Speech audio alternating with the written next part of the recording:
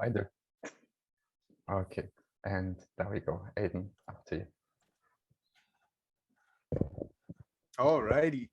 Hello, everybody. Welcome to IdeaFest Fund 7. We're so happy to have you here today. Welcome, welcome. Good to see you, Jacob, Mari, Adil, Aaron, Hein, Simon. So great to see you all, Thomas. Thank you all so much for coming today. We're super, super excited to have you. Oh, 51 kişi. Righty. Welcome, welcome. Thank you all so much for showing up. We're really excited to hear your proposals today, learn a bit more about what you got, and want to talk about what we can build on top of the Cardano network and this beautiful decentralized voting mechanism we got here called Project Catalyst. So super, super happy to see everybody today. Thank you so much for coming in. If anyone has any questions, please just toss them into the text chat that we got going on. And one of these amazing folks that have these beautiful purple, gray, or blue backgrounds that say IdeaFest Fund 7 host will help you out. Big thanks to Felix for creating these great graphics. But hey, everybody, it's good to see you all. Give us a hello. Feel free to unmute yourself. Give us Hello, a nice... hello. Hey. Welcome, welcome. It's so good to see you all. Hello. Hey, guys. Yeah, amazing stuff, everybody. Yeah, maybe give it a thumbs up, a wave, get excited. We're here to talk about the decentralized future of Cardano. Doesn't get much better than that. All righty. Yeah, woo, great to see you all. We're currently have 64 amazing Cardano folks in here. Really excited to hop into IdeaFest today. We're going to give everyone just a few minutes to hop into the Zoom chat so no one misses out any context and we all feel really good and confident and comfortable about what we're going to be chatting about today. As mentioned earlier, if you have any questions, just throw them into chat. We'll make sure that we can resolve them. But the kind of go-to person is anyone with these beautiful backgrounds is going to be someone that can help you out. Yeah, super excited to see you all. I hope everyone's enjoying their weekends or whether that be time on or time off. We really appreciate everybody coming in today and kind of sharing what they want to build on the Cardano network and making connections. And as we hop in here, I'll share a little personal story that back in, I think it was back in Fund 5, when we were starting off IdeaFest, one of the most amazing connections I made was with a really cool guy named Marcin, who's of the AdaQuest project. And I'm in the gaming world for crypto as well, and how our connection in IdeaFest actually led to us doing many, many more events and gaming tournaments and communications and collaborations. So I just kind of want to push everybody as we march into IdeaFest, look for the opportunity to connect with people, because you might meet someone that you can have a nice connection with, that you can really benefit one another over many, many, many months. So then when it comes to Fund 10, you're seeing your buddy that you met in Fund 7, giving them a nice wave and working together on some awesome stuff. So highly recommend forming collaborations, communications, and reaching out to folks as we hop in here. But a lot of fun stuff. So great to see you all. We're getting up to 76 participants.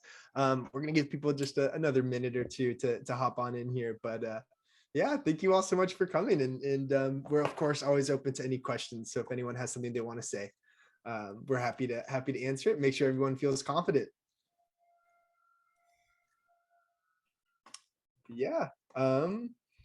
Hey, everybody, feel free to give it a wave. Maybe you want to take your, I don't have to be the only one speaking here. If anyone wants to say hello, give it a wave. Maybe you want to show off what you're drinking this morning or night. I got myself a nice little bit of chamomile tea personally, but if anyone else has, yeah, big cheers to everybody. So Aiden, let's check the geography. Where are people coming from? Yeah, where's everybody Brooklyn, coming from? Brooklyn, One of these Massachusetts, pumpkin spice cold brews. Rotterdam. Hello, greetings Vancouver. from Turkey. Yes. Wow. Tennessee, from Malta. on the side of the highway in Michigan. Greetings from Germany. Greetings. And Europe. Hi from Spain. Hey. Hola. Toronto. New York City, New York. Tennessee. Canada. Edinburgh, Scotland. Tennessee. Shalom from Israel. Shalom. Hello. Dallas, Texas. 7 a.m. in California. I'm with you there. I hope you got Same in coffee. Vancouver. Hello from Berlin. I'm not at the pub because it's 4 o'clock. You got another hour. Yeah. Mark here from the UK. Fantastic. I'm sorry, Now we from can't- Italia. Yes, Italia. welcome. It's great to No, have you from all. Brazil. All right. We Fantastic. can't Great. prove Ali's not from the pub. He often is in the pub. All actually married at one. Awesome. That was a great idea. I appreciate the suggestion. Cool to hear where everyone's from. It kind of shows how much of a decentralized network we got here. Because, I mean, what's better than having people from all across the world contribute to something that they're passionate and love and enjoy and get happy about and excited and want to show up, whether it's 7 in the morning or 12 at night, in order to talk a little bit about what they're building on the Cardano network. And just seeing all the amazing people. And I think we got a lot of smiles in here. I think we got a lot of positive energy. I think we got a lot of people that want to go off and build something to better themselves, but also the people around them and the people that are not around them that they can't even see because they're 20,000 miles across the world. So really, really excited to have you all here today. If we're feeling comfortable, Felix, if you give me the thumbs up, I can hop into the presentation, or if we want to give people a little bit more time to hop in here, we're good to go. Awesome. Yeah, got it. Let's have some fun, everybody. Let's hop into Idea Fest Fund 7. I'm going to share my screen. We'll make sure that everyone can see it before I hop too far into this. Can everyone see this beautiful blue Idea Fest screen right here? Yes. Yeah, Awesome. beautiful. Fantastic. All righty. Is it still displaying? I'm getting your screen sharing is paused. Let me try it one more time. And Here just we for go. the time of the presentation of the intro from Aiden, I will just enable that everybody can speak inside. So because sometimes we have people that have some background noises and this might disrupt the intro. Awesome. Aiden. Yeah, good idea. Have a little background noise. All righty, everybody. Well, thank you all so much for being here. My name is Aiden Rankin-Williams, and I'm super, super jazzed and excited to have you all here. What we have in store is quite the treat. We're all builders or proposers or voters or excited folks within the Cardano ecosystem, and we're coming here together for Idea Fest Fund 7. If you don't know, this is the spot for proposers to present what they want to build to a wide variety of folks within the Cardano and Catalyst ecosystem, so that we can really help make sure we're building exciting stuff and that people have an audience and platform in order to say, hey, this is what I want to build. So major thank you to organizations like Bridge Builders, the Catalyst School, of course, Project Catalyst themselves, the Ambassadors Guild, Eastern Town Hall, and of course, the Catalyst-Swarm. Catalyst-Swarm is kind of taking large in part the operations side of things and making sure that we can actually do things like this and organizing it. And the folks behind there put in a ton of effort. So hopping into the next slide. Who's here? Who are we communicating with? Who are we getting excited about? Who's speaking today? We, of course, have the general folks, just the online community of people that decided to join in a Zoom call today to celebrate the future builders of Cardano. That's just kind of the catch-all term. We also have the proposers out there. Those are the ones that are going to be taking the stage today, explaining a little bit about their project, what they want to go out there and build, and why. And then we, of course, have the voters. Those are the people that might not have a proposal themselves. Maybe they'll submit one in a future fund, but they have some ADA that they want to vote with, that they want to contribute to this amazing decentralized network we're forming, and they might want to hear a little bit about the proposers that they have the option to vote either a thumbs up or a thumbs down on. And then, of course, we have the lurkers. We cannot forget about these amazing folks. These are wonderful individuals that are just waiting for their moment to kind of jump in.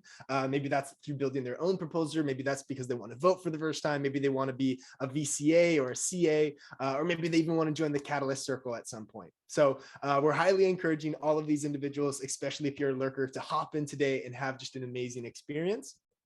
If I haven't introduced myself, my name's Aiden Rankin-Williams. I'll be your moderator today, kind of helping in with the intros and outros. In terms of a little bit of background for me, I found Project Catalyst actually back in Fund 2, and then kind of didn't really participate to the point of actually having a proposal that was voted upon in Fund 4, which was an amazing experience. And I've also been a CA and got to participate in that. And of course, done some amazing fun stuff in the Catalyst Swarm and overall fun Project Catalyst related aspects of Cardano, which I feel like are some of the really exciting aspects going on in the Cardano ecosystem. Of course, there are many individuals that are coming together in order to make this all possible. So in terms of the folks who put in the hours that you don't see on screen, the people that contacted everyone, organized the whole event, made sure that we had proper structure, created these beautiful Zoom backgrounds. These are amazing people like Dominique Tillman, Felix Weber, and Victor Corsino.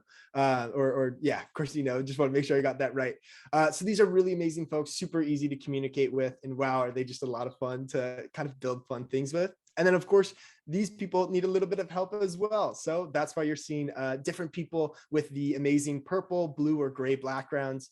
And these people are going to be your hosts for today. So these are the ones that you're going to follow into breakout rooms, and you're going to be able to share your project or listen to other people's presentations. So you'll see them on the screen here, and you'll also recognize them by their backgrounds, and then their name should say a little room 8 or room 4 or anything of that nature. So breaking down into the actual schedule, and we'll get right on into the actual kind of meat of Idea Fest today. But right now we're doing the opening and introductions. Very shortly, we're going to hop into our presentation round 1. Then we'll, after 45 minutes, we'll come back into the main room for just a small 15-minute coffee break so we can kind of orient ourselves, make sure that we feel good about our direction, make sure that anyone has any issues, we can resolve those. And then we'll hop into presentation round 2 for another 45 minutes before ending with a big old thanks in closing. So in terms of each presentation round, how it's going to work is we're going to get everybody into these amazing breakout rooms. Once everyone's in that breakout room, the first presentation will begin. That individual will have 5 minutes in order to actually present their proposal. And then that's going to be followed up by 10 minutes of Q&A. And then that process is going to repeat 3 times so that you have the first, second, and third proposer. In regards to the Q&A, I highly recommend, let's be sure to keep things on the positive note of things. If you have a question that kind of dives in a little bit more to kind of the depth of a proposal, 100% you should ask it, but let's make sure that these questions have a turn on them that is positive and is going to be uplifting, not bringing people down. Let's make sure to be positive in our questions. We can ask great ones that require skilled, in-depth answers, but let's make sure we stay positive with these questions and answers. And then finally, let's actually get into these breakout rooms. Enough of me speaking. Let's let you all speak. This is your platform to talk. So I think the easiest mechanism to do all this is let's make sure everyone understands what breakout room they're going to. So if Felix or Dominique or Victor, if one of you would be able to send in we have a Google form, and in that Google form, you're going to be able to find your name. And then right next to it is going to be a room number, like 1, 2, 3, 4. Find your name, find the room number. And then what we're going to do is we're going to open up these breakout rooms, and each breakout room is going to be named the number corresponding to the host. So simply find out who your room number is, open up the breakout rooms, find the correct name of the breakout room, and then join in. If you need any help regarding joining these breakout rooms, you're more than welcome to ask.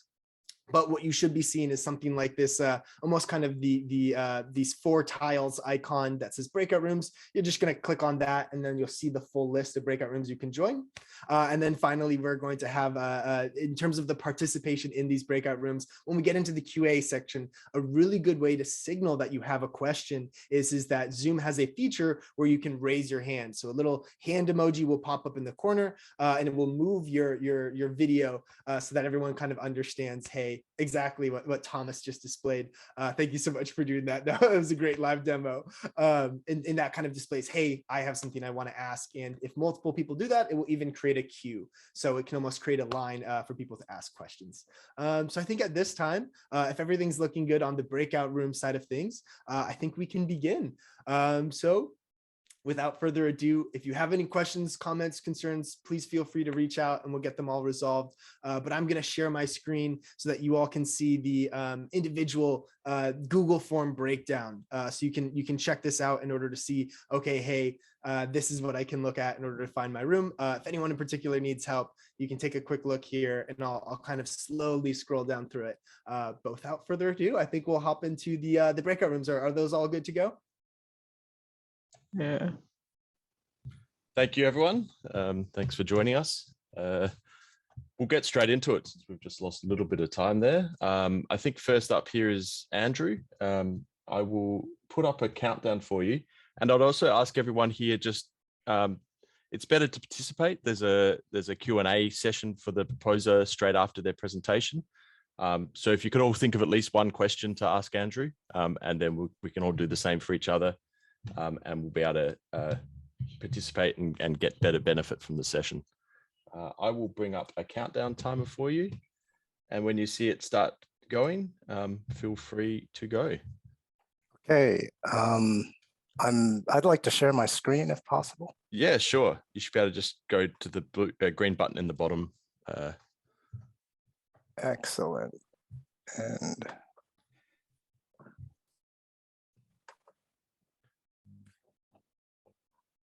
all right. So are you able to see the presentation that's on the screen? Yep. You can put it into presentation mode, I think. Okay. Well, I will get rid of the thumbnails and just recalibrate the size a little bit. We're at zoom to page level. Okay. So first of all, my name's Andrew Forson, and our project is really designed to take an existing enterprise rapid development low code platform and create a specific plugin that would enable reading and writing to the Cardano blockchain. The existing Jogit platform, you can learn all about it at jogit.com, has been in existence for several years now, I think since 2009. And many governments, large enterprises, Department of Defense in the US, Ministry of Finance in France, a whole host of large governments have used this to essentially expedite the development of form-based, web-based applications. And what I did was I approached them, and we have, in the last few months, created a Cardano plugin, which means it enables us to rapidly build.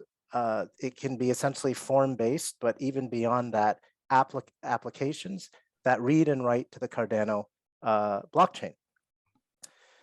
So anybody can build business applications on Jogit because you don't have to be a high-level developer. So it makes developing applications on Jogit very, very fast. Jogit, unlike a lot of other projects, it actually has a history of deploying credentialed and qualified enterprise class applications. So that means we are piggybacking on that technology to deploy enterprise class applications, either in traceability, land registries, e-government on the Cardano blockchain with speed. And on our actual proposal page, we have an 8-minute video that goes through the process of building a simple DApp on the Cardano blockchain with Jogit. So this slide outlines how it works. Essentially, it includes data lists, creating backend processes and workflows, and connecting these data lists and workflows to the Cardano blockchain. And then you're also able to create the end user interface, which deploys like a native application on Android or iOS or desktop. It deploys as a progressive web app. So you're able to generate your Cardano account from within the application, map fields to form elements, configure, fetch, and load ADA to the account, and then actually build applications. In our case, we built a traceability application that reads and writes to the Cardano blockchain. What I like most about this is it actually enables us to build real enterprise class applications on the Cardano blockchain without having to get into the nuts and bolts, the nitty gritty of Haskell, Plutus, smart contracts, because most developers now in the enterprise space tend to be citizen developers. It's very costly to hire in blockchain developers to build an application and get them to maintain the application. But with the Jogit application platform, which is an open source platform, you are able to build these applications, maintain them in a visual low code way. So with that, I open the floor to questions. Beautiful timing. Well done.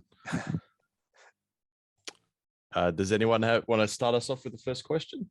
Sure. Go ahead, Kendrick. So it sounds like you've already been working with Jogit. So what I'm wondering is how much of the development has already been done and how much is going to be done in this project? Okay, so what we did was, actually I was working with Emergo, trying to help them sell their traceability systems into Africa. And the truth is it was very, very costly. So I approached Jogit and I put a challenge to them that if they could build a Cardano plugin and we could deploy simple traceability systems quickly, then I would work with them to bring this to the broader Cardano community and try and get traction in Africa. Okay. So we spent 2 weeks creating a plugin that allows us to read and write to the blockchain. So that is our beta, our prototype that is in existence now. Okay. And then after that, after we had the plugin, it took us 3 days to build an enterprise class traceability system. The only thing that it was missing was the consortia security rules because we built it as a prototype. So we wanted it open for a demo. We then proceeded to make that demo to Mercy and her team at WADA and said that we can take this to African enterprises economically. So we're at a beta level. The project that we want to do is deploy it so it's a truly enterprise class plugin that has a full functionality of released elements of the Cardano blockchain so that we can deploy with confidence enterprise decentralized apps. Great, nice. Anyone else got a question there? Want to follow up with us? I've got a question. Go ahead. Do you guys already have any clients or projects onboarded or piloting in using Jogit? Using Jogit?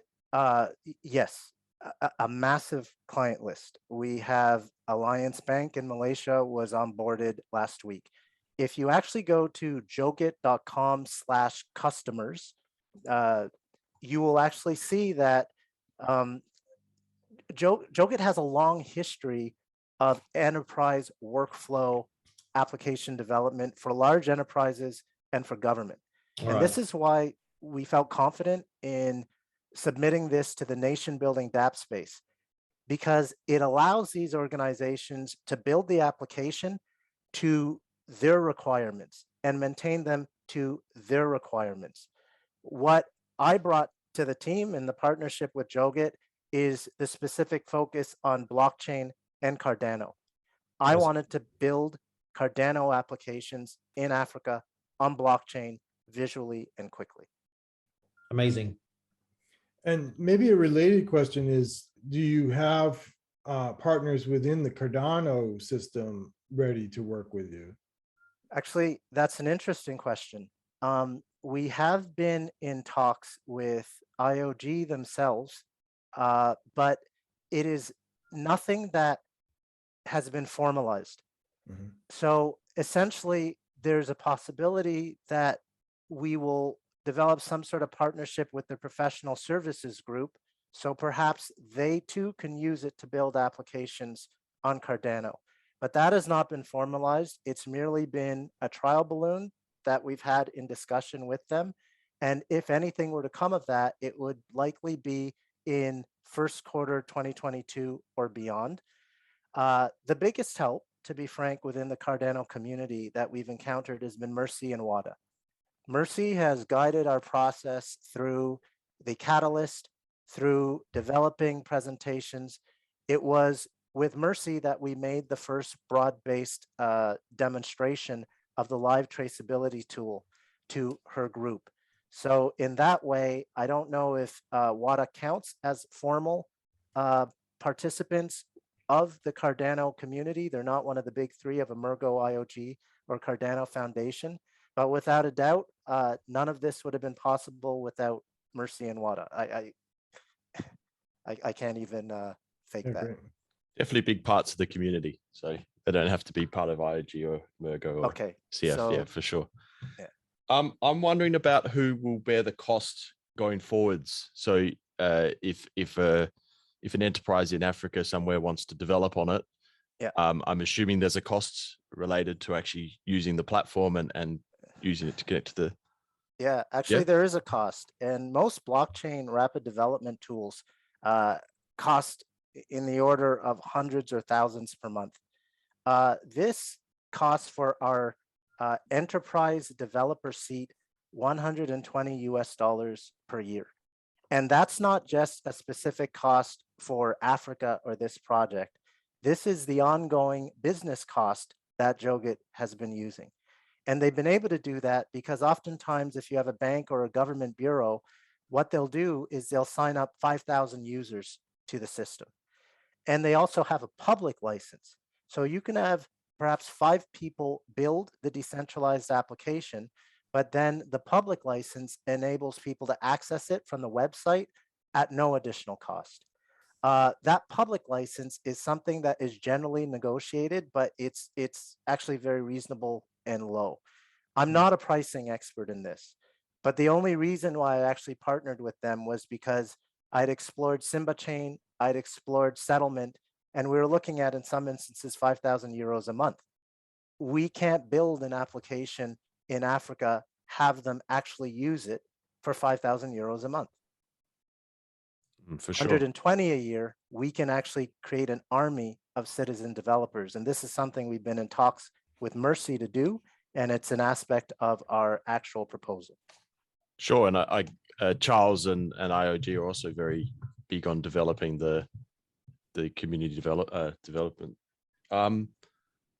Okay, thank you. Does anyone have another question for Andrew? I have one Go quick ahead. question, kind of piggybacking off of Kenrick's question, because this is like very well put together. Like you guys seem to be very far down the road, but there are some things left to do. So I'm kind of curious, because you guys are kind of presenting for this fund, like what are the big rocks that you guys have to solve, or what's left to get this kind of like into production and enterprise ready and all that? Okay, so first off, we want to move forward with this no matter what, because we think it's critical. We believe in the vision of Cardano, and we think that the blockchain space has a unique challenge in that actual blockchain developers like working on the blockchain. They're not as interested in building business applications. So the cost for businesses of deploying solutions on the blockchain tends to become exorbitant. Right now, the beta plugin that we have does not have support for smart contracts. The beta plugin that we have still requires some element of variable placement in the GUI. What we'd like it to be is fully drag and drop, because that's how the rest of the Jogit platform works. So we created a system that if we were to run a demo with you, and I hope that you all get in touch with us so that you can actually see it, that if you were to see it, you would think, oh my goodness, it is deployable right now as drag and drop visual, but we're used to doing more. And because of the long history of work in that field, they want to do everything to do with the Cardano plugin as refined as the rest of the application. Gotcha. And I guess as the blockchain evolves and more features and stuff, you have to like keep in lockstep with that to support that through the plugin. Which is what we already do with other elements of deploying on Azure, deploying on AWS. And that is actually one of, you raise a really good point, Ryan. One of the key things is when you build an application, there are going to be updates to the underlying blockchain. You don't want to have to go back and find the developer or get a new developer to read the documentation, sometimes at 200, 300, 400 euros an hour to update your application. In this case, we release updates to a simple plugin, which is essentially a connection to the API of the Cardano blockchain. So we have one point of contact to update, and these updates essentially replicate down to the user, and we'll include additional features based on that to the application developers. So it's a form of efficiency at scale. We focus on the connection between the visual developer and the Cardano blockchain. You just focus on solving your business applications and problems. Fantastic. Thank you very much, Andrew. That is the end of your 10 minutes for Q&A. I would just say that if you want to do a presentation, get in touch with Felix, who's also organizing the Idea Fest, and ask for an after town hall session where you can actually present and walk people who are interested. They'll come to you and you can actually present in that forum. Okay. So that's in the after town hall. Okay. Up next, we have Mike. Is Mike here? Is it Mikhail? Are you presenting? No? The integration in Trustee Wallet? Hello? Yes, Mike. Can you hear me? Yes, welcome. Hello, guys. Actually, I'm not Mike, I'm Vadim. So sorry. Vadim? Okay, that's all right. But this is my is part of my team, so it's okay. Okay, this is your presentation, yeah? Right. Okay, I'm going to start the timer, and then the stage is yours for 5 minutes, and I'll give you a 1 minute warning. Okay. Oh, only 5 minutes. Okay, sure. Yes, and then 10 minutes for Q&A. Okay. Okay, here we go. Great. The stage is yours. What we would like to share with Cardano community today, this is our vision of the crypto. Can you hear me well, by the way? Yeah, loud and clear. Let me check if you can see my presentation, since I'm actually sharing it. You need to click share screen at the bottom of the screen. It seems to be I'm sharing it from my desktop to different room. Let me actually switch the room. Okay. Hello? Yep, guys? we can still hear you, but we can't see your presentation yet. Let me see. I'm just different room. Okay, let me join this room. How can I join? Well, you're in the right room. I don't know what you mean by that. There's a share screen button at the bottom of the. Yes, so I'm connected with the phone and laptop together. So I'm trying to share it from the laptop, and I can't see how can I join the relevant room right now. Do you? Okay, it seems to be I won't be able to do it quick. So let me do what I can. Okay, yeah, do what you can. So I'm actually representing the Trustee Wallet. This is the non-custodial unhosted wallet that does support the list of cryptocurrencies, and our goal is to bring the users, the end user, the newbies, and actually the basic crypto users, the excellent user experience working with different blockchains. So we work hard to have it very user friendly and usable. Not as money, but also the functionality rich. I mean that you can use staking, you can actually connect NFT, you can actually connect different indexes and stuff like this. So Trustee today, it's 500,000 downloads that where we have around 50K. 50K the monthly active users, and we grow actually every day very fast. But the team is very small. We are like only 5 guys that develop the app and the infrastructure around it, and that is why we be interested and we like what Cardano is doing, what is the Cardano community. And our users also seek for different new coins, especially if there is staking opportunity as Cardano has.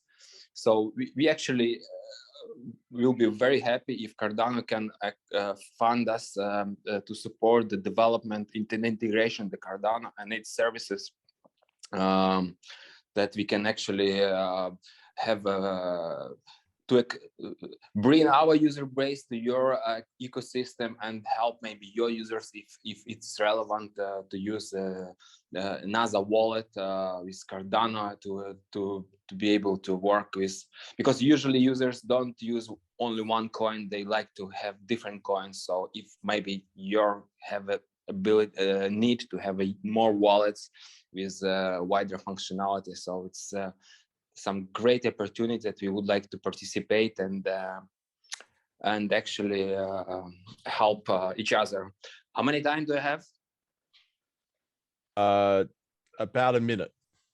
Okay, great. So let me share the unique things.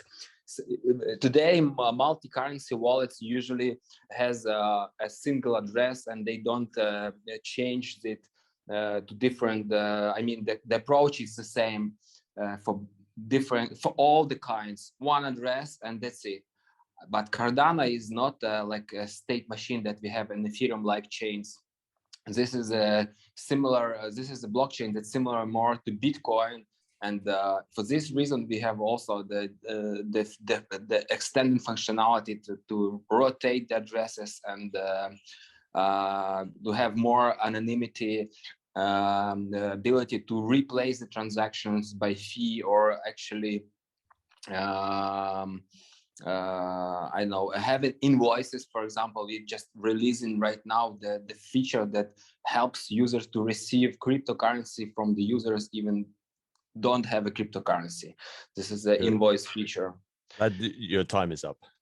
Okay, so great. I'm ready to answer your questions. Okay. Sorry that I didn't share my presentation. That's okay. Okay.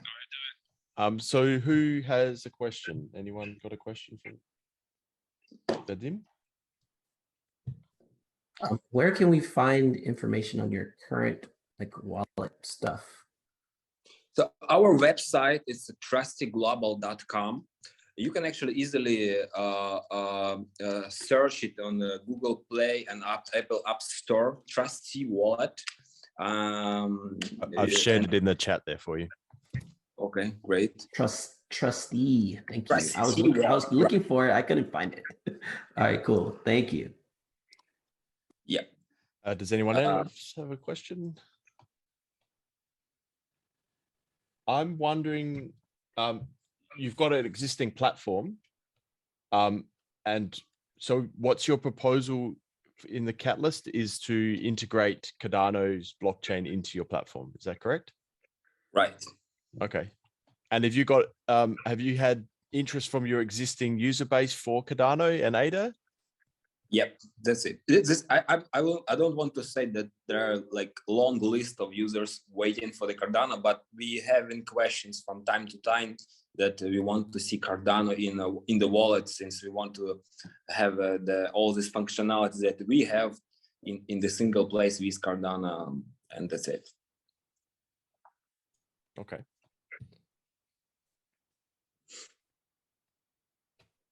Anyone else maybe got a question for Vadim? We hardly working around the security features, and our actually onboarding process is so different to the non-custodial wallets. Since we have a lot of experienced people and users knew this losing their seed phrase or sharing with unwanted people. So we did actually hard work to make it much better. So inside your wallet, do I hold the seed phrases, or? Of course. Yes. Okay. It actually generates a seed phrase for you. You can use your own, but as an unhosted wallet, it does generate the relevant seed phrase for you. Okay. You can choose the lengths, I mean, 12 words or 24 words, but it does generate it for you.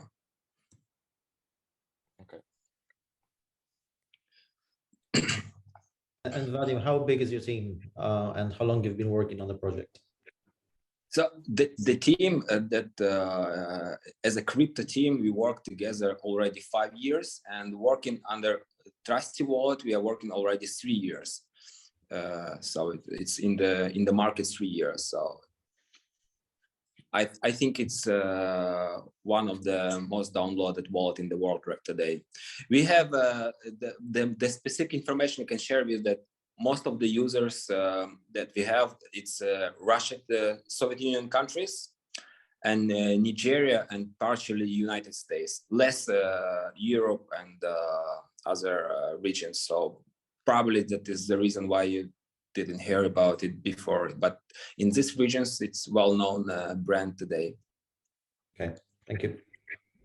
We participate many different public conferences, sharing the crypto stuff and the trusty stuff, doing it every day. And where are you guys based? So the IP registered in the United States, but the team are mainly in Ukraine. Okay. Does anyone else have any questions for Vadim?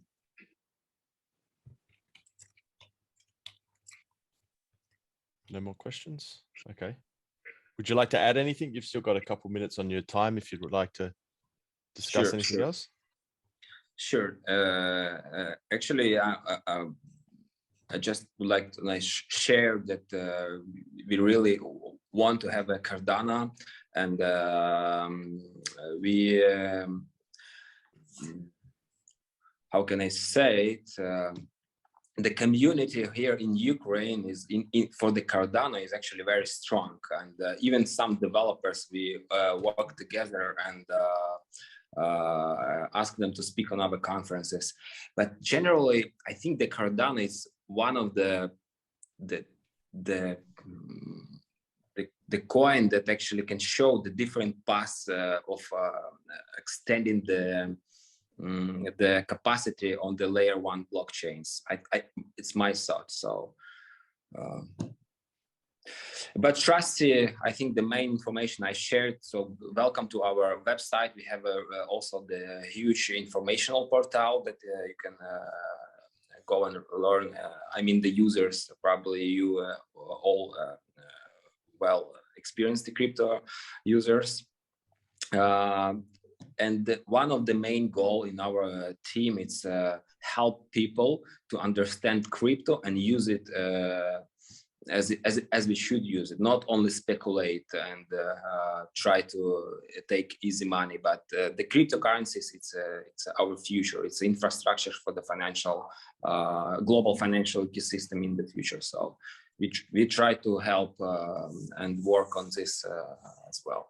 And I believe Cardano will take the strong and unique path in this roadmap. Fantastic. Okay. Well, thank you very much for your presentation, Vadim.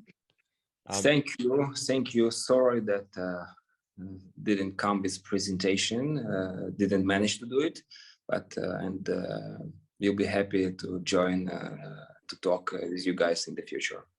There's also opportunities in the after town hall as well. So like I said to Andrew a minute ago, definitely reach out and take a spot in the after town hall if you want to present your actual platform or something like that. When? Every Wednesday after the town hall, there's an after town hall session where you can actually, it's an open session run by the Swarm, where you can actually present and show your ideas or many other things, discuss various things. But for you, it'd be relevant to show your platform maybe. Okay, thank you very much. Not a problem. Sharing that. Okay. Okay, and next up, I believe we have Jacob. Yep. Hello. Okay. Same for you. I will start the 5-minute timer, and then I'll give you a 1-minute warning. And once I start the timer, the floor's yours. Then you have 10 minutes of Q&A. Okay, I'm pretty sure I'm going to overrun, but I hope you can give me 2 more minutes or something. I've got something really cool to talk about. Okay, so go for it. Thank you. So good morning, everyone, and good evening to some of you. It's a pleasure to be here. You know, this is my first proposal, and I'm honored to be here among the Catalyst veterans as well. It's been a really amazing experience. Now, Mammoth Foundation. So I'll tell you about what we're doing, and you can let me know what you think. A little background first. So over the last 12,000 years, you know, the human population has grown from about 2 million to nearly 8 billion today. And on our journey to dominate the world, we did a lot of irreversible damage. So, you know, we contributed to the extinction of numerous species of animals. And it's been found that our population growth is directly correlated with more species becoming extinct. Thanks to science, we can reflect on this and you know, save many endangered species which contribute to the well-being of planets by fostering biodiversity. A genetic project led by Professor George Church from Harvard University. It aims to change the course of history by bringing extinct species back to life. And there are very solid foundations for choosing the woolly mammoth as the subject of this impressive effort. For one, it is the most iconic, you know, extinct giant animal that most of us heard about and saw in a cartoon. You know, secondly, due to the genetic similarity to the Asian elephant, it's relatively easy to biologically revive it. Then, you know, it has been scientifically proven that mammoths' activities, their grazing patterns and migrations support the planet's ecosystems. The recreated species will feel comfortable in temperatures as low as -40, which will have great impact on its geographic distribution. Finally, you know, science also confirmed it was humans who played a critical role in mammoth's extinction. So we believe we owe it to them, and we want to help. You know, in the mammoth case, we will need to work with experts from across the board, you know, biologists, genetic engineers, veterinary scientists, park rangers, ethicists. The list is really long, and we need a smart tool to achieve the synergy among all those people to make the right decisions and be transparent and efficient. So our long-term goal is to create a sustainable, transparent, scientific research framework applicable to restoration and de-extinction of various species, not only mammoth, but, you know, anything else. Mammoth is symbolic, and you can't miss it, right? In the short term, we want to, you know, along with the other Cardano for Climate initiatives, we want to further decentralize Cardano by creating the Mammoth stake pool. And we also want to promote cross-chain operability by releasing our roaming Mammoth NFT collection, which will use and promote the Adamatic bridge between Polygon and Cardano. You know, we're going to use our existing website, mammoth.news, to publish and promote, you know, all findings related to climate change, science, and blockchain technology as well. So, you know, that's what we want to do. And it so happens that we're not going to do it alone. In the last couple of days, we have made some incredible partnerships, and we've agreed that each mammoth-related project is going to be done with some thinking and some great wisdom. That's why we formed the Mammoth Alliance, which we will, in which we will unite all the legitimate projects that 1 minute. Not only do cool stuff like Mammoth NFTs and metaverse games, but also financially support environmental initiatives. And we want Mammoth to be something meaningful rather than another hype. You know, we like look at all the doggy coin meme coins. Most of them are just silly and unnecessary project, redundant. Most of them only, you know, rug pulls, and they benefit people only behind them. So this is definitely not the path of the Mammoth. You know, we will take extra care to make sure that every project in the Mammoth Alliance is thought through and gives back to the planet.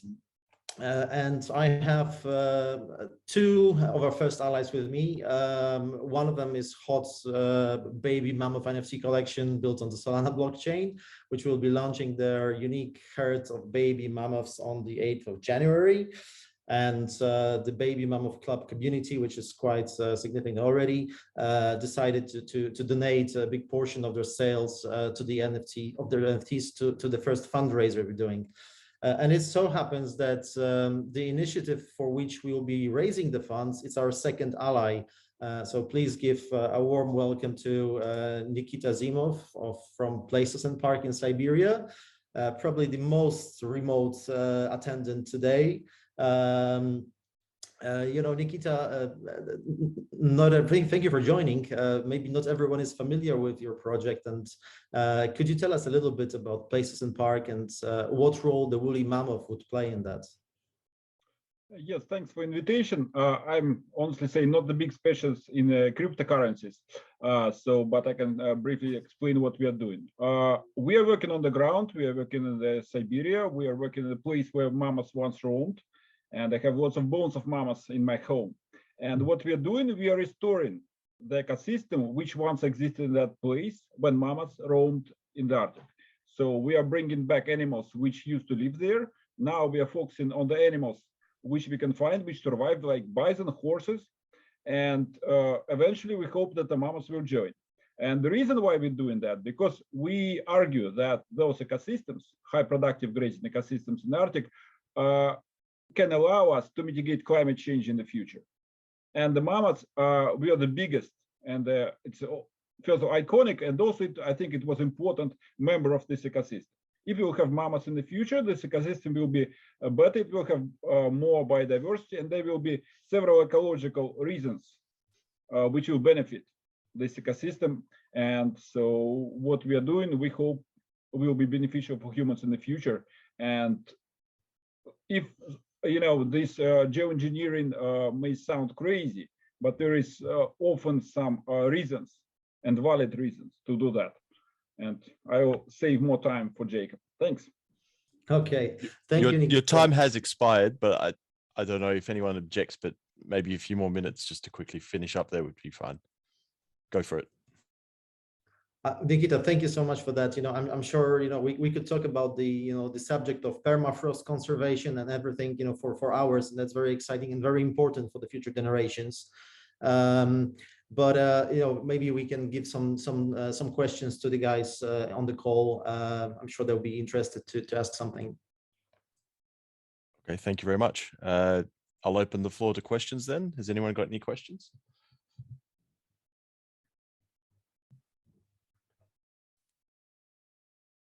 So I have a couple questions. Well, okay, and I'm just this is my first time like being in Idea Fest and like learning about Fund 7 and registering to vote. So I'm new to all of this.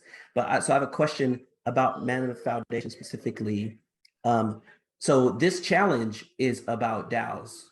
Well, at least on this forum, like the challenge is about DAOs and like tools to create DAOs and stuff like that. So I was expecting to hear more of that. I might have missed it because my wife's like coming in and out. Sorry. But is the Mammoth Foundation a DAO itself, or are you guys building tools to help other people create DAOs? That's a great question, and thanks for asking that. I've been talking to a number of people, and first of all, I felt like, okay, DAO probably would be the right category. Effectively, it's a governance framework. So it's not entirely DAO. It's something that we want to connect academia. We want to connect people from around the world and give them voting power. Whether this is a token to vote, how we're going to do that. I'm myself also, I'm going to need some help from someone who's more into this kind of things. But I already had some massive support from the Cardano community, and I've been referred to the Elements Disco Cope tool, which apparently is the right choice to consider for this framework. So with regards to the DAO itself, there is a potential for the DAO to be created within the Mammoth Alliance, where we have a number of projects taking part in that. And yes, it will take some design time to do. But this is our first time in the Idea Fest. So we're going to be focusing on the basic things we can deliver. In fact, like the staking pool, Mammoth NFTs, roaming Mammoth NFTs. and the news portal, which we already created and launched. I think the AdaMatic-Bridge, which is going to be released by the Meld team very soon, is going to be quite a big game changer, and we want to further support it by making the mammoths migrate from one platform to another. I think it's a pretty cool idea. Yeah, it's awesome. Thank you. I'm interested in your own personal journey to get to this point, because obviously you've got some interest in mammoths and bringing them back through maybe cloning or whatever technology we're going to implement. How did you end up in this situation and your personal interest in this? So, my personal interest is kind of, there's some personal interest for my children, for the future generations, to make sure that, they have as good life as I had. And I'm seriously worried that, with the really progressive and accelerating climate changes, we might be very much underestimating what's coming in 20 years. So that's the main reason. Secondly, I got really inspired by the work of Nikita and his father Sergey that the guys are doing in Siberia. There is if you go to Places and Park website, you can see a couple of videos over there where they put in scientific research on what's happening to permafrost, how much carbon and how much carbon dioxide and how much methane is being released by melting permafrost in Siberia. This is more than the atmosphere can accumulate to make us surviving in this planet. So I thought that okay, mammoth, yeah, it is cool, it is big, it is controversial, you can't kind of miss that. But the idea is much broader. I deliberately named the project the Mammoth Project because it's a Mammoth project. It's a big project, but the whole framework is about restoration and fostering biodiversity of many other species, whether it's animals, whether it's coral reef, whether it's plants, trees, things like that. I think we are focusing on one side, we're focusing about planting trees only to produce oxygen, which is great. But on the other side, we underestimate what the foundings of Sergei Zimov and Nikita here about the importance of animals, how they live. What Nikita used to say in one of his videos is, if you ask any child in any school or kindergarten, where do animals live? They will tell you, well, animals live in the forest. It's not true. Animals live in grasslands. These are vast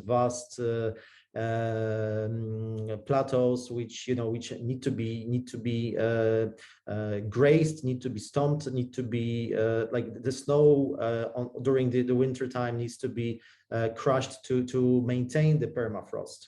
Again, Nikita is the expert here, but I kind of repeating what I understood from the videos, and it makes perfect sense to me. I understand that in a place as remote as Siberia, we may not care about that, but Siberia is bigger than any country in the world, and the amounts of methane and greenhouse gases and carbon dioxide hidden within the permafrost over there are just very, very, they can't be ignored. They're bigger than probably many other things we worry about, like airplanes and diesel cars. That's probably not the biggest problem we have. And permafrost is something we don't estimate that much, I think. Yeah, fantastic for sharing that. Any other questions for Jacob or maybe Nikita as well?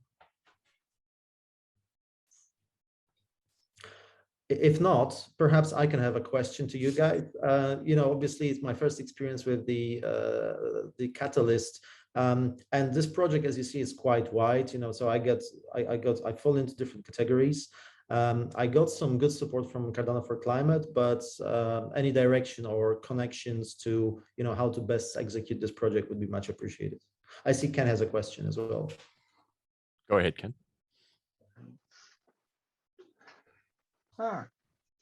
So I am I personally have a difficult time with this project ethically, but I like putting myself in this position, so I wonder how you feel about being asked the questions on the opposite side of the front. I'm not, I guess I'll just say it out loud personally.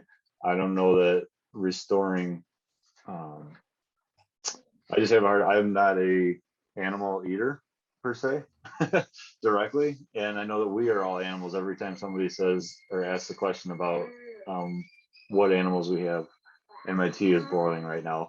I apologize, give me a second. I'm going to keep listening though.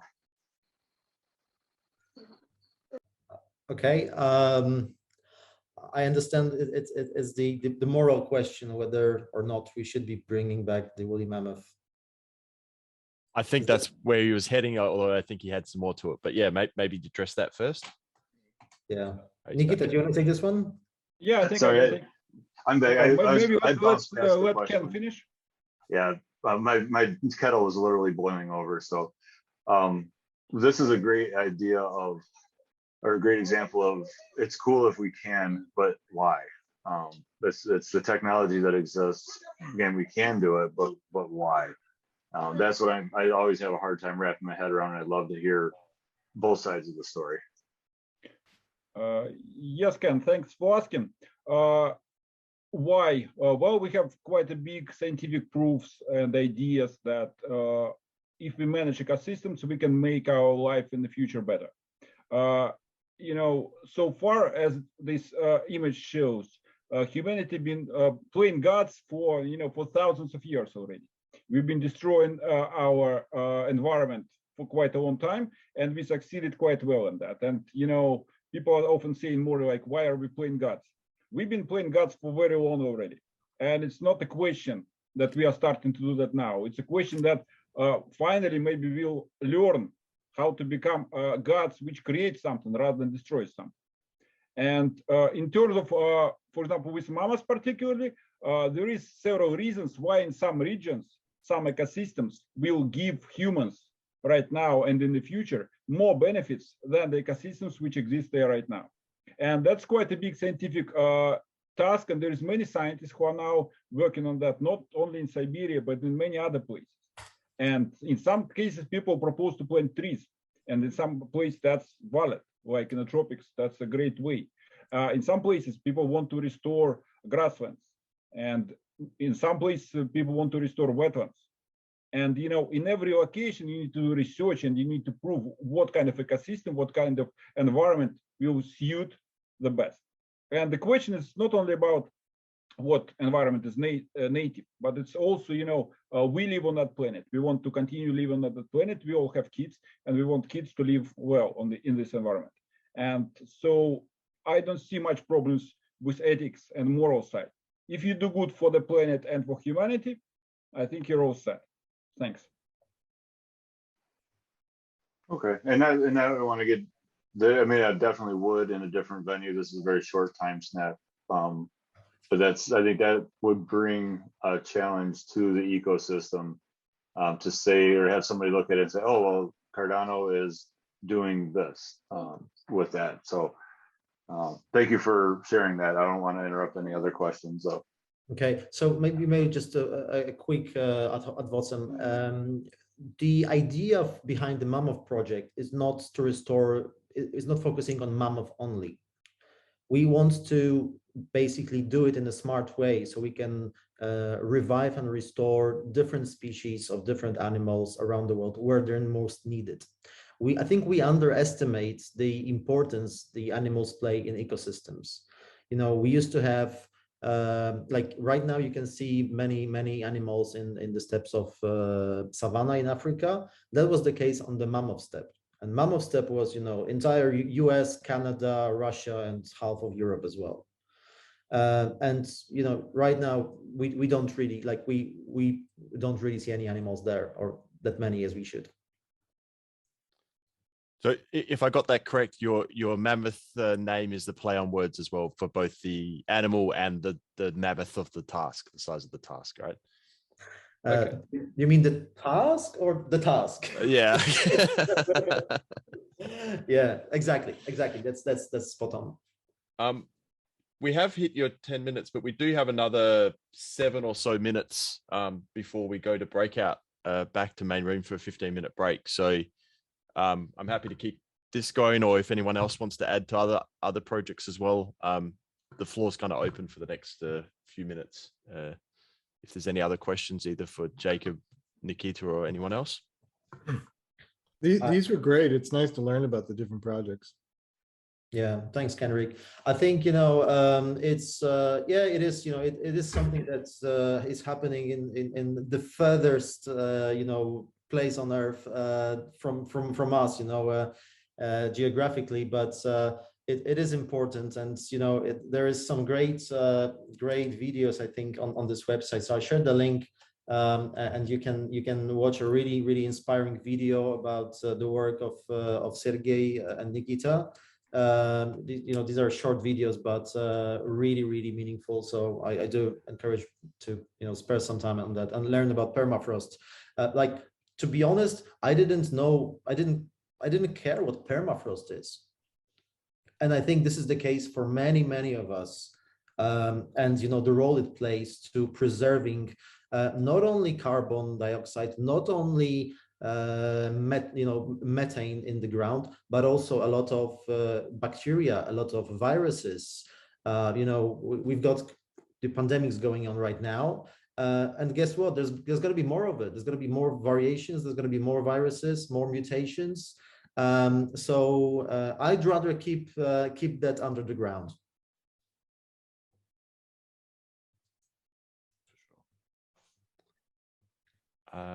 Is there any other questions?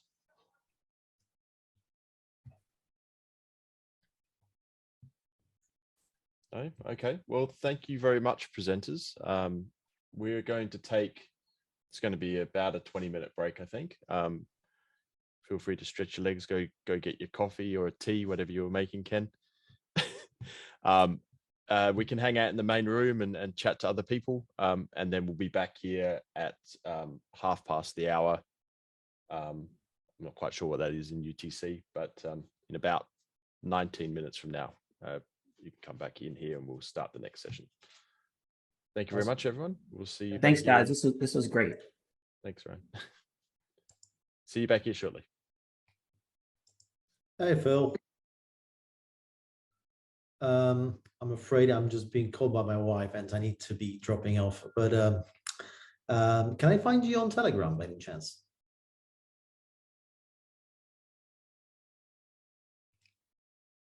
Phil? Sorry, I was on mute there. Yeah, if you go, I'm Phil K on Telegram. Okay. You can find me in the Cardano related channels, or send me yours if you want. In Cardano for Climate or Catalyst, where should I look? Yeah, in the Catalyst channels, you'll find me pretty active there. Awesome. Thank you. Welcome back, everyone.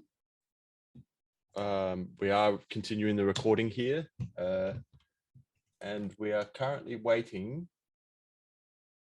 We've got Myra.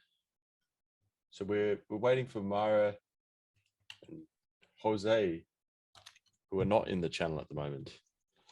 Phil, I Yes. will be presenting for the Jose team. I'm part of the same team. Okay, fantastic. Yeah, and I have 2 more members joining in. One of them is going to co-present. Another is just an observer, part of the community. But we are all here. We are ready. Okay, fantastic. All right. Well, we'll give Myra a few minutes. Yeah. Yeah, we'll give her a minute to go, I guess. Fantastic. Or maybe we'll start off with you. How do I pronounce your name? Call me D, simple. D? Okay. Or Yeah. did you want to wait for your team to join in as well? Yeah, I'm waiting for 1 more member at least. So Okay, sure. that'd be great if you can wait. Because we were scheduled for 16:45, so that person is trying to schedule this on time. Yeah, for She'll be sure. here. Yeah, For yeah. sure. Kenrick, do you want to go first, or I'm happy to do that. Yeah, if we've got, yep. I mean, there is leeway in the timing, so we can let's maybe wait 2 minutes or so, and then if Myra doesn't show up, we'll start with you, Kenrick. Yeah, sounds good.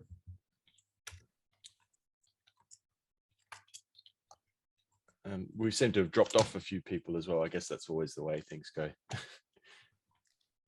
But I think everyone, I was planning on watching the 1630 with a boot camp and then moving into a different room for the other two. So that may be the same thing where somebody else is interested in the first one. So for sure, trying to keep it in the same order. Vote with your feet, right? That's how it goes. My brother's really into this a thing called an unconference where you actually you know about unconferences? Yeah. And one of the rules in the unconference is that you vote with your feet. So if something's not interesting, you wander off and find something more interesting, because your time's the most valuable thing, right? So don't be polite, go do something more useful, right? So yeah. It's quite a useful thing. So yeah, but at the same time, like it's just polite to stay and listen to what other have to say. Like the last presenter obviously is is the most anticipated one. Sure. So we will be in polite, which I unfortunately have to do because my wife is just pinging me that my little one, my kid needs some attention. So I'm gonna be dropping off, unfortunately, but I'll come back to the videos. Phil, if you can just let me know when they're up. For sure. Yeah, I'll post them to the team and they'll get it up there when it's all ready. It looks like that we're not going to get Myra here by the looks of things, yeah. So we might go ahead with your presentation, Kenrick. I will. Okay, sure. I'll get a timer up. And I will share my screen. So are you able to see that? All right. And I'll put it in presentation mode. How does that look? It's just loading. It's loading, and yep, you can see. Okay. And let me just make sure I can. Okay. All right. Very good.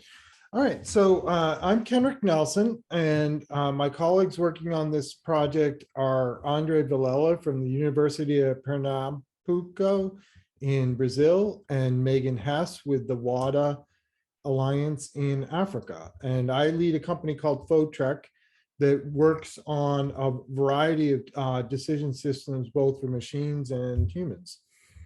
And in this project, AdaQuad, we're focusing on building a rapid crowdsourcing site. And this builds from our previous work on trying to improve the voting process for Catalyst. And there's some resources here that I have provided links for. So just very briefly, so I'll be leading the project and providing system engineering for the effort. And then Andre is the scientist who has expertise in econophysics and has been helping us understand how to build equitable governance systems. And then Megan is also a physicist and really has fantastic communication skills. So she'll be helping us design our website. And then we have openings on this project for a Plutus developer and an Atala Prism developer. And we're requesting a total of $24,900 over a 6-month period for this project. So the project goals, let me see if I can get to the next page. It's not flipping for some reason. I don't know how. Oh, and then it's sorry about that. Let me see what happened here. Okay, try again. Well, all right, I'm gonna have to stop sharing first and bring it back up. You can hit backspace sometimes to go back. Yeah, and it didn't, and I'm having trouble finding it now. The way, I'm sorry about this, but give me a moment. Oh, it may have even closed that screen, it seems like. So, okay, there it is. All right, and let me share it.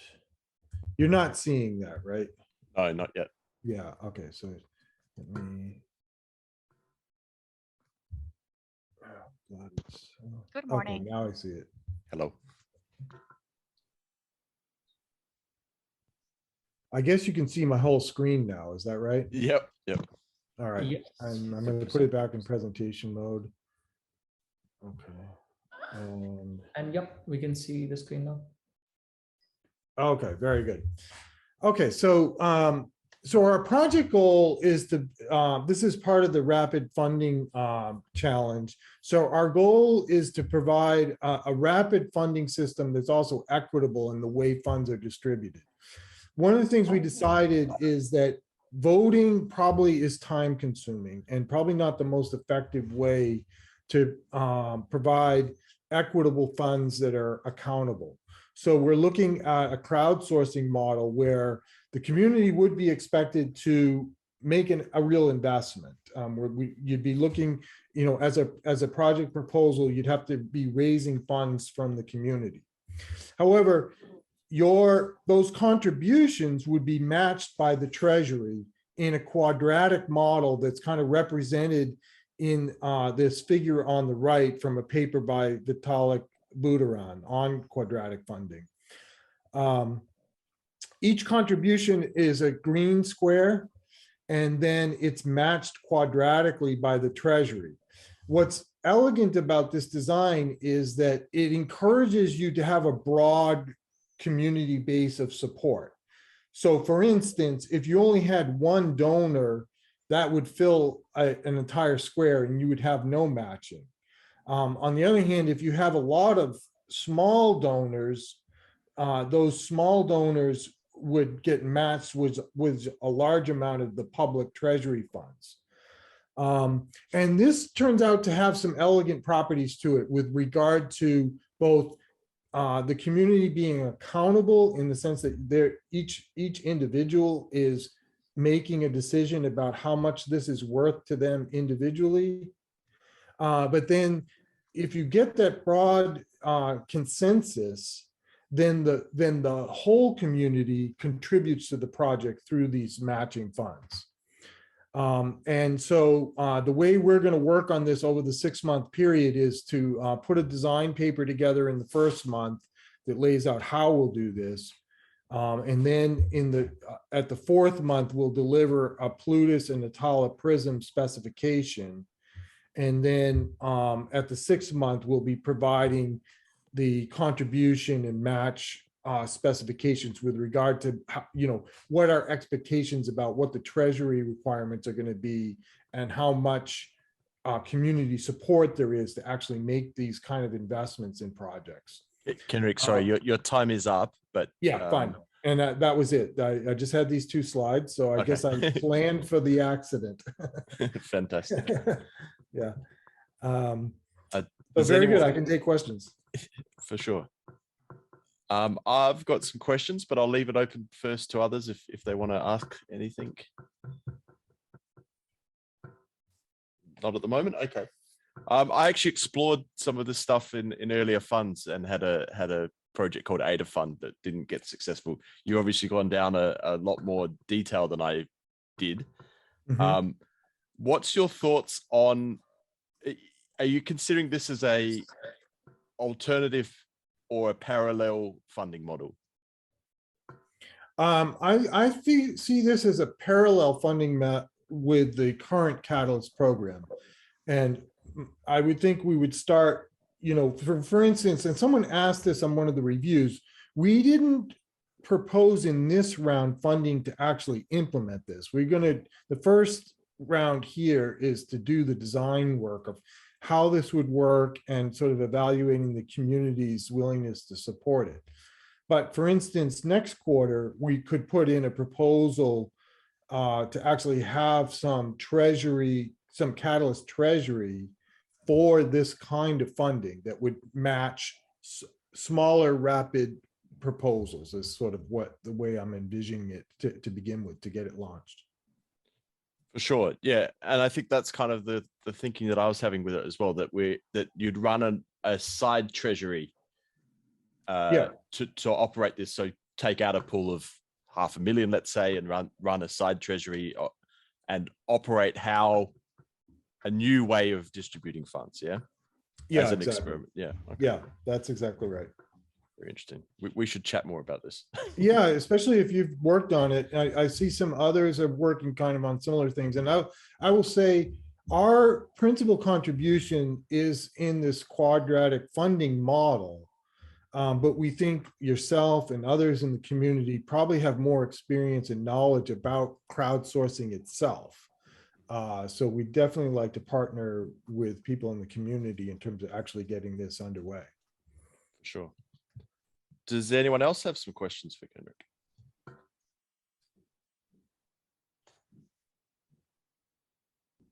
You say that this stems from some of the work you did on the voter analysis. Yes. So our initiation into this goes back to Fund 4. When I joined Catalyst, I was really excited about the fact that they're really committed to building this decentralized community. But I'm also concerned about moving beyond the promise of decentralization and actually implementing it. I think the current voting system is a first step. You know, any ADA holder can participate. But as we showed in that project, wealth is always distributed in power laws. And if you tie wealth to your voting number of votes that you have, it turns out that your actual power measured by the probability that you can be decisive on which projects get a vote increases quadratically, which, you know, so it's this you get a kind of double whammy. You start with a power law distribution of wealth, and then you square that in terms of the real influence, and so you get an even more extreme distribution of who's actually making the decisions.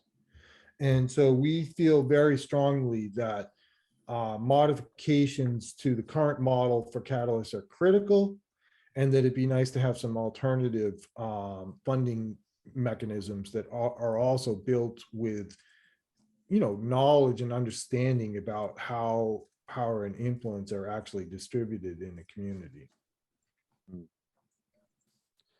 So yeah, in the long run, I would like to see many different pools, many different groups organizing different treasuries, and it being so that there's no such thing as a central core pool. We just have different ways of distributing it. And if you come up with a new way to do it, then it can get explored. And if it's successful, it can continue.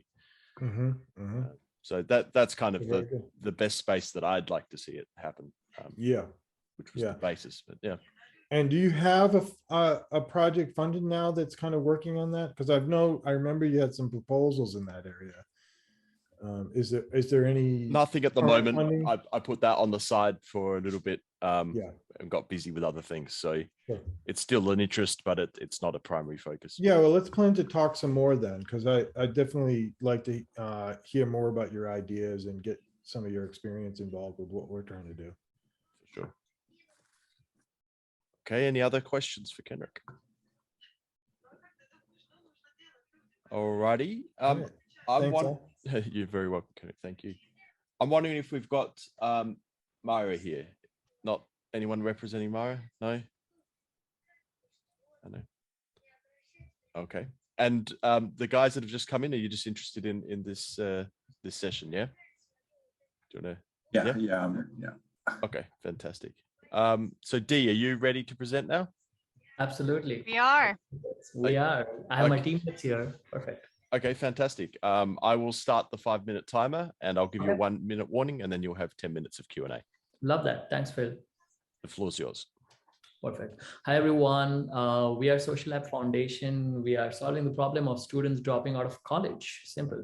We're going to kickstart with a video because we are already in beta phase right now. So we're going to show you what we are doing right now. And I talk about a little bit about what we plan to do with this fund that we're applying for. But let me kick off with the video, and here you go. Perfect. Share. This is Eric. He just got out of high school and wants to attend college, but he has a problem. He doesn't know which career to choose. And like many teens, this is stressing him out. Eric doesn't want to start his studies and leave them incomplete. He has sought help, but no one has been able to guide him. His buddy suggested his school counselor as an option, but booking a meeting takes time. Also, an external specialist, but it is very expensive and he can't afford it. What if he could have a much more personalized assistance available to him at any time and anywhere, allowing him to explore any professional career and without paying a penny? Eric finally sees the light. He met Emma, the Social Lab app, a digital mentor with the tools to help him discover his purpose. Together, they will explore career groups, industry trends, and even job options. Emma will help him best align with his talents and passions. And the best part is, it's free for Eric. Help us so more young people like Eric can find their purpose. Invest in Emma. Wonderful, I'm back. So we started Emma working on Social Lab Foundation last year, and Lourdes, my teammate here, and the co-founder Jose, who is not here, he is right now with his family. They have been working with young people in Florida, especially the high school students who will be first-time college goers for a couple of years as part of their SAP's CSR programs. One of the biggest gaps we realized is they have nowhere to go to, talk about what they want to be in life, and try to go to your parent and tell them, I'm going to be a streamer. That's what my career option looks like, and see what kind of looks you're going to get. I'm an immigrant from India, and my parents, when I first told them I want to be an entrepreneur, they were surprised. They're like, what word did you just use? And what do you do to, what do you study to become an entrepreneur? No idea, clueless. But in last 8 years, I've been running a company called Y Center. I've trained roughly around 8 to 10,000 students in Africa, India, and US, where I teach human-centered design to build, next generation skills. So, I met Jose a year ago and Lourdes, and they were already working on this big problem here in Florida. And with my experience of working with young students becoming entrepreneurs, we just decided we have to come together. So we launched this app in beta phase. We already did our first round of testing, where we created an AI-based mentor that can allow students to chat with the bot and get information. And then, enter Cardano, and we got so excited about the possibilities, most specifically around the decentralized identity for students. Students are no longer, we think, especially pandemic helped a lot in a positive way, that education was disrupted. I mean, it was anyway rotten. I'm sorry if I'm, upsetting anyone, but it's true. I'm also a system of that. We realized that, students are going to take education from anywhere. They're taking courses, it's fragmented. They're taking science from Harvard, they're taking business from Stanford, blah, blah, blah, from Udacity, Coursera, or not even known platforms. When they go out for jobs, they're not going to have a huge chance, because how do you prove that you actually went through this, that you actually have real skills? So we wanted to connect those two things and build a decentralized identity platform using Atala Prism mainly. And when it's available for public consumption, we spoke to so many mentors in this community who have worked on that. And they assured that this is a natural connection for us because we've already built the AI-based app. It's right now in testing. And when we learned about the Atala Prism, we're like, this is it. We need to connect this. We need to have the students access to prove their worth, not being questioned for, the skills that they have taken outside the conventional college system. So that's where we are. We are raising roughly around $19,000 very specifically. We have 4 tasks for which we are asking for this money. The first one being finishing our last mile development for the AI algorithm. And the next 3 steps are mostly connecting the Atala Prism. So that's the cost of finding a developer. We have already spoken to a few developers. They're interested, and the cost matches our fund that we're asking for. So thank you again. Open to the next 10 minutes of questions. Let's bring it on. Perfect timing there. Thanks, man. Yep, guys, open for everyone. And I have my teammates here, Lourdes and Anshika. So we are here to answer your questions. I think Pete has something to say. Oh, I do. I have questions. I have lots of questions. Yeah. So would it be able to help direct people towards maybe like not college, like maybe like trade schools and other things as well? So Pete, excellent question. Yes, we don't care where you go, go to trade schools, go to vocational programs, take a standalone course. The point is focused on skills, not on education. We are focusing way too much on education. So yeah, skills. So we hope to be more inclusive of all kinds of institutions. And, and we also realize that, the traditional education system, it's something that needs to evolve and rapidly. Students are realizing they can gain skills in different ways. And the target for Emma and Social Lab at the moment is to enable students. Even though if your final decision as a student is not to pursue college education, but it's to pursue a different, to your point, Peter, different career or course that will enable you to get to your next step. That's exactly what we want to do, enable this group. Yeah. So I have two more questions if nobody else has anything. So are you thinking of something like along the lines of like an emergent reputation, something that will like follow you along the line? Like, so if you go to a trade school and maybe you do a little bit of college, that you would be able to prove that down the line to a future employer to say, hey, this is kind of what I've done, here are my credentials? Yeah, Pete, so I'll tell you, very ambitiously speaking, we do want to create a journey for everyone. So we hope we first catch the students in high school when they're like 15, 16. That's actually the group we are testing right now. And we hope we can continue allowing them to provide the value where they keep coming back to the bot.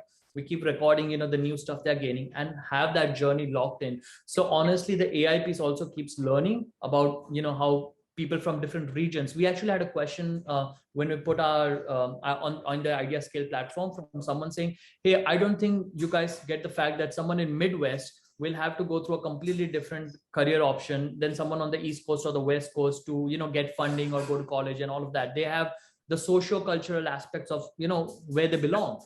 And that's where we were very ambitious. We're like, yeah, that's the goal. That's why the AI piece. We want to learn about how people are different depending on the geography they live in. So that is really the ambitious goal, but it's clearly, in all full transparency, it's going to take a few years for us to be able to map the first journey out there, but everything is a slow process, so no problem. And so my last, go ahead. If you don't mind, I have a question. So I'm interested in sort of what the mix is between kind of an AI bot mentor and actual human mentors. Are you providing both, or is it just the one? So big believer, despite being an engineer, that we need the human thing to still be to exist. The mentors are catching up. Having said that, the real human mentors are now open to providing someone with counseling about how to be a streamer, how to be a how to be an influencer. So they're there. I'm not saying they're completely out of equation, but to get 24/7 access, providing it free, as you saw, we are able to do that at scale initially with a digital piece. We definitely, I believe there are, so Social Lab Foundation is also structured hybrid.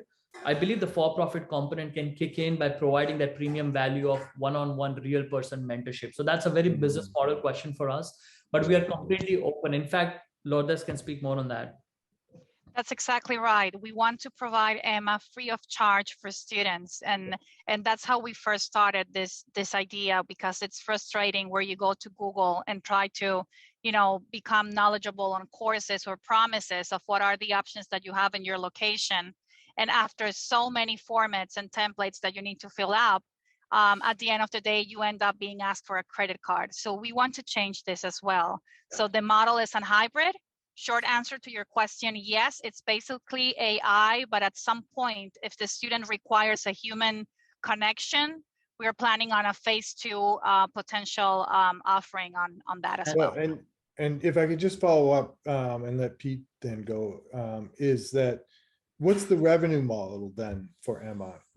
And yeah, so Kenrick, I also want to add something to the previous one. We took a survey of around, I think, 80 to 100 high school kids, and we asked how many of them would prefer to talk to a bot or a human being. Mostly 80% or maybe even more preferred to talk to a bot. They didn't want to speak to a real person because of the fear of being judged and all of those things, whatever. And they're used to talking to machines, I guess. So that's a group. Okay.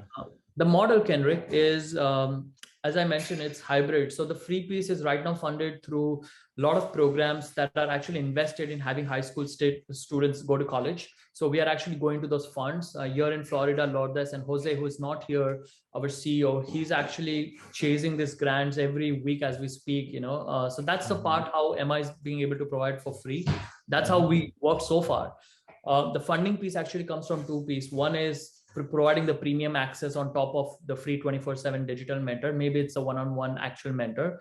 And the second piece is actually hoping to monetize this aspect of decentralized identity solution. So while students are able to put their journeys on this particular chain that we are creating, we believe the schools who are already investing so much money in skill verification or student record management systems. And we, by the way, spoke to school administrators. So it's not just within our boardroom. We went out to Florida public schools and we found out, what is the need.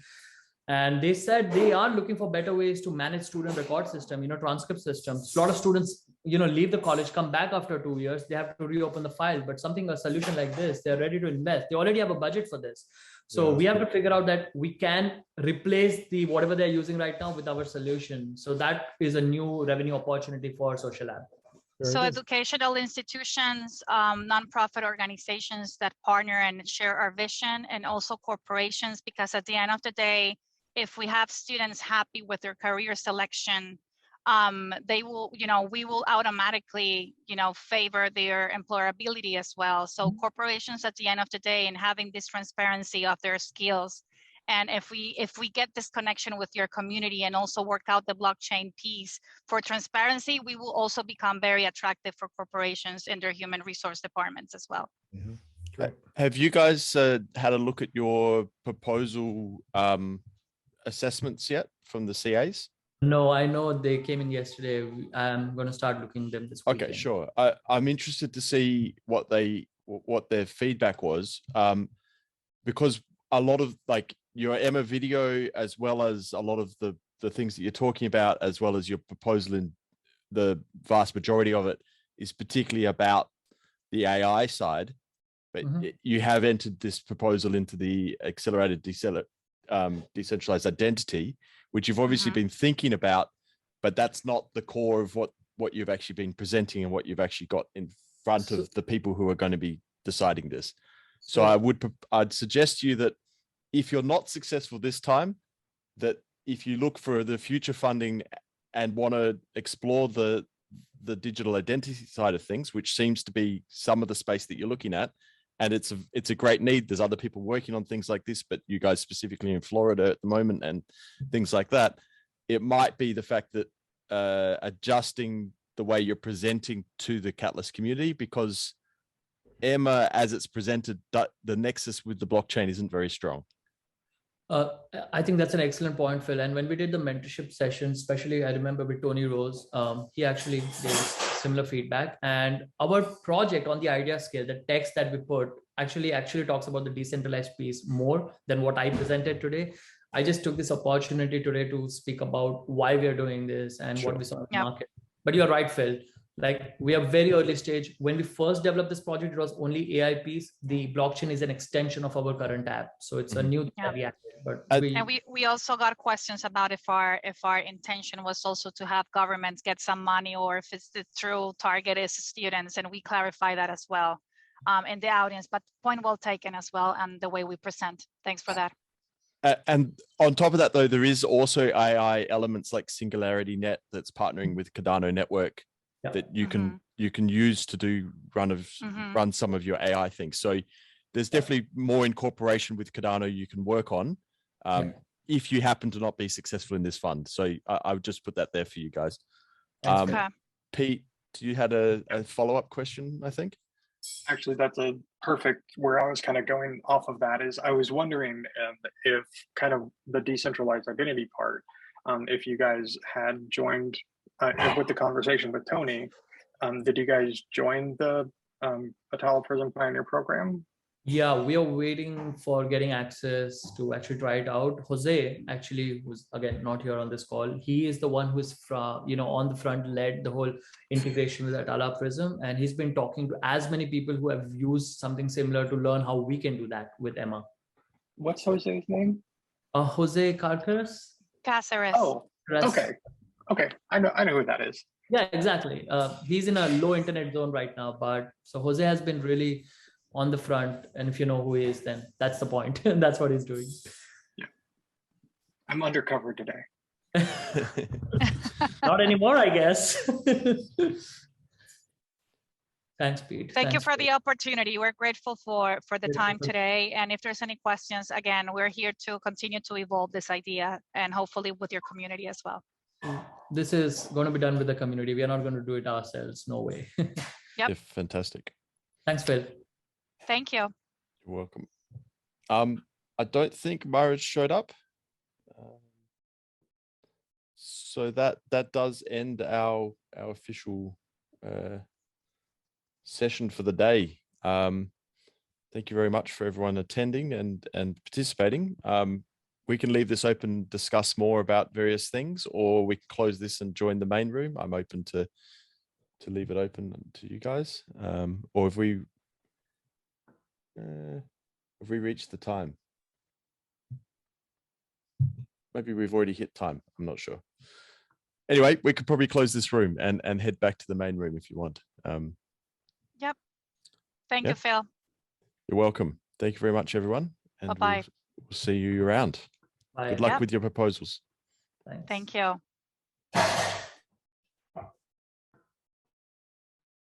To Rumble. Mark, did you try? Can you share your screen? You know? Perfect. I'm gonna start the countdown now. All right.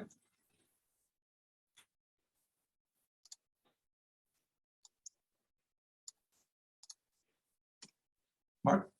Oh, it's not yet. When Satoshi Quasimodo introduced us to the world of Bitcoin late in the 2000s, it was just a glimpse of what a technology could be if you put it in the hands of the people. Early adopters saw it for what it was, the perfect chance to stick it to the man. More than a decade, of the benefits of blockchains have now become both undeniable and unstoppable. The irony, though, is that we now need to learn to work with a man. As this technology becomes of age, we can no longer leave it to the cool people lurking in mom's basement, painting for us what the world could be. We now need to get their moms and everyday folks to start using our technology. Welcome to BioCryptics. Just like the financial services is being disrupted by cryptocurrencies, the healthcare industry is now also ripe for disruption using blockchain and AI technology. This is the vertical that we're trying to build on Cardano.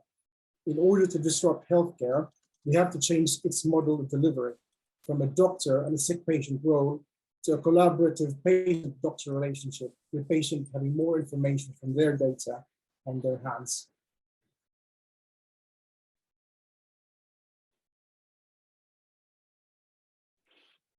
So why do we human beings need an upgrade? Are we getting fatter, sadder, and dumber? No, far from it. But the world around us is getting smarter. It's very scary that big companies know more about us better than we know ourselves, more than enough to influence even our own decision-making process. I don't think any day now that Google, Amazon, and Facebook are willing to share with you their loot from your data that you created using their platform. The tools already, however, is already at our disposal. Using blockchain, we can own, secure, and profit from our data. And using AI technology, we can benefit from the advances in genomics, early detection of diseases, and modern treatment, just to name a few. There is still a very sticky, real pain point though. People don't know what data to capture, how to capture it, where to store it, and how to share it. This is the problem our project is trying to solve. When 80% of AI work is around data collection and preparation, we have to make sure that we are collecting the right data and organize this data seamlessly for powerful AI services. For us to capture the right data, we have to introduce a game. When you are competing for the attention of the users, you have to make your solution not only useful, but also fun and engaging. To capture user-generated data, we will develop a Tamagotchi-like game called the Crypt. The Crypts are essentially your avatar that you nurture by completing tasks and challenges curated around your pillars of well-being, because these tasks and challenges are data unique to you. The Crypts are essentially a representation of yourselves. We want Crypts to be your avatar that you will be able to carry in the upcoming world of metaverses.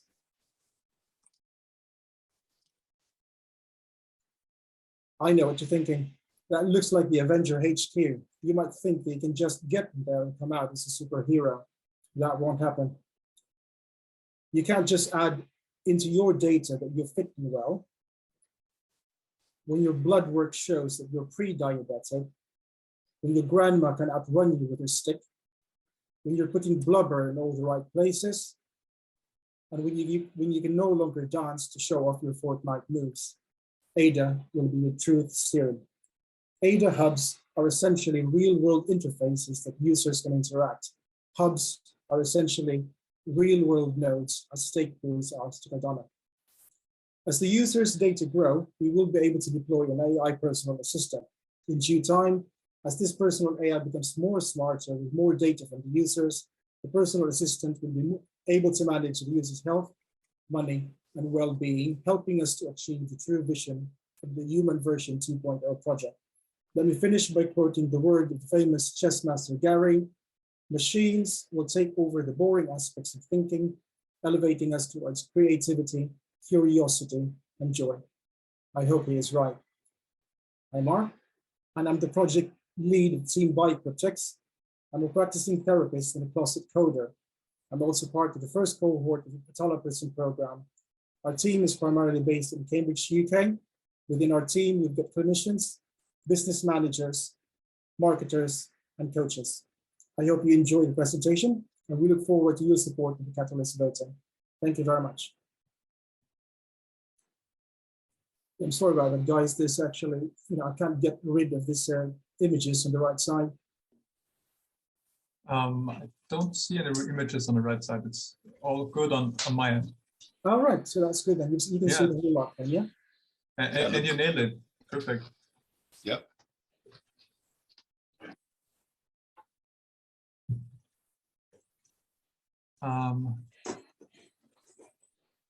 Yeah, do you guys have any questions? I do. I think you had a very interesting idea. Maybe I did not fully understand the idea, so I'm going to ask you to clarify a little bit. Go ahead. How so basically you plan to monitor the human interaction, and then to basically to provide like a set of actions that each user has to perform in order to grow, say, the life or the health of this, let's call it Tamagotchi. Yes. So, if you're familiar with Tamagotchi, you actually nurture it by, or feeding it. But in our game, you're actually feeding it by completing tasks and challenges.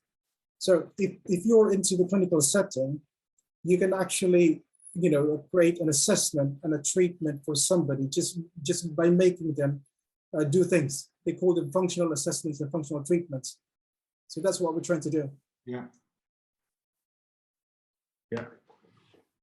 And so another thing that I would like to understand is it going to be like targeted on a specific individual, or you are going to have a set of challenges that are going to be addressed? So if I understand correctly, is some sort of learning by doing approach, where what you do instead of learning is to achieve some specific tasks, some a specific level of understanding. Is that correct?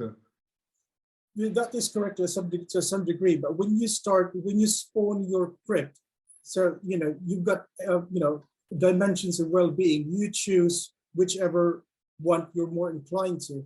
You can't really ask me to do a lot of fitness assessments, really, when I'm more into other stuff. Is what I'm trying to say. So there are many. If you're more into mental health, your challenges and tasks and your some mental health. When you're more into dietary requirements and fitness, you can do tasks with that one as well. Okay, and how do you basically monitor these by? So, if I understand correctly, is related to the blockchain in the sense that your achievements are publicly available on the ledger. Is that correct? No, it wouldn't be public. We're trying to make it really very simple. So how we use the blockchain is basically, so we've got all of these network, and you can even get devices. We can create DIDs for those devices. We can create DIDs for health professionals and clinics. So these people who get DIDs, they're able to write onto this person's database.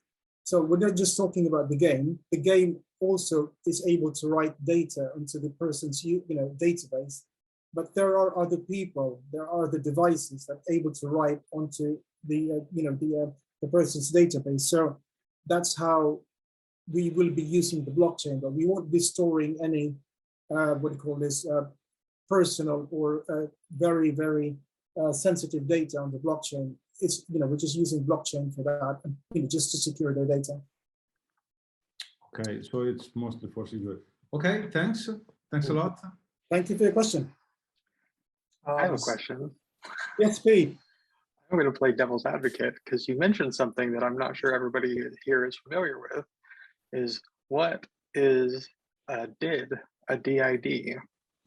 Well, that's just a decentralized ID, really. It just makes sure that whoever owns that DID is actually that person that claims for, and that can be verified on the Cardano blockchain. The DIDs are basically, if people are familiar with the Atala Prism, that's part of the Cardano tech stack, that's basically, what it does. And this is really very important, having been, to participate in the, the Cardano Atala Prism program, DIDs, when you've got this identity, you're able to port this anywhere, and nobody can claim that, that ID except yourself. So that basically opens up the whole world for you. Thank you, Mark. Thanks, could you use the term functional assessment and treatment? Could you expand upon that? Like, for example, if you've got, a stroke patient. So we ask stroke patients to do very simple things like, making a cup of tea for themselves. But we're not really, assessing their ability to make a cup of tea. It's basically whether or not they can process information to even follow that steps making the cup of tea. That's a functional assessment. So when you go into a fitness or gym, for example, they'll put you to task. But some people might assess how many reps you can do. But for functional assessment, you're actually going to be assessing what their heart rate is after that. How are they able to tolerate a certain amount of exercise that they're still well oxygenated. So that's how functional assessment works. Thank you for clarifying that. Thank you. Can I ask you a question that I got asked a lot? Yeah, go for it. Yeah, so I'm also in the Talic Prism Pioneer program. So good job there, just finished that. The question is, what's your plan on using the fund from Fund 7 and the roadmap? So there's three parts to our our project. So one is creating the game, and the other one is just basically setting up the database, because that's the most important thing. Just to make sure that it's more data centric rather than an app centric DApp. So, but the third and most important, which we think is really going to be setting us apart, is that we need to create these networks. Because if we've got these networks of ADA hubs, nobody can copy us. The technology, everybody can do it. But if you've got that network of businesses supporting you and within your ecosystem, it's really very hard to copy. And we're going to be using that money to go straight away, get in there, bring in these businesses, these professionals within our ecosystem before anybody does. So when you say databases, when you refer to databases, are you talking about these ADA hubs, or there are two separate concepts? No, ADA hubs are just basically businesses that are able to write on those database. Oh. When we say database, we just have to redesign it from scratch. So the people own their database. When they create what do you call this, an account on the game, it automatically creates a database for them. But how these databases are designed, they are going to be on the edges. They're not going to be on on a central server. You can put it in many other places. Like for example, it could be based within their browser. It could be based within their phone.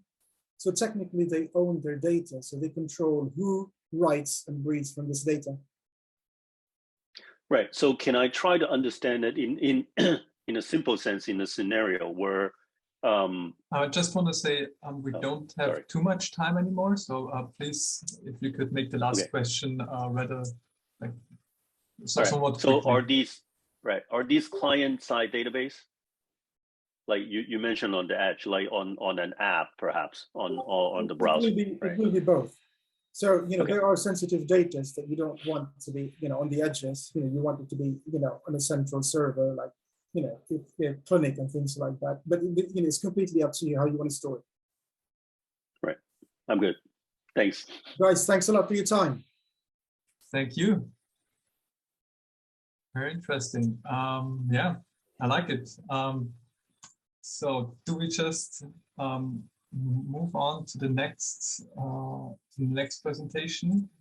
Who is next? Vincent. Vincent is still not here. All right, then how do I pronounce your name? Z Wong? Z, just like the letter, yeah. All right, perfect. Want to hop right in?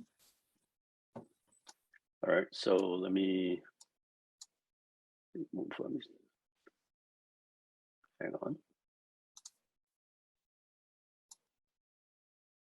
Okay, start sharing.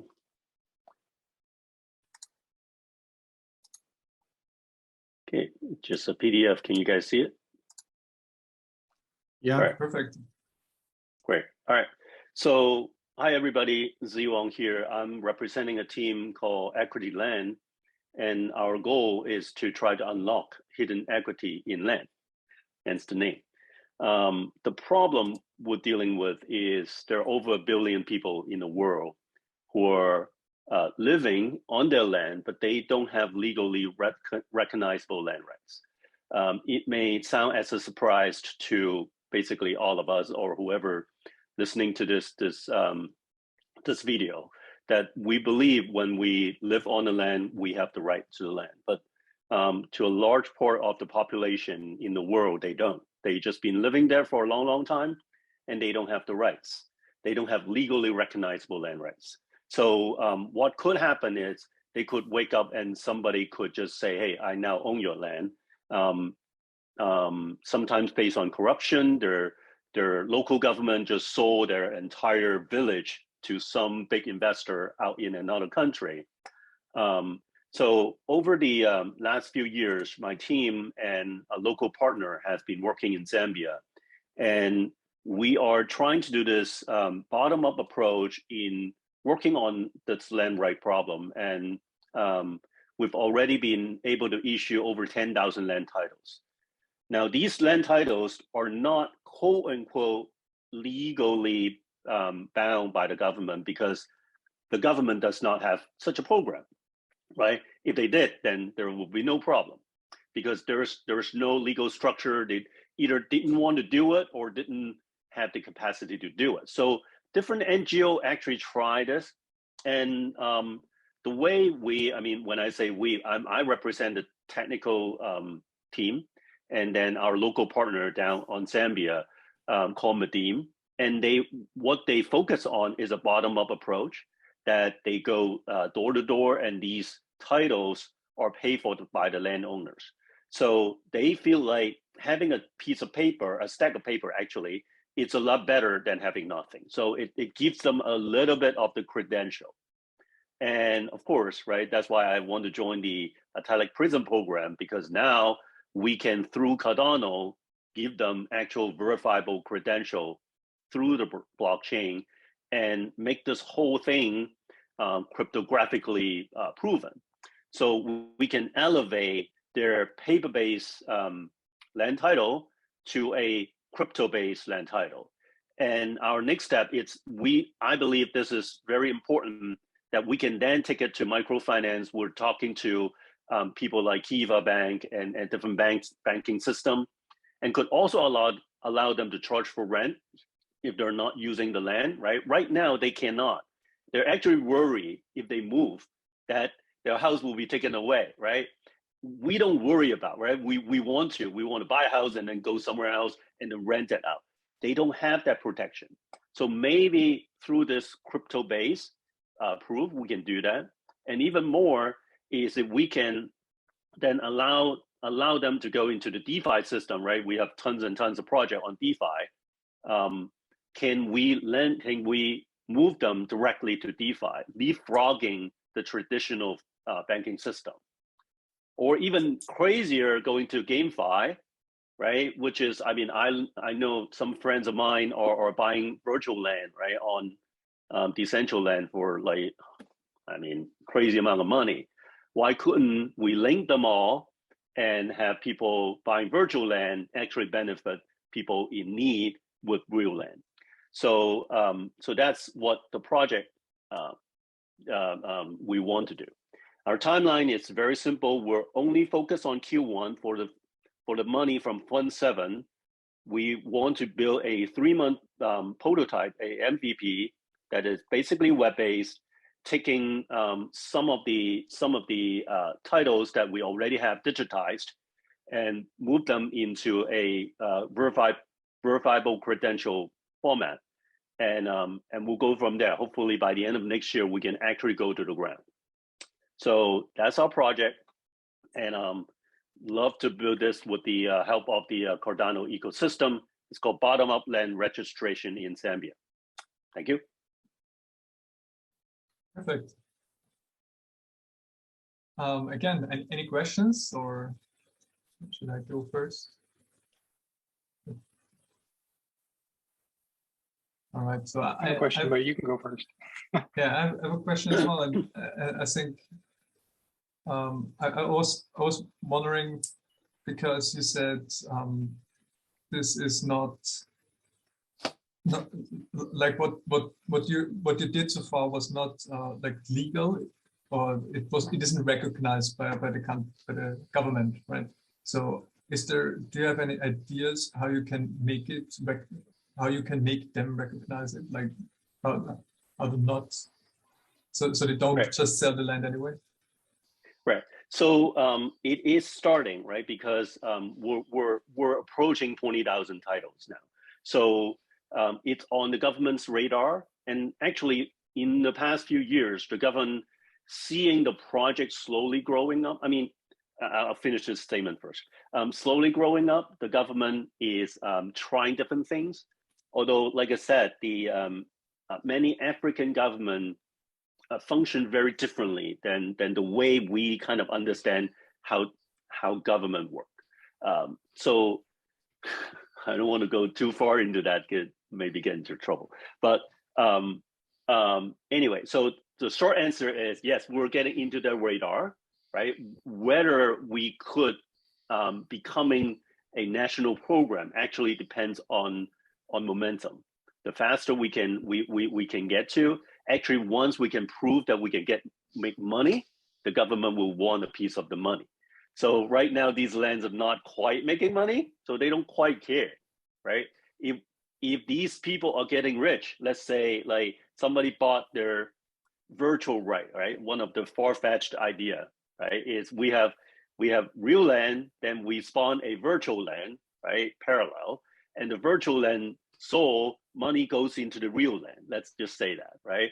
And then we sold this with like whatever, $10,000 US, and somebody got rich because of that. If we're able to prove that use case, the government will gladly take a piece of tax. I mean, yeah. So And also, like, to answer your question in another way, this is that's why I'm in here. I'm into crypto, because this is decentralized.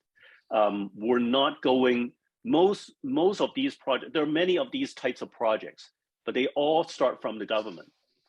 Well, most of them, like 99.95%, start from the government, start from a big NGO like USAID or World Vision, right? Some of the huge organization. So we try to go bottom up. We try to actually have the landowner pay for it. So therefore, we are proving that these things, even though we as first world people looking at it as like, what are you doing? Is valuable to the landowner. They're paying for it. We don't charge a lot of money. We charge like a $50 per title, but it's a lot of money to them, and they see the value. And I personally just love this decentralized approach. I mean, Zed, if I could ask a quick question, you mentioned a cloud-based web application proof of concept, but also in your proposal, you referred to a cloud-based custodial wallet. Could you say more about that? Yeah, so ideally, at the end of the day, we want the landowners to hold the private key, right? Hold the private key on their mobile devices or one of these things, right? But it's not going to happen on day one. So in the first proof of concept, it's going to be basically everything runs on the web. It still will be them signing. So the idea is that we want to test out that somebody owns the private key, maybe on paper, maybe using username password. But the idea is that we first prove that everything lived on the web first. Like we have the blockchain, and then the wallet happens in the inside a web application.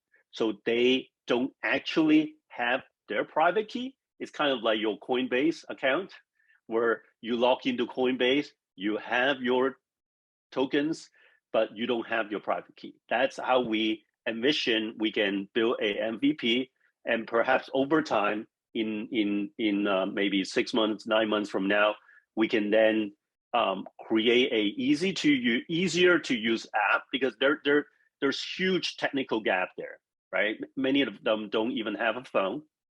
So we need to work on paper-based wallet, and then even more importantly, community center. In order for this whole thing to work, it has to be on the ground. Now we already have people on the ground, but creating community center that we can actually train them how to manage your private key. Different ways of managing your private key are important. So then going back to the custodian wallet, it's basically like Coinbase.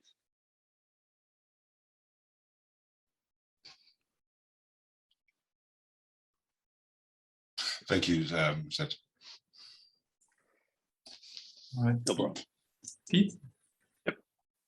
And it's like the concept of digital twins, having the physical and the digital copy of it, if you're familiar with those terms. But the one thing that I think that's interesting about this is you would be able to take this idea from Zambia, and then you could turn this into applicable to any country, right? Yes, I mean that is the huge dream, right? So since day one, we've been saying, okay, well, let's make it work somewhere, and then find local NGOs who wants to do this, and then give them all the lessons learned so that they can do the same. One of the other thing I did not mention is this local partner called Madim.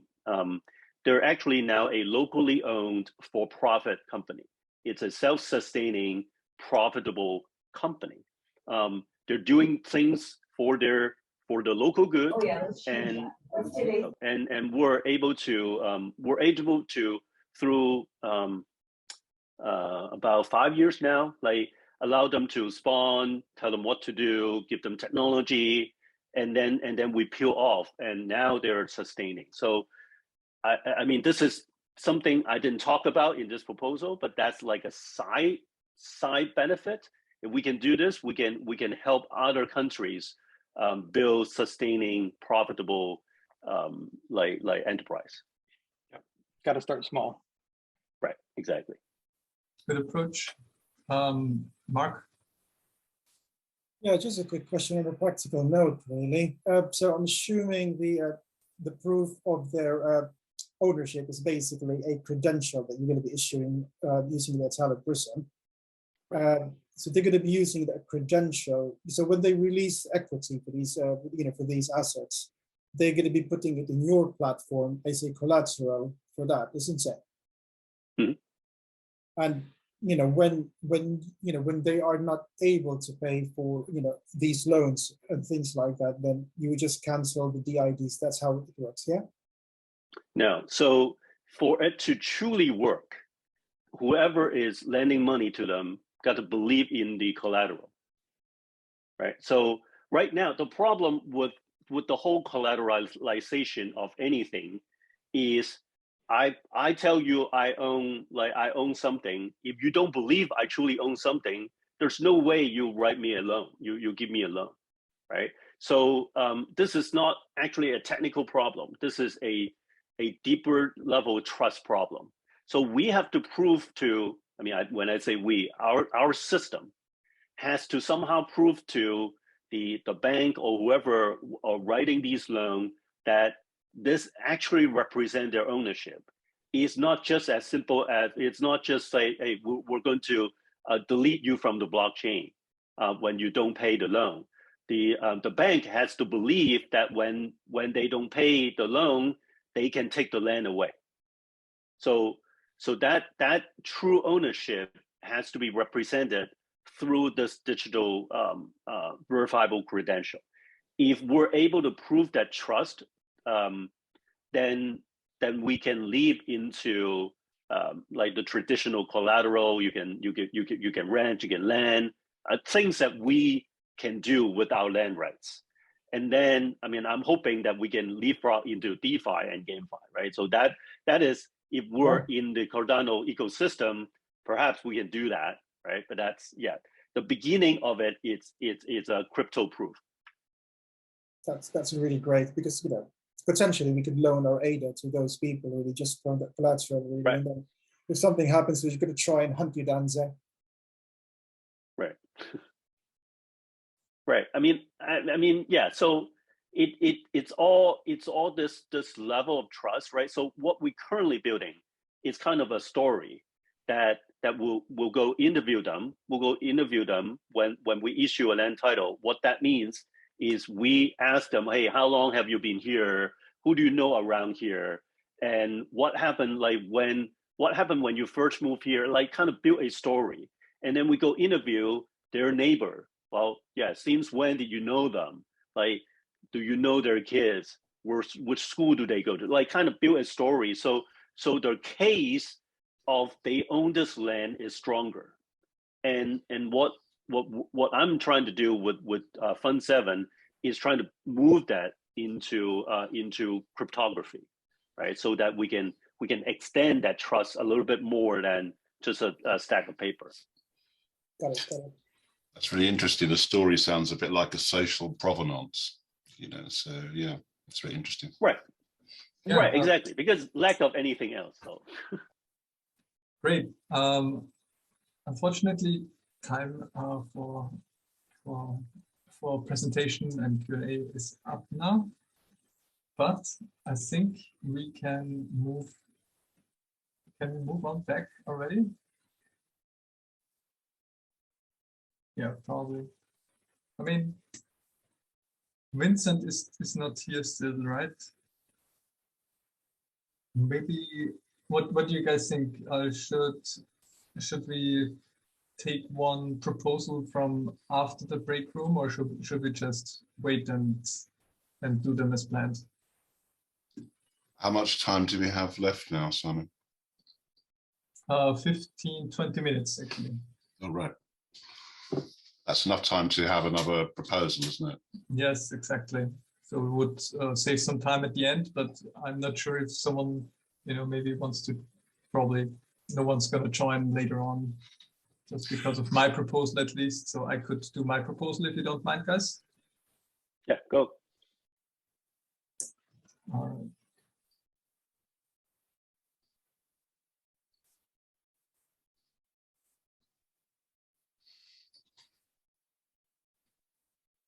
Would someone please turn on the clock on the phone or something? Yeah, I'll do that. That would be awesome. Thanks. So I don't Right. have... Now? All right, I'll stop. Second. Okay, I'll There we go. Start now. All right, perfect. All right, this is the project I'm going to present. It's poker on the blockchain, Cardano After Dark. The name comes directly from one of Charles' blogs. Let's get right into it. The idea is playing poker on the blockchain, though. So basically, there is no holding of funds from a single entity as it is with current poker platforms. We will have low rake. Basically, poker platforms right now take up to 5% rake, and I think if you have lower rake, then you have to play really a lot, and we're going to have like a flat low rate, maybe 1%, maybe even lower if possible, just a transaction fee and sustainability eventually. Open source, we want to make it open source. This should be there should be learnings coming from that for the community. It's an innovation project. We want no one has done that yet, so we want to be the ones to do it, and you know, have everyone learn from that.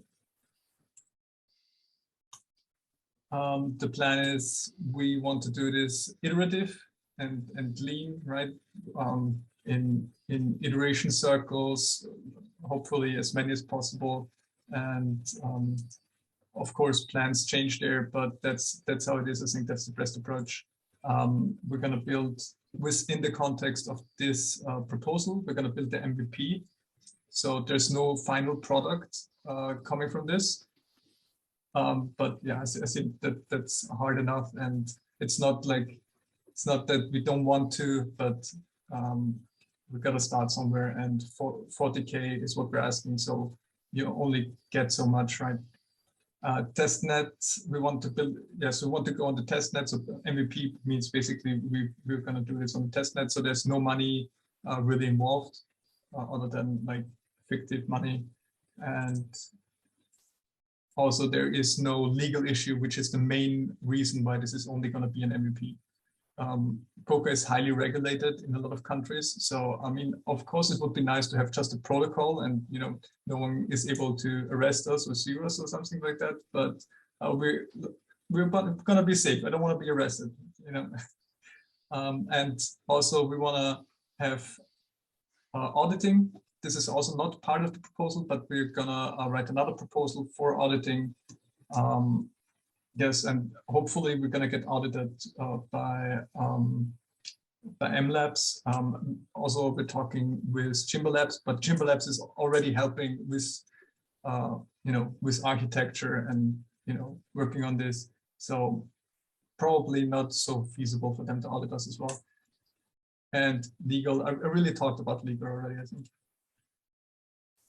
The tech, so the architecture is front end, back end, smart contract, and wallet, really. Those are the components. The front end combines all those, really. So back end should talk to front end, smart contract should talk to front end, and wallet should talk to front end.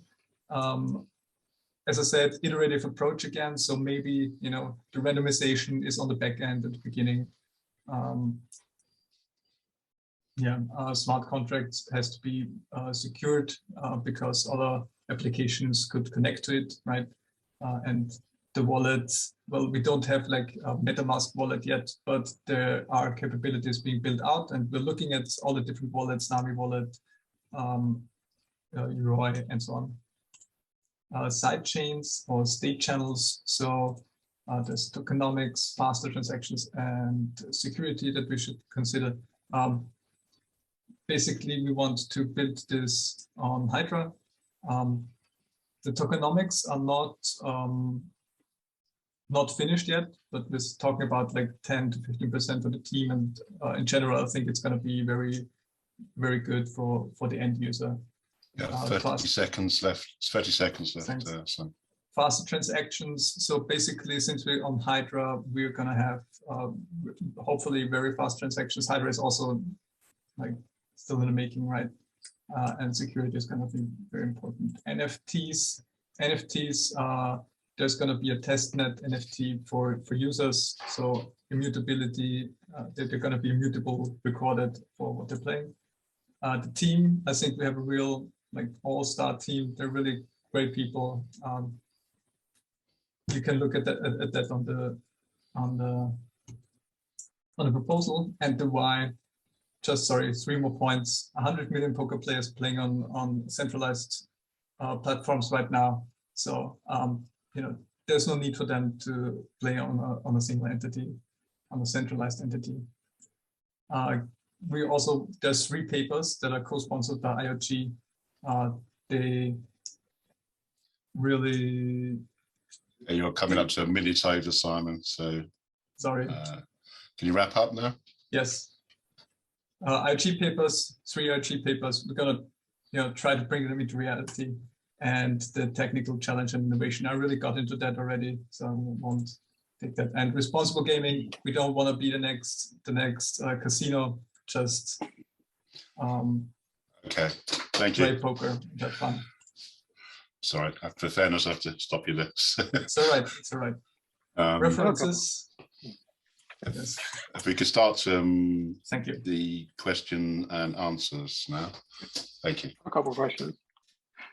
So what are the smart contracts going to be used for? Let me intervene because I'm working on the technical part. So we have 2 smart contracts. A smart contract is related to each round that you play at with your colleagues at the table. And this is going to be on the state channel. It's going to be fast, cheap, and we want to be the first that are using Hydra. And the other smart contract, the real smart contract that is going to write on chain is related to the table. You get to the table, you put, I don't know, 500 data, then this is your stack, you intend the stack, you play, and then, yeah, that's how you're using it. So my next question would be, as you did mention the whole legal and all that fun stuff, down the line, have you thought about potentially bringing in DIDs for knowing who each player is? Because that's how that's going to have to work in a regulatory world. You're going to have to know who the players are for tax purposes and all that stuff. Yes, that is absolutely something. I mean, I know I have thought about, like, we didn't discuss it yet because we're really focusing on the technical part right now and the MVP, right? But I think that like that is something that brings a lot of headache. Like the legal part is, if you really want to make this into a company, the regulations are fairly high. Even with crypto, I'm not sure if we can build it as a pure protocol, like where no one is involved. And even then, if we take like tokens, for example, for the team, right, with tokenomics, we might open ourselves up for liabilities. So that really have to find a good lawyer. I had a lead like a week ago, but nothing came of it. If you know a lawyer, please connect me, guys. We need the help. Mark? Yeah, no, just a quick one, really. I'm not a gambler. I don't, know how to gamble, really. What's the currency being used, between players, and how do you work that out? We haven't given the currency a name, but yes, there is we envision it to have our own currency because we need a sidechain where the transactions are going to be faster than on the mainnet. Cardano transactions take about, I think, 10 minutes. So if imagine you go onto a table and it takes you 10 minutes to get onto the table, that would obviously not be feasible. Or if you make a bet, and it takes 10 minutes to make the bet, that would not make sense. So we need a sidechain. We need tokens. So sorry, is there anything more specific I can answer, or was that sufficient answer? So maybe, oh, sorry. No, go ahead, Zetosis. So maybe this is a comment, maybe a question for you to elaborate. mean, it seemed to me that you guys are building a lot of tech, building sidechain, building many things. Could this be applied to many other games, not just poker game? Patrick, do you want to take that one? Yeah, so that was our specific design goal from the beginning. We started with, we build something in a progressive way, first client server, then we decentralize, but we want to, what we want to have at the center, then you can see on the Miro board, is a protocol, that the one on the sidechain, that can be reused for any card game or any board game that has multiplayer. So we want to build a multiplayer low latency framework where each actor has a set of actions that can do, and there is a, in this case, is a round actor, somebody that is executing action to tell you, hey, this is your time to play, or hey, now it's, your time is over. We want to build in an open source fashion this framework, because we think that the more we contribute, the more we can get back contribution, and also we leave the room for other projects if they are better to succeed. Ourselves is one of the projects that we would like to succeed then on this basis. Yeah, I would like to add Patrick is a very big advocate for open source, and I really, I mean, I'm a fan of open source as well. I've just not contributed yet a lot, but I think, yeah, it's gonna, we all like the open source mindset. Great. Are there any other questions? Mark, you got your hands up, or is that from before? You're muted, Mark. See, I think it was before. Yeah, okay. So, I mean, I'm not that familiar with the proposal, Simon, sorry, but so this is a proof of concept. After you've achieved your proof of concept, what next?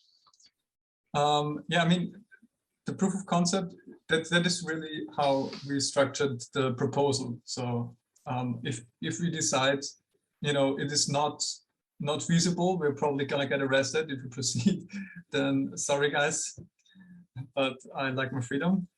If it is somehow possible, if we can make a business out of this, obviously, then we're gonna you know, go to the government and you know, go through the legal process of getting licenses. Usually you have to get a license from the government, and you know, maybe we go with one country first, and you know, just open it up to one country, see how that goes. Maybe I heard there's obviously everyone wants to make a DAO, but a real DAO is very complicated. In Wyoming, though, there is officially a DAO entity. You can have a DAO in Wyoming, so maybe that could be an interesting path, opening a DAO there and see where we go, see what the legal framework is really, because I don't know what is a DAO in Wyoming. What does it mean? We have to, as I said, we have to get a lawyer in contact, and other than that, I can't really comment on that, fortunately. But we would love to, or I would love to go on, you know, do all the things, the DIDs and the NFTs and everything really. Thank you for that. I think there's about a minute left. So if anyone have got any other questions or inquiries? Okay, we're talking about the open source nature of the project. So what documentation are you preparing for the project, and on what platform? Patrick, come on. I'm going to take this one, sorry. So first of all, a full documentation from the starting of a progressive application. So we want to cover both the part where you start from a client server application and you transform it to a decentralized application. We want to cover the part in which we start using Dandelion or Block Frost to actually access to the chain. And we want to cover extensively, because it's basically our core, the part in which we are using Hydra. And the fact that Hydra is going to be ready on the testnet, this is also the second reason for we are going to work on the testnet. So the result should be not only a document that works, but a document that explains how we build it, and also something for the future. So say that you want to build bridge in the same way that you should be able to build bridge. I don't know if this is clearly explained, but yeah, that's our idea, honestly. Thank you, Patrick and Simon. That's coming up to 30 seconds left, so we can wrap that up. Thank you, everyone. Thank you.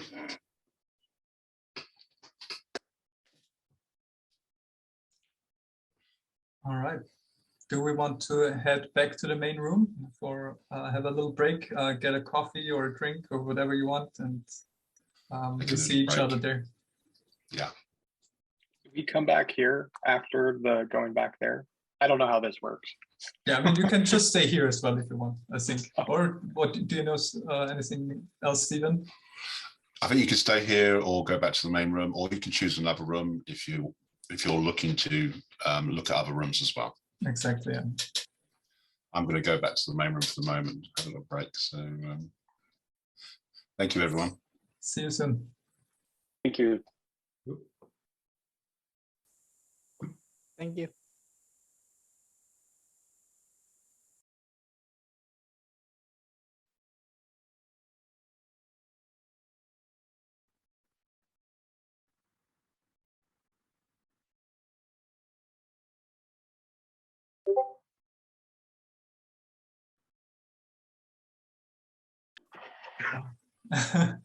It's all right. So here you go, please.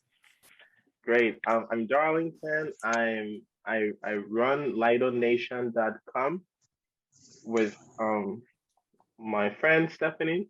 And at LidoNation.com, our primary objective there is to provide an educational landing path for people that are new to blockchain and Cardano, and provide lots of education to get them what I've been calling good citizen, to get them to a place of becoming good blockchain citizens. But the education spirit of LidoNation, and just me personally, I'm quite passionate about education in general, and so LidoNation itself, I've been using it as a teaching tool. I've been mentoring people who are wanting to become developers and blockchain developers. So I right now I have two students, recent graduates in Kenya, to a really awesome nonprofit organization that works in this very specific city of Kenya, and they work with children that are affected by HIV, by the HIV virus, either because their parents were affected and they ended up homeless, or they were affected in some way, and they provide safe spaces as well as primary education, like educational funding for these kids, all the way through college. So that at the point where they've been doing it successfully for about 14 years now, and not 14, less than that, but they have their first cohort of college graduates, some of which are going into programming and technology. So I've been able to partner with them to take on 2 of these students as in a paid internship program, teaching them classical programming, and then as well as blockchain programming to help. And we've been using LidoNation.com. Yes. Oh, sorry.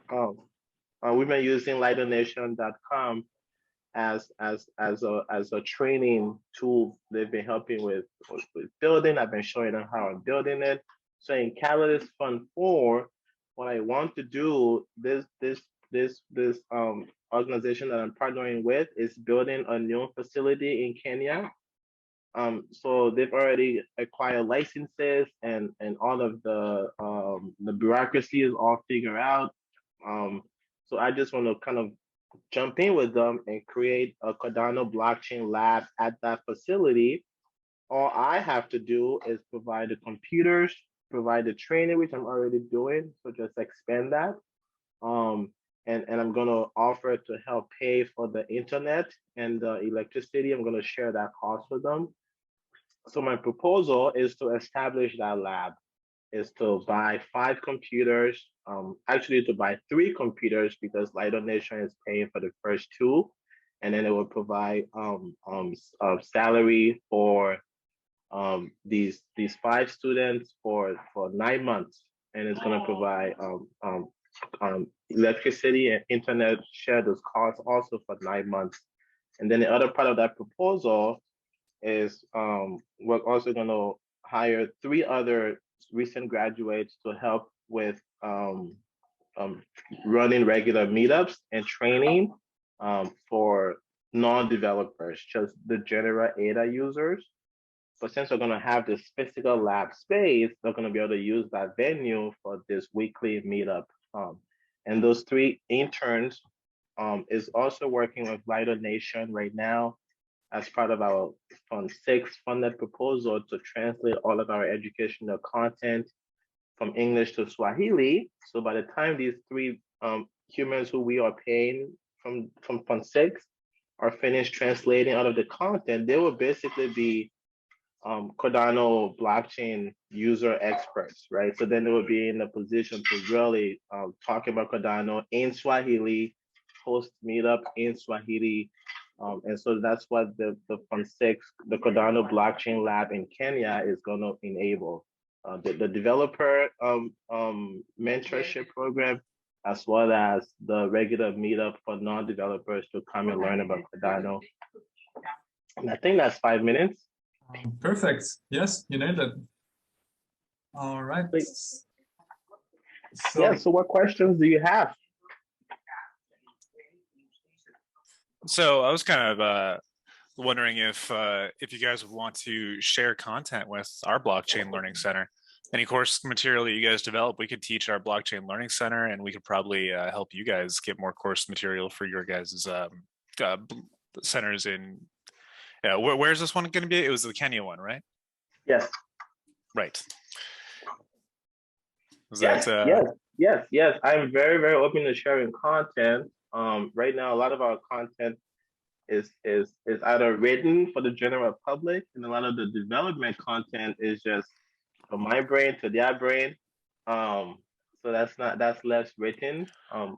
But yes, we can make use of all of it. We're gonna be offering free courses for people as well as paid ones. So like the more advanced developer stuff, when that's documented and well written, like we could host your classes in our learning centers and have it be something that's streamed and taught in person, and then we could do the same for the free ones there.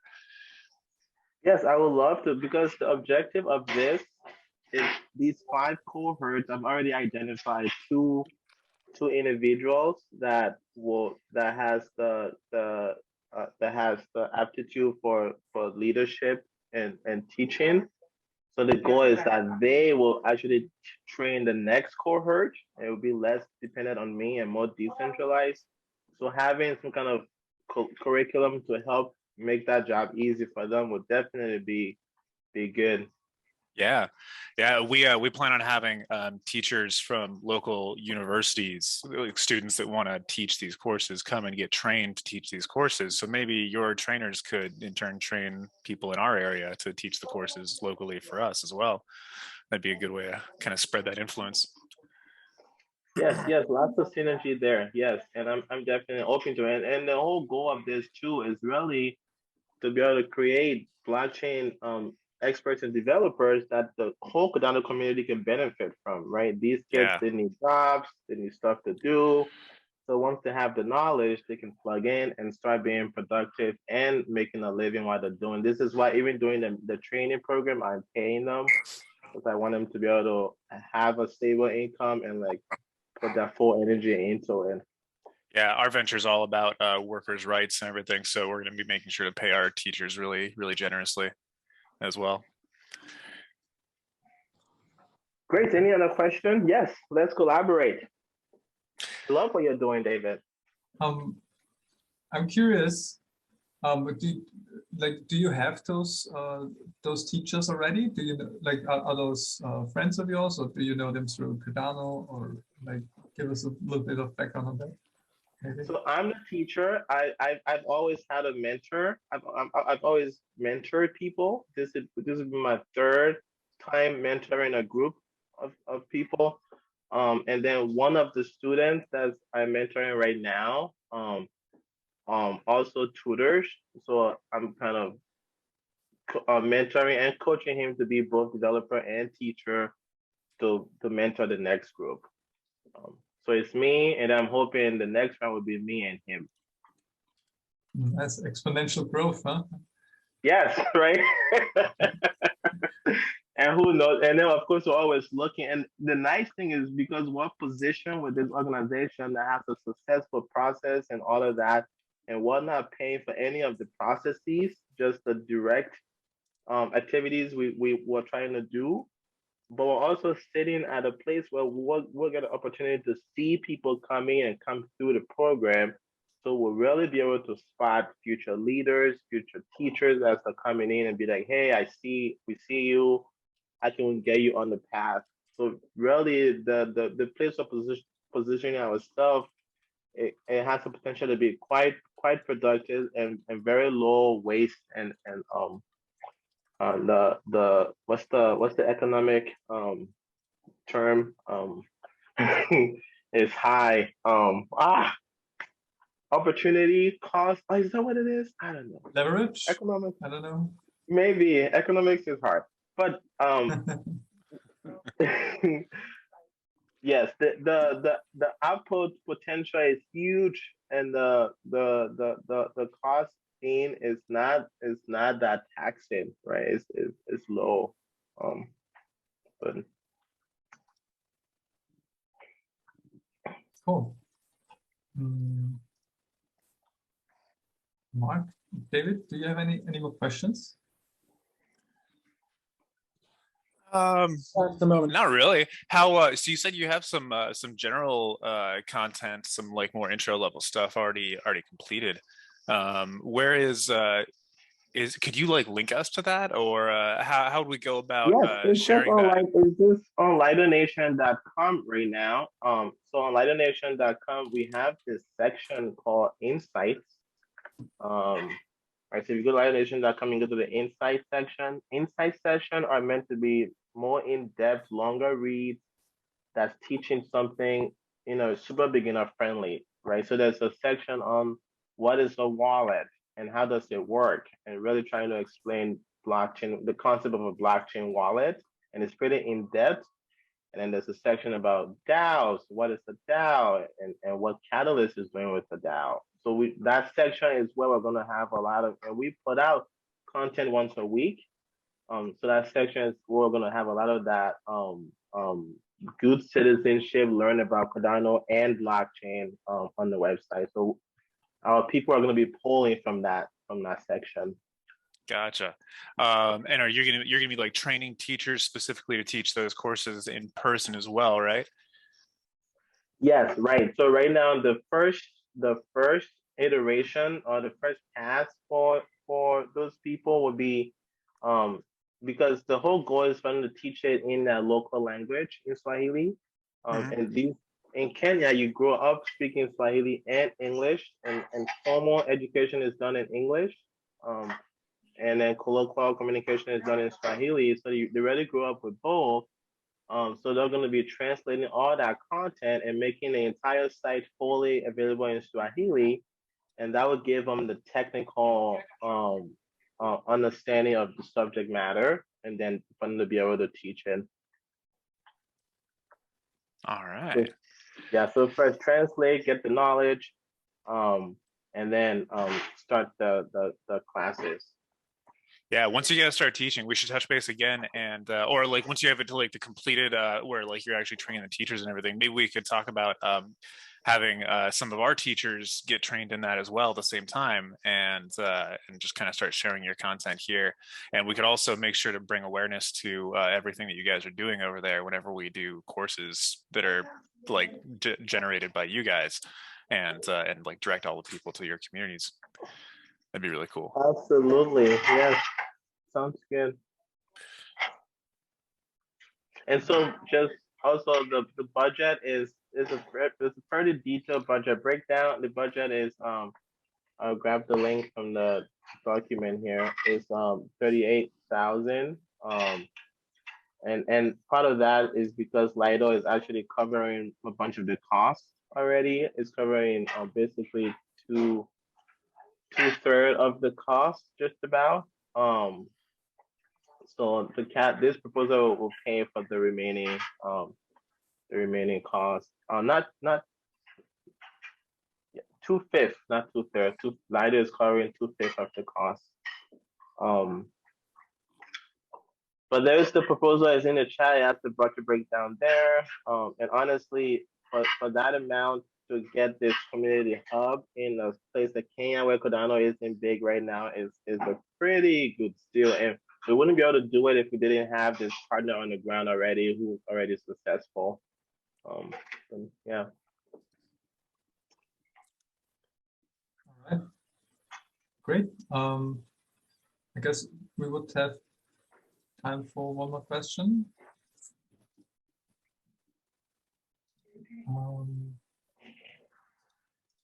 But I mean, if you guys don't have any, I think it's pretty clear from my side as well. I mean, I looked at the proposal on the side, of course. I definitely gave you guys a kudos. Oh, thanks. I'm pretty excited. If we have other proposals in the round, but this one is where we put all our eggs, basically, and like energy. It's the only one we've talked about because the impact is just so huge and for the cost. So hopefully it gets to and it gets funded.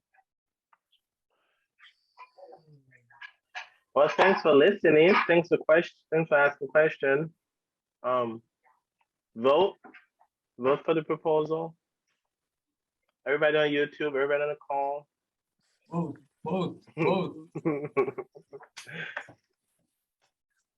All right. I think that we concluded the Idea Fest for today. For this room, at least. We can join other rooms. They're still going, probably. There was only, yeah. I guess I can start here. Hello, everyone. Hi,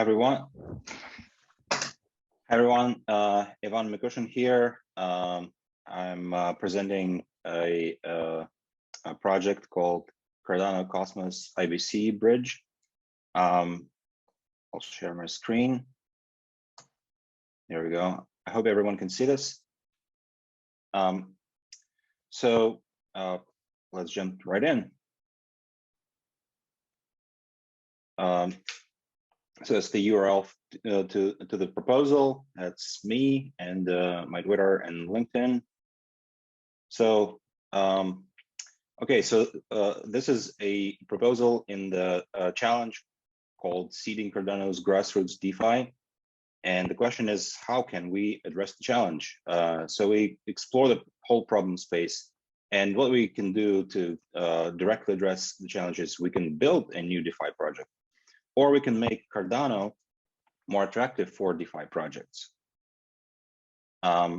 So how can we make Cardano more attractive? We can narrow down the problem space and say, okay, we might want to consider cross-chain interoperability, which is very important. A little data point, billions of dollars in TVL can be locked in by a bridge, and of course a very successful bridge that's on Solana blockchain Wormhole currently locks, this is the screenshot from yesterday, it earns $52 million in total value locked. So let's look into like how can we approach this, and we can of course plug into existing bridges, namely Wormhole, or we could write a plugin for Thorchain, which is an interchain exchange. Very interesting technology, but let's see what else we can do. Or we can create an interoperable Cardano sidechain, and we can have a couple of very good options there too. So we can create a Cardano sidechain that is also a Polkadot parachain, or we can create a Cosmos SDK based chain. so these are all great, but why don't we implement an interoperability protocol directly in Cardano? And here we are. A proposed solution here is Cardano-Cosmos-IBC-Bridge. So a little about the reasons why. So primary purpose of the IBC, it's an inter-blockchain communication protocol. Cosmos is a large and rapidly growing ecosystem, and they have hundreds of billions of dollars in total market cap in blockchains that are built on Cosmos. And what would bring more users, what would bring more apps, DeFi apps to Cardano is that existing apps like Osmosis that already work on Cosmos will be able to work with Cardano assets, and Cardano apps such as SundaeSwap will be able to work with Cosmos ecosystem assets, and even massive ones such as Luna and UST. So here's a little slide about Cosmos market capitalization. So if we see $156 billion in total market cap of the ecosystem and 55 in total IBC enabled market cap in the Cosmos ecosystem. 1 so minute. most importantly, Cardano will become more attractive for DeFi developers as the most secure and advanced proof of stake blockchain with first-class cross-chain functionality. So what are the components of the bridge? We have on-chain Plutus implementation of IBC core specs and off-chain network of nodes running IBC relay software. We will need, of course, a developer and operating portal. So who are the stakeholders? We'll have dApps on Cardano and Cosmos ecosystem with their developers and end users. We'll need an IBC relayer node network that will attract Cardano SPOs to do that. And of course, developers of the IBC bridge. To reward participation, we'll introduce a utility token that users will be able to pay the bridge toll with, and to reward SPOs. So here's a little bit about the roadmap. So you can find all these in the proposal itself. Here's a quick walkthrough. And yeah, so questions. Sorry for the rushed presentation. Yeah, that was great in a time. And yeah, so I'm not too familiar with the cross-chain interoperability, and so what does it mean to pay a fee for a bridge? Like you have data in Cosmos, I guess, and it's locked with the token, and then you have how does it benefit a Cardano ecosystem to have access to Cosmos? Oh, of course. To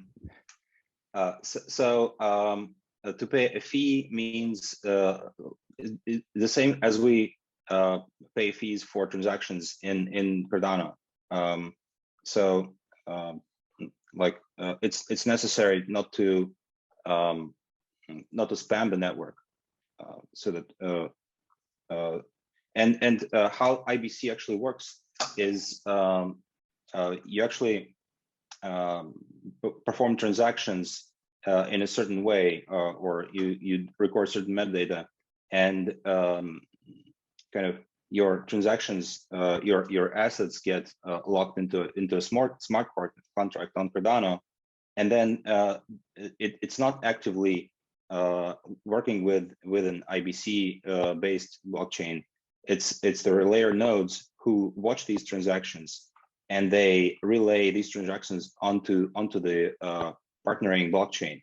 So and how Cardano applications would benefit. Okay, so there's a lot of tokens in the Cosmos ecosystem. Like for example, a very well-known blockchain is Terra, with so it has two assets there, main assets Luna and UST, a stable coin, which is massive right now. So for example, a DEX on Cardano could be able to swap these assets with Cardano native assets, and vice versa. So there's a DEX on Cosmos called Osmosis. So if you look at their UI, you'll see that there are assets from all the different blockchains that support IBC. So it's value for both the apps on Cardano and the apps in the Cosmos ecosystem.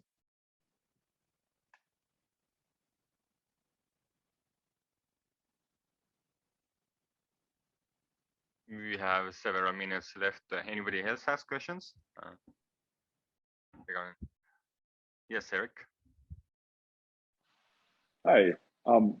So as somebody who's building a DeFi DApp on Cardano, I'm curious. So I essentially view this product and what you're proposing to build as something that would perhaps be similar to DC Spark's Milkomeda, then just bridging, however, the Cosmos and Cardano connection as opposed to, say, Solana or some of the other ones that Milkomeda might be focused on. So that I understand your proposal correctly, is that what we're discussing?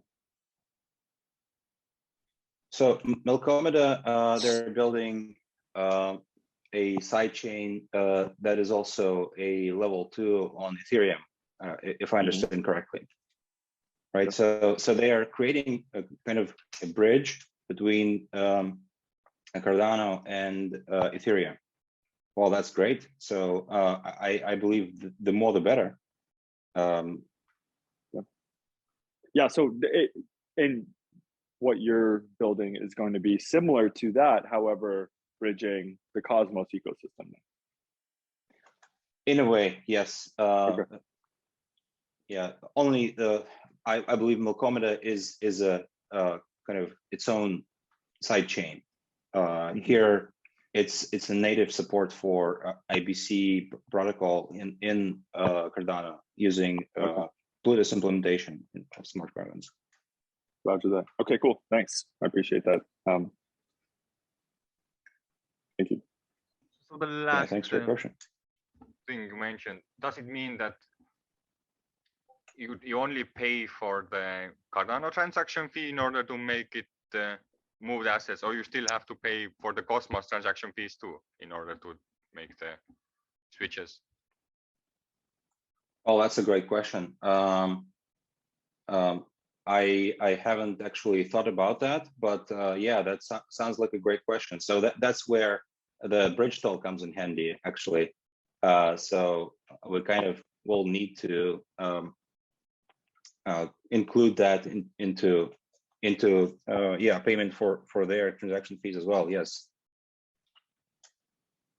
So yeah, we'll need to pay fees on both sides of the chain. Absolutely. Yeah. I'm just like that's a lot of fees. Brainstorming here and thinking, because it's like, if theoretically if you have it on Bluetooth, you can start like bundling different like Cosmos transactions into one, and you kind of, but is it like, does it like work because you are not using your own native assets, kind of, because you're using assets from another chain to bundle together, and from that side you might pay like for each of the transactions, but in order to distribute them in the Cardano network through DEXs or something, then you theoretically should be able to do it in one transaction. Yeah, there's a lot to research here for sure. Yeah, so this is my kind of first project on Cardano, so I'm still in the research mode right now. Yeah, but thanks for the question. It is an interesting thing to look at. Definitely, we will need to figure this out before we actually build.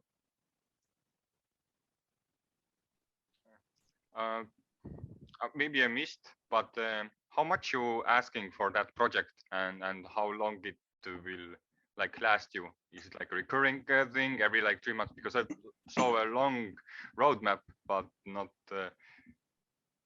Yeah. Let's take a look. So I am asking for $50,000, and well, this is a long project, so it will not pay for everything in the project, but it will help the project get started.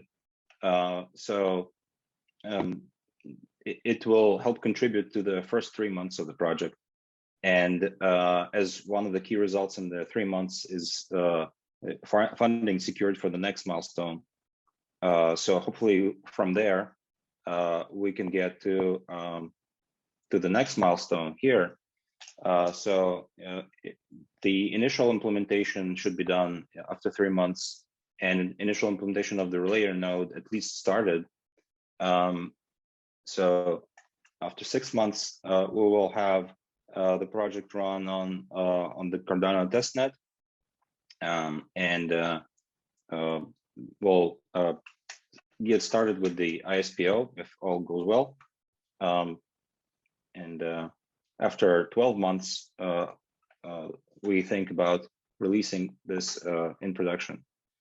So this is, of course, estimates. So hopefully this will take less time, but we have to be conservative with when we're estimating things.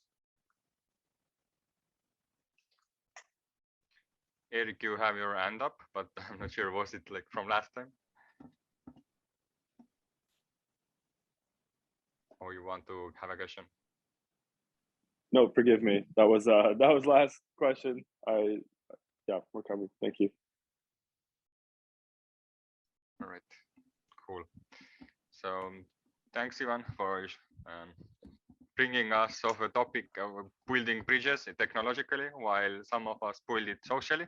Both sides are from perspectives are needed. And without further. Yeah, thank you so much for the opportunity. You're welcome. And for the next up, I will invite Maria to the stage to present her idea.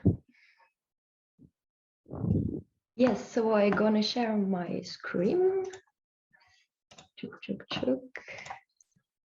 So before jumping in the presentation, I would like to tell you a little bit the first idea that I had, which brings me to this project. So I've made architecture studies, history of art, and I was a social worker and a musician also. And I know quite good the artistical world, and I know how that could be difficult for some different people to be recognized, be successful, and live their life with art. So when I've seen Catalyst and all these wonderful people able to reflect and find solution, I say to myself, why, that could be a great thing to have some different people trying to reflect on these issues in this artistic world. So my first step to this project is, you see my screen, it's okay? Okay. So the Creatives-Swarm community, it's about building an environment to support, facilitate, and generate culture and art movement by providing a space and time, and most of all, with the Creative Swarm session. So this is all about following the Swarm philosophy, but including these fields in reflection, So I would like to share with you an example of what could be a Creative Swarm session. We have already done one session, and there were quite a lot of people, and that was just to meet the people and see if people were interested about this idea. So an example of what we could do in the next time will be finding a problem already chosen by the community with the Telegram group, for example, And when I say a question about, for example, what will be the artist of tomorrow, this is just an example. And we form several groups by topics, I say field of interest, but it's just a way to thinking the answer. So for example, you jump in the little group with art and philosophy thinkers, and everybody, all this group trying to reflect about this problem and find some different answer. And at the end, everybody joined together and we try to merging the answer to find it one common answer. And this is an experiment that I think that have already been done by the Swarm session. I think Thibaut maybe, but I would like to experiment it much deeply and with this philosophic and art approach. So when I say before, it's following this Swarm philosophy. That means creating a point of attraction so that different projects can gravitate around it. So for the moment, I'm a little bit alone behind this idea. I work in parallel with Calix, who is more focused on the art part, creating movies and how you can create your brand in Catalyst. But me, the idea is much more to reflect in a philosophical way on social problem in the artistic field. So yeah, I'm finished. If you have some question, I'm here.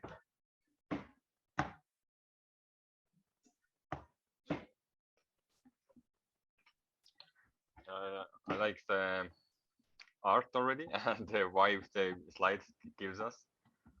I'm wondering, are there any, have you like thought of any outputs except the like common sense of like from each of these groups which you have, how do you figure out which is the common denominator from all of these different perspectives? Are they like filling some kind of form or doing something creative, like picture presentations? For me, that was the first one idea. This is just an experiment, but we can do so many things with this Swarm tool. And for the moment, this is just reflect about a problem. And I think it's really interesting that the people can bring together in little groups of interest. Even if you are a scientist, you can go in the philosophy group. For example, this is just an idea that I had, but with experimentation that will change. And we can also imagine sometimes that the people can show that their work and everything. For me, it's really an experiment and it's intent to evolve. So this is my first step, and everything's going to be defined by the people and their interest in all that and their initiatives. Because when I say answer to the question, that could bring a lot of different projects also. Because when you find an answer, you find another problem or a project to concrete, how can I say, to make this answer in the concrete world. So I hope I have answered to you, Thibaut. Not so sure. I'm wondering, does like the previous proposer Ivan also sees a way to use like a creative swarm of events to think about how to like create bridges, or like you had at least like technical side of that. Do you see like making these kinds of using these kinds of events as brainstorming or ideating or solving some specific problem? Yes, and for me, it's I like this idea that people can feel comfortable, because during the first session there were quite a lot of people, and that was hard to orient the discussion, because when I've recognized, when I've started to enter in the community, I'm really not technical and pragmatical woman. So for me, most of the conversation, that was really hard to understand. And I think if we want to opening the doors of Catalyst for new people, we need also to adapt our language for that more people can be attractive and feel also comfortable and feel legitimate to be here. Because sometimes you can feel a little bit, oh, I'm not enough to participate, or I'm not enough professional, but we need everybody to reflect. Everybody has something to bring. So this is a way also to change a little bit the topics and open it. Even if I know this is already present in the Catalyst, and this is what I like, and I would like to deeply this process, because we are all creative here. We don't need to make art to be creative, but yeah, and I especially like this swarm philosophy. So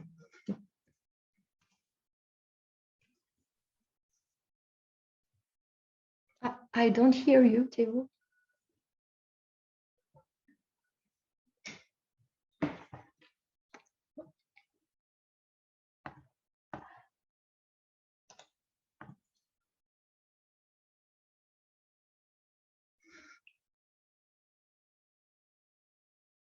Technical problems.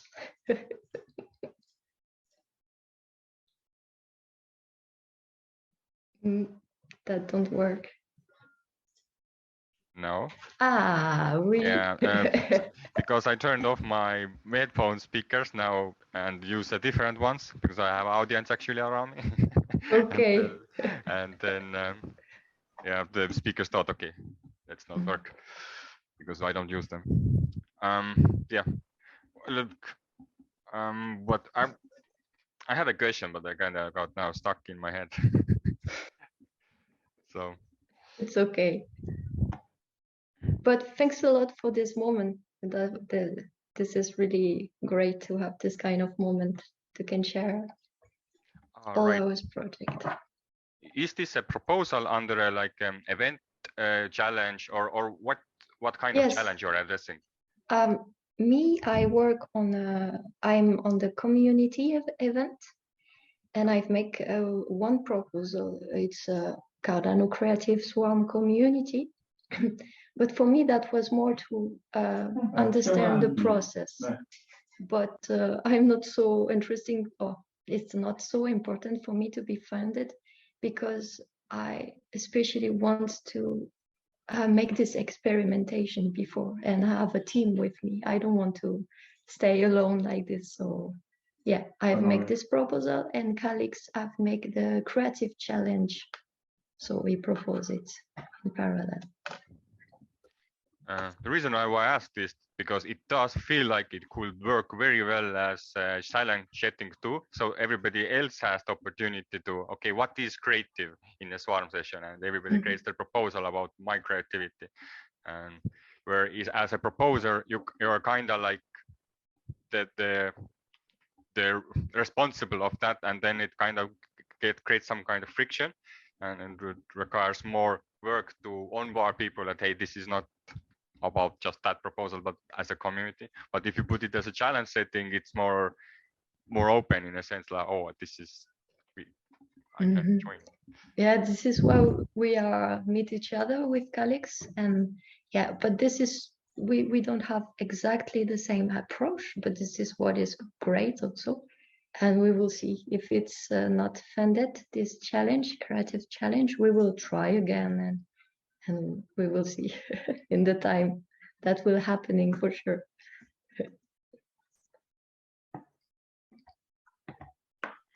Okay, great. Does anybody else have some questions, corrections, ideas, what came up in their mind?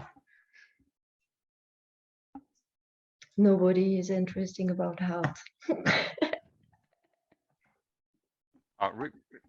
Regarding help, is there some kind of specific people or team you are looking for in order to get your idea more like faster accelerated? Because actually, most of all these things will not be done by the artist. We need people which are able to reflect on economical issues and in many different ways. So this is a little bit my struggle for the moment.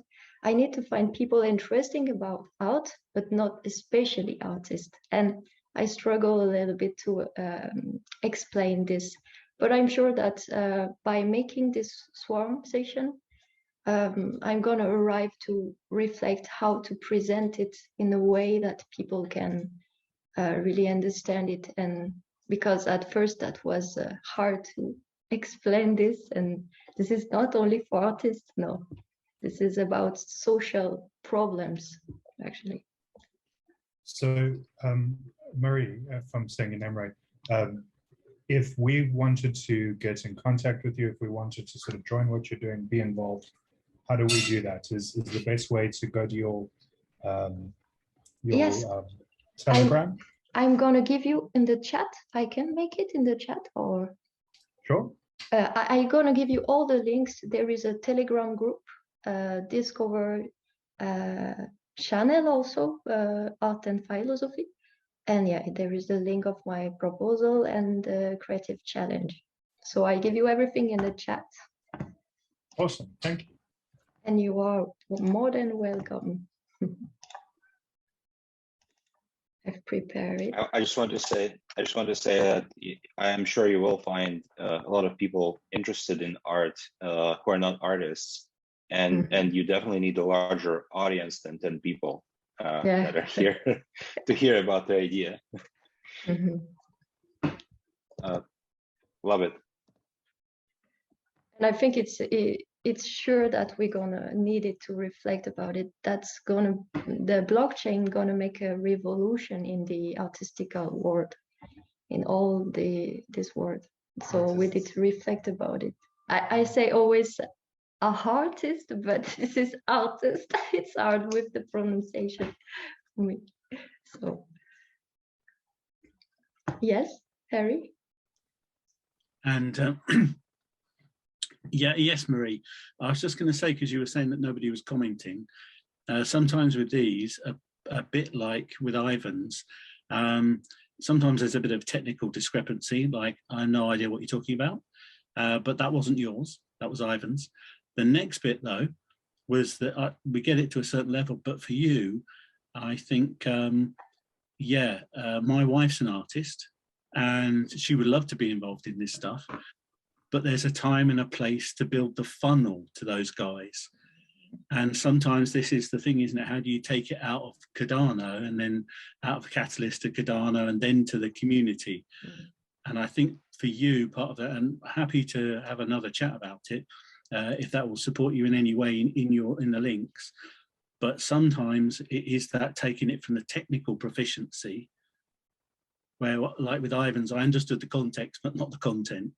But from the technical proficiency and then into the business proficiency, and then in your space into the market and community building proficiency. And it's obvious you have the community building side, but there's so there's usually two bits. There's an educational platform where you build the product, and then there's a community build where you build the people that will use the product. And you know this because you're an artist. And for me, that's part of the challenge for you, as you said, is taking it out of the community, using the community into the big wide world. And can you do that starting off in the Cardano community and grow it through? Or a bit like today, do you need to just go straight to your end market?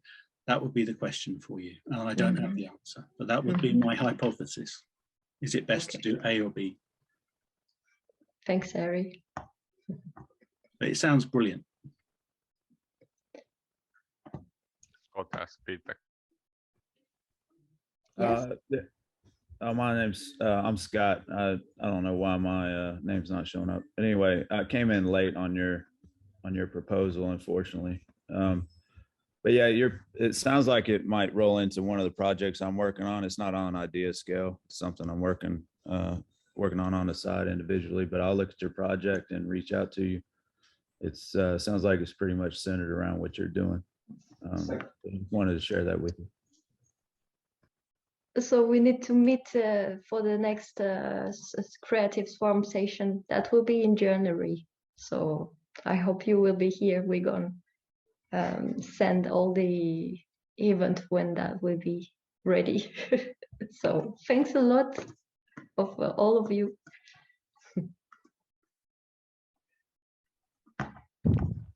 Yes, thank you. And next up, Harry Hellier. I hope I butchered your name well, and he's going to present next. Yeah, that was fantastic. Thank you, Tiva. So it's myself and I think Al was around. He may have nipped out for a bit. I can't see everyone's screens. So yes, I've got some slides and my technical capability is limited, so I'll attempt to share the screen. And I'm going to have to close all this other stuff down again first. I was just looking at the Telegram group from Marie. So give me the final announcement. Hey, I'm right now, 1 minute, get in here. Yeah, that's it. Yeah. Oh dear. So I'm going to share the screen if that's all right. And tell me if you can see. So can you see the screen? Okay. And now I just need to do the, I need to change that into the present mode, I think. So I'll do this one. Okay, so can you see the screen or do I need to swap them? Can you see the presenter screen? You're in presenter mode, Harry. You need to swap it over. Okay. Is that better? Yeah, that's it. Okay, right.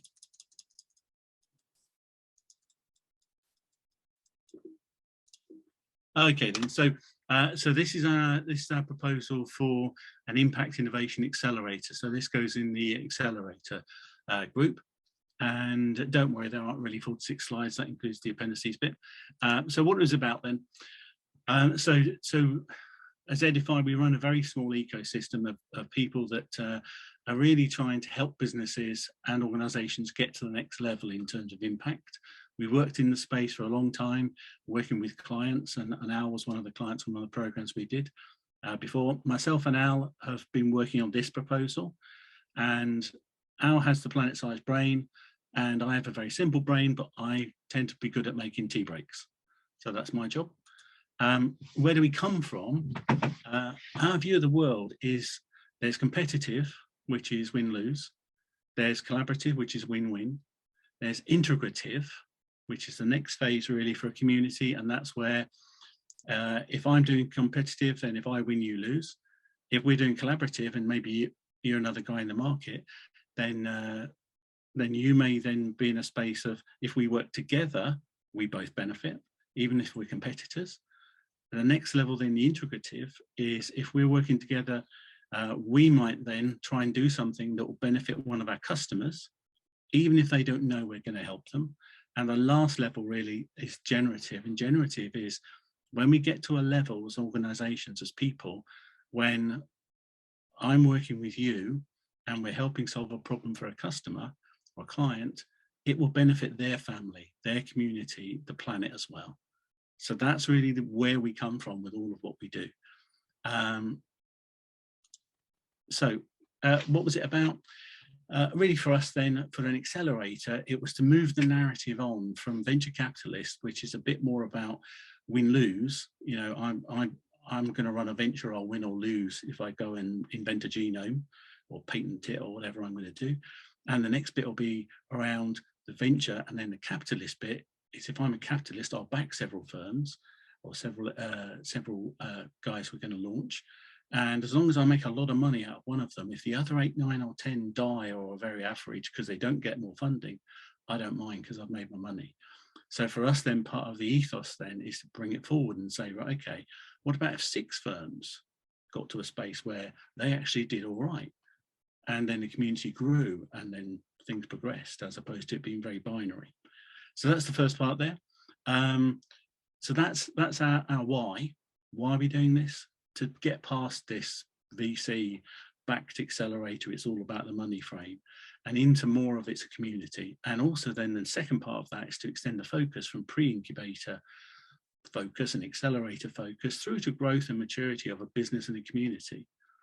What we're going to do that, we have a set of methodologies we already use with businesses and with organizations. We work a lot with academic organizations, and they're based around understanding there isn't just a commercial view of the world, there's also a cultural one.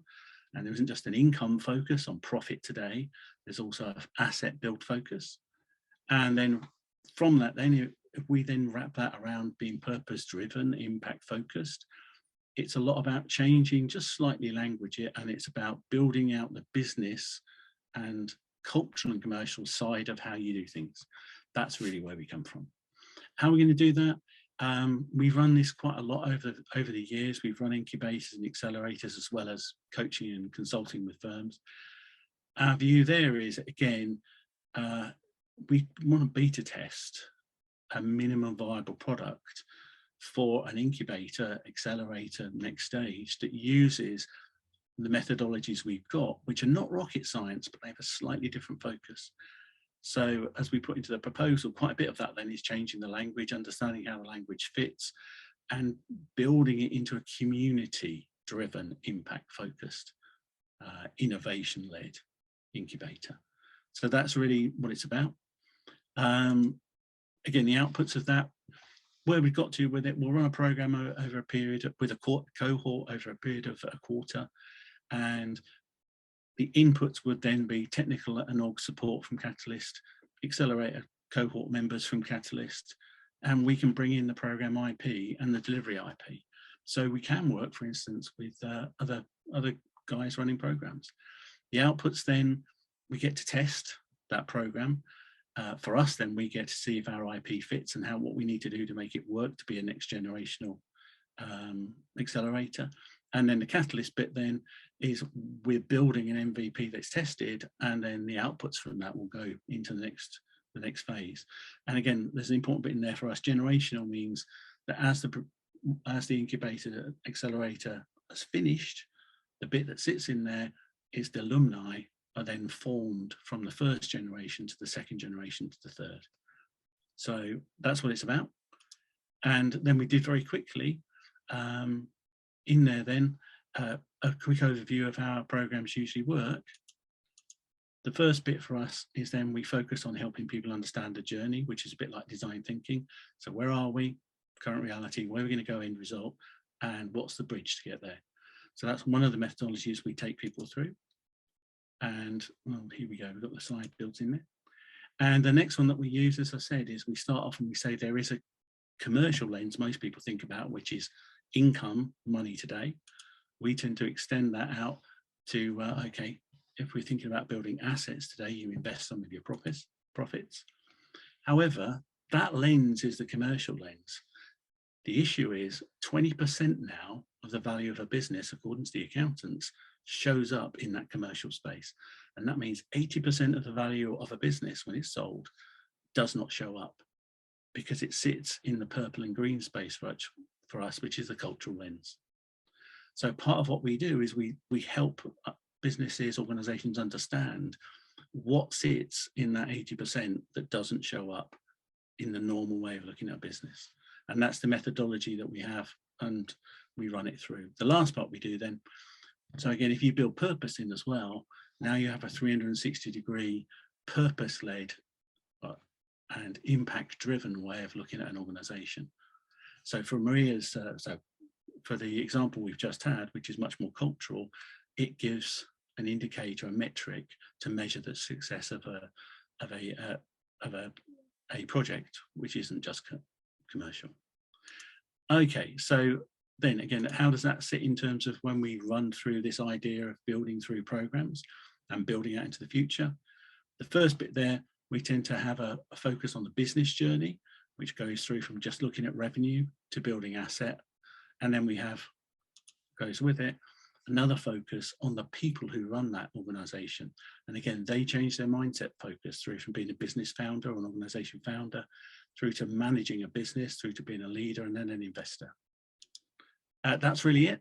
The last bits then is then we scale that out, as we said, through from pre-incubator through to incubator, to accelerator, to growth, to maturity. And we pull together, in our normal business, we pull together into a series of programs. What we'd like to do is take that, amend it, and make it so it fits the ethos for the catalyst, which we agree with very strongly. So that's it. Thank you very much. So now I've got to end the show and then stop sharing.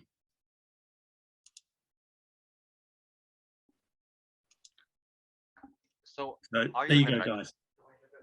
Are you an existing business of who already like does this work, or this is something new and exciting you saw in this network to do? I'm sorry, I couldn't hear that, Tiva. You're cutting out. Okay, so are you an existing? Do you have like an exit? Can you hear me now? Yes. Okay. Brilliant. So do you have like an existing system where you already like bring these people in and educate, like give them this education how to operate in the business areas, and or this is something you saw in Catalyst like first time, oh, this is a good opportunity to do it here, or why, or what? And okay, so you already see in your head that you have a business and you have been doing this for quite a while, and so who is in your team, how long you haven't done it, and then why you saw that Cardano has is like a great potential to try it out here? Yeah, they're brilliant questions. So yeah, we've been sat in this, and the way we do things is sometimes we coach, sometimes we consult, sometimes we mentor, sometimes we train. Those are the ideas. From there, what we often do then is it's about a coaching methodology where we're trying to embed things into an organization. So we work with Cambridge University. I work with them quite a lot. I've worked with the National Health Service in the UK, helping them develop their vision for sustainability for the UK. And we did the same thing. We embedded our set of ways of looking at things into that organization. And again, we're working with Imperial College down in London at the moment on a similar project. So we've been doing this since about 2008 altogether as a way of being a coach, consultant, etc. It was a brilliant question in terms of what's it to do with Cardano and impact. So in about 2014-15, we started off one of the UK's, this was a group of people that tend to work together. So we started off in one of the UK's first impact-driven incubators. So we ran it in Cambridge for a year or two, then we moved it down to London, and then we iterated it out to working with some big corporates like Rico, the big printer guys, in terms of trying to build a generational incubator. So again, there's a difference, as you know, between incubator and accelerator. Incubator is where they may be pre-product, they may be pre-idea even, and you're helping them to give them the nurturing to get them to a product perhaps. And then the accelerator is a bit more around, okay, you may be pre-IPO, post-IPO, generally pre, isn't it? But the idea there is that you're working with them to get their business investable in. So when we ran the social business incubator, the idea of social business for us, so social enterprise, was around, okay, there is somebody out there who's typically a charity or a CIC in the UK, and that means they have a fantastic cause, and they're people who want to support that cause, but now they're being forced to be a business. So essential social enterprise for us is focused around a purpose. A social business is slightly different, as you guys know, because now it's the 4P thing. You know, you have a purpose, and that purpose then is about people, planet, and we say performance, and then profit. So that's what we kicked off in about 2014, 15, 16. And we haven't run it since about 2018. The community's still there, but we haven't really run it because we had other things to do in a way. But the idea there is our backgrounds are very strongly in innovation. So my background is around impact innovation, which is how do we build organizations so that where they are today and where they could go to, they do that on that 360-degree spectrum. They think of cultural and commercial outcomes. They think of income and asset. And the engine then is to drive that thing about not just thinking about what is the profit over the next 3 months, but what's the impact on, again, yourself, your family, your business, your impact group. So you might say your tribe, your community, and the planet. So there are those different areas that come there. Harry, can I just add a bit there? Yeah, go on now. Now we're going to get the succinct, clever bit. Part of your question, Tivo, was why Catalyst, why Cardano? And I think for me personally, the most exciting thing about it is that Cardano is impact. It's got an impact focused, which means that there's a community of people there that are purpose-led and want to make a positive impact. And that's the journey that I've been on for 20 years. And so to find an existing community of people, of emergent entrepreneurs and technologists who want to make a positive impact was like finding a vein of gold for us. And the thing is that we've done the thinking and we've worked with people, we've been along the journey already, and so that we can help to really accelerate that, to help everyone else make an impact in the way that they want to do it for their particular cause. Yeah, and that was a great answer, and thank you. So how it builds with that, Tivo, into the rest of the question there, because we had some fantastic responses. We went through the CA responses, and we had some fantastic ones based around some similar questions in there. And so, yeah, that was why Cardano, because we've been working for quite some time about, well, and this is one of the questions, yeah, when you create IP, how do you get paid for it? Because there is a commercial element. So one of the things is, okay, you create IP, you can either charge a lot of money for one person and they'll pay for it, or you can charge a little bit of money to a lot of people and they'll pay for it, or you can give it away.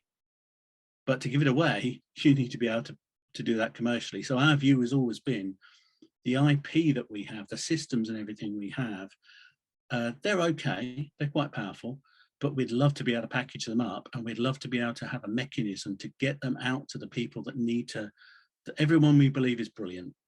And so our gig then is, how do we leverage the brilliance everybody has and support them with some of the simple, more businessy things, as opposed to the hugely complex technical things. And so that's that, to answer that question about why Cardano, part of it is that, because we would like to package up what we have, our core IP, into a program IP that then can be extended out to different countries, different income levels, different people groups. And that, for us, is part of the question. Now, I don't know much about it still, but I do know that blockchain and tokenization and all those things, as we've seen in some of the other proposals, they're a potential way of doing that. So that was part, for me, that was part of Cardano as well. It wasn't just the purpose level or the impact level. No, that's it. It wasn't just a purpose level view, which is very strongly aligned between causes and purpose, but it's the impact level. And we felt that with Cardano and Catalyst in particular, Al and myself, you know, we worked very hard on this little thing, and it's not very good because we haven't had enough time to put all the detail in.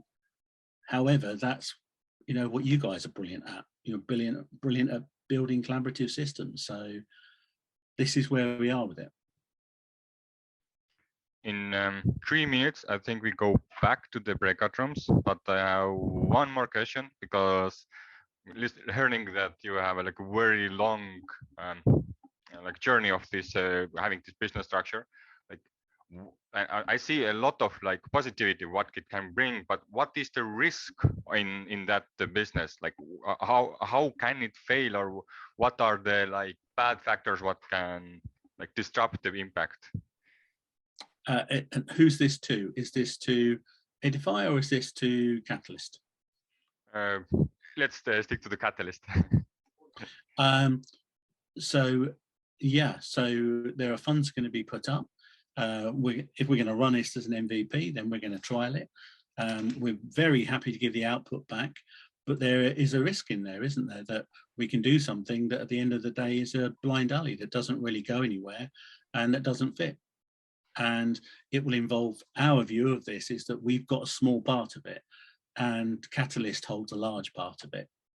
And it could just be we can't we can't translate the language easy enough from the business side into the technical side or the holistic side. It could be that where Catalyst's off to is not the same way as where we're going.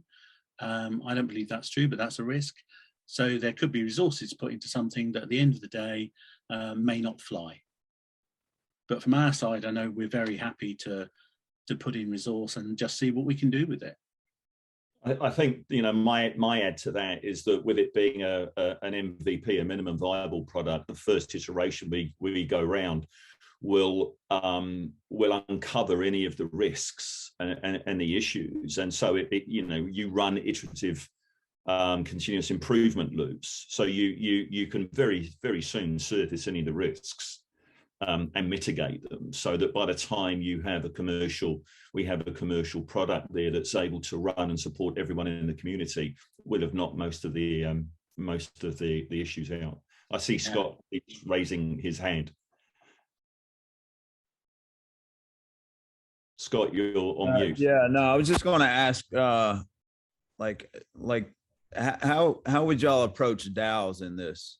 Because like I see it like y'all are doing like, it makes it sound like it's more like individual based, like in your approach to this. No, that's a great question, Scott, and I'm conscious of the time.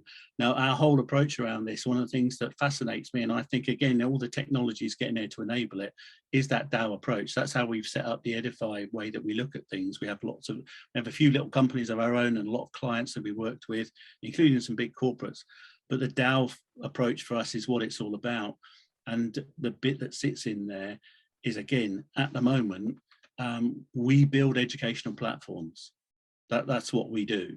They can be little teeny ones or bigger ones, but we build educational platforms.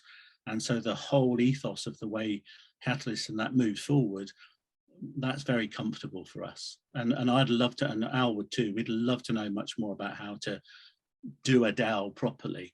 And so this is our chance to learn from some fab guys like you. Yeah.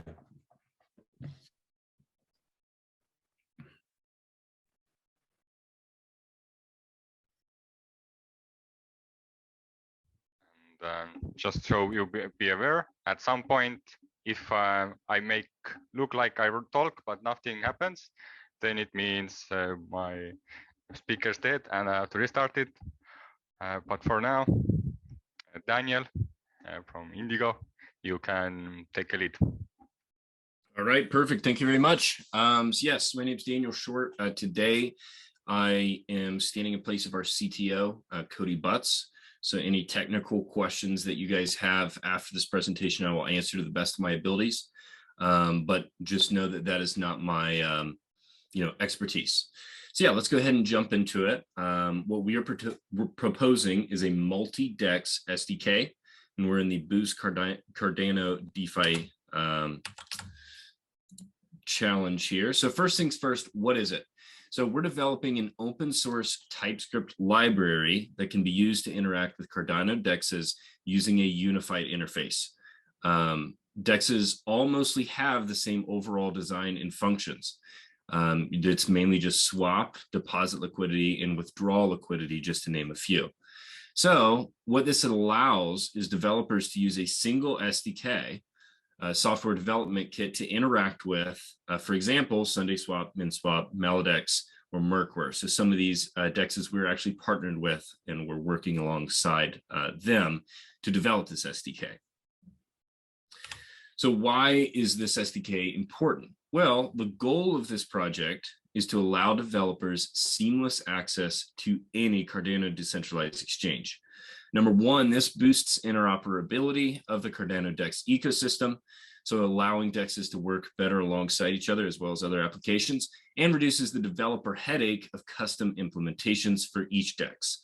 So it really just allows more of a plug and play interoperability and integration between decentralized apps. So Indigo Protocol will have a multi-DEX trading interface. This is partly the reason that we're developing this SDK. We will be using this internally for our own protocol to interact with our partners SundaeSwap. So some of the other uses that this SDK will have is DEX aggregators. So this is an off-chain DEX swap router function that could be built from this SDK, as well as an arbitration bot. arbitrage being the purchase and sale of an asset in order to profit from a difference in the asset's price between marketplaces or between DEXs.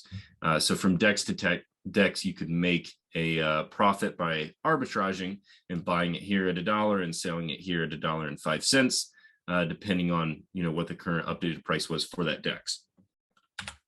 So how will we be building this SDK? Well, this SDK will expose 2 GET endpoints. So what that means is we'll fetch liquidity pools, find all liquidity pools for a particular decentralized exchange, and then we'll also be able to fetch users' liquidity positions.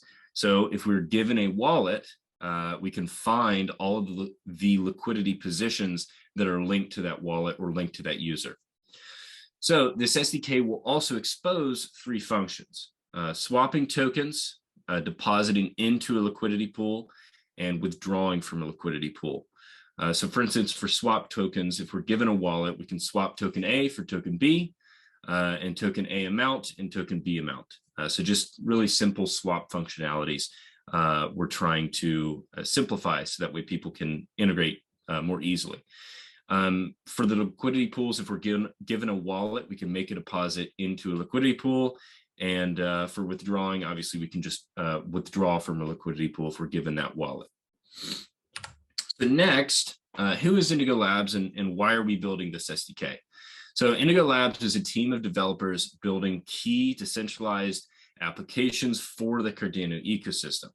So building Indigo, a synthetic assets protocol using Plutus and Cardano, we're obviously going to be using this multi-DEX SDK inside of our own protocol to interact with other DEXs. So our team currently consists of several Plutus developers, a senior front-end developer, 1 marketing lead being myself, and 2 tech consultants. Finally, for our development timeline, we're looking at about a 7-week sprint. You can see multiple stages here, from research and development to actual prototype stages with our partner DEX SundaySwap, who we will be integrating and testing this multi-DEX SDK with, so that way we can make sure that it's fully functioning, as they seem to have the furthermost development in space currently. So our total requested funds currently are $21,900, which is pretty conservative, considering what this will be able to bring the community, and also what it will cost this to develop.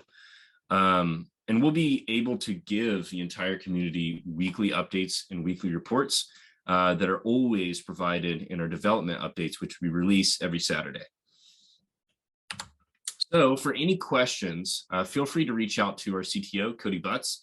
I can answer basic questions to the best of my ability on this call today, but you can also view our proposal, Cardano-Multi-DEX-SDK and the Boost Cardano DeFi ecosystem challenge. And also please follow us on Twitter for updates on Indigo.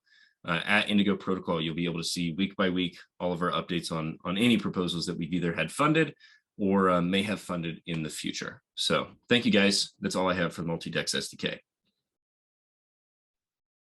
Scott, you got the answer. Good. So I have a question about the, you said that you pull in from the wallets. Basically, you're scanning the wallets to find out what assets they have and whether or not they can fit into the liquidity pools, and basically what options the users have. So essentially yeah, go ahead and finish your question. I was going to say, what happens if, I mean, I'm assuming this is something that the user, obviously the user knows this, but what are the risks as far as like if there's any other protocol updates? Like I've heard Charles mention like something on the nature of like roll-ups, like how would that interfere with it? And there's also like the NIPA PALs that are also mentioned in some research papers. I'm just curious how that might hinder or the SDK or its functionality.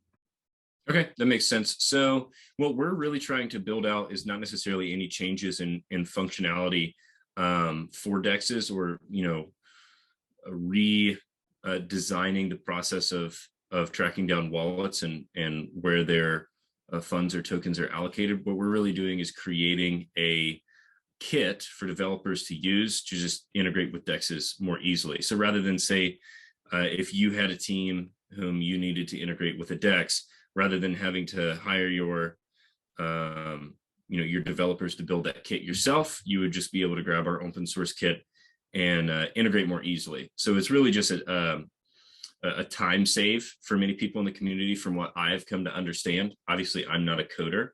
I'm a marketing guy, but from my discussions with Cody, what we're really developing here is a shortcut for developers to build on the Cardano ecosystem more easily, because obviously DEXs are an integral part.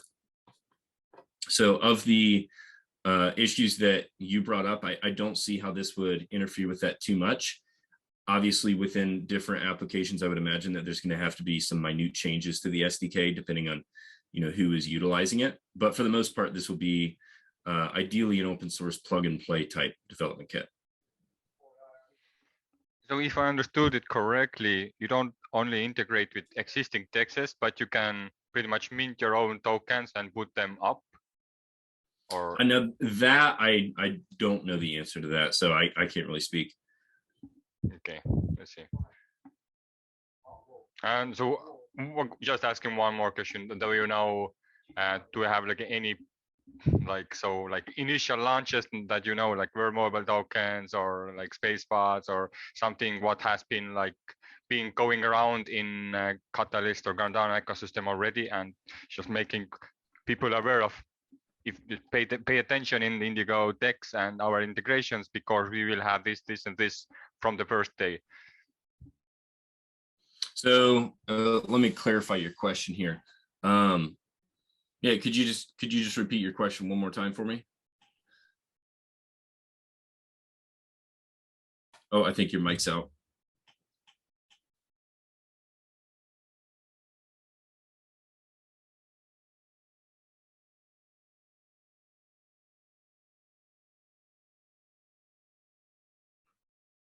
Three, two. Yep. Oh yeah. Okay. Yeah. Now I can hear you. So, yeah. So, do you have when you launch the DEX, do you have already partnerships and already know of what kind of tokens will be on the platform? So, people who are interested in, okay, I want World Mobile tokens or AGI tokens or some kind of native tokens already launched from Catalyst and Cardano ecosystem in general. Do you have any partnerships to have this initial launch? Or this is more for a tool, hey, here you can download it, but what's going to be on it is pretty much based on integrations.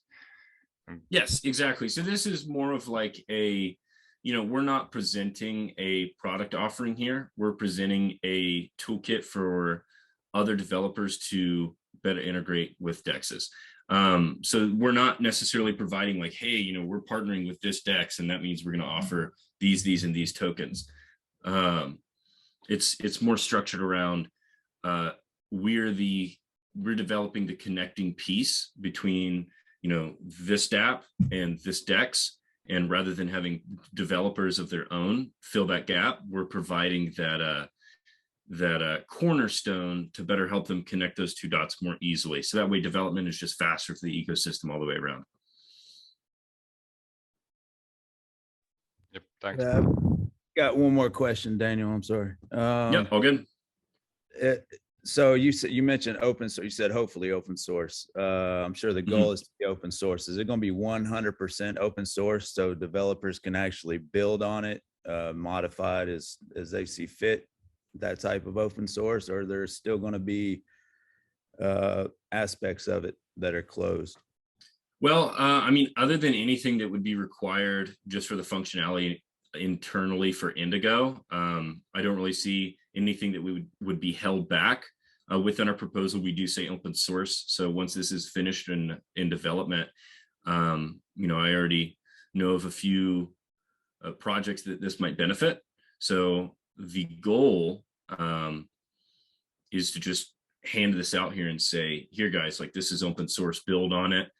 Because obviously, like I said earlier, modifications will need to be made to this SDK depending on what DApp is integrating with what DEX. As we know, there's never a one size fits all in this type of industry. So changes need to be made. And if we were to open source, or if we were to release multi-DEX SDK that was partially open source, there'd just be a lot more limitations that would hold people back, and that's certainly not our goal. Great. Thank you very much for your answers. I appreciate it. Yeah, thank you guys.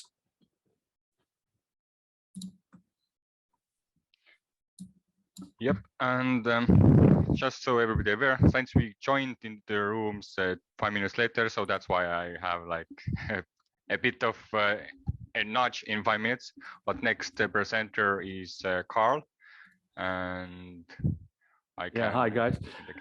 So I'm going to attempt to just to share a short video with you.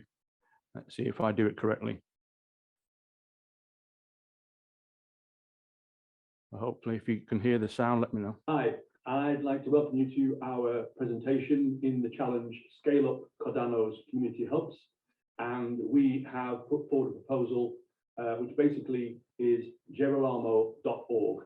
And we've put together a online website platform. We've done a couple of updates videos on this, and I thought for this presentation, and to make sure I stay within the 5 minutes, that we would record a run through of a few additional things that we've done in the last 7 to 8 days while the CAs have been doing their jobs. So here we go with a little walkthrough of a few more features on our platform. Thank you. So here we are at the homepage of gerolamo.org, and you'll see that we're actually logged out. There is an additional menu item at the top that will appear when we log in. I'll just log in now. And you will see that we have an extra menu item here called Tools and Resources. And when you click on that button, you will see that we've got a page where we are listing the new things that are appearing on the platform, and with a little link at the outside there. One thing that I'll mention is that this presentation is the third one. You will find this is the second one, the update as to what we've added between launching the project and just about a week or so ago. And also, if you go to a Catalyst, you will be able to see our Fund 7 proposal if you don't have an idea scale account. This is the initial walkthrough of our website platform, and it gives you more detail on the initial features on here. This video is the third in the range in the series to give you a little update as to what we've done in the last sort of 7, 8, 9 days. We've put a bit more detail here in the About Us, and we've already mentioned that this portal, as we call it, the whole idea of it is to bring everything under one simple platform where particularly new people can come and find everything they want, starting from a very simple beginning. What we've also done here now is we've actually started to create a form, and this form basically mirrors the idea scale submission form, but also breaks down into demographic and time scale and a bit more guidance, particularly for new people coming on board. And then they can submit their, let's go to Europe, let's just pick out French, for instance. So they can access this form, and they can pre-submit their application in their own language. And what we're offering to do is that we will work with them, obviously, to help them to put projects forward to Catalyst, and we'll translate from their own language into English to put it into the idea scale as a referrer for that particular proposal. So before we run out of time, I want to quickly run over a couple more things. We have a new registration page here that we will be approaching people with, and this will be their first view of the website portal. And we're going to be reaching out to all kinds of different people in order to bring them into our fold and part of our community. We have already mentioned the Catalyst proposal page, multilingual. We showed you that. And also we've added a community feedback form, because what we're looking to do is get as much feedback from the community as possible so that we can improve this offering, and we can add in more and more features, more and more content, and we're also going to give the ability for people to be able to submit their content to directories and also articles.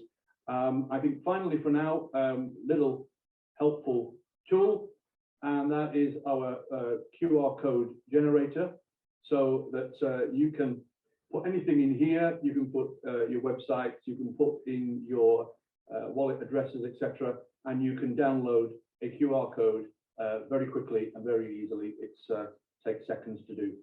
So I think that's going to be my 5 minutes, and I look forward to speaking with you shortly. Thank you.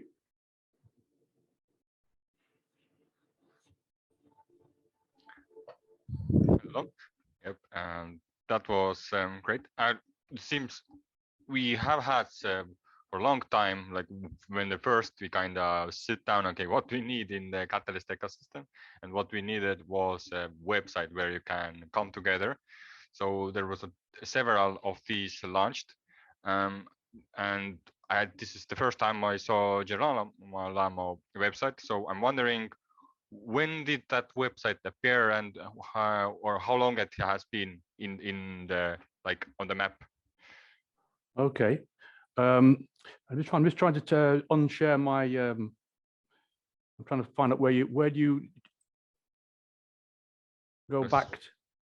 The same place where you share screen, there should be an option to click stop sharing. I've got it there. Yeah, they couldn't make it much smaller if they tried. Yeah. No, what happened was in Fund 6, I put forward a lot of different proposals in numerous challenges to learn the system, and also because they seem applicable at the time. From there, we got a lot of feedback from the community advisors and the veteran community advisors. So what we've done is we've got 4 of the proposals from Fund 6, and we've amalgamated them, and we've added new things. So it's a brand new platform. In the community challenge, the challenge for to create community hubs, one of the big things is this thing about language. So we focused a lot on the language aspect to it, so that we can actually bring more and more content in, and approach the 80% of people who, let's say, are saying there's a barrier. Plenty of people are saying sometimes there's a barrier. So it's a new platform, but what we did is that we built it before Fund 7, so that we could show people, sort of a working prototype. Yeah, that's great. Do you have any kind of partnerships? Because I assume you have, since you're science here for Fund 6, you have seen other websites and other people who are working on these kinds of things. Have you had some kind of overlaps where you can share information or cross-pollinate? And the second, to add to that, has your team increased, or how is the team like? Yeah, I've been sort of fairly lucky that I've been working in this area for some years, and I have a team that sort of grows and shrinks depending on how many projects we've got on. I forgot what the first question was. So have you have discussions with other community members who are running websites and cross-pollinating ideas or sharing pretty much GitHubs? Right. Yeah, this is obviously a very important part, and that's why we are calling ourselves a hub, in terms of the fact that we're trying to bring together a lot of people. We're going to be part of it as well. But yeah, the outreach now is what we're doing. It's our biggest job, and part of the funding that we're looking for is actually to bring more people on board, to be able to contact more and more of the. There are a lot of very similar things going on, lots and lots of overlap. So we believe that because we are going more internationally, we can actually we can cross-pollinate in 2 ways, because we can contact people that are working in a similar space to us, or even completely different, like app developers, and we want to interview them, and then we're going to translate all the videos into 60 languages and get them out there, so that the world really starts to understand what Catalyst is all about. And the aspirations of Charles getting to 1 billion people. We're trying to help that particular side of it as well.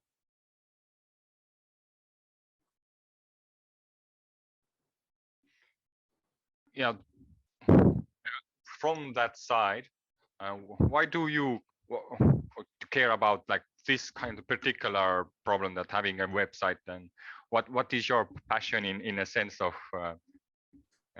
in doing that?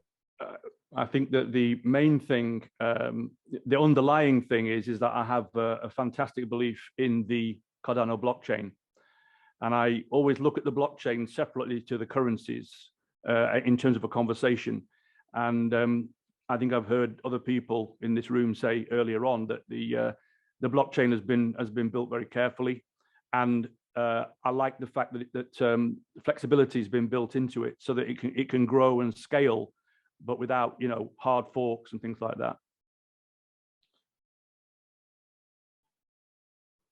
So I just believe that that this is something that Cardano needs, and rather a lot of people are on the technical side, and we have that side, but what's missing is outreach to bring more and more people into the fold, and to do it in a way that they can easily access all the information. And the other thing that we're doing is we're creating pathways so that people can find. I mean, I've got like 4, 5, or 6 pages of different links all around the ecosystem.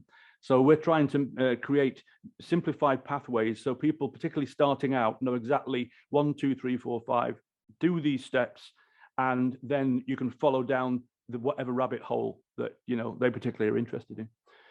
So we're really, one of the things we're going to be doing is going to be attracting new people into the community. That's one of our biggest roles, I think. Yep. And I definitely see a lot of overlap with already existing hubs and communities we have created there, where we're the same goal, like how to onboard, how to give them the idea of what you need to do to be a good role model in that, as a community advisor or as a voter or as a proposer, and how to even get step by step it. And so I'm happy that you showed it here, and now it's gonna get a higher outreach, and I'm happy I saw this kind of set website. I'm just wondering, the name Gerolamo, where did that name come from? It's the first name of Girolamo Cardano, the same place as Cardano was named. He's a 15th century mathematician, and why we've got lots of circles in this platform is because he invented possibility space. That was about probability and possibility, which I think is very apt in this new, in the growth of cryptocurrency and blockchain, etc. It's all very new and growing. And he also created machinery, ellipses and things like that, the Cardano or Cardanic circles, which are still being used today in all kinds of machinery. So it was partly to tie in with Cardano without actually using the name, and it was partly because he was a very productive individual, and we feel that that's very relevant to us trying to help out. The last comment will be that, like, Coke and Pepsi, they say that we wouldn't be as successful if the other didn't exist. So as you say, there's lots of overlaps with different ideas and platforms, and we may merge in. I mean, our whole idea is to turn this into a community-owned DAO, so that it will be a real community thing eventually. Now that means it's going to move and blend, and it will join up, and we're talking to everybody and anybody that we can. So what I'll say is that if you're out there and you see that you could work with us, we'd like to work with you too. Great ending. Thanks, Thibaut. And finally, there is some guy called Teo who is supposed to also present the idea. I wonder how long. Yep. So right now speakers at work, but probably they will be cut out in a few minutes. I haven't prepared any slide text, even though there was a huge chunk of time put on ideation that, but I think I start with presenting of like explaining the story, what kind of event I would like to do. And this kind of goes back in what just we saw from Gerolamo, that having like a place where you can create proposals, you have these questions lying in front, and a bit of not just what is your detailed plan, but let's explain like more in a way, like more scope down, or how to say it, like more separately. Hey, what is your problem statement, and go more deep onto it, and what is your solution, and try to pick and choose between the solutions what you could use for this problem statement, and have these kinds of like workshops where you teach the person, hey, what are the methods how you could tickle your brain to get out the best problem statement, which will help others, voters, community advisors, to understand what you want to solve and how you're going to solve it. And then at the end of the week, right now in the Catalyst, how we do it is we prepare like a massive load of information, and it takes like a lot of time to get like the full feedback circle. But in this event, what I have in my mind is you have it in like 1 week. You start at the beginning of the week, you're already workshopping and building your first steps of the proposal. And at the end of the week, you'll actually learn how to pitch that idea, how to make a slide deck, how to make it presentable and tangible, so you can share it across the world through the various platforms. And then you come back in the weekend where we have this kind of mini idea fest like we have in here. All the participants are compensated, so we kind of do the same thing like Catalyst is doing. Hey, community advisor, if you do great work, you give good feedback, and you move the proposals forward, this is something what should be compensated. And in that event, I imagine the same thing, that all the participants get compensated, including the proposers who actually putting the work in and making the impactful decisions of how do you word and how do you get the idea across. And this is like first week where you do problem statement and solution. In the next week, you continue with the same proposal and you add more stuff in, like what is your success metrics, what audience you are targeting, and having like that more scaffolding, like Gimbal, as I like to call it, on the proposal. And then you move into the third week, and you like iteratively always get feedback from community advisors and get this like information. Okay, what resonated and what could be better. And after fourth week, you have gone through all of the like steps and chapters you kind of need for proposals, including KPIs, budgeting, and like understanding the user journeys and all of these like nitty-gritty. And you got great project what you can give the project manager, and he's like, oh yeah, let's do it. It will take me 3 months. Like he can actually understand it. And usually for voters, it is also much easier to understand it if you have like clear vision and like clear details of or each of these sections like written down and broken down. But in order to do this great event, this is now where the like proposal gets the second like layer on top of it is I want to have like a test a way that we could do project management in decentralized way.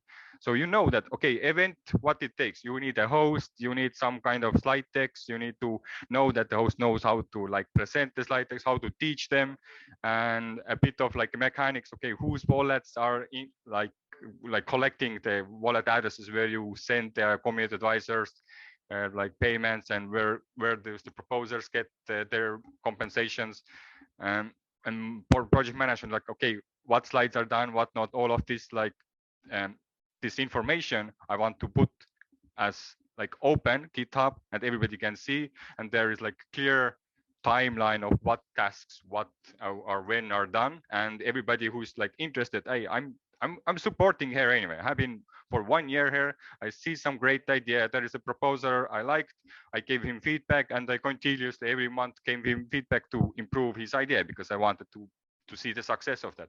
But now he has a place to bring him on. Hey, proposer, join this event. You get that required help to get your proposal going, and at the same time, even the people who help get compensated for helping people, and all of even creating the event is rewarded. So this is like the big idea of what I want. And after going through like a vigorous exercise of putting this together and seeing how much who has done, it didn't actually break like too many like budgets. Like it's around $22,000, and it involves more than 10 people for like organizing and hosting, and it is very highly scalable because you train 2 people and then you can bring a lot more proposers and get them going.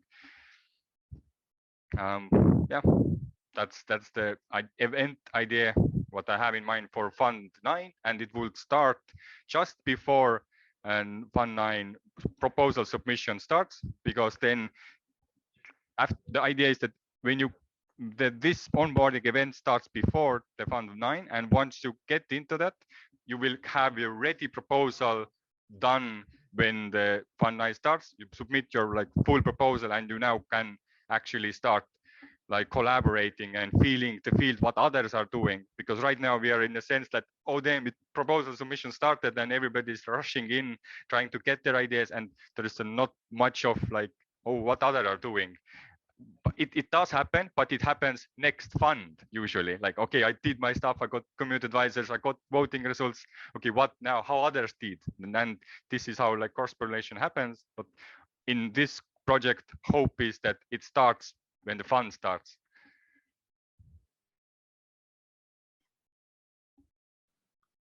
Yeah, this is a neat idea. I shared the proposal link in the chat as well for those who are probably scratching their head wondering what he's talking about. Yeah, and there is a lot of like neat experiments I'm trying. So one is that social experiment, like how many people will come together and take a task, take responsibility, and do some action. Another thing is I really liked start liking Miro boards in this year. So I'm pushing that front, like, hey, let's try to all get to the Zoom call. Let's look at the Miro board and make sense of it so that everybody understands it the same way, and like actively improves the documentation of one big deck. And I think I really like the fact, but I understand that for some people it's very overwhelming to go into one page and you see all of the info just at once looking back at you. But for some, as for me, I really like, okay, I'm dragged around this. I see some kind of details. I click to links. I go to documents, and everything is like open source and readily to copy and available to take.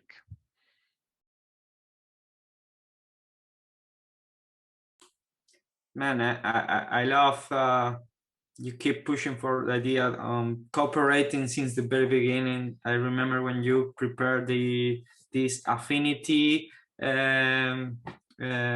I don't know how to call it, affinity chart, trying to find synergies between proposals, and I've just jumped off from a presentation that I wish that I know before I presented the Catapult project, because he proposes to build a rewards distribution mechanism for stake pools for donations, and that's something we propose in Catapult, and it will have been a perfect example for merging efforts and merging proposals and propose something together, and that makes even more sense. So yeah, thank you for anticipating to all these Catalyst proposing job. What I actually love about the way the community has grown is that we know, Roberto, we are aware of what kind of area we are working on, and now we didn't talk to everybody like okay, I'm doing this and I'm doing that, but after like proposals are in and we have refined and we now have a chat, okay, what you're doing, and then we see the pipeline of, okay, this is where you start, this is where you catapult, this is where you accelerate, this is where you get teams, this is where you outreach, and we have like so many different projects, and everybody kind of has found their place to create this, like for the newcomers who had no idea how do we like compare. If these people, like thousands of people coming in right now, would have the same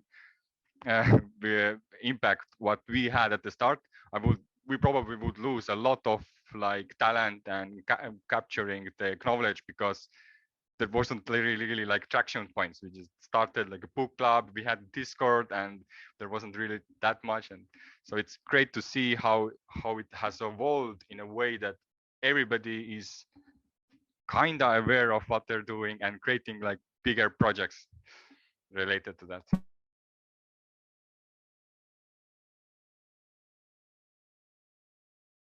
So could I just ask you, Tivo, are you saying that this would be, so there's a 6-week cycle on the funds? Are you saying that this would be between funds, your project? Yeah. So previously this idea was like it's a treasury itself. So but now it's only just onboarding. So correct. This is like between funds to create proposals. Not to fund them, it's not in innovation, but to give the education of how do you make the best proposal you could ever do.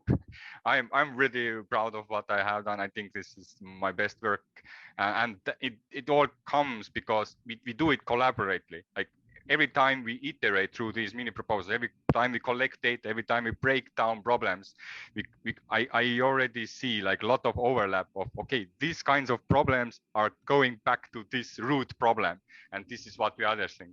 And we just have so many different solutions and people's skills who want to adapt on like different perspectives, how to solve that. But yeah, answering your question, it's between funds, and once you get through this like educational service, your proposal ready, you put it on actual IDFS. And are you also saying then that it's almost like this sort of like the advice, you're stimulating more advice for people in real time, rather than it going through these clunky weekly steps? Yeah, because by the time, I've seen this so many times, and I thought it when I was in Fund 6, my first one, is that by the time you get the advice from the CAs, obviously your project is locked. And and I understand why everything's been done the way it's been done, but and of course here's another thing is, of course, people who make comments on the proposals during the 3 weeks, they don't get compensated, where of course CAs are keeping their powder dry because they get rewarded for doing the actual assessments, don't they?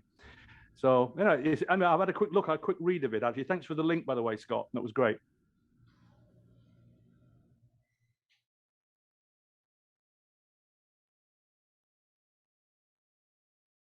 Tivo, we can't hear you.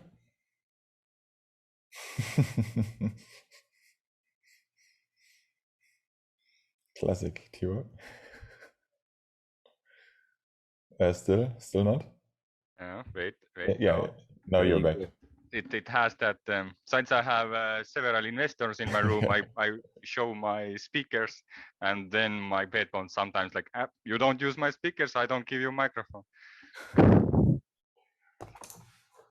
But yeah, where I wanted to say is that we have mini proposal workshops, what I also do in after down halls. So these are like first attempts where I showed that, hey, how could we co-create proposals and solve problems?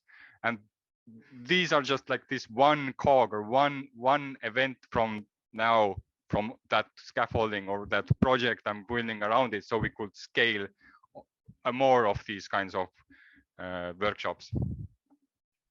We can drop you a link to, so that who has not found it.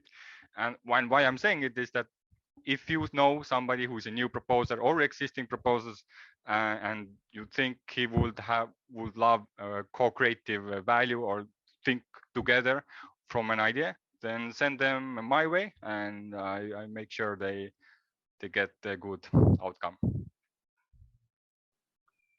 Hey, Wanderer here. I have very modest expectations on the funding prospects of my proposal here. But I'm ready to go for next time. So I think this is a brilliant idea. I believe that the time we are given in Project Catalyst during the ideation phase is just too limited for a good proposal to emerge.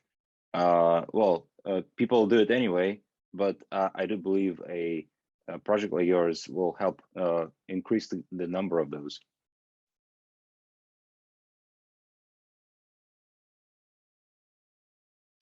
Yep.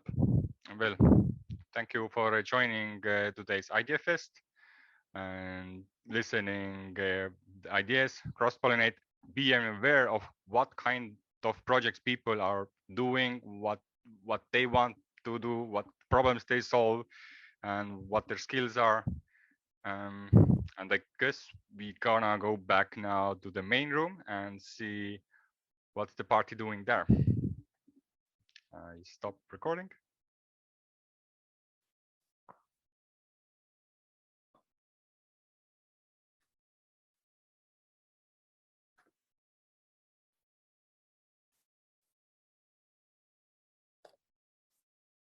Welcome, Safia.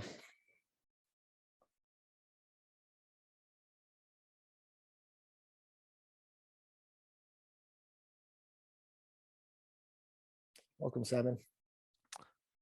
Hi. How's it going? Can you hear me okay? I can't hear. I'm not sure if it's me or... Yeah, I can. I'm not muted.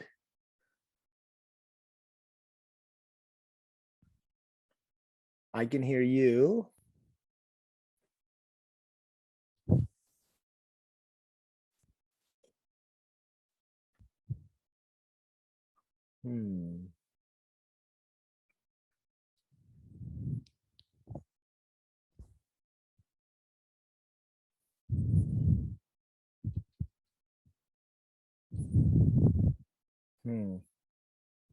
Yes. There's some. You can hear me now. Yes. Okay. Perfect. Okay, good. It's always one of those things, you know, that something's bound to go wrong. So we're not in a rush. We'll give more time. We have 6 people that should be joining this room at minimum, so there's not a huge rush. Welcome, Susan. Welcome, Satya.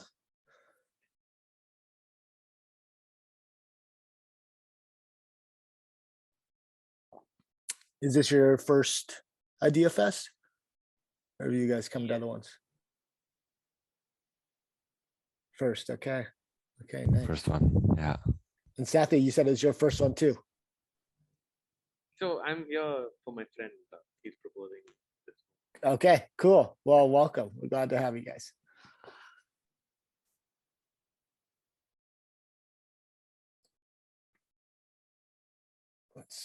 Still a lot of people in the main room, so we'll just give them a minute to figure out where they're coming. Perfect, Dion. And I apologize in advance. We have some difficult names to pronounce in this room, so I promise I will do my best to not butcher them. I have a hard name too, so people always mess it up. Welcome, Shell. Welcome, Konma. Hello. Hello. You're in Florida, I saw. Hello. Welcome. Yeah, for the moment I am, yes. I'm from New York, but I'm in Florida at the moment, yeah. Okay. Is it warm there? It's pretty warm. It is. Nice, nice. I'm in Canada, so, you know, we get snow. It's a little cold. Very nice. But, I've always wanted to go. Oh, yeah, it's beautiful. It was, although it's like middle of winter, is 5 or 7 degrees the other day. It's so crazy. Like, global warming. A tremendous fan of the Trailer Park Boys. I don't know. Oh yeah. So during COVID, I just watched it all. All the movies and everything. Oh, I'm so happy to hear that, man. I'm so glad to have found a kindred spirit here. Oh. Yeah, it's classic Canadiana. I'll tell you that for sure. Okay. Perfect. Oh, we got the whole Konma crew here. I like it. Okay. So, So we have one presentation here and 5 presentations in room number 7. oh, really? Okay. Well, we're split you up just to keep you on your toes.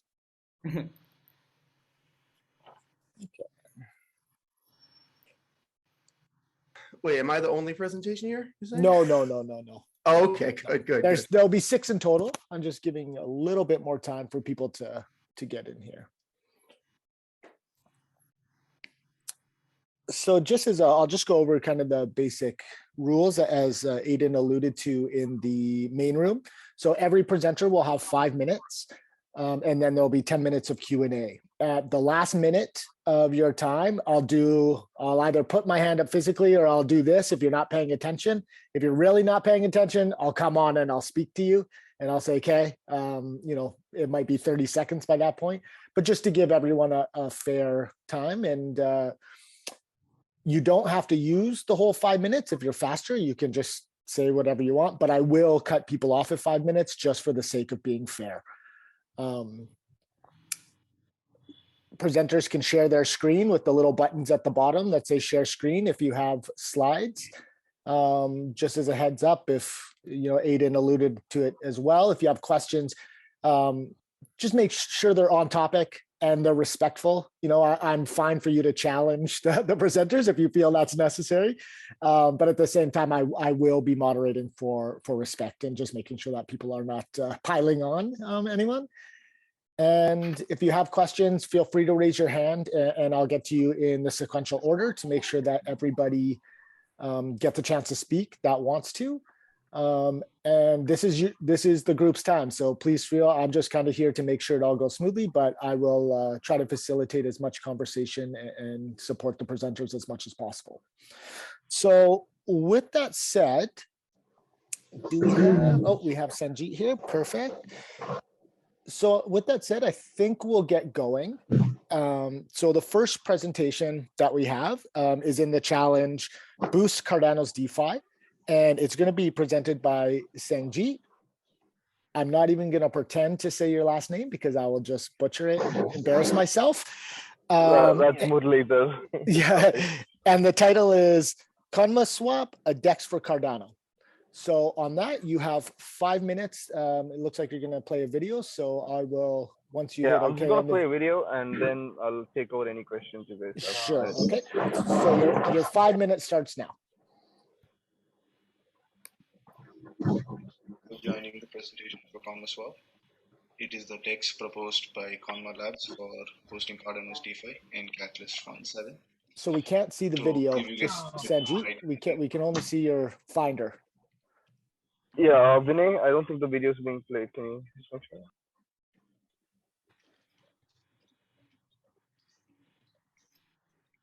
There we go. Yeah, perfect. About what Konma. Thank you for joining the presentation for Konma. It is the DEX proposed by Konma Labs for hosting Cardano's DeFi in Catalyst Fund 7. To give you guys a little bit more idea in depth, I'm going to first tell you guys about what Konma is. Konma is a community-driven entity. We work as an organization for social causes. And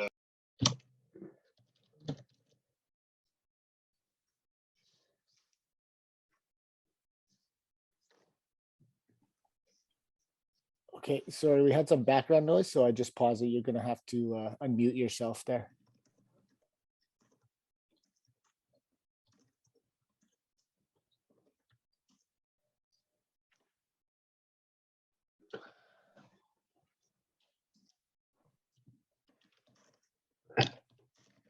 Yeah, sorry, whoever's playing the presentation, it's muted. Sanjeet, you can't hear you. Oh, no, I'm not the one playing the presentation. Vinay, can you do this? The audio is. Just don't mute this, takes care of the Just don't mute development this. aspect of blockchain and provide IT solutions for collaborators and partners. The first step that developing for Cardano in association with M Labs is the DEX, for which I will introduce you a bit more later. Foundation of the Konma Hood Community Forum, Konma Upskill, which is learn and grow and attain more skills. Conma Experience Center is the physical entity that's going to coexist with Conma Hood and Conma Upskill and various other wings in Conma. Conma Inc. is the commerce side of Conma. It governs the marketplace, which is soon to be peer-to-peer and decentralized. So that's about Conma for now. Konmaswap-a-DEX that we've designed for Cardano will be a one-stop solution for all sorts of DeFi services. The plan is divided into multiple phases, but the initial idea is to ensure there is an easy transition from EVM-based users onto the Cardano chain of developers, users, traders, and NFT artists. So the challenge, Cardano being a Gen 3 chain, has to catch up with current ecosystems that we are in competition with, given the fact that a DEX plays a vital role in an ecosystem and holding liquidity for further platforms for trading and so on. The first solution we brought under was to bring multiple modules of DeFi services under one domain that could be accessible by anyone, anywhere, and with any Shelley error wallet, as a matter of fact. The action plan is divided into 3 phases, and more phases will be added as we go on. The first phase is what we are trying to achieve within Catalyst Fund 7. This is going to be a traditional DEX and incorporated with a sales tool. The sales tool will be used for projects to raise money as a fundraising element and act as an ICO platform. The second phase will include staking, lending, and voting, which can be further developed within the next few funding that we have planned. And the phase 3 would be an NFT marketplace where you can mint contract algorithmic based NFT art and mint your own data from any third world server. The roadmap, as decided over here, is quite a lot of developers from Emergo or from MLabs, and we will then start development for the DAO and make the decision making for the DEX. They will be simultaneously developed, but the DAO will need to be done first to start governing other aspects. Once the development is done, it will go into the auditing phase and the quality assurance phase, upon which we will go into an initial coin offering for the community. Total value of ICO listings and large volumes of NFT marketplace transactions. The team consists of myself, that is Sangeet, and my good friend Vinay. We are in good association with MLabs as well for this particular project. If you guys do have any other questions, if you have anything, feel free to get in touch with the team and we'd be more than happy to get inside. Cheers and have a good one. Okay, so 20 seconds left. Good timing on the video. I will just say that the sound on the video cut out quite often because there was a lot of background noise. So it was cutting into the sound. So I'm not sure if everybody caught everything. But with that said, we have 10 minutes of questions. So I'll just open it up to the room to start the questions. And please raise your hand if you would like to ask a question. Also, just to point out to everyone here, we do have the video saved elsewhere. So if you guys want a better look, just to get in touch with one of us. Perfect, perfect. So yes, please shoot any questions, any concerns, even if they have anything to do with the Conma as a whole. But I would suggest keeping it towards the DEX. All to you guys. Yeah, perfect. So maybe not seeing any hands, I'm happy to ask the first question to get us going here. So I think it's a great idea. I think DEXs are super important to get people involved. What I was hoping that you would be able to explain to some of the voters is how your DEX is different compared to some of the others that are already going live right now. So whoever from the team. The approach right now is divided into 2 tiers. The first tier is directly directed at all the experienced traders and developers, and the other one is for the new ones. The UI UX is going to be designed based on the newcomers, so they have a good transition period, either from another ecosystem or if they're brand new to blockchain tech.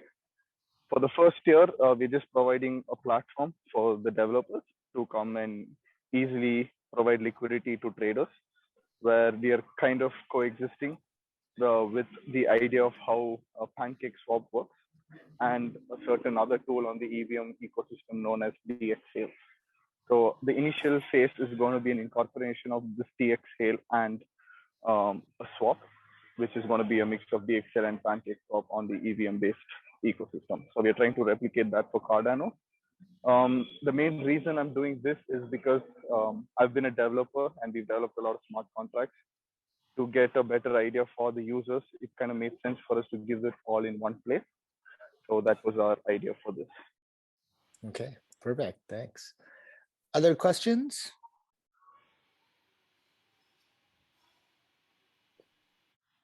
Okay, so I'll ask another. I might actually think we did a really good job. Yeah, no, it's good. It's good, and I want to encourage people to feel free to ask questions. Again, there's no bad questions or wrong questions. You know, feedback, thoughts for the proposers. Maybe just to keep the ball rolling, I'll ask one more, and then hopefully this could spark in other people. So I noticed on the proposal when I was reading it, you listed just yourself, Sanjeet. And I'm wondering if you can, as a DEX, and the work to go into it is likely requires a team. That's a beautiful question. Yeah, can you please provide us some more background on your team and kind of the experience that you have? To put you a little bit on historical data, we actually had this design structured for a gas-based ecosystem such as Binance Smart Chain or Ethereum. We did get in talks with few developers who kind of gave us a brief idea on what is required, but we did not take the step of actually employing these developers because we still weren't sure. And we kind of foresaw in the beginning that we might be changing our chain. It started with an EVM-based chain and then went to a Rust-based chain, and now we're at Haskell. So ever since DCF came on to late, we were decided that it is going to be on the Cardano chain, and that's how we got here. With elements to the team actually has a lot more, but this project is going to come right under Konma Labs. And for now, within Konma Labs, it is just me and Vinay, and the rest of the members are yet to be employed. So as soon as we get a green flag from this, the next step is to, again, get in touch with M Labs like we've been for the past few weeks and pass it on. But this project would more or less be developed on their side. So the development aspect is with them, but the collaborations and everything, we are more than happy to cooperate. Great. And just to add, we do have plans on having our own developer space, but as of now, we don't have it, but it's definitely coming up. Okay, great, thanks. Other questions?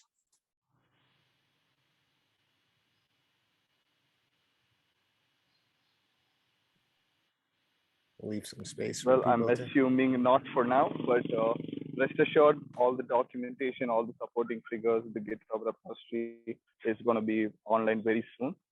We will provide a few links within the groups that we are in Discord as well as Telegram. So make sure you guys check that out. But either way, I'm leaving my email right below this. Feel free to get in touch with me about anything, and I'd be more than happy to get in touch. Thank you all for your time.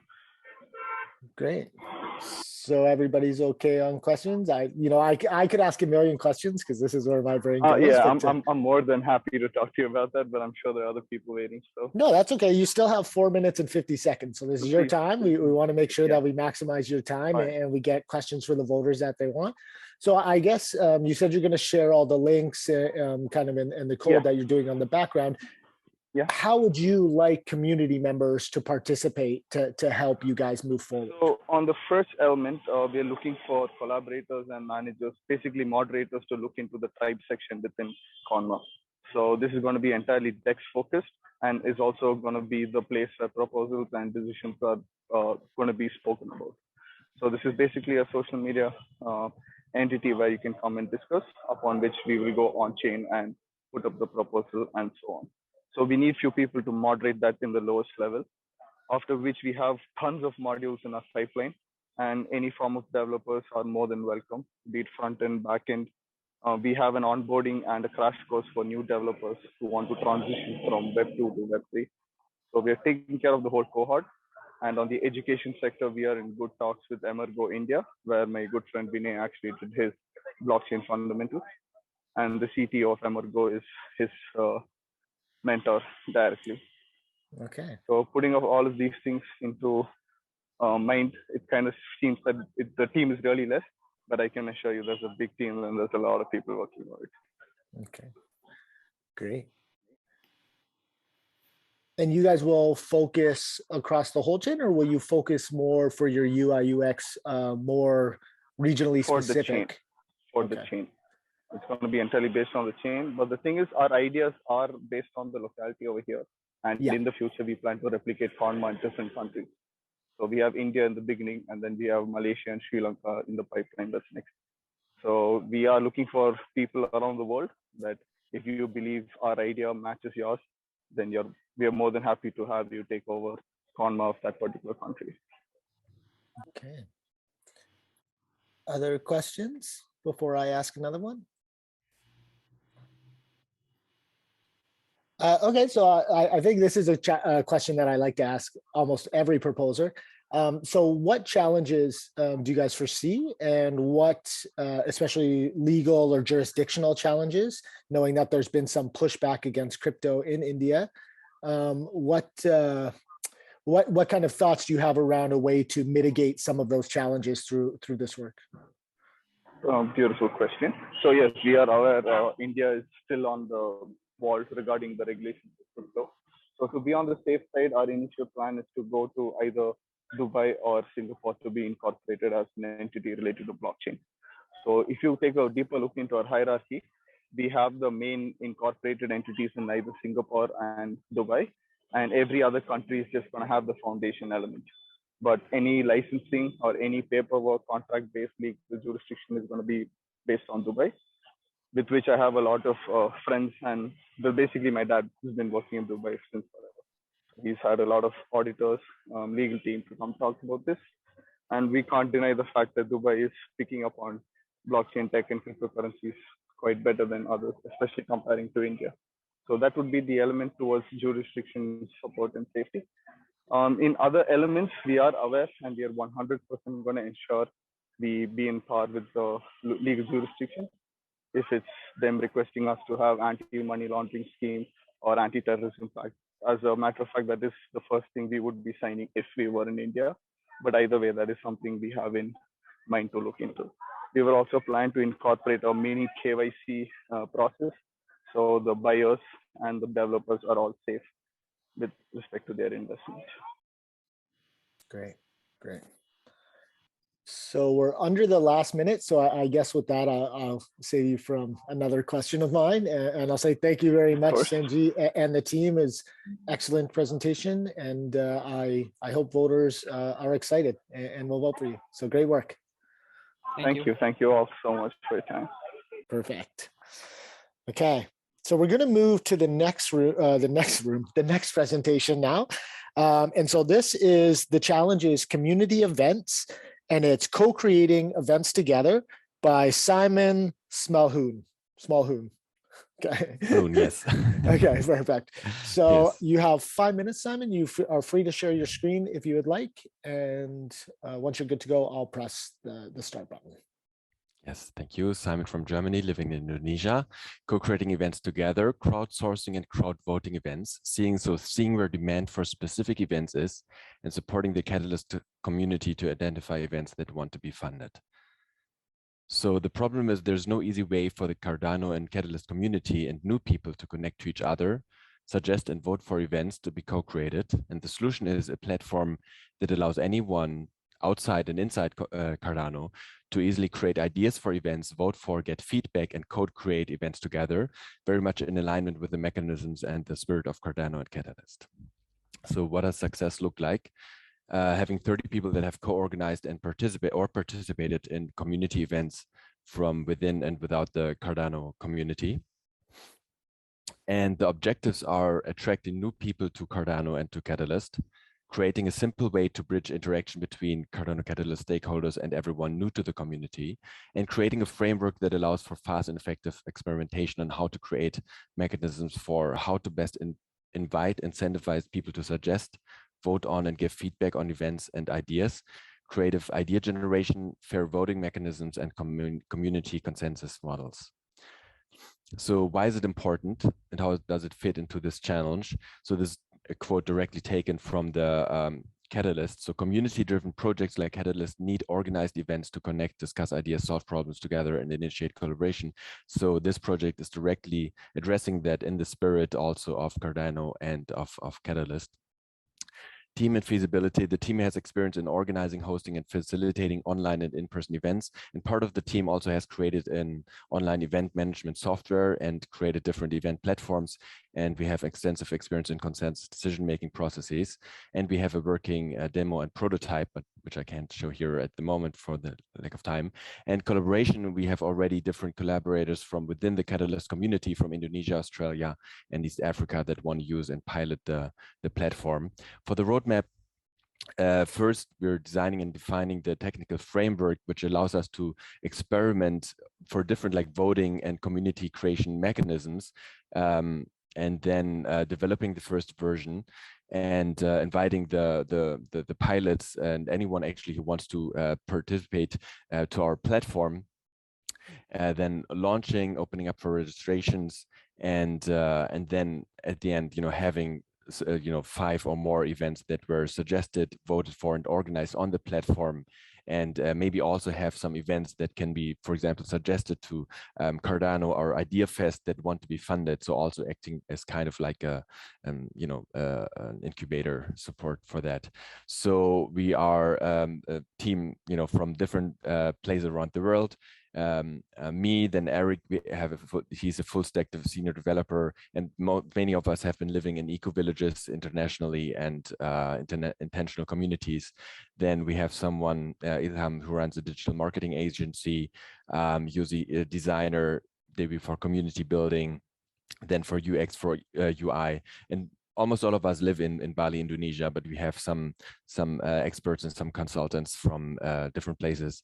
And then also on favors.com, you can see, we have some videos about the use cases and, different screens, the prototype demo, lots of information there. And so feel free to ask any questions, or also I'll be sharing my email. Feel free to email me and to give any kind of feedback, or let me know, especially of course if you're interested in collaborating. Yeah.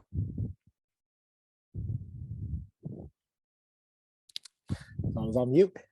So you have one minute of presentation left. Anything else you want to say in that minute, or you want to move to questions? Yes. So the idea ultimately would be also to have this as a DAO, and but to transition into that. So first, to start off, developing and actually seeing and also evaluating if we get the fund to see what parts of the prototype we already have we can use, and then ultimately the idea and the vision is to have a DAO and to have it all on the chain.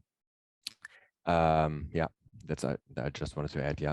Okay, perfect. So that's good. It's almost exact time anyway. So I'll just move it to 10 and we'll jump to questions. So I'll open up the floor first. Please feel free to raise your hand and ask a question.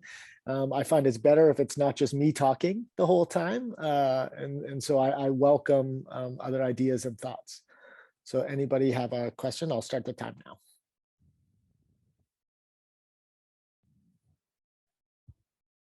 Oh, yeah, perfect. Dion, please. Hi, Simon. Hello from Hi. Jakarta, Indonesia. Hi. Hello. Okay, just wondering, and how actually the user gonna participate? I think do they have to log in and have an account with the favors, or they have to have a token? Or what is the how we can connect to the platform, Yes, and then how yes. it can be linked to the Cardano community? Because after this I will Yes. presentation about the community hub in Indonesia. So what do you Yes, think? thank you, Dion. So the idea is that the platform will be very open, transparent, and that it's not necessary to register to see what's happening there. and that, you know, it's really open for anyone. So the idea is that we have people, you know, from within the community, from within the ecosystem, and we also have like really like a bridge to outside. So anyone, even people who don't know about Cardano or Catalyst or anything, you know, from within the ecosystem, they can say, you know, I have ideas maybe for events, for organizing events, or I want to crowdsource events, or, you know, want to find out is there demand for events or for certain topic for events. They can go there and then see, create an account there for free, you know, and connect with others and put their ideas for events there. And then we have the people from within the ecosystem there, and then, you know, they can mingle there. So it's really like, it's supposed to be like very open from the very beginning. And yeah, not sure if that answers the questions or yeah. But I'm just wondering, how do you connect it with the economic, with the Cardano community? Is it we can crowdsource an event and then we have a share of the economics later on, or something like that? Yes. So also on the website, so there are some ideas. For example, one idea is that events that could be created there could be kind of like suggested to Catalyst or you know, to the Cardano community, maybe if they want to receive funding or if they want to get more exposure to, you know, on Idea Fest. So so it could kind of be like a facilitating platform for that, you know. So, and maybe assessors can go there and can see you know, what's happening there, what are some events that, you know, maybe we want to collaborate with from within the community, or that want to be funded. And yes, yeah, I think I missed one part of the question. Yeah, so it sounds like people will, like the promoters or the event creator would lead people to the site to say, please come to the site, interact, and they would be a Cardano community member that would bring in outside people, but link through that event to the ecosystem in some way. Yes, and actually to be clear, like it's not 100% clear. This is why I put there and on one slide, you know, we want to create like a framework, also technical framework for experimentation, because we have also in the prototype, we have, you know, experimented with different phases. For example, first, like events can be suggested for, you know, ideas for events, then can be voted for. Maybe then there would also be like a funding part later, you know, and, you know, people could fund with their wallets, you know, that would be like future, right? And then also maybe there would be like a token generation. So that's coming back to the question of Dion, and maybe like co-ownership, and also of course of the whole platform. So and what right now, also from the feedback we have received so far, is we don't yet know what is the best way to do this. For example, when we look at how we work in Idea Scale, for example, I think this is very much in alignment and in spirit with this project. But we don't yet know what is the best way actually, in the, you know, how to do all of this. So we want to create like a technical framework and then experiment with, and also get feedback from the community, you know, how should there be like the suggesting and the voting at the same level? Should there be like different iterations? Should there be different phases? Because it's a little bit more maybe complicated or complex than maybe just a Kickstarter or something like that, you know, or just, you know, or Eventbrite or any of these like sites or applications which focus on one of a single aspect only. So this is actually, to be honest, like one of the challenges, and where we have received like many ideas and many questions around that. So we want to experiment. I think the only way is through iterations and through getting feedback and involving people that are excited about this as well. Yeah. Perfect. Okay, Brian. Hey, this is a pretty cool project. So are you thinking of like making this something like a ticket master on Cardano, like a way for people to also connect live events and somehow get all of the like the resources they need, like even in the real world, like they're a ticket for an event, and have that connected to Cardano? Yes. So the idea is it would be online and in-person events. of course, so the first part is like the crowdsourcing and the voting part, and then also the crowdfunding part. So for example, if an event has already been successfully created, or the initiator or the host of that event idea has said, you know, we've got all the resources, right, or we got all the ideas yet already, and we have all of the we have, for example, the minimum number of participants that want to participate, so it makes sense to make this event, yeah, then we can come into the next phase, if it is, you know, sequential, to see, you know, what are the resources needed, financial and non-financial, right? Maybe someone can say, you know, we need a workshop room if it's a physical event, or someone can say, have all the requirements there, and then people can come in who are also invested because they want the event to be happen, or they want to invite, for example, Charles to come on one event, you know, as to interview him or something. You know, they can say, you know, this is really what we want, and the community can vote on that. And then if there's enough event, we can say, okay, we have 1,000 people that want this to happen, please come on board, right? And then also we can get the resources, financial and otherwise, to make this happen, right? And as a community together. And once an event has happened, for example, let's say we have this event happen online, and then maybe in New York in person, then we can have this still on the platform, is in the archive, let's say, and then other people can say, wow, I want this exact same thing, or I want part of what happened there in London or in Jakarta, right? And then can say, you know, I want to make this active again, and the community there, the local community, can say, yeah, this is so cool, we want to have this happen here, and then can also see, you know, what other resources which may be different or less than the initial resources needed, you know, would we could find out together how to make this happen. Yeah. Okay, perfect. Brian, do you still have your hand up, or is residual hand? Residual. Okay, perfect. Yeah, so I have a question. I guess I'll just go. So I looked at the site. Seems like it's largely completed, or there's a significant amount of work already completed. I'm just wondering if you thought about what pilots you would like to run first, or how you plan to launch those pilots, and how the community could get involved to be potentially one of the first people if they're interested to participate. Yes, thank you. So I just put my email there and the website also in the chat. So for anyone, actually, like, we're excited about anyone who wants to collaborate and, you know, wants to give feedback of, you know, how to do this, and also has some ideas on events, of course, that want to be created, you know, in this way with these principles. Then please just reach out, you know, even before, you know, it doesn't matter, because I'm so excited, like, I'm working on it anyway, no? So, so please just reach out, send an email, or, you know, hit me up on Telegram, and then we can discuss, and can even, like, now see how to move things forward. And of course, very happy to receive any kind of feedback and ideas. And yeah. Okay, great.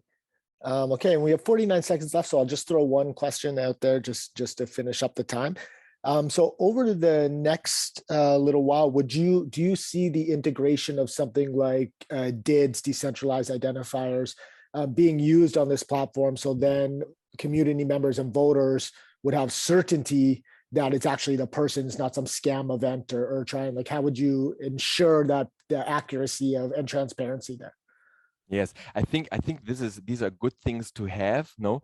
Though I'm not sure about, like, because what we're asking for also in this fund is like some small thing, right? So I think for the first phase or iteration, I think not. Maybe yes, maybe not, but hopefully later, right? So of course there's many things in the roadmap for the future, but that's probably years. I don't know. Yeah. Okay, perfect. And that takes us to the end of time. So much appreciated there, Simon. Very good presentation, and I hope voters feel the same. Thank you so much. So I'm just going to move to 5. Okay, so the next presentation is in the challenge Multilingual Resources, called Community-Web-Portal-in-Bahasa, and Dion Setchitomo. If I didn't butcher that too badly, I apologize. So you have 5 minutes. I'll let you share your screen, and I'll mute myself. And once you start going, I'll press play on your 5 minutes. Okay, thank you, JP. Okay, let me check. Can you see my screen now? Yes. Yeah, it's good. Okay, it's loaded. Okay, hello guys. My name is Dion. I live in actually Tangerang, just southern of Jakarta in Indonesia. Thank you for having me. So this is the second this proposal is the second time. Previously, I actually already submitted on Fund 6, and it's actually gone through to the photos, but we are lacking of photo power.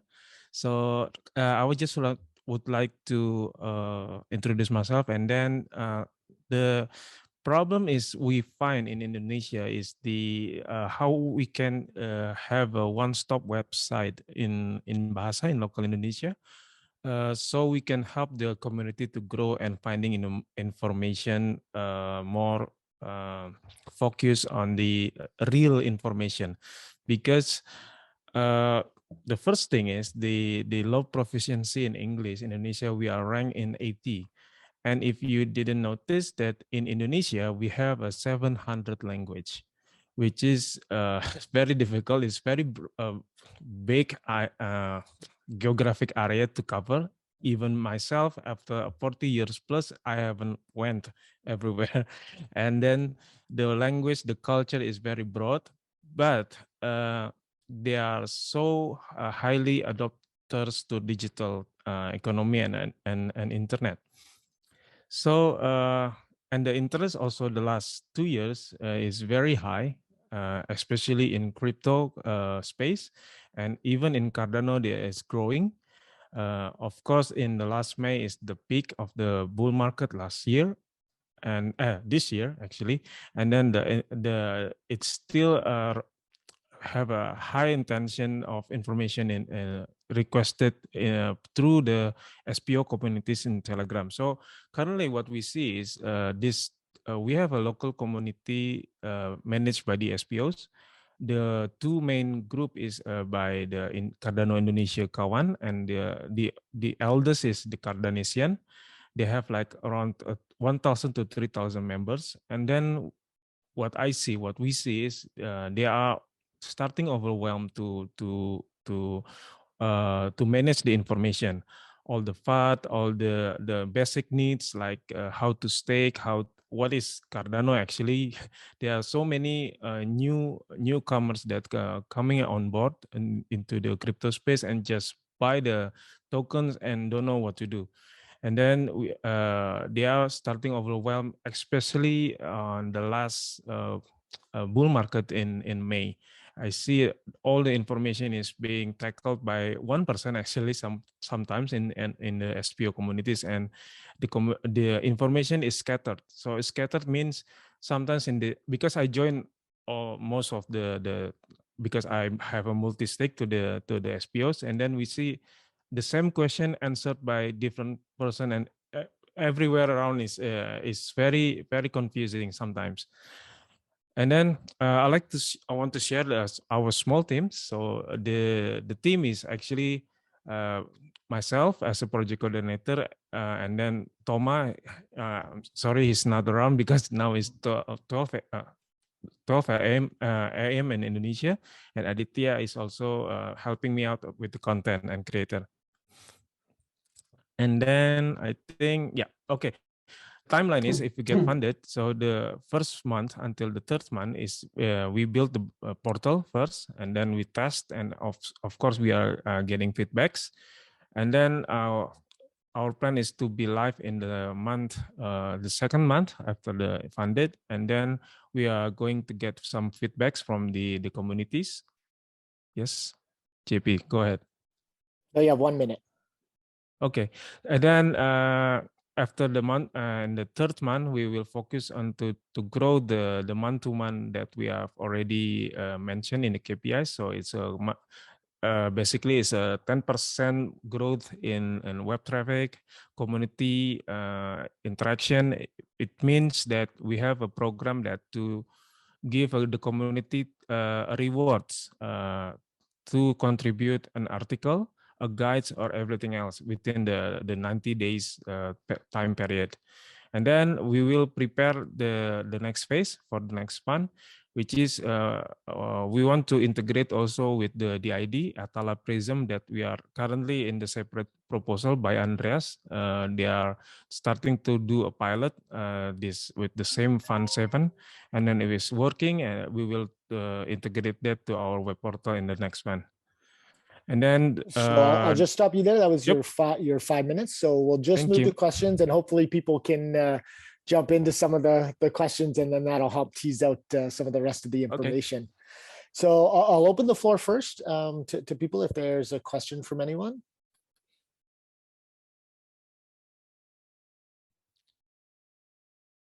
Yeah, so I assume, Dion, I assume that the main language would be Bahasa Indonesia, and not the other many of the other language, not many of the other like smaller dialects and so on. No. Yes. Yeah, it will be in Bahasa because the 700 language or 300 tribes will understand the Bahasa. Benar. Okay. Yeah, benar. Perfect. So I'll ask a question to keep it going. So how do you I appreciate that this will be a one-stop shop and that people will be able to come and find all the information on Cardano. I guess my question is other than the SPOs, how will you get people to the website as the source of all the information, as opposed to other sites that might be created? Yeah, first of all, actually, yes, our main target is to onboard the SPO Telegrams community first. And we know that we are also managing a Discord, trying push the people from many multi-Telegram channel into one Discord. And then hopefully that our web portal, once it's all information is being translated in a simple way or simple language in Bahasa, it become a resource, because what happened is we are communicating closely with the SPOs, so they will be also contributing the articles. Beside of the Cardano forums in Bahasa, because we have one section in Cardano Indonesia, in Forum Cardano, but the language is sometimes very difficult to understand by the onboarding or the new crypto space incoming person, right? So it's very difficult. Cardano itself, I am having difficulties after 2 years following all the blogs. It's still difficult for me to understand all the technical, or even a simple roadmap is very difficult to understand. So what we are aim to do is to onboard these people, first of all, the existing community first. And then the second, because we also aim to have the first page on the SEO approach in Google search as in Cardano Indonesia. So we hope that the traffic will be much higher after 3 to 6 months after the onboarding the communities. So yeah, it's going to be a community efforts to promote this web portal if it's bring value to them. So the first 3 months will be very, because we have like 80% of the content, but we need to rewrite that again. Even from the SPO community web portal, they sometimes have some contents that they already built. So we just need to rewrite that, and then and trying to keep up, especially during this DeFi. We are very concerned about 2022 because we know that exponential growth after the DeFi, and we know what happened with BSC in Indonesia chain when the DeFi blew up. Many scams, many shady projects, and then after this, we saw some Polygon. It's just every 3 months there are some big news about Indonesia get scam projects and everything. So we know that we have some times and now getting ready to put these resources in Bahasa. After all, we already done it, but putting it on the forum Cardano Indonesia, nowadays people don't read forums anymore. So it's very difficult as a platform, but as a resource it can be manageable. But I think we need something that people easy to access, especially in the mobile phones. Great. Other questions from anyone? I'll keep the line open. I have lots of questions, so we're not done yet. I still have like 5.5 minutes, but I Yeah. want to give space to other people too. I tend to talk too much. So, perfect, Brian. Yes, please. Oh, you're on mute. So have you looked into other areas that you might be able to reach out to people to, like on Reddit? That seems to be a pretty popular place for Cardano, but I don't know how popular it is for Indonesia Cardano. Yeah, the problem is Reddit is being blocked by our by Indonesia. So if you are not using, you don't know how to use modified DNS or VPN, then you mostly people cannot open the Reddit. So we have a local big forum called Kaskus, but it's now drowning also. Nobody read forums anymore. It's very unless you want to dig deep into a conversation, so they will go there. But in Delhi, you know, if you have like 10 minutes, 30 minutes to browse around crypto space and you're looking around for Cardano now, in Google search in Indonesian language, it's very, very, very, very price action, you know, you just see just nothing there. So I don't think that the message will be around. Yes, unfortunately, Reddit, we cannot open it without some additional layer on top of it. What about YouTube? YouTube can, yeah, yes, YouTube. Actually, I have another presentation on the proposal for the video series, so we will reach out on that on the another room after this. So yeah, YouTube is actually surprisingly also 80-90% is about price action. So on the other proposal, we are going to create our own content for educational purposes for Cardano ecosystem, and even the mission and vision is maybe just translate what this white board presentation from Charles, even we don't have it in Bahasa. Yeah, we think that there's a significant amount of just translating some of the already existing products into Bahasa would take a significant amount of time to to get plain language from, you know, these really like you're saying. I always tell people it's like drinking from a fire hose when you come into crypto and Catalyst, because it's so much information. So I'm just wondering if you've if that will be an approach as well to kind of translate versus create content fresh, because it's harder. Oh, I can't hear you. Are you on mute? There are some samples in the idea scale attachment that we are trying to have a 3-4 minutes read, so it's like around 300-400 words, and we are screening the contributors, so who can, you know, the blog from IOHK is very not 3 minutes, 4 minute reads.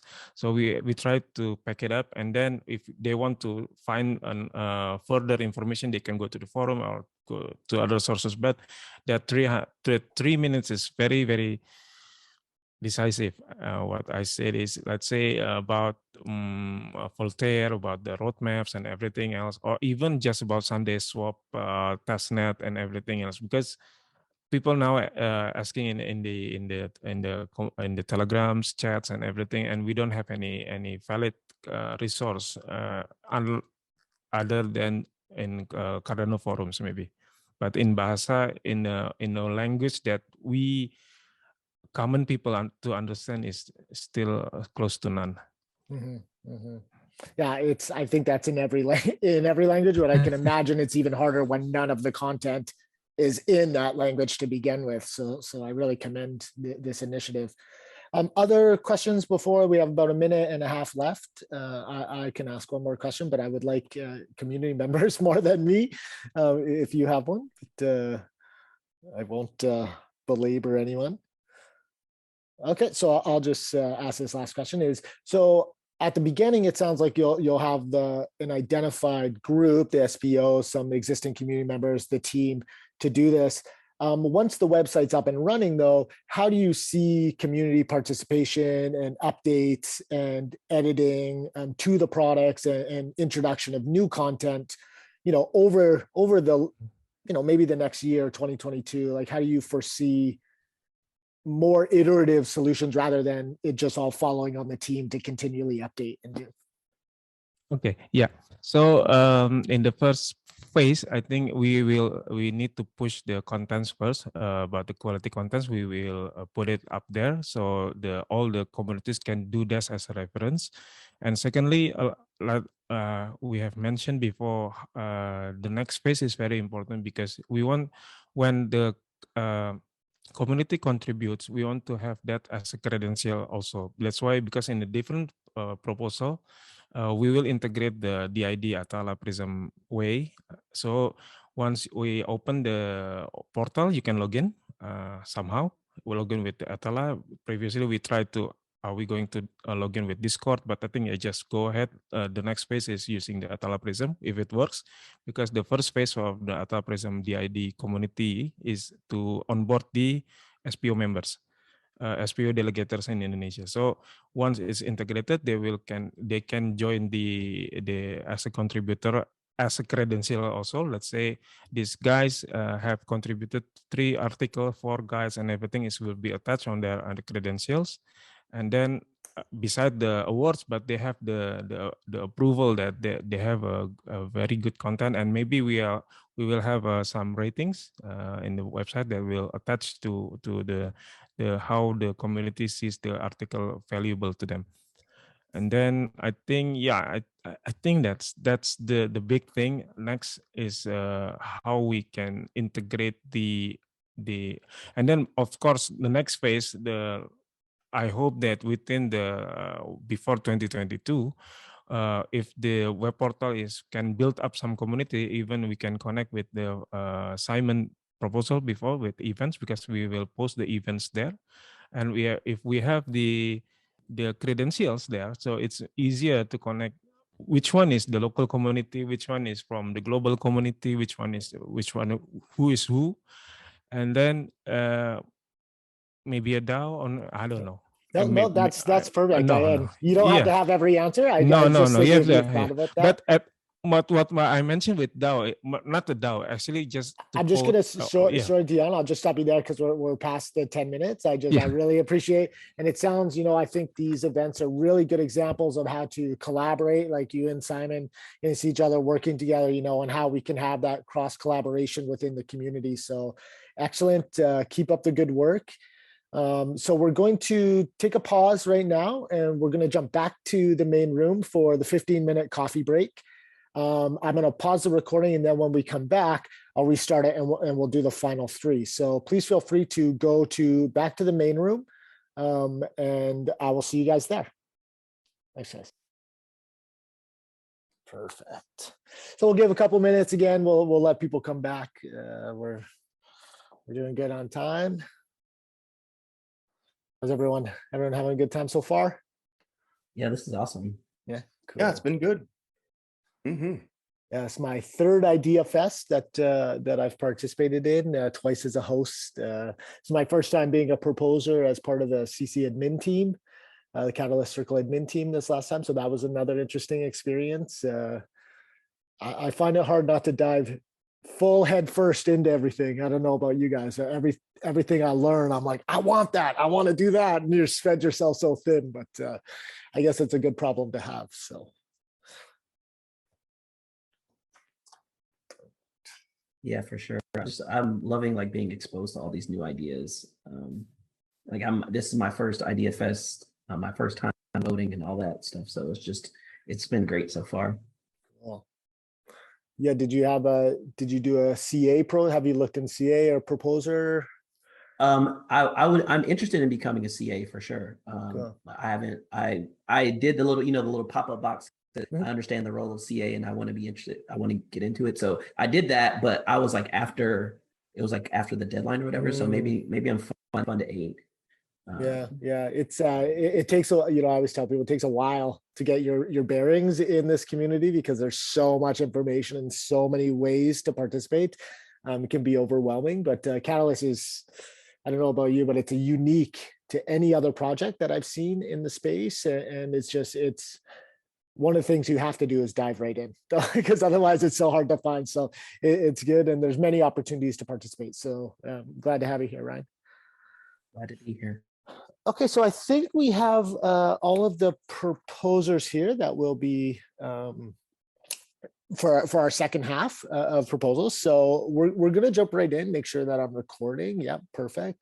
So I'll just go over the ground rules again. So I'm JP, I'll be your host here. I'll be moderating, asking questions if there's not any. Each proposer will have 5 minutes, which I'll be timing. So I'll raise my hand on the screen, or I'll physically raise my hand. And if you don't see either of those, I'll come on and tell you that your time is running out. After 5 minutes, I'll start another timer for 10 minutes, which will be open for open questions. And I just ask that you please raise your hand to make it easier so we're not talking over each other. And feel free to be critical, but keep it constructive if you are going to be. So no throwing anybody under the bus, but try to stoke ideas and kind of terse out what you're looking for. So with that said, the next challenge that this proposal falls into is Gamers On-Chain. It's called Cross Gaming NFTs, NFT Fighters, and John Moreland is going to be our presenter. So John, you'll be able to share your screen if you have slides. And as soon as you start going, I will start your 5-minute timer, and then that will let us go. So over to you, John. All right, and just to verify, are you guys seeing the slide says the title of the project, Cross NFT Gaming? Yes, perfect. Fantastic. All right, so thanks everybody. I'm going to give a quick overview. So really the title describes what the project is about. So Cross NFT Gaming is kind of this larger thrust trying to take NFTs that are usually individual projects and bring them together in a shared gaming space. And the game specifically is NFT Fighters. So looking at kind of the core pieces. So the problem statement, cross NFT gaming, I'm guessing a lot of you guys haven't heard that term before. And that's because this is really a sleeping giant. With the overall goal of getting more people into Cardano, I think this has a huge potential to get people in. This is something not on Ethereum, nowhere else. Cross NFT gaming just isn't a thing yet, but it's definitely going to be. Now, what cross NFT gaming is, it's kind of like when people picture, you know, like the Ready Player One vision of the future for the metaverse. That's what it is. There's all these different sources of content coming together in a shared space. All right. So now this is kind of a baby step toward that. We're starting with a card game. Okay. So the solution is this simple and easy way to introduce this concept of cross NFT gaming to people. Essentially what happens is you create an account, you link your wallet, and then any NFTs that you hold in your wallet show up in the game.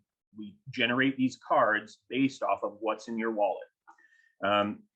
The cards, if you're not familiar with card games, this is a fairly simplistic rules. So each card is going to have an attack and a health, and then some other one-off or special attributes. But essentially, on this image down in the bottom right, we're seeing here with the Gingerbread Squad NFT, but this is something where we could combine teams with multiple. This is just an image from the working prototype where so far we only have one NFT loaded. Essentially what happens, I have a video that I'll show.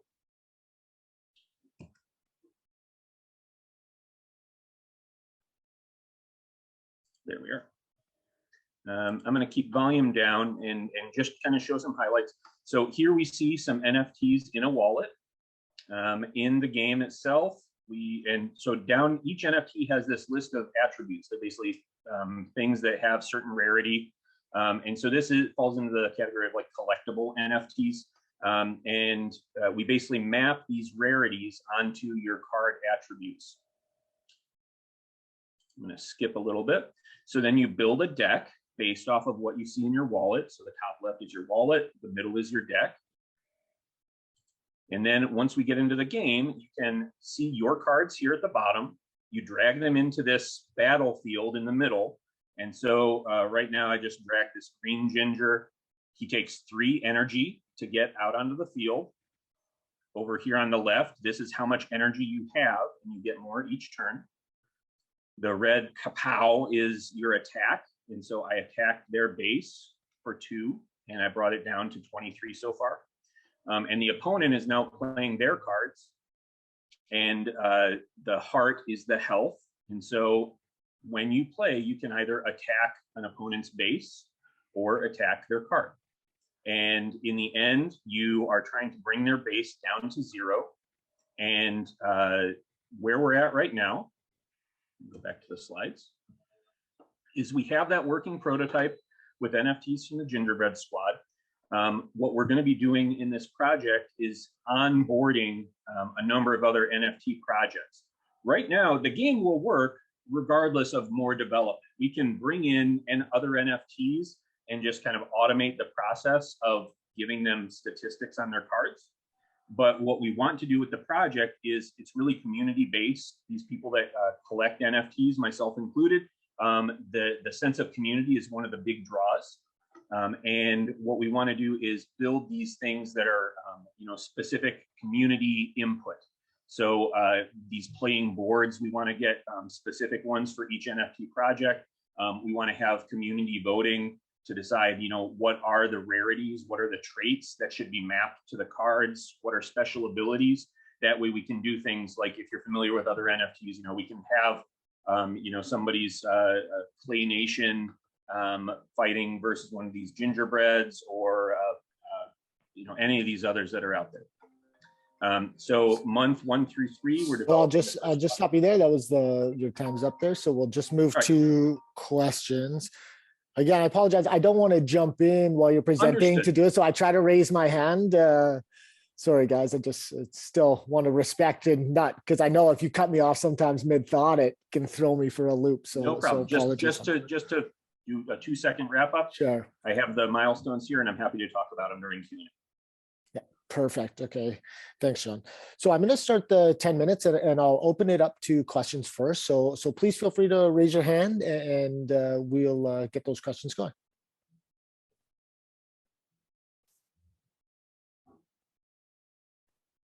Yeah, Lee, please. So I'm looking at this roadmap here, and I see where you have the WebGL, Android, and ISO on there.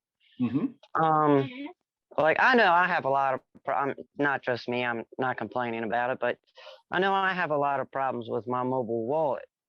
So would you be able to play this game without having the mobile wallet on your phone? You know what I mean? Because yes, no, that's a great point. So the way that it's working already in the prototype is it's WebGL is what's currently implemented, right? And so what that means is it's inside of a website. So you go to the website. Right now we have it password protected for our beta testers, but essentially you go to the website. The first time you log in, you can either, one, just play with our community wallet, which is for testing, but we're considering putting that out there. That way, even if somebody doesn't have NFTs in their wallet, they could at least get a taste of the game. But then if you want to add your wallet, for your case, what I would suggest is at one point, go to a computer, a PC, where you don't need to do it on your phone, and use that to create your account and add your wallet. Once that's on there, now your wallet is linked to your account. So you can now, anytime, go onto your mobile device, log into your account. The wallet's already linked. It doesn't need to be a mobile wallet. It can be any wallet that holds NFTs.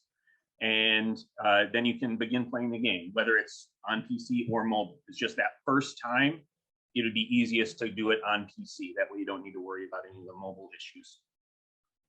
Did that answer your question?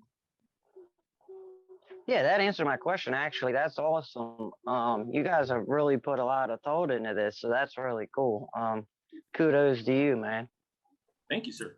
Thanks, Lee. Other questions? I have some written down, but I'd like to open it up to other people first if they want.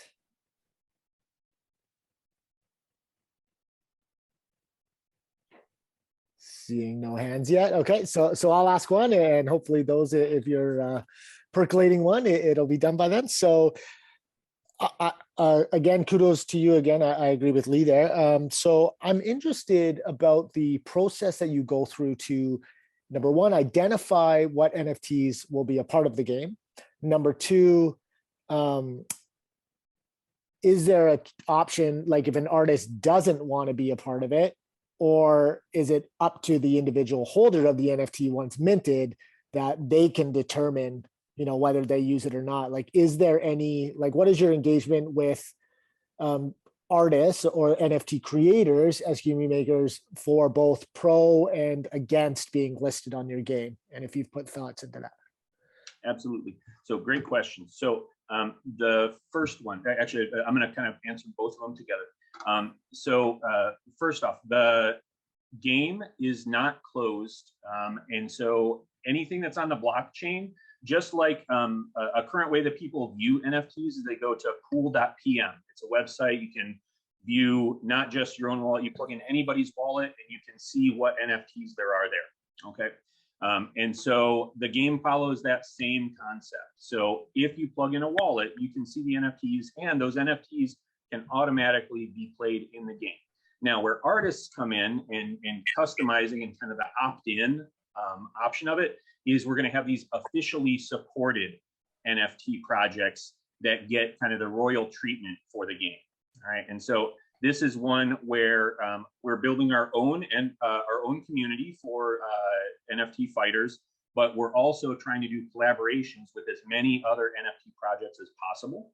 And whenever we can, we want to engage those artists, and part of our budget is to provide funding for those original artists from the NFT projects to help us build out the art for their projects. Specifically, what's going to be included, right here we see a gingerbread board. All right, so this is specific for the gingerbread squad. And what we do is we do same thing. So that play board, this is what's customized. We engage with artists to create their own custom art for whatever their project is. Likewise, the cards themselves have kind of this custom overlay. And so those are the pieces of art that are customized. It's something where we obviously want to be on friendly terms with everybody. So we don't want to do anything to jeopardize relationships with any NFT projects, but it is an open project. So if you can view it on pool.pm, you can do it here too. Okay, that's great. Thanks. Other questions before I jump to another one? So about 4.5 minutes, so lots of time. It's not a question. It's just I don't know, doubts that I have in my mind in terms of this space. I'm amazed of how NFT is growing and how NFTs with gaming is growing. What are your thoughts about that, John? Why you jumped into the space first place? Yeah, so I agree. It's amazing how quickly things are growing. What got me into the space was NFTs are what pulled me in. By profession, I am a developer where I develop educational games. And once I started building my collection, I just really wanted to blend these two worlds together. That's when I started researching. Was very interested to find out about the other projects that are already in development or being pitched. The thing that I love is this ability to customize games based on your own collections. And I think that this cross NFT gaming is the next step, where it's not limiting people to this collection or that collection, building these artificial silos, but rather it's bringing it all together. Great. Yeah, I have a very interesting project. I really like this. You know, I love CCGs. I'm an old Magic the Gathering player from the 1990s. I presume you are as well, right? Yep. Figured. So I'm interested in what would make an NFT project compatible with your game. If an NFT project were being created, like I'm creating a project to support my project in January. So what kind of NFT project are you looking for in terms of being compatible? How would one become one of those first 5 compatible games you're giving the royal treatment to? Sure. So a couple questions in there. The quick answers are to be compatible, there's really 2 levels. So just to be basic compatible, you need to make sure that when you mint your NFT, that it has the right metadata. And when I say right data, it just needs to have JSON objects that are there available that have rarity of traits. All right, so could be any number of traits, could be any number of rarities, but that's the requirement to get into the game. To be very well integrated into the game, we are looking for NFTs that kind of have a logical mapping to the attack health characteristics of the cards. So on these gingers, they carry a cane. That's what does your damage, the rarity of the cane. They have different body types made of different materials. That's what's your health. So that's not a requirement to map into the game, but people, when they play, it's going to make more sense if, you know, a particular type of hat probably isn't going to make an effect on damage. But so we want to, you know, find some kind of logical mapping. I love it. If you make a template available, I will follow it in building our project. Oh, that's a fantastic suggestion. Nobody suggested that. I think we should absolutely do that. And then if you want to basically just follow up with me, I'm on IdeaScale, and you can contact me there. Okay, we will be in touch. Thank you. Great, thanks, Sean. So I'm going to ask one. Oh, no, I'm not. I'm going to let Lee go. Go, Lee. It's not so much a question about the game, but I really love this idea. I love how it crosses through all NFT projects. So I kind of wanted to follow you and keep track of the progress. Do you have like a Twitter or Discord? Yeah, so we're just kind of building that aspect of what we're doing right now. We have a YouTube channel. That's the closest thing that you could follow. And so my dev name is Prodiga, Prodiga. And so if you go on YouTube, probably easiest thing to do would just be search for NFT fighters, or specifically gingerbread fighters. That's the prototype that we have. And as we build out some of these other channels, we'll be sure to advertise them on YouTube as well. Okay, perfect. So we'll stop there. That takes us right to our time. So thank you, everybody. Excellent presentation, John. Thank you very much. And we're going to jump right along as soon as I set my timer again. Okay, so in the next challenge is DAOs Love Cardano, and the proposal title is called Mutual-Aid-DAO, presented by Shale Riley, our friend who's just on the screen. So Shale, I'll give you the time to come on. If you got slides, feel free to share your screen. And then as soon as you're started, I will hit the go button. I'm just going to switch headphones here. Okay, can you hear me? Can I hear you? Yep. Thank you so much. I am ready to share my screen. Let me share my screen. All right, Zoom call, share screen.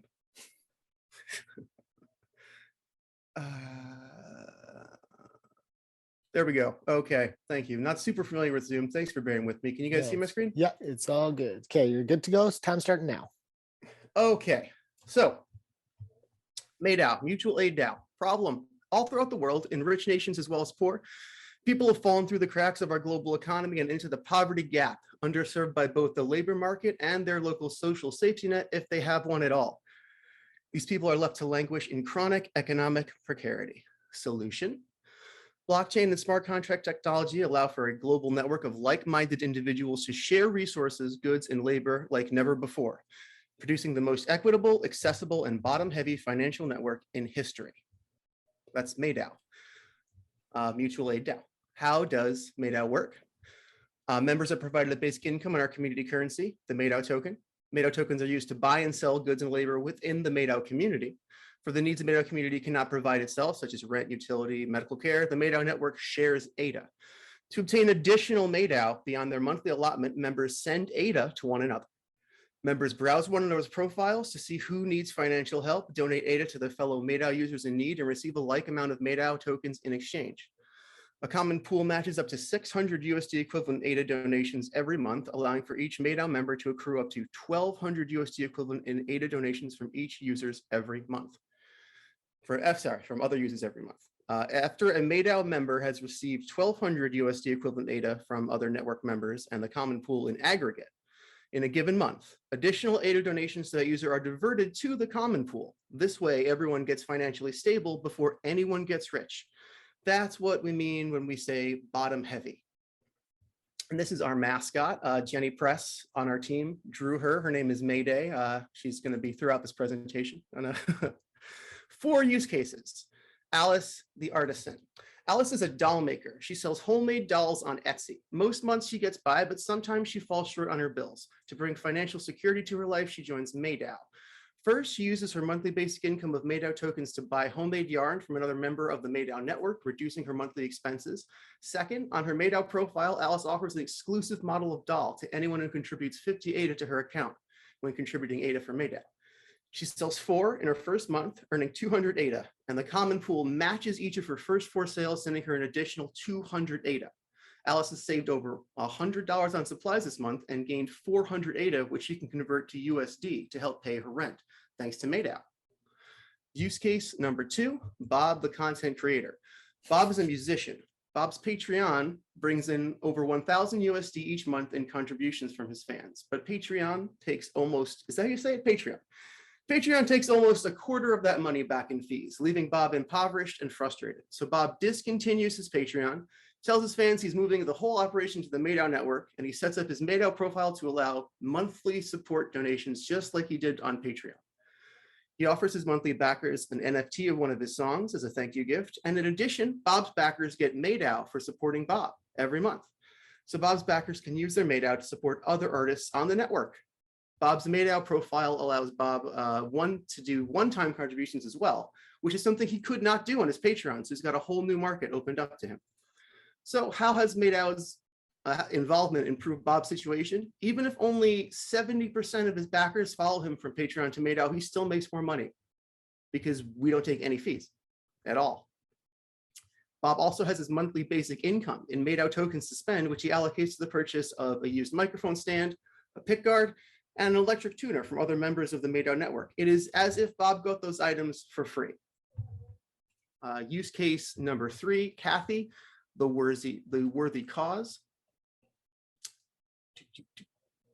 Kathy's a single mom, and she's in a precarious position. She's developed a medical condition that prevents her from working, but she hasn't yet gotten an official diagnosis, which has caused her to be disqualified from the government safety net designed to help people in exactly her situation. Very frustrating. 45 seconds left.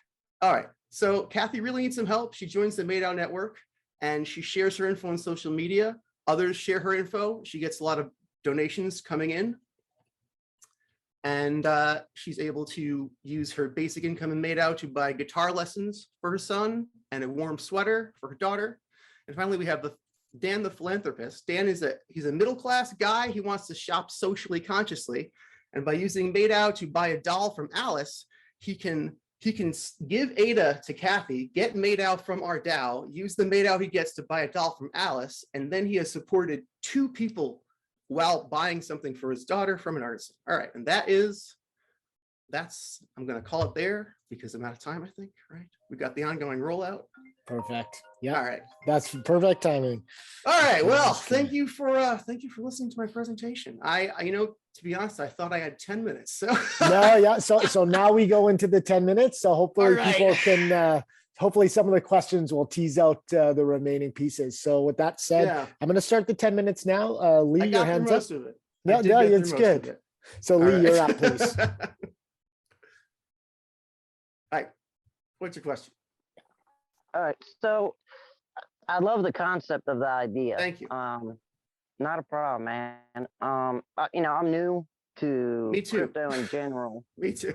So the ADAO, I love the idea of being able to like create a Patreon where the artist isn't getting screwed over on, the little bit of income that they're bringing in. So I guess my question is, what is going to provide the liquidity for this, right?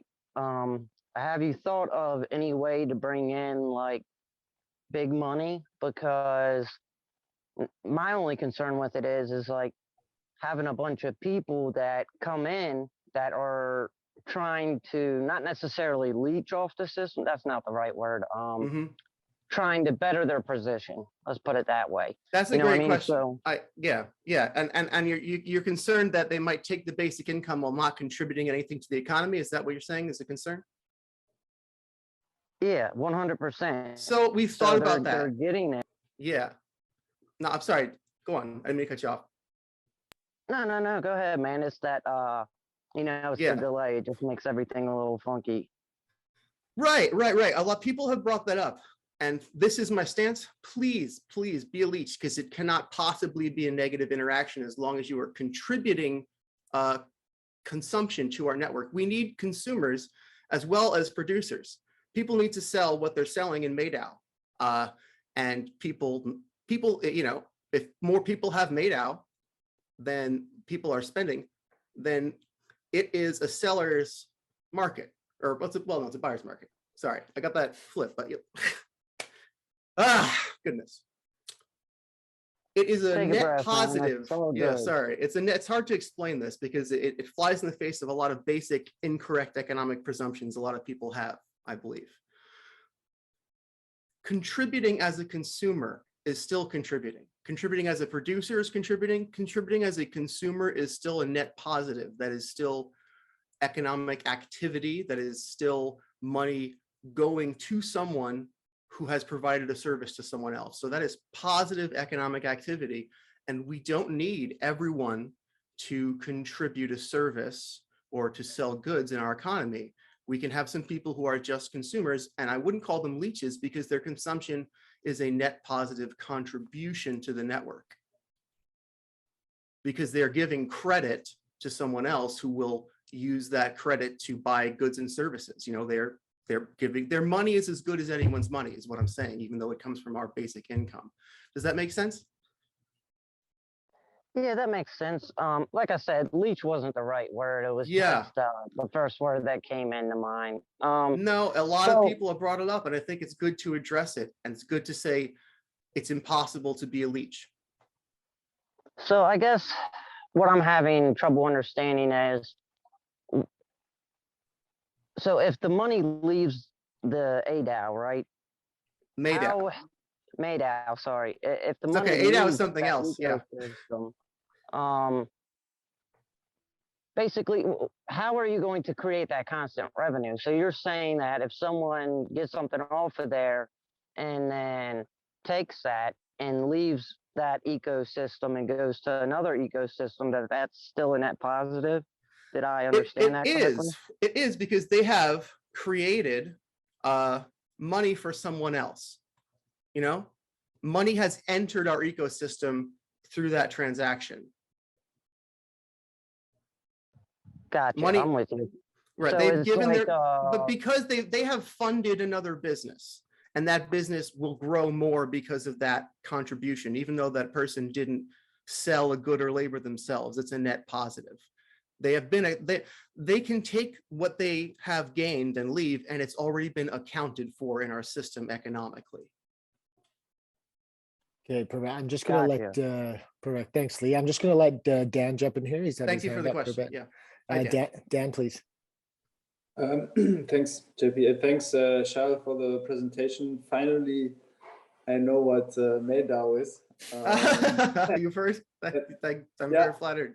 I've been on the server lurking, but I never had the time to really do a deep dive, and this was really helpful.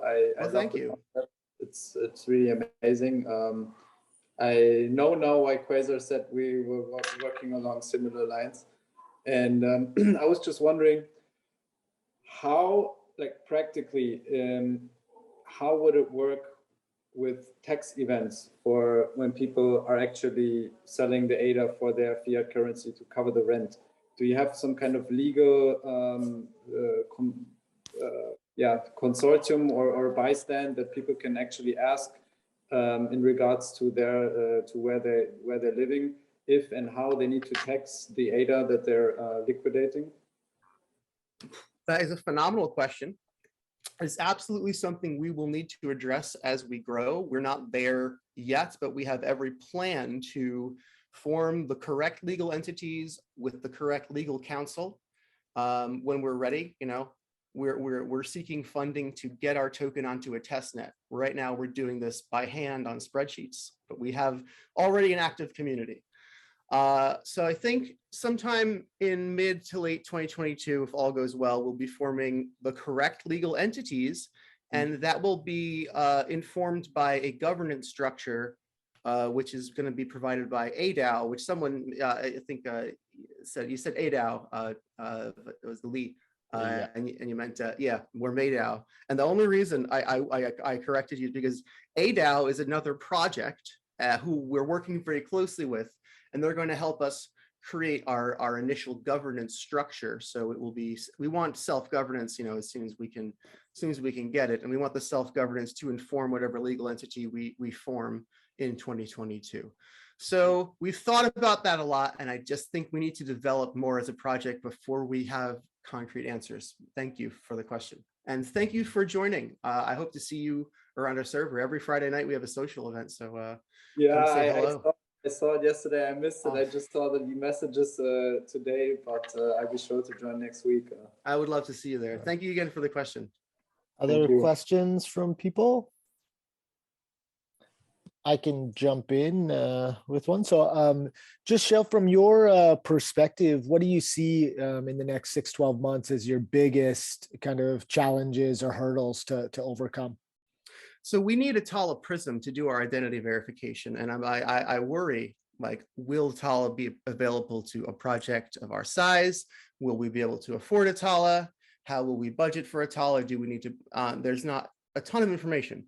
I trust that a Tala will be everything it promises to be because I believe in Cardano, you know?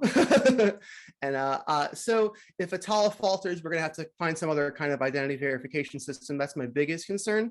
We're also going to have to fine tune our economy. We've got an economist in our 4-person team, and that is his role. His full-time attention goes to our economy and making the system conducive to the most human-centric economy we can create in the MADAO network. And that means we have to make sure the amount of basic income in MADAO is correct, that all the incentives are correct, that that if we're using any algorithms to present profiles with any kind of priority when people search for certain things, because people will have profiles to, you know, in their wallets, they'll be able to look through and see who needs aid. And you know, we want to make sure that's fair if there are any algorithms or anything. So we're really interested in making sure the system stays bottom heavy. That is the word choice I keep using. We want the system to benefit the poorest the most. You know, it's a mutual aid network for like-minded people. I think I may have gone off the rails a little bit here. Did I answer your question? No, Could you great. No, it's perfect. I think we'll let Alex jump in and ask his question in the last minute. So please go, Alex. Jay, thanks for the great presentation. Congratulations on your proposal. Thank you. Just wanted to ask you about if you heard about the Atala Prism Pioneers program. Are you part of that? I am not. The Pioneers, I know the Plutus Pioneers program. Is that what you're talking about? There is an Atala Prism Pioneer. It just Atala, ended. no, I'm not. Yeah, Atala, I've never heard of it before. I suppose I should probably try to be part of it, huh? It just ended. I was part of the first cohort, so I summon you for going into the IOG technical Discord server and find out about that, because it's coming the second batch of the Pioneer program, and the system is ready. It's just not public released yet, but it's ready. It's there. Could you please put a link to the Discord that I should go to in the chat, and I will go there and I will try to get into the next batch of testers. Sure. Thank you so much. Access the content from the first cohort, because I just signed up for that, and there's like, you can browse the slides and everything from the first cohort until the next starts, I think. Awesome. I'll be sure to send the link to you in Discord for the sign up. Thank you guys. Thank you so much. Perfect, guys. So we're just going to stop that one there because we're at our time. So thank you very much, Shell. It was excellent presentation, and you can thank tell you for having me. A lot of excitement from the group. So, and it sounds like some good direction to work for integrating Atala into this. So congrats. Thank you so much. Okay, so our last presentation today, you can stop sharing your screen when you get a chance, Shell. Our last presentation today is in the Grow Latin America, Grow Cardano Challenge, and it's titled DAO, which stands for Decentralized Alliance for Latin America Empowerment. Our presenter is Alex Peshanker, and sorry if I butchered that. And you'll have 5 minutes. So as soon as you share your screen and start going, then I will hit start. All right, thanks for having me here. I'm Alex Pechanker. I'm really pleased to be here. I'm representing the LATAM Cardano community. I will be talking about DALE, which is one of our 4 proposals that we presented in Fund 7 in the Grow Latin America, Grow Cardano challenge. So, first of all, I would like to ask you for a little allowance. You will hear some Spanish and Portuguese. Bienvenidos al experimento. As coisas podem romperse, não estarem bem documentadas, diferir ampliamente entre iteraciones, desorientar, sobrecargar e inspirar. Nuestro objetivo, proveer un ambiente seguro y lleno de vida, para que todos puedan explorar o mais alto potencial da colaboração humana. Thanks for that, guys. So, Latano aims to reach 1 billion people. And if we want to achieve that goal, we certainly need LATAM. LATAM is a very complex region in the world. Back in the backyard of America, we are barely 33 countries and about 662 million people speaking 4 million main languages.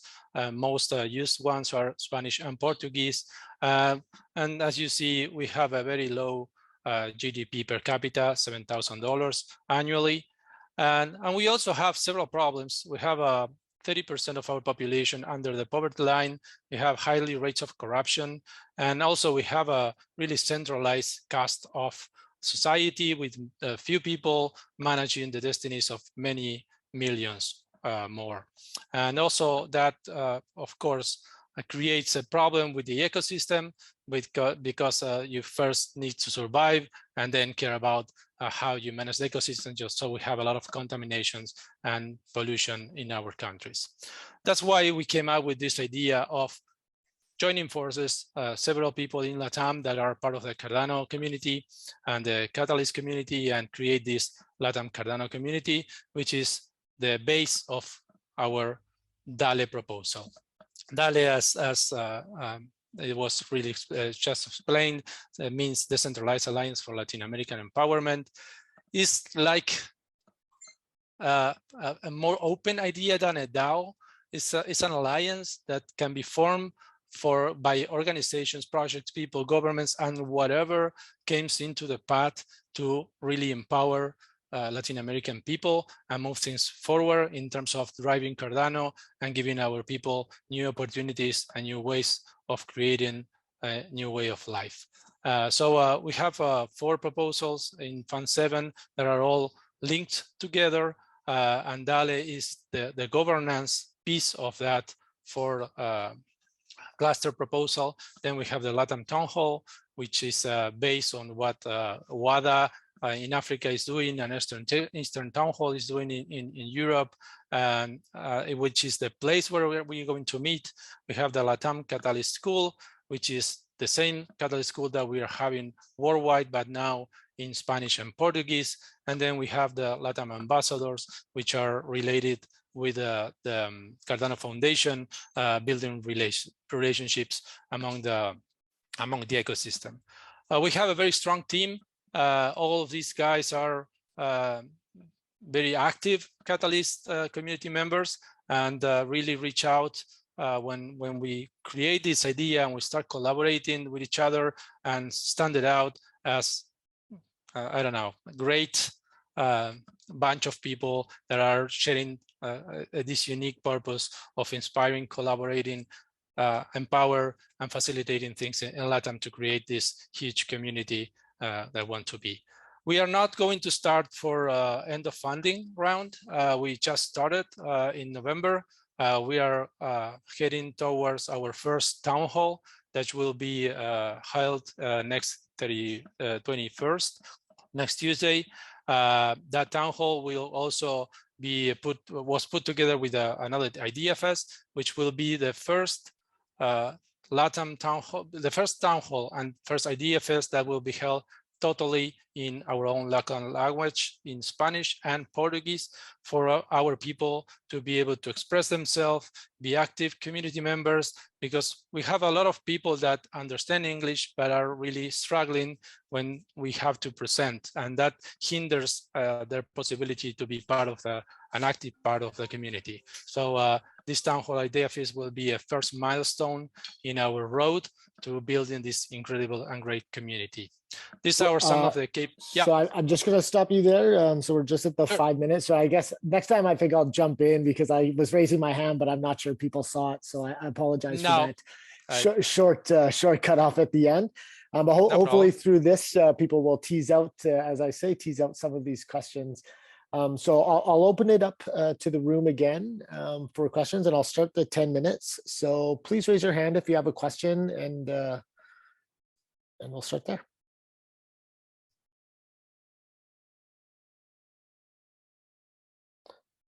Okay, so I'll ask the first question just to get the ball rolling. So I was just wondering if you can maybe provide the listeners some information on kind of what the response has been by the Latin American community so far for this proposal, and this proposal on governance specifically as kind of the capstone of the other ones that you're mentioning. And so what kind of the uptake so far has been from the community? Oh, the reaction is outstanding. We already created several channels: the Discord channel, the Telegram channel, the Gitbook, where we are going to put all our decision-making process and all the auditability thing. So people in LATAM joined the Discord. We didn't have any I don't know, public marketing campaign or whatever, and we are barely 50 people already in that Discord.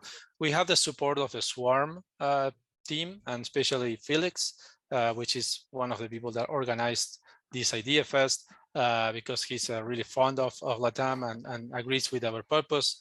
So the reaction was amazing. On the first town hall, we will have the participation of Dor Garbage, which is the almost kind of the PM of the Catalyst community or the Catalyst project. So the reaction is amazing, and we are really hoping to be able to get also Charles to visit LATAM in a roadshow such as the same as he did in Africa.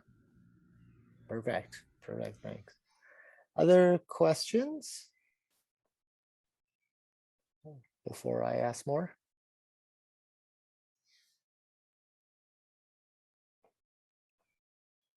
Okay, I'll let people still think. So again, it seems like you guys have done a lot of work already, have a lot of work still to go.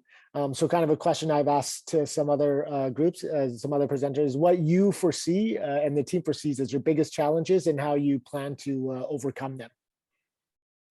Well, one of the biggest challenges is how you make a community such as this sustainable, right? And that's something that is being discussed in several communities, not just the LATAM one, because when you are, I don't know, shaking the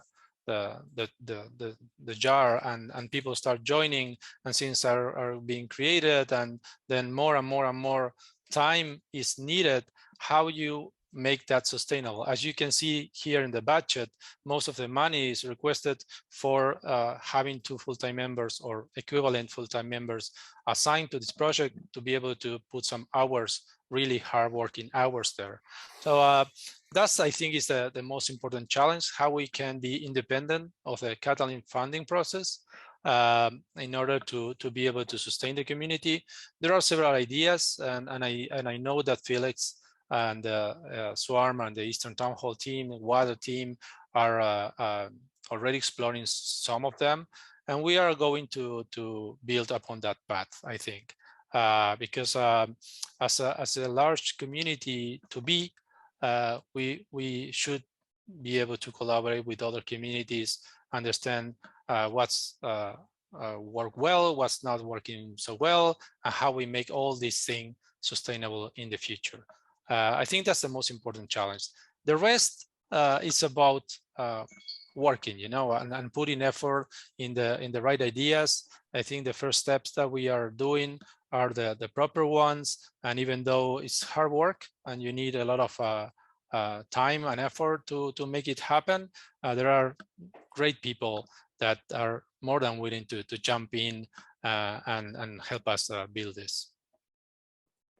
Correct. Yeah, I think this is a real need, and we've heard it for a while that, growing Latin America and having more mother tongue discussions, because as you said, discussing in English, is fine and capable, but it's hard to get to the root and the real meat of many discussions. I'm learning French, and so I can appreciate, trying to speak in another language and feel like you know what you're talking about. So I really commend you guys on this. Other questions right now about the DALE project?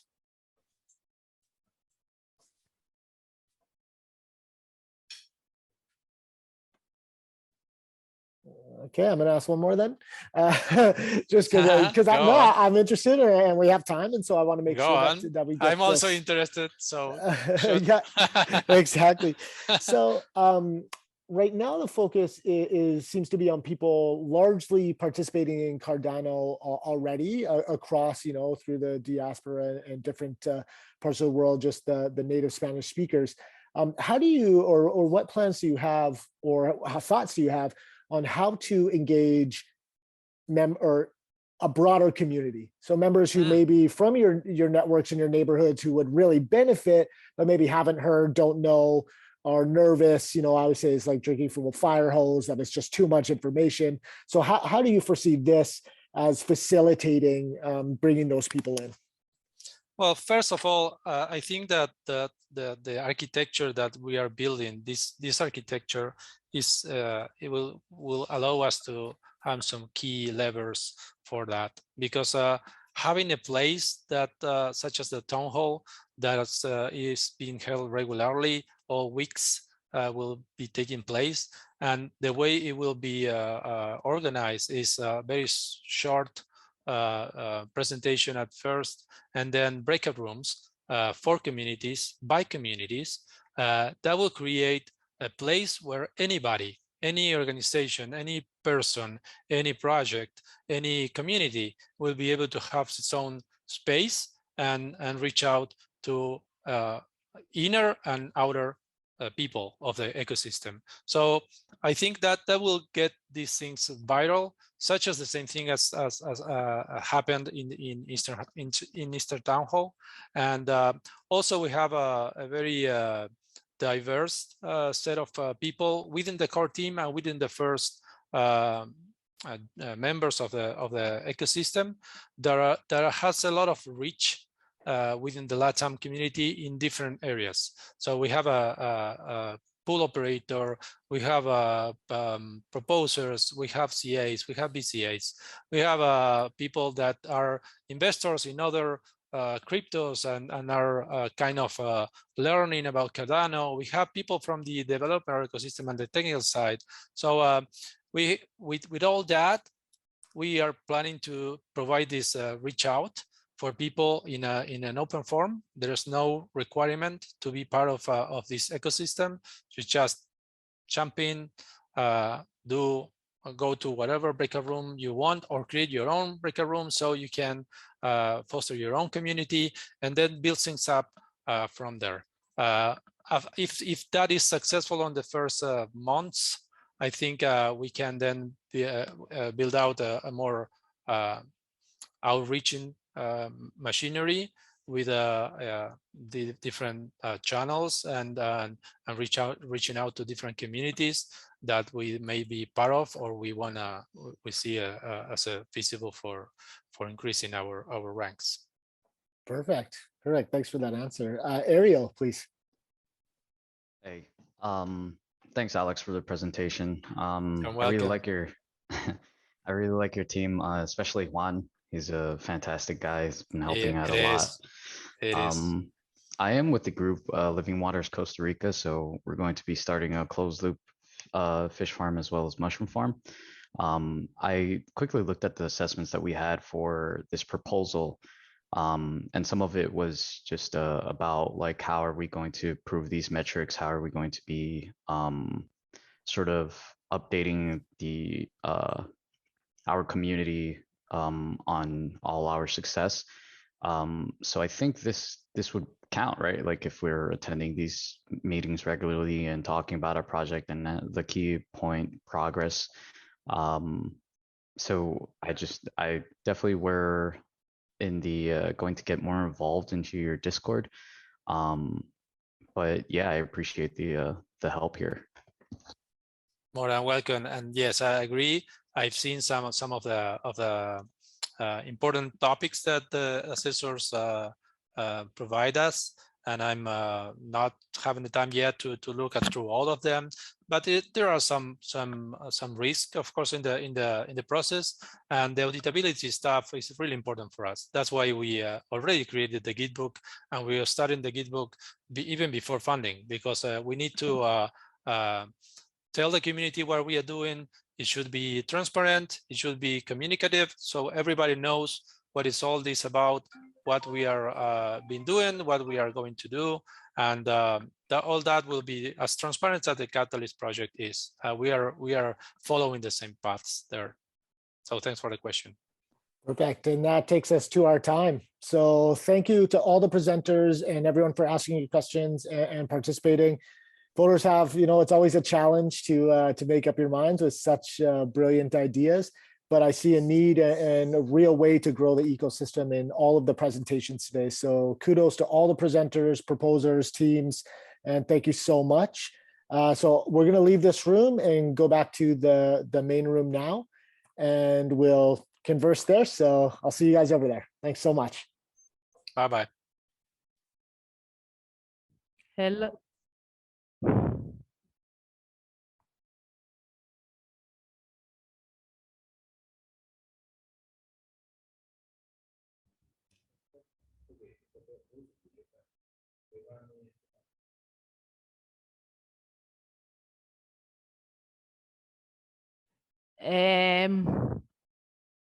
Who is here? Who is ready to present in the next 7 minutes? Who is doing a presentation today?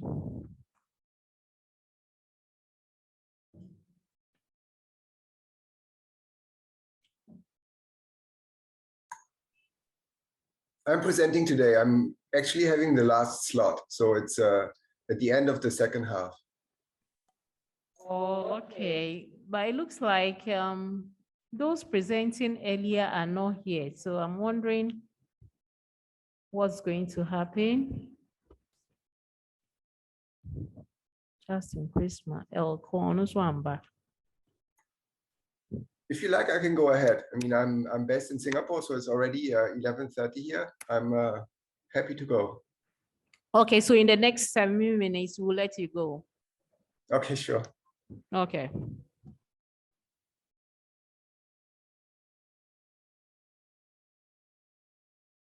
Hello, hello. Hello. The proposals are supposed to start in five minutes, so Yes. that person still has quite some time to join. Oh, okay. Okay.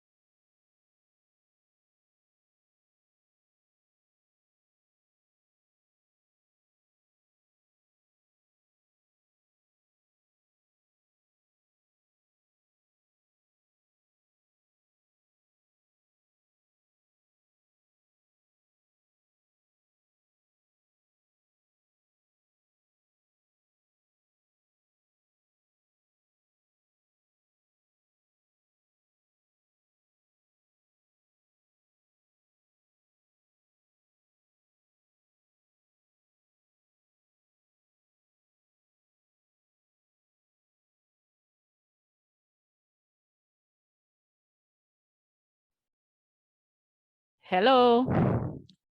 Can we have some little introductions here? Efia Owusu from Ghana. Yes, and I am Nana Sapo from Ghana, so helping to moderate this particular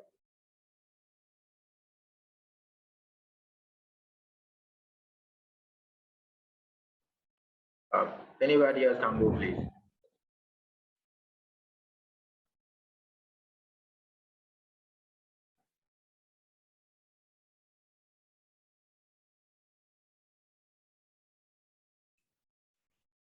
Dan, can you come?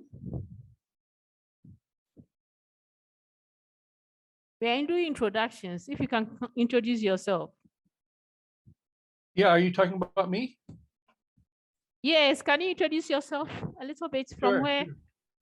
Yeah, I'm Dan Kimball. I'm presenting not today, but tomorrow. I'm in the DAOs challenge.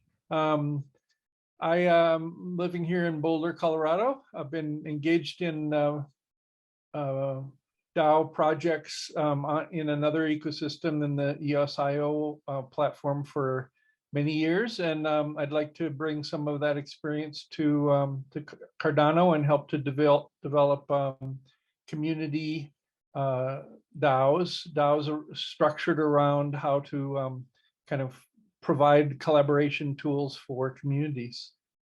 Okay, thank you. Thomas, when is your turn to present? Sebastian. Yeah, hi. Yeah, I'm Sebastian Makers from the Netherlands. I'm here to present my proposal for StakePad, which is under the challenge New SPO Business Opportunities.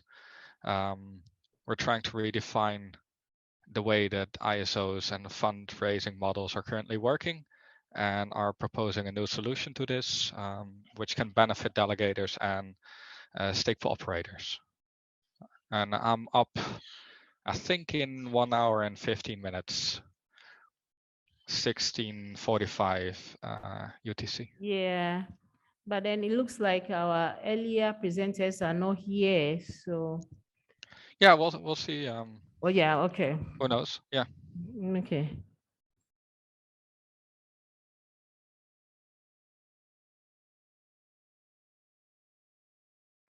Do you just want to introduce everybody, or?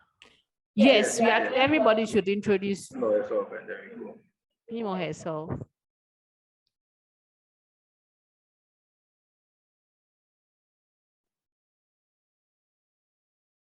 No, would you want to introduce yourself?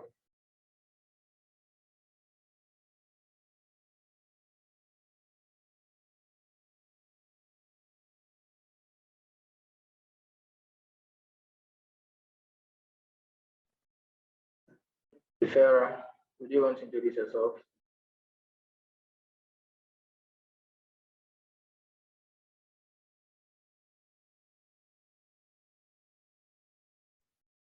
Hello, Tifera, can you hear us?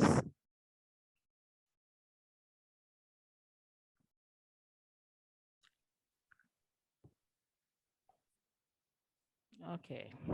So I didn't crack out 3:30. Yeah.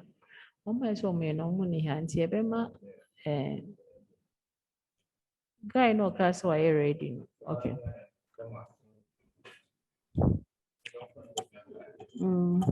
Thomas, can you go in the next minute, please?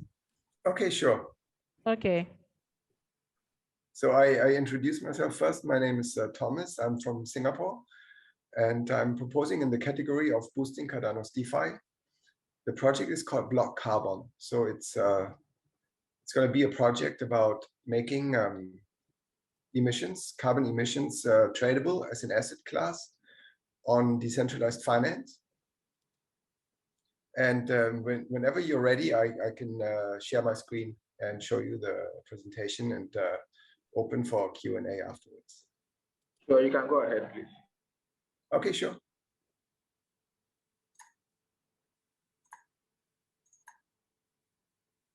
Okay, so can you see my presentation? I'm not opening it in presentation mode. I'm just showing you my screen like this, so it's not going to hang. Can you see it?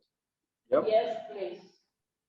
Okay, so as you all know, decentralized finance on Cardano is still relatively new.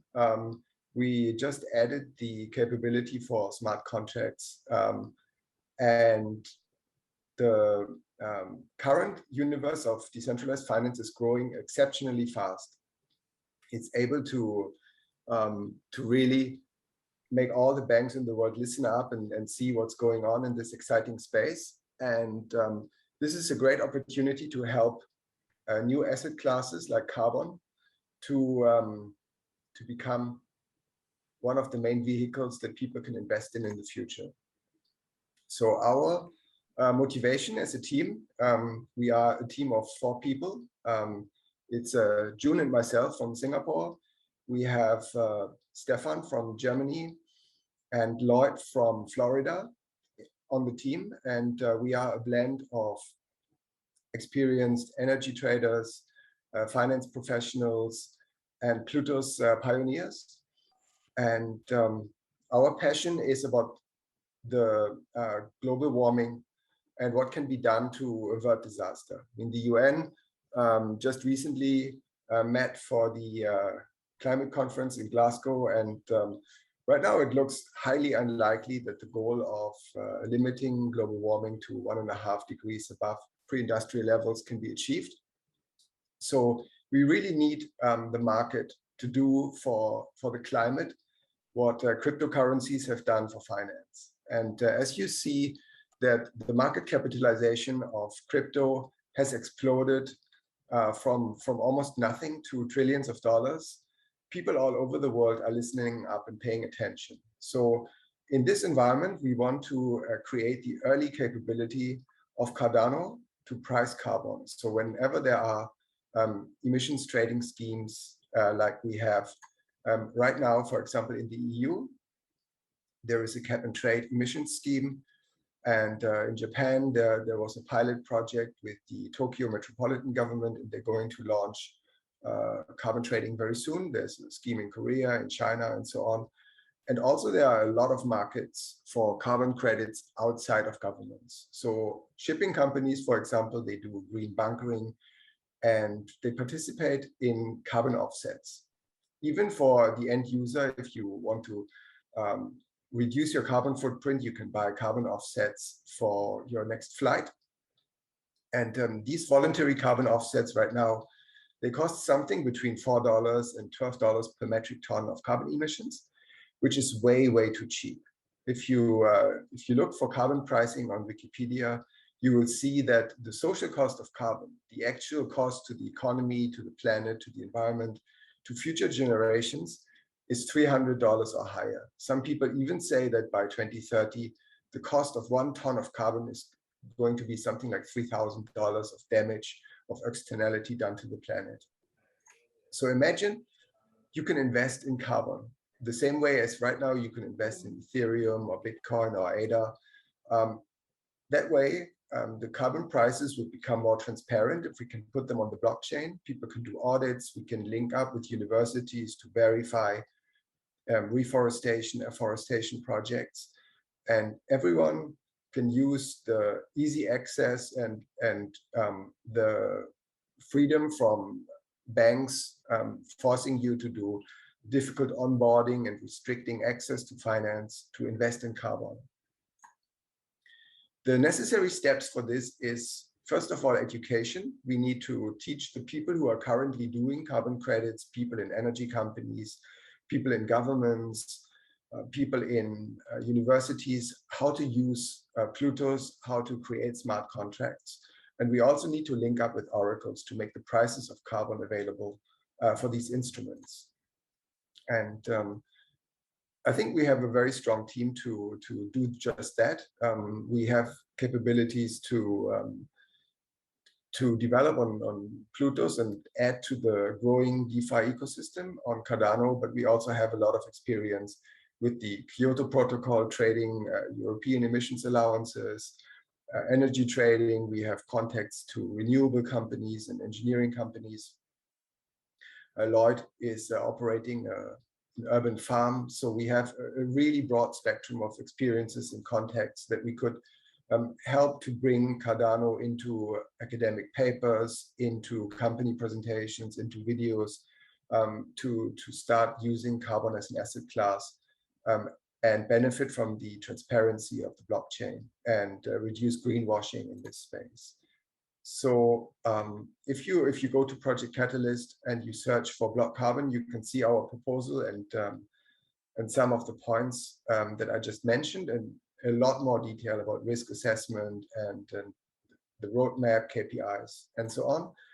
And if you like, you can join our community and follow us on Twitter. It's a Carbon Block, and on Telegram, it's Block Carbon. The actual name is, as you can see, Block Carbon. So thank you very much for your attention, and I'm ready to answer any questions that you may have. Thanks. Thank you very much for a nice presentation. Please, do you have questions for him?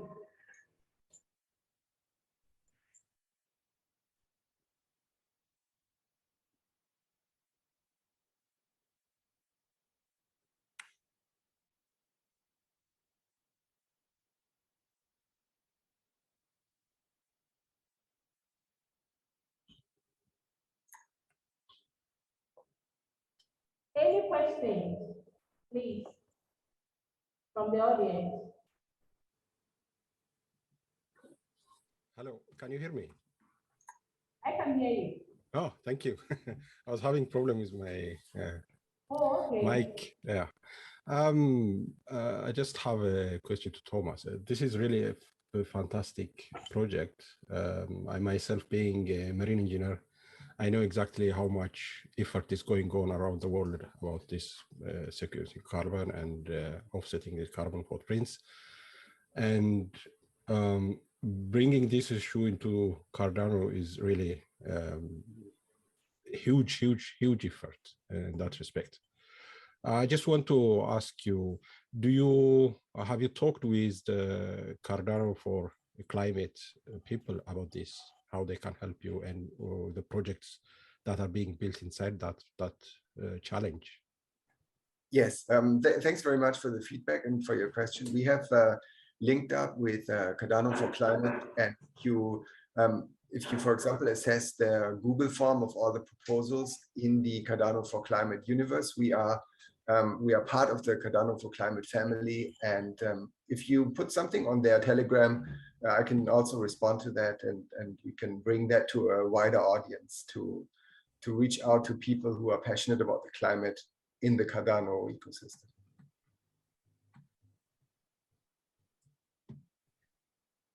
Ferry, are you okay? Yeah, that's okay. If there is no other questions. Thomas, is it possible to put your Telegram link in the chat? To put what? The Telegram link. In the chat? Yes, of course. Yes, I'll do that. I have a question for you. Okay, please.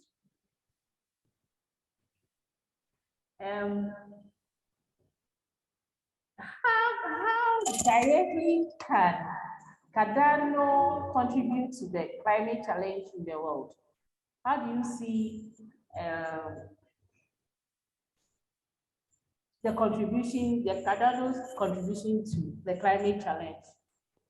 I think the biggest contribution that Cardano can bring to climate is the capacity to make things extremely transparent. We had the Kyoto Protocol of the UN before the current Paris Agreement, and there were a lot of problems with corruption, with projects being double counted. So by using the Cardano blockchain, which is probably the most secure, most deterministic, and easiest to audit blockchain right now, and we just a few weeks ago got the good news that there will be a certification of smart contracts. So all these problems that the world experienced with the Kyoto Protocol in the past will be gone if we use Cardano. So this is a major step for market-based climate solutions, that we can use Cardano now and don't have to rely on government officials, on emails, and all these old ways of doing business.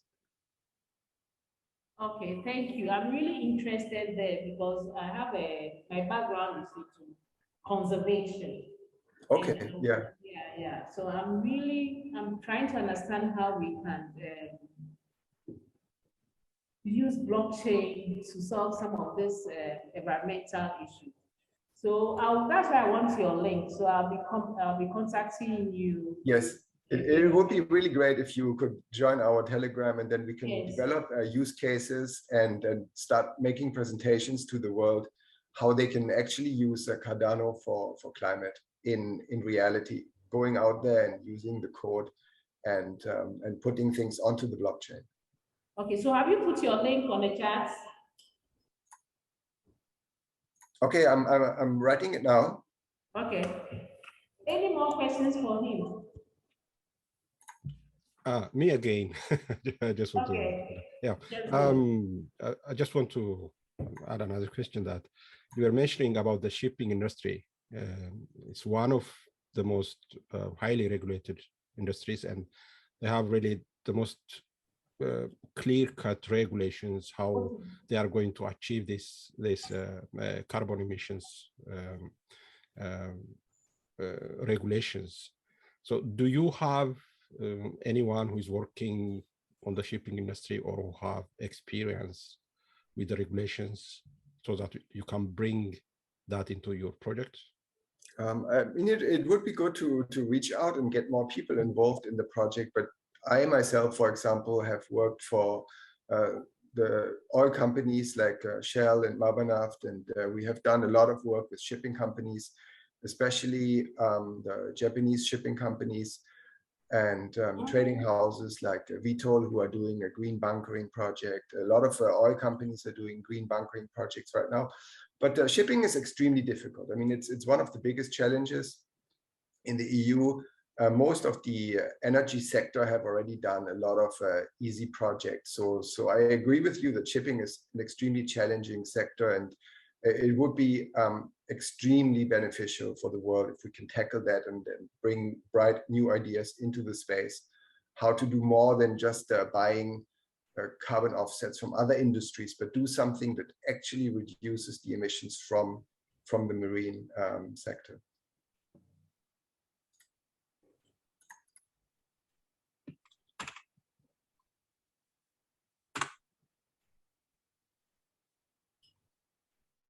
I've now put the link to the Telegram into the chat, so please let me know if it works.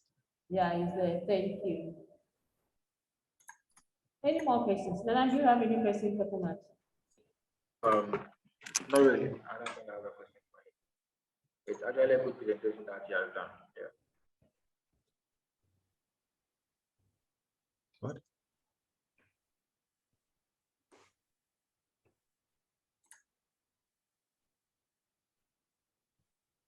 Okay. Thank you. Thanks very much. Thanks for having me.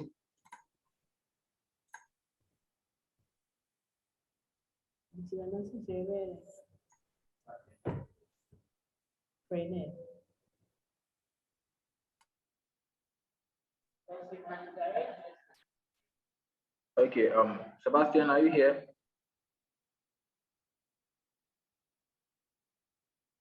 It looks like Yes, I am. Good. I'm here.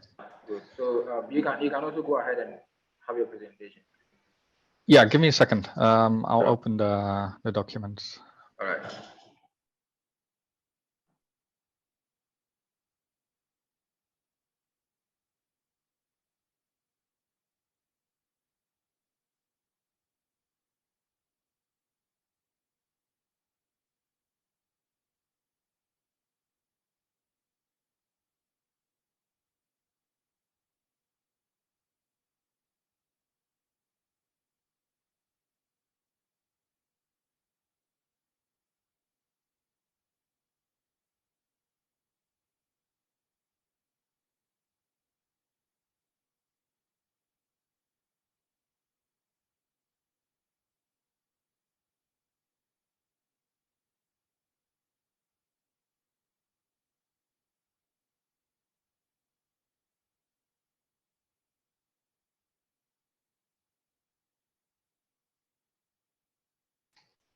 All right.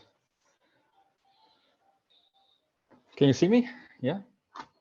Yep, we can see you. Perfect. I will share my screen now. Let me see which one it is.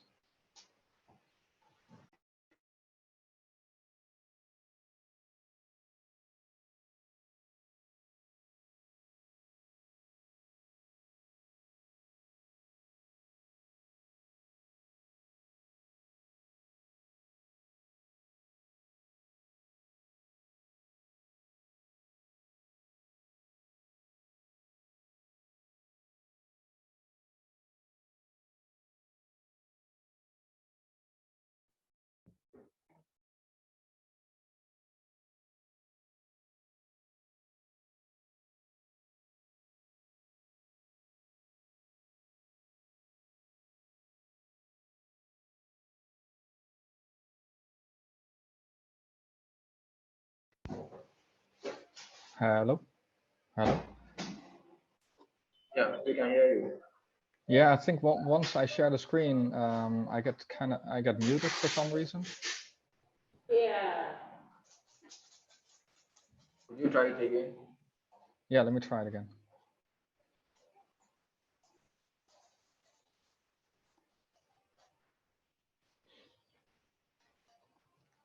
I'll just share the entire screen. Can everybody see it? Yeah, we can see your screen. All right, perfect. Okay, so just to keep it like a little bit short, although I could talk about this for hours. So I'm going to be presenting StakePad, which is for us another application of the Stakeboard family. We're doing this for the Fund 7 Beyond-ISOs for SPO-driven funding. Yeah, I'll just talk you through the problem we think we're going to solve, the current state of the problem we think we're going to solve, how we're going to benefit, like for delegators, stateful operators, but also for the network, and then a little bit about the team. So first of all, the problem statement. Right now, there's a lot of centralization due to the fact that many projects are launching ISOs, which is, for the people that don't know it yet, is a fundraising model that could be used through using or leveraging stateful operators by setting a margin, and that margin could possibly be a part of the funding that the projects could use to fund the project. Because there are many projects that are using like multiple stake pools, it could become some kind of centralization where the network could be very vulnerable. And we've seen that slightly with Melt, with the amount of stake pools that they've been hosting, but now we see like more projects coming up. SundaySwap is one of them as well, which is kind of becoming like a big thing. Although they're using a different model, which leverage different existing stateful operators, and that's like a good part in this case. But with our solution, we think we can combine the strengths of different models or different methods that has been used, and in our way we can present it, which is good for everybody in the ecosystem. The second problem is the targets and goals of projects. So it's quite unclear what the goals and the targets are of projects when they're launching an ISO. It's mainly about raising funds, but nobody has a clear vision or gets a clear vision of how much the project is willing to raise, how long this project is going to have the ISO or held the ISO for how many epochs. As well as how much they've been raising during that time. So that's another thing, and that's also part of the insight. So we want to give the users insights in what projects have been receiving in terms of funding, but also what's happening with the funds. Another point is exposure. So not that many projects that aren't having like a big exposure on the network or in the ecosystem, they could fall for like issues of not having enough exposure to everybody to find their project and to delegate to the specific project. So that's also one of the problems we found, and we want to find a solution for. So we came up with StakePad. Shortly, I want to give like a little introduction about Stakeboard, which is a platform we're currently developing. We're offering a solution for stake pool operators to preview their stake pool, where delegators can find the stake pool in a universal way, and all the details of what their kind of mission is, what they're doing for the ecosystem, like in terms of contribution, and more solutions like it. And that's also what we're using and leveraging to launch StakePad. So with the existing users we have on the platform, as well as stake pool operators, we will give and incentivize the delegators and the stake pool operators to use their stake pool and offer it towards initial stake pool offerings from projects to raise funds for those projects. We have a very technical solution for this. I can't explain it at this moment because of the time limit. But with about the proposal, you can find more in terms of how we're trying to solve this in more depth. So I just put down like a couple of things together in terms of the delegator and the project, the overlapping part, and how they're giving each other and boosting each other in terms of exposure, but also in terms of rewards. Because the main reason why delegators are jumping into projects is to create or gain wealth, which is understandable. But on the other hand, you also support the project to launch what they're trying to achieve. So the first thing is that any block rewards formed by delegators are retained by the development team and used for the project development. And this is also what I explained with, we give more information about the project, about the process of the development and where the funds are going. I see it's a little, it's not fitting fully. This is better. The project developers launch a special purpose stake pool. So we want to offer a solution where stake pool operators that are currently existing on the Stakeboard platform, we want to give them the opportunity to sign up to offer their stake pool for initial stake pool offerings. And in that way, we can offer a way more balanced system of distribution, as well as supporting the stake pool operators that need delegators. And effectively, that will also increase the network and the security. So we create a decentralization in this way. We're not boosting the larger stake pools by using this method. Also, we're for delegators, they can decide how much of the block rewards they are giving away.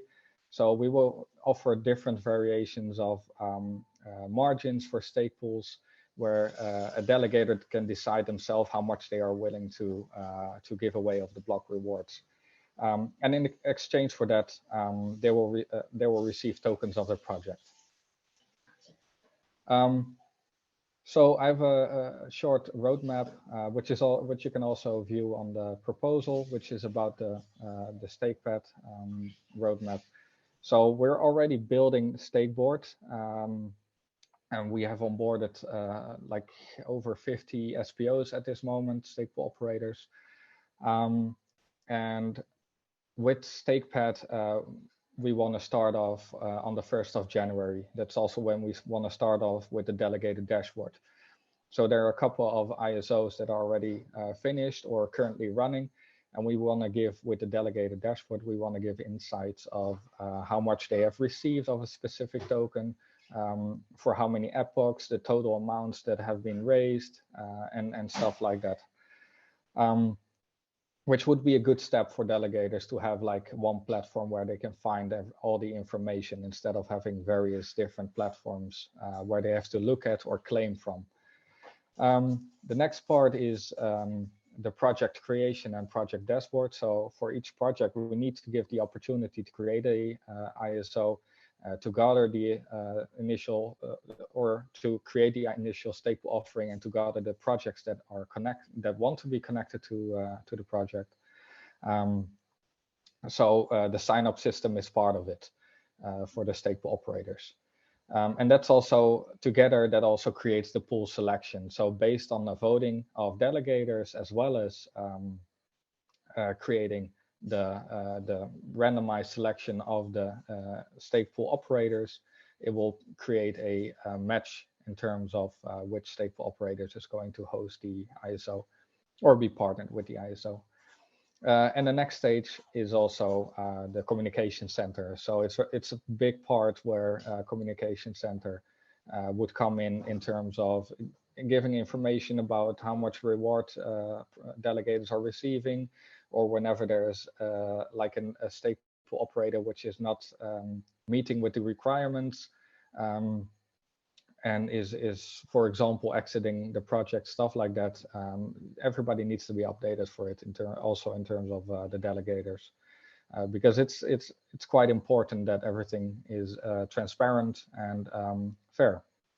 So that's also when we are planning to launch the MVP, close to the 1st of April. Next slide, just a little bit about us. Well, first, thank you all for being part of the Cardano blockchain. We're very happy to be building on this in this ecosystem. My name is Sebastian Meekes. I'm the co-founder of Stakeboard, together with Giovanni. And we have a great, awesome team behind us, which are currently also building with us. And you can find them on our website, which is stakeboard.net. And you can also follow us on Twitter, stakeboard_. That's it. Okay, thank you very much. Yeah, so if there are any questions, it kind of went a little bit strange though, because I wasn't going, like on the document, I wasn't going to present this project. I think there was a mistake with that. So I hope people are not missing out on this. If there are any questions, then please let me know. Sure. Thank you very much for your presentation. Does anybody have a question for you, please?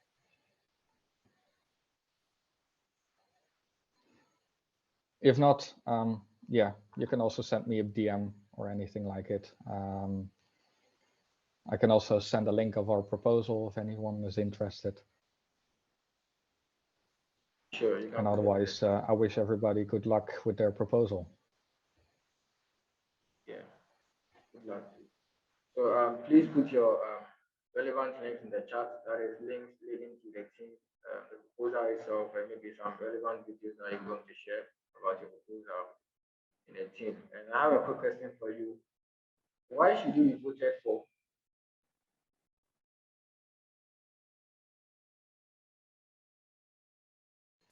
Sorry, one more time? Yeah, so I'm saying that why should the proposal be voted for?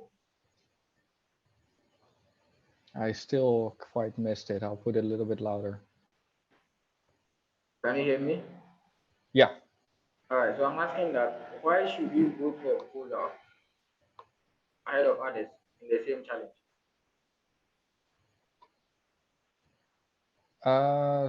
Sorry, it's not in the same challenge.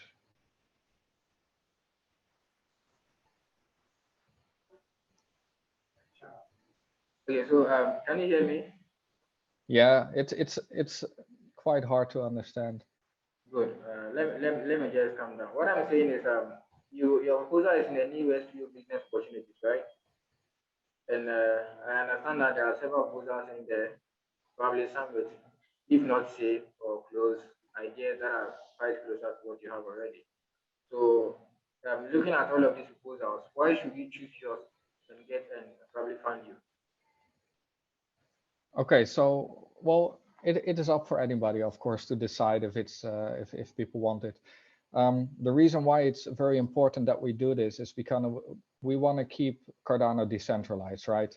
We want to keep it fully trusted and secured, as well as we want to give the stake pool operators the opportunity to be part of initial stake pool offerings without being in a huge contest like we've seen on Sunday's swap, where stake pool operators were pretty much fighting against each other to become like the biggest, while it is very clearly that a lot of big stake pool operators that have a lot of pools or already have a huge position in the network are likely to be chosen for the initial stake pool offering, which means that more delegators will move away from the smaller stake pool operators and will go to the bigger ones that are chosen, in this case also for Sunday. So we want to incentivize, one, the delegators to move away from central exchanges, which is a huge problem in the network right now. And then incentivizing also to delegate to smaller stake pool operators where they can earn rewards, for example, through the ISO, as well as having like all the information that people need in one platform.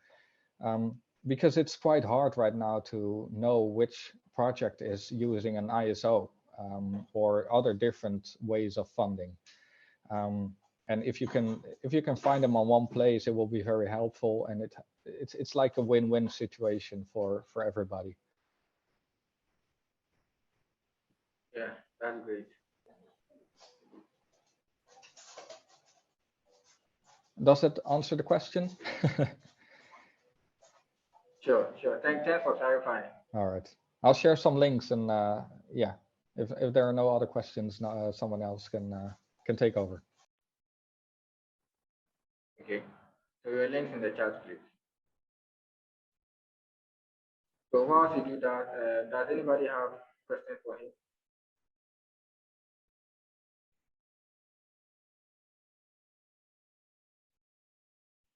Questions from the floor.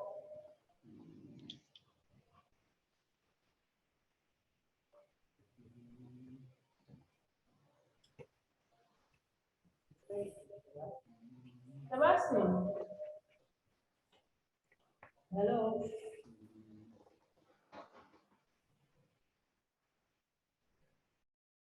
Yes, sorry. Yeah, so if you get funding from Fund 7, what is the next thing? What are you going to do next? Should this happen? I pray that everybody on this in this room will get funding. But should it happen, you don't get funding? What's your next? It's really hard for me to hear. Can you type the question, please? There is a lot of echo. It's really hard to hear. Yeah, maybe I should say it and then you will hear. Can you hear my voice? Really clear?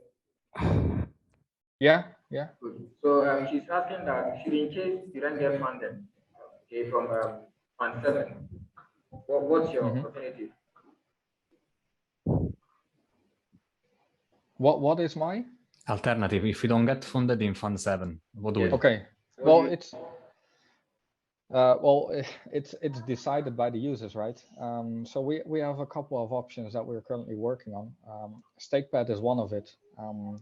If it doesn't get funded, it doesn't mean that we completely quit with it and we don't move on. But it's an important part that we know what the user wants. We're like how Catalyst should be set up, and I think it's mainly being used for it. Is that you bring up proposals that could benefit the network and could help bring Cardano to a higher level, a higher standard. And you can only do that if you bring up or come up with proposals that are useful and actually helping the community. So if we don't get funded, we will probably put it on hold until we are ready to develop it for the next stage. And maybe we'll resubmit it in a better way for Fund 8. But it's definitely, we don't give up on it, on the concept. Okay, thank you. We have only 10 minutes to go back into the main room. So we'll use the next 10 minutes to just discuss what we've heard. If there's something that somebody really wants to clarify, then you go on to do that. I have one more question for Sebastian, please. Okay. You mentioned that for the MVP, you're working with 50 SPOs at the moment, but how does it work for the delegators? Is it limited to a certain amount of delegators, or will it be available for every delegator to assess the MVP already? No, it's maybe it's misunderstood. We onboarded 50 stake pool operators already. Yes. So it's open for any stake pool operator to participate. So the more the better, but currently we're working on the beta to have the sign-up system in place. But the importance is that it's open and public for everybody to join. So also in terms of delegators, there's no limit. We don't have a queue system or anything like that. Anybody should have the fair opportunity to participate. Okay, great. Thanks. Thank you for your question.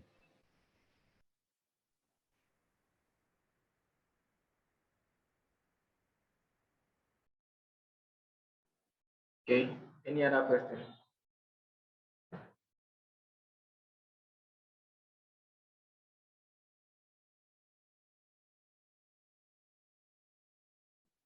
Don't forget to put the relevant documents in the chat.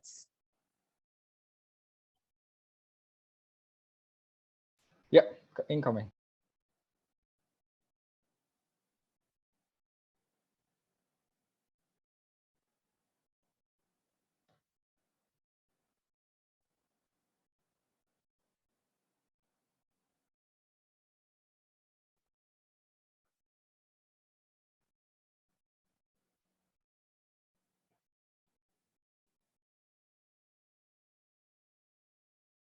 Okay, so you have just about 7 minutes more to wrap up.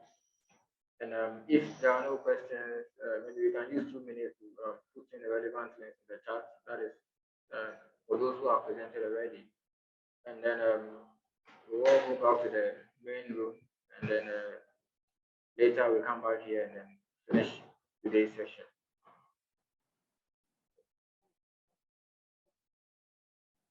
And Giovanni, it seems you also have a proposal to present after the meeting. So, you know, once you go back, please do prepare so that we can have a smooth section. Sure. So I'll go when we come back, right? Yes, please. You go when you come back. Fantastic. Is it at what time are we coming back here? Okay, so that is 4:15 or 4:30. 4:30. Yeah, you are presenting at 16:30 GMT. Okay, so in 20 minutes. Yeah, in 20 minutes time. Great. Thank you. Yeah, you're welcome. And Justin, someone, and Ayo, you guys are not here. I don't know if you we hope to see them. But until then, I just want to wish everybody good luck, you know, for what you put into Seven.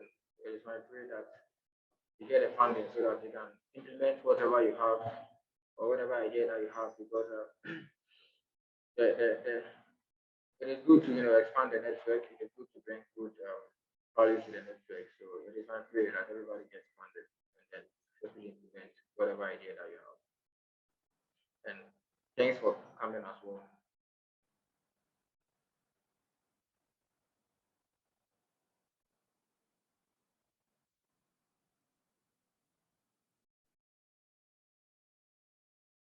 Okay, so it looks like you're all done.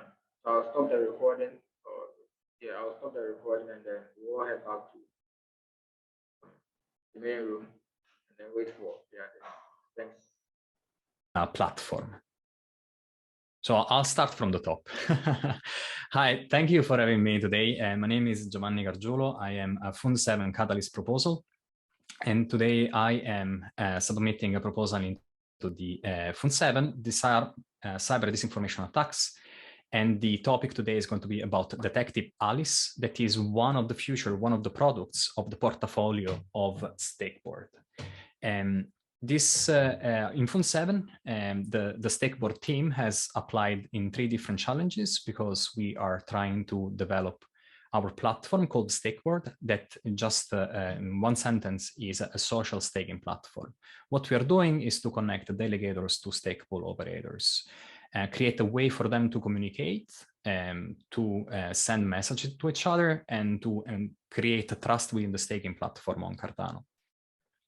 And we are developing these products on a 360 degrees in many different ways. And one of the things that we are trying to fight and improve is to fight scams and impersonators in both in the social media area as well as in the staking ecosystem, and as well as increase the communication in the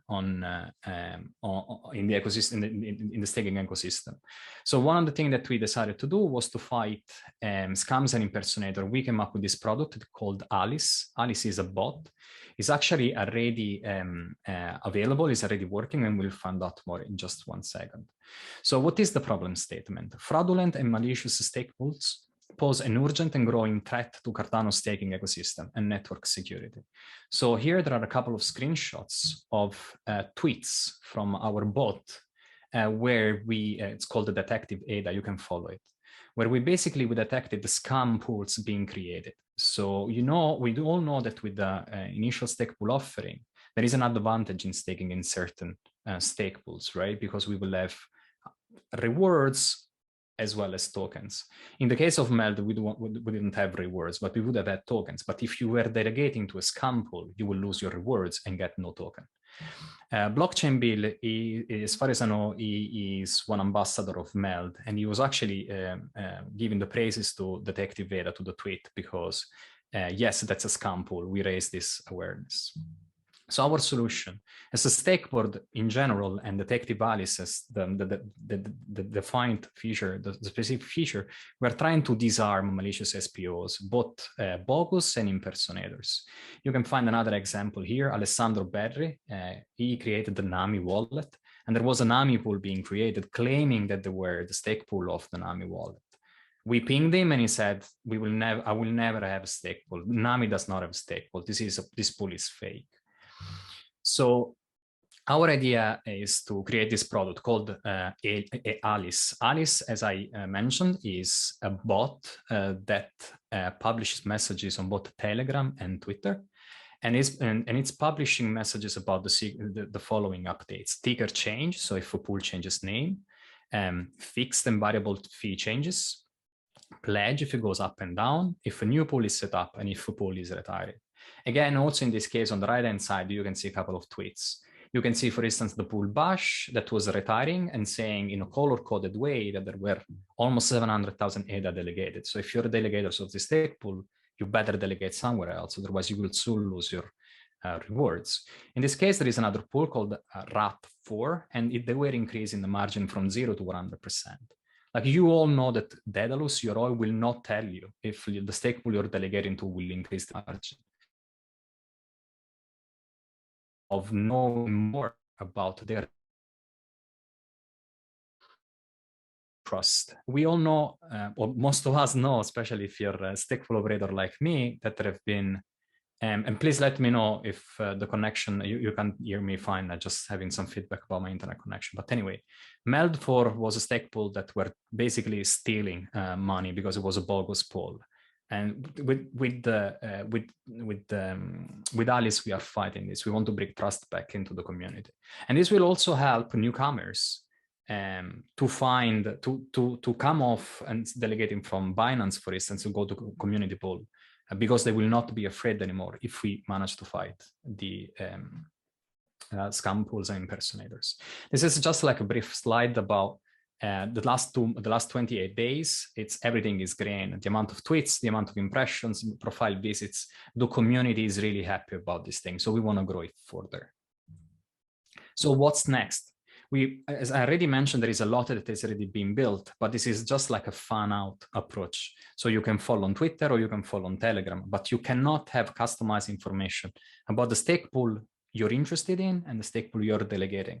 So the next step the one we're asking funds for, is to basically bring Alice on Stakeboard and create a user-to-user communication so that Alice can publish directly in your mailbox or on your account updates that you're interested in. So only updates about your stake pool you're delegating to, or the stake pool that you're offering, you're following. So for instance, if you're delegating one wallet into an ISO and another wallet in another community pool, you will receive all the information about those two pools. So that if one is retiring or the variable is changing, you will know that immediately. Yoroi, Daedalus, they will not tell you that.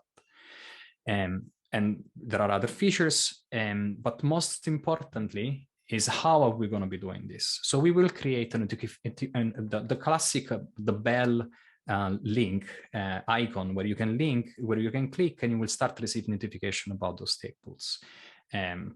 Again, margin, cost, rewards, pool retirement.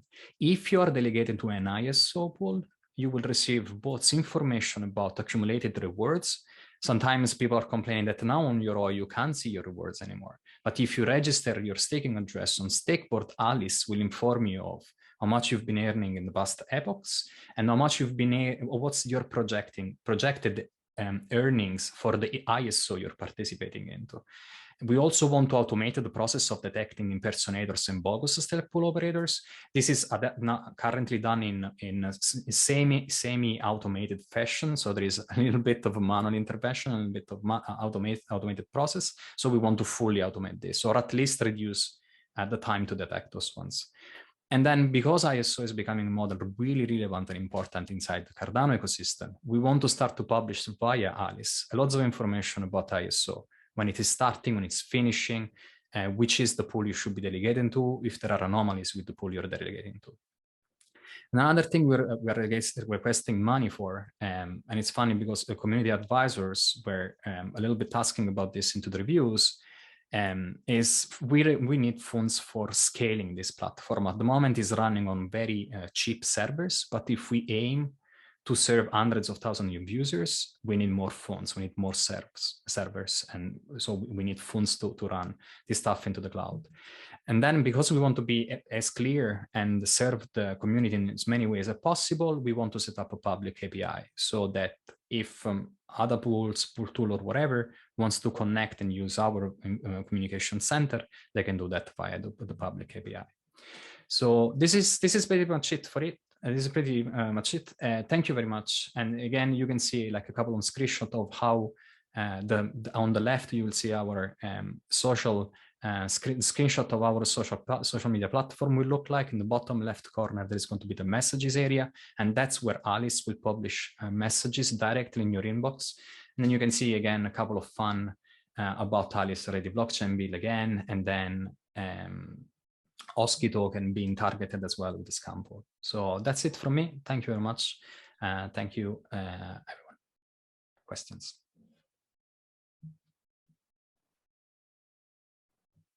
Okay, thank you very much for your presentation. Very, very insightful. So from the audience, any questions, please?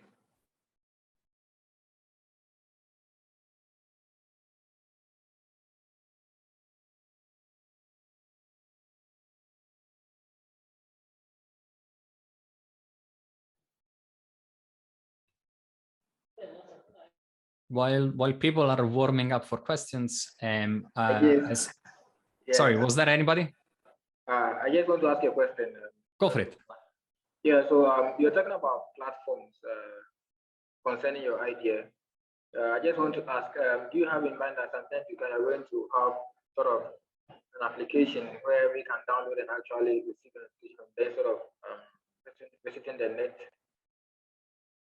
I gotta be honest, I'm struggling to hear you. Your voice is very low. Can you talk maybe closer to the mic?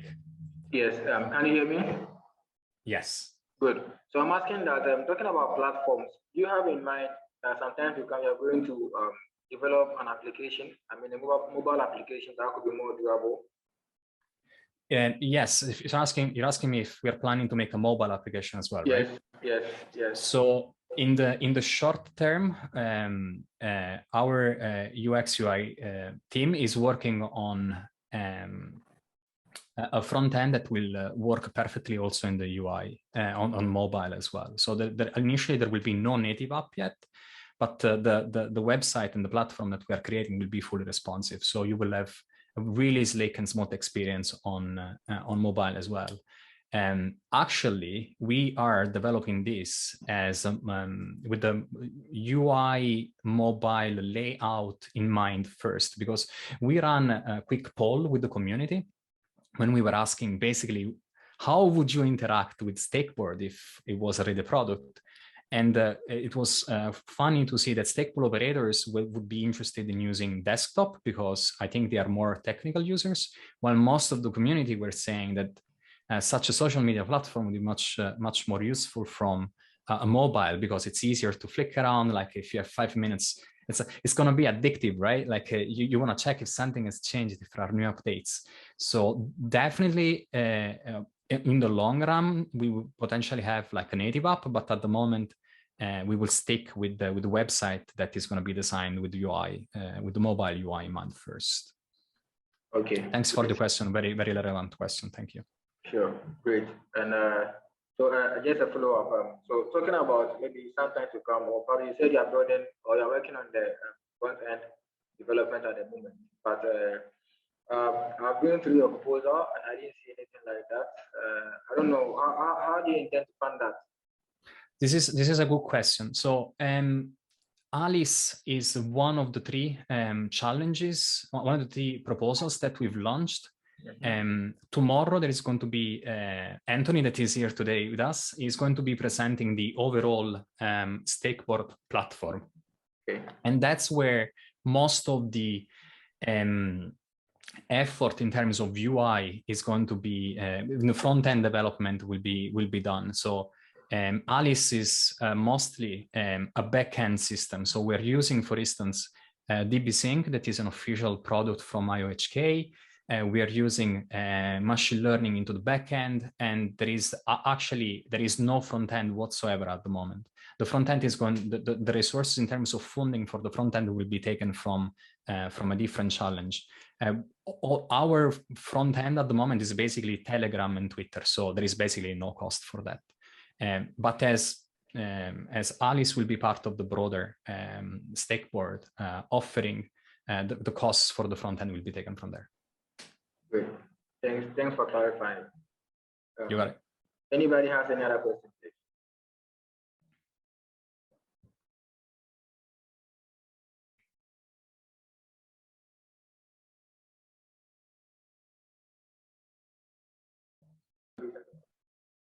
Okay, so Giovanni, I have a last question. If there are no questions coming from the audience. This is actually a very good project that you're actually putting across.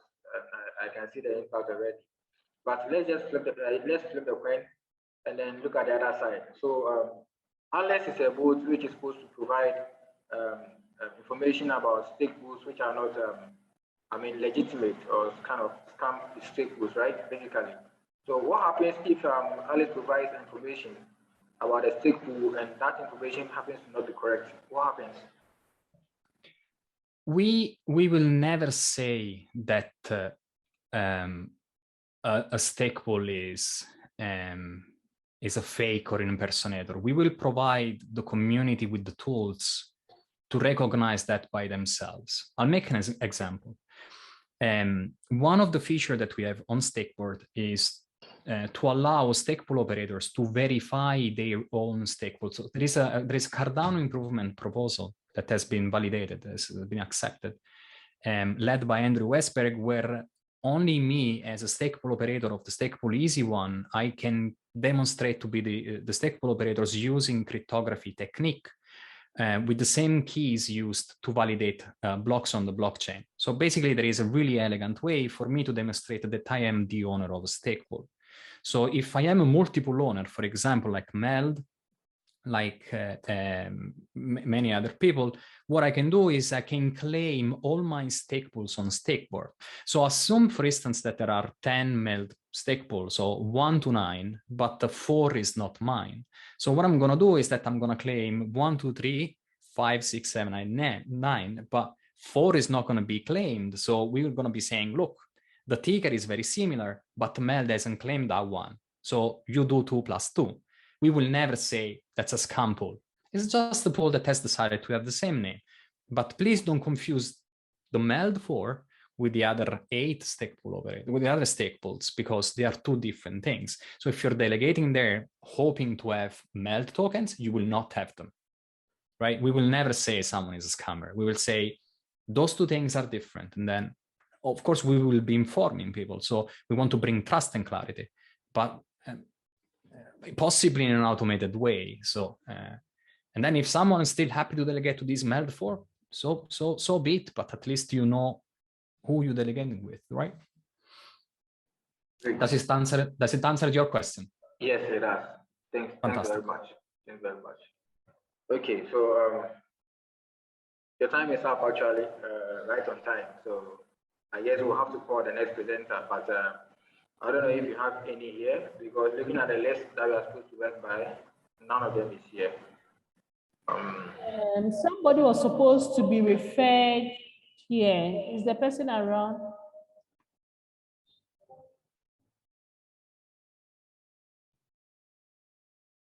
I don't know. I think Thomas is here, right? Thomas has already presented. Oh, okay.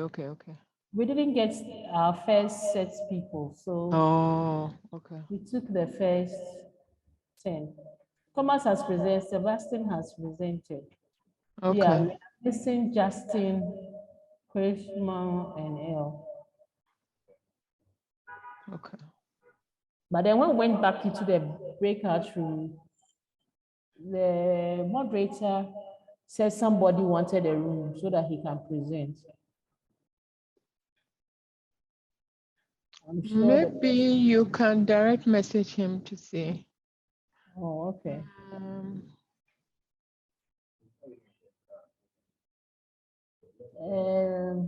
Unless you do it on the Discord.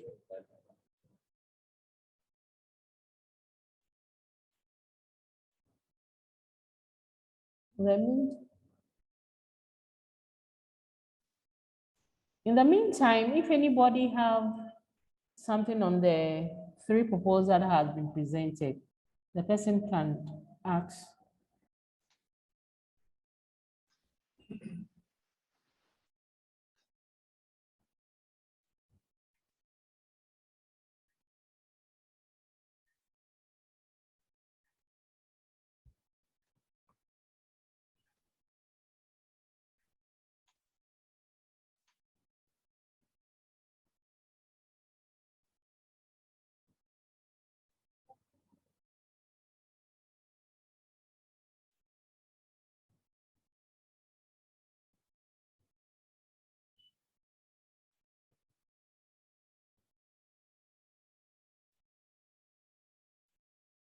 No, he sent a message.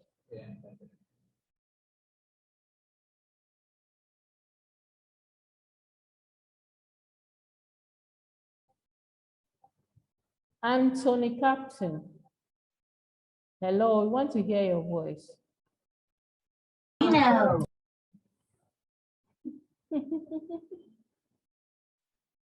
We will probably hear him tomorrow. Okay. Right. Thank you very much, guys. I have to drop out. I have to go to get the kids. Okay. My free time is over. Thank you also Thank you very much. much, guys, for having us over. Have a good Thank day. you, Gio. Bye-bye. Thank you. Bye-bye. And I apologize. Yeah, I just had a lot of noise in the background because my little guy. But I was mainly here just to listen to Gio's. That was a great questions from Nana though. That was a great presentation, but excellent questions. So I learned something too, and I'm working on the project, so it's great. Thanks. All right. Thank you, everyone. Bye-bye. I'm probably gonna head out myself, but thank you.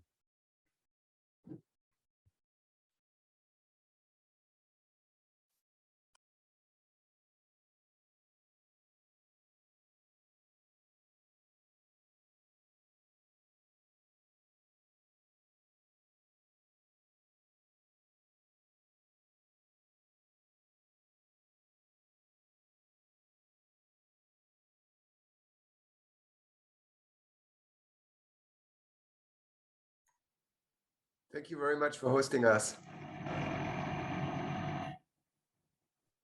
You're welcome. You're welcome. We'll be going back to the main room. So unless otherwise you have something else to do, you can leave. I will be going back to the main room. Okay, thanks. Take care. See you later. Bye-bye. Okay, thanks. I'll get in touch with you, Thomas. Okay, great. Look forward. Okay. Okay. Bye. Bye-bye.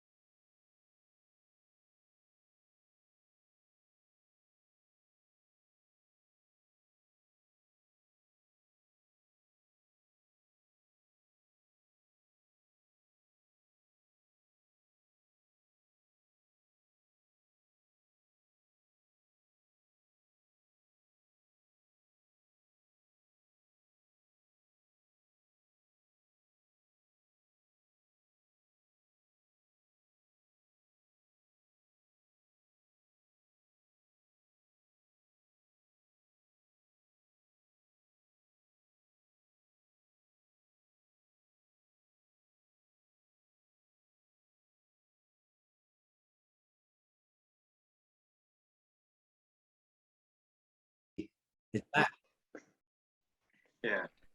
It's also not so easy to click on the right breakout room. It's a moving target. So. Yeah, I was also having trouble with that. I was like trying to press and damn, it's already room 7.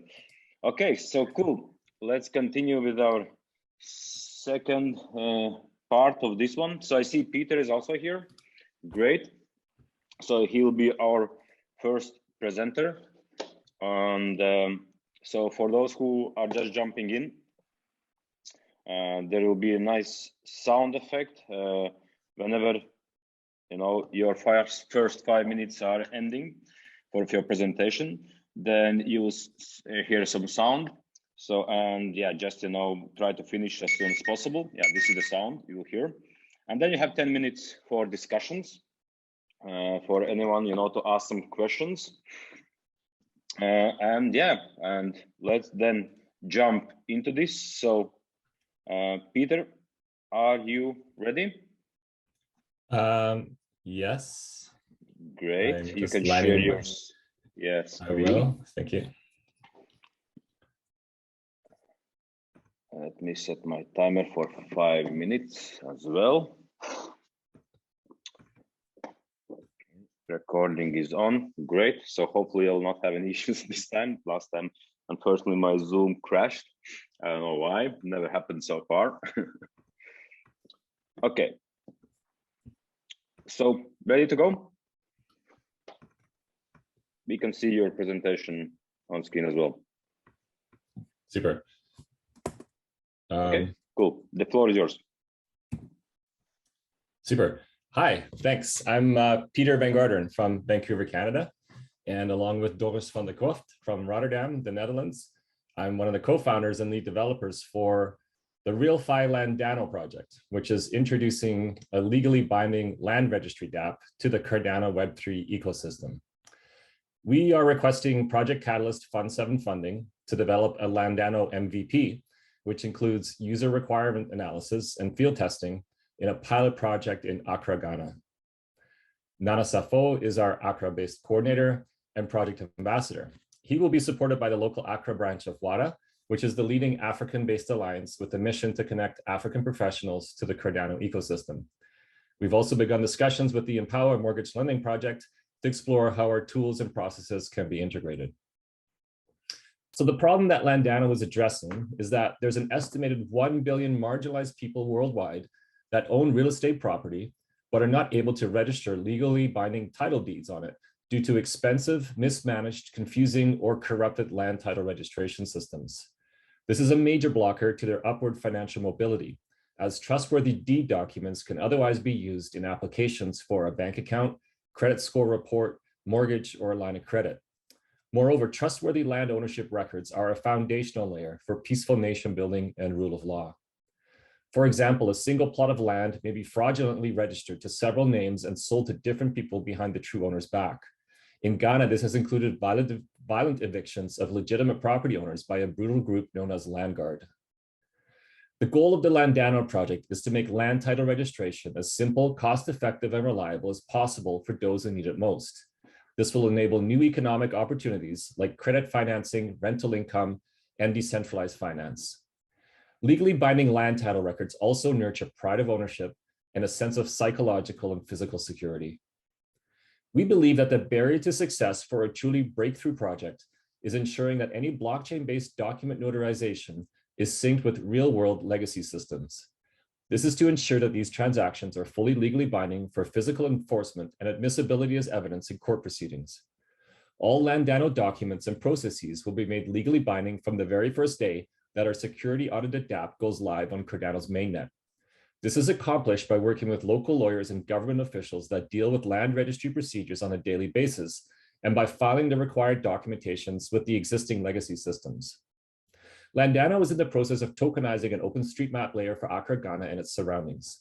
We are syncing it with the official government cadastre maps. We will use NFT technology to ensure there's only ever one Landano registry token per legal title. Property owners will only ever interact with a simple to use smartphone app, which verifies their true identity using a Tala-Prism DID integration. There is significant smartphone ownership in Ghana, which makes this a viable entry point. This is the Landano project roadmap. If we are awarded a Project Catalyst Fund 7 grant, our project will begin on March 1st, 2022, with user story and requirements gathering in local Accra workshops. We will also complete the creation of a tokenized cadastre map for Accra that is aligned with records in the legacy land title system. I think it's important to restate our position from our proposal, namely that it's not Landano's intention to replace legacy registry systems where those are already functioning well. Our number one goal is to remove barriers into the legitimate financial world for marginalized people by making it easier and cheaper to access a legally binding land registry system. After 2 months of agile software design and development, we will have a proof of concept for the front-end Landano DApp and the back-end off-chain record-keeping system. This includes a mechanism to mint and preserve Cardano-native non-fungible tokens for individual land titles. After this intense period of use case analysis, research, and development, we will publish our findings and designs and an updated roadmap in the first version of the Landano white paper. This will be followed by the launch of the Landano minimal viable product on the Cardano testnet, which will include 5 Accra Ghana property owners as field testers. As well, over the course of this 3-month pilot project, we are working together with Dr. Shadrach Katu in Nairobi, Kenya, and community activist Derek Drew in Aurora, Illinois, to investigate how the Landano requirements and tools could accommodate use cases in other regional scenarios. They will each be publishing a blog post in the first 2 months, culminating in a preprint research paper on their respective investigations. Please see our detailed Project Catalyst Fund 7 proposal on IdeaFest in the Nation Building DApp Challenge. Our proposal contains more details on our full roadmap, our proposed solution, as well as the qualifications and values of our team. And please follow our Twitter to stay up to date on our project's latest developments. Thank you. Okay, thank you. So that's really sharp 5 minutes. Nice. Okay, cool. So do you have any questions, guys? So we have 10 minutes for the question and answer session. So I suppose this is kind of interesting project for everyone. So let's start. Who has the first question? Yeah, hi, Peter. I just wanted to say I've been following the Empower project very closely for the last year or so because Glenn Jordan is one of my friends. It was actually him who put me onto the Cardano, to the Catalyst project. I mean, their project is amazing, I think. So if yours is tapping into that, I think you've got a really good opportunity there. I mean, I know they're working in East Africa, but yeah, it'll be interesting to see how your project develops from that. Thank you. Yeah, Empower is an inspiration for us, and Glenn in particular is a bit of a trailblazer in this whole field. So we're very excited that that we are able to start talking with them about how we could sync these two initiatives, because obviously there's a very natural connection, right? And if you're familiar with the Empower scenario, it's they're right now, what they do is they lend money to builders to finance projects. And so one connection that we're looking at is the ability to use the Landano land title registry to then subdivide properties for those builders, and then make it a kind of a one-stop shop for and make it easier. Again, just keep reducing the barriers to making these things happen. So we're very excited about that. Sorry I interrupted you. There was a question from Adi. So I'm very interested in how the link happens between the NFT rights to a piece of land and the actual, local government. What is the connection between the real thing and the NFT? Like, for example, if the government gets overthrown, right? Whatever that legal infrastructure was could potentially be at risk. So is there a way to sort of make it like a more community thing where the community believes in the NFT thing more than the government, so the government can come and go, but everybody agrees that that's what it is? You see what I'm saying? It's not legal, but it's community. Yeah, that's really part of our long-term vision as well. The part of the challenge we're seeing is that, I mean, even in the global north, we have the land title registry system that can be pretty obtuse and even more so in places in the global south. And we've chosen Ghana specifically because it is kind of a sweet spot for us, where there is a lot of reform happening with the land title registry system. So it is, but nevertheless, it still looks very expensive and it's confusing for users to access. So like I said, I made the point of saying that we're not coming out of here saying we're going to replace existing land title registry systems, but we do want that to be an option. And so first and foremost, we need to make this legally binding. The projects that have failed in this space so far have had a disconnect to the real world. They just create this thing in the cyberspace and there's no connection back to the real world. So that's why we make a point of dealing with actual legal professionals that will then work on behalf of the Landano users to actually go and file the necessary documentation. So essentially they have a representative to do that for them. They don't have to go visit the various offices. We have somebody that's familiar with the process doing that. And therefore, any of the tokenized deeds that are NFTs that are on the Landano system actually represent a true legal title. Now, let's say that's happening in a country like Ghana, where things are fairly stable from a social-political point of view, and from an information technology point of view. But the idea is to prove the concept there and then move to less stable jurisdictions where exactly what you're describing is more of an issue, where we can say, okay, this is actually this is going to function better than what you got right now. Like, it's going to be easier for us to just switch to a Landano-based system. And this is why we see this as fitting in the nation building DApp category. And there's certain things we can only do. We can only go so far with technology. We can't do the physical enforcement on the ground. There's a whole social geopolitical layer to this problem that we can't solve as technologists working in the global north. That's why we do make it a point of having on the ground pilots and making this a grassroots initiative. But at the end of the day, the best we can do is provide the people on the ground with sound technology to then take the extra step for enforcement and for financial mobility and so forth. And again, the idea is that we hope that we can prove that this is a sound, stable, reliable technology, so that, let's say there is a country that's struggling with their upgrading and getting to the next generation of land title registry systems, they will see, well, this Landano thing has been working in parallel now securely for the last few years. Why don't we just switch to that infrastructure? Because we can, again, we will make a point of ensuring that this is based on reliable record keeping standards. That's my own personal background, professional background, so that the system can be credible and can exist as an alternative. But we can't, in our opinion, we can't go blazing into a jurisdiction and saying, hey, we're here to take over your land registry. That's just not our philosophy, and that's not how we want to go about our business. We just like to solve the technological component for people on the ground, trying to do all these things that we are part of our mission as well. Yeah, I suppose it will be quite challenging, to get this kind of as a legal, and also that everyone recognize that. So how are you gonna, solve that? Because it's kind of, well, again, so we will actually be filing actual land title registrations And so we will have digital copies of the file documents that are going into the off-chain audit trails for the NFTs that we're creating on Landano. So we're not inventing a new legal system. We're tapping into the existing legal system. And then again, my expertise, I have 20+ years experience as an archivist and records manager. I've developed free open source tools that are electronic record keeping systems. And so there's a number of standards and methodologies that we will be applying to the off-chain record keeping component of the NFT to ensure that the records themselves are fully legally admissible in any court proceeding. So if somebody were to challenge the registration or the ownership, that they could pull the Landano documents off our off-chain record-keeping system and have a lawyer actually have a judge see that it meets the legal criteria for legal admissibility in a court proceeding. So that's how we're trying to address that issue.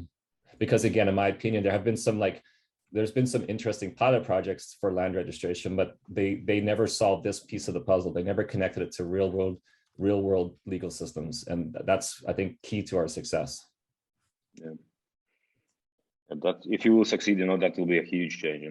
Not only it's just starting point for you guys there. So yeah, that would be amazing.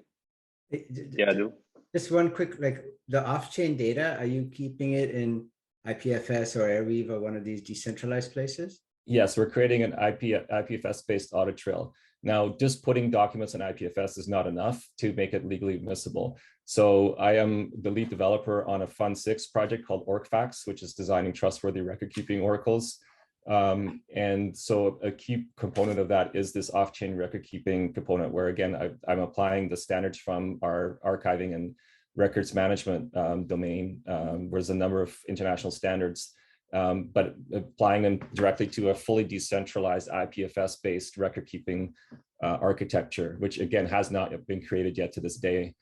People are just putting stuff on IPFS and assuming that when they have the content identifier, that's enough to make a record. It's a good start. It's a fingerprint, and notarizing on the blockchain is nice too, because you put a hash of a document in there, but it's really glorified timestamp. Nobody's connected all the dots and turned it into a fully legally admissible record keeping system yet. And that's what we're working on over the Fund 6 for OrcFacts. And we will let those deliverables are due February 28th. And so the idea is that the Landano project will kick off March 1st to be able to leverage that infrastructure. So we're building off of those components as well. But I encourage you to check out the OrcFacts work as well, orcfacts.link, and follow our Twitter. And because that's really where we're over the next, in fact, we'll be issuing the first draft of that white paper January 1st that explains a lot of this infrastructure. Thank you. Good. Okay, I see Mr. Tafara has a question. He's raised hand. So, Tafara? Okay. Looks like there's no question from him. Oh. Okay. Yeah, we can hear you. Okay, maybe you can just write your question in the chat, so then we can. Tafara, Mr. Tafara, are you able to? Can you ask your question? Can you try? Or write it in chat, like Laura suggested. Okay. Meanwhile, maybe somebody has one more question. So we are running out of time. So half a minute.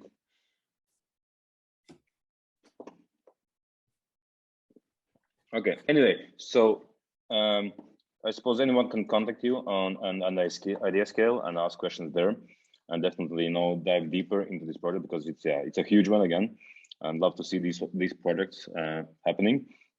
And yeah, wish you success, and hopefully you'll get funded for this one. Thank you. Okay, good. So then let's move to the next presenters. So we have Michael. Yeah, sure. I'm quickly going to share my screen. Okay. And I will set up my timer.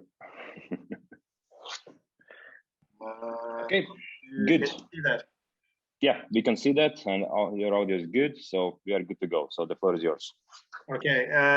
Yeah. So we are in the dApps and integrations section of the Catalyst Fund 7, and we're building the i3D protocol which primarily deals with intelligent distributed due diligence, the key being the distributed bit, because we're looking for masses of validation on alpha startup projects. A little bit of information about myself. I come from a traditional financial background, always been a serial entrepreneur working in that area. So I have a lot of cross-sector expertise. However, my team behind me, who's an amazing team made up of 4 sets of developers, they are based around the world, and they are really the core behind our project and bringing it to fruition. So what we're looking at is the problem that we find, and this is crossing the traditional finance space as well as the crypto space, is that there's a lot of poor data when investing in alpha projects. So the biggest risk takers in any project are the people who are funding the projects right at the beginning, the family, the friends, the entrepreneur or founder themselves. They're putting up their money, and we also know that the statistics are that the greatest failures are in early startup pre-seed companies. Generally the VC companies only jump in when the projects are have got traction, have got revenues, have got a lot of users, and this we believe is a massive problem. The guys who put up all the money right at the beginning don't always reap the rewards. The second component is the lack of liquidity, that if you invest in one of these projects, particularly the traditional finance space, is your money is tied up for years, and it's a real lack of liquidity in that space. So our solution then is to build a double-sided marketplace, and that's experts on the one side and investors on the other side. And to do this, we started on this journey in 2018 and spent almost 2 years doing the research on this, and that's what brought me to the blockchain space and how the benefits of tokenization could actually be applied to solving these problems. So we are building this double-sided place, and what's important is that I'm giving a very holistic overview of our project. We have 4 different tokens that are involved in the project. One is dealing on the expert side of the marketplace. That's a access token to the data. That's a ERC or a 721 or NFT. That is the access control, and that also locks up value into the system. The second is, which is the purpose of this grant, is the building out an app that allows mass adoption of what we're building. So it allows a person who's sitting at home and wanting to earn some money via our native i3D token, and will feed back on projects, primarily on what the idea is like and whether there's product market fit for it. Linked to that is, which is already built, is our i3D arena, which allows for a much deeper dive, kind of like what we're going through with the Cardano, the Catalyst project at the moment, where there are quality assessors who are reviewing the project and seeing, is it a good project? Then on the other side of the marketplace, we have the investors or people who are acquiring that data, and that is reflected in an index token. That would be, they would purchase that data, they would invest and lock up value into that system, and we would then use yields generation to, from what they've locked up, to pay, to use the yields to partly pay the other side of the marketplace. That's the all the people working in the marketplace, and also a governance token to then decide what projects are invested in. So the purpose of this grant application is primarily to develop the i3D Rapid app. This is to grow the network. So there's quite a few people who have done it quite successfully, where they've used an app to grow, and that's through reward tokens. So part of our tokenomics allocates quite a lot of reward tokens to people to join the network, but also to validate new people coming into the network. Those reward tokens can then be staked, or not staked, locked up for work. So while a person is doing work, they would lock up some of those tokens to allow them to do the work. It also would lock in value. So when we do go for the big token launch, that money doesn't come to the organization. It remains within the DAO, and that money is invested into the dry powder fund or the Upsilon fund to generate yields, which that money is then used to pay back to the network or to invest into alpha startup projects that have been validated by the network. And then the primary thing is, which is to achieve consensus. So very much like on a voting system in Catalyst, who has the project that gets voted as the most suitable gets the funding. However, this is replacing, in our case, it's not grant funding, it is replacing VC funding. And instead of having a VC company taking the funding, what we are talking is saying, hang on, the community are the guys who are working in this space, let the community benefit from the projects. So we have two components to the I3D. The left-hand side is what we've currently built. This allows us to engage with any number of, do a much deeper dive into a project. We've tested it on over 500 companies at the moment. We still continue to work on the software. It is currently being forked to really address the questions that need to be asked in the crypto space, which we still know is the Wild West as to what projects are getting funded and to prevent rug pulls and all that sort of stuff. So that is very much in testing out in the market. And as I say, we've tested over 500 companies. It's still a free service. Anybody can send us their company to be analyzed, and then we are just distributing it internally with our own team of due diligence experts who then assess the company, and then it ranks according to team, idea, product market fit, legal side, so governance side, ESG, and then the I3D Rapid, which is currently has been designed. The Figma screens have all been completed, and this allows a much larger network to take part. So this is a much more gamification process. The question sets are simpler. People are able to level up within the organization, so they'll be able to join an inner swarm or an outer swarm. And to join that, they start earning immediately the reward tokens. They're constantly able to lock those tokens up. If they use reward tokens, those tokens are redeemed by the network and are returned to the Treasury's reward pool to allow new entrants into the marketplace. And they are then paid for the work that they're doing. Now, the algorithms use a consensus building model, factor algorithm as well, to as soon as a question has been answered to the point where there's no variation in score for that question is dropped out of the network, so that people don't keep contributing to a score that is not going to change substantially. And then it also uses things like shelling points to I hate using the word punish, but to point out to outliers that possibly they haven't applied the correct level of due diligence, and they don't lose money. The coins that they've staked or the coins they locked up are completely returned to them. However, they might not receive 100% of the coins that they would have received if they had achieved equilibrium with the other, or consensus with the other people who are doing the project. Okay, Michael, so we have to finish the presentation. Maybe quickly, can you just tell something about your team?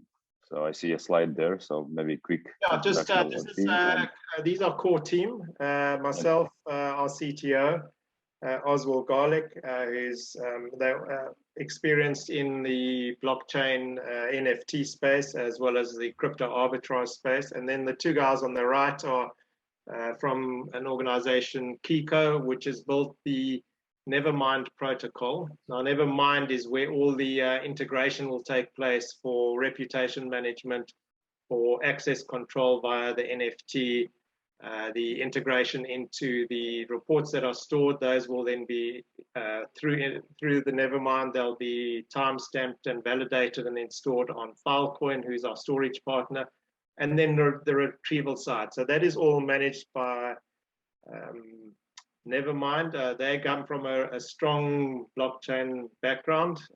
Their Ocean protocol was their big success. That's currently got a 420 million market cap. And then we have the other teams. We have the guys who are building the NFT out, although we will bring that internally. And then we also have our developers on the front end. They are based in India.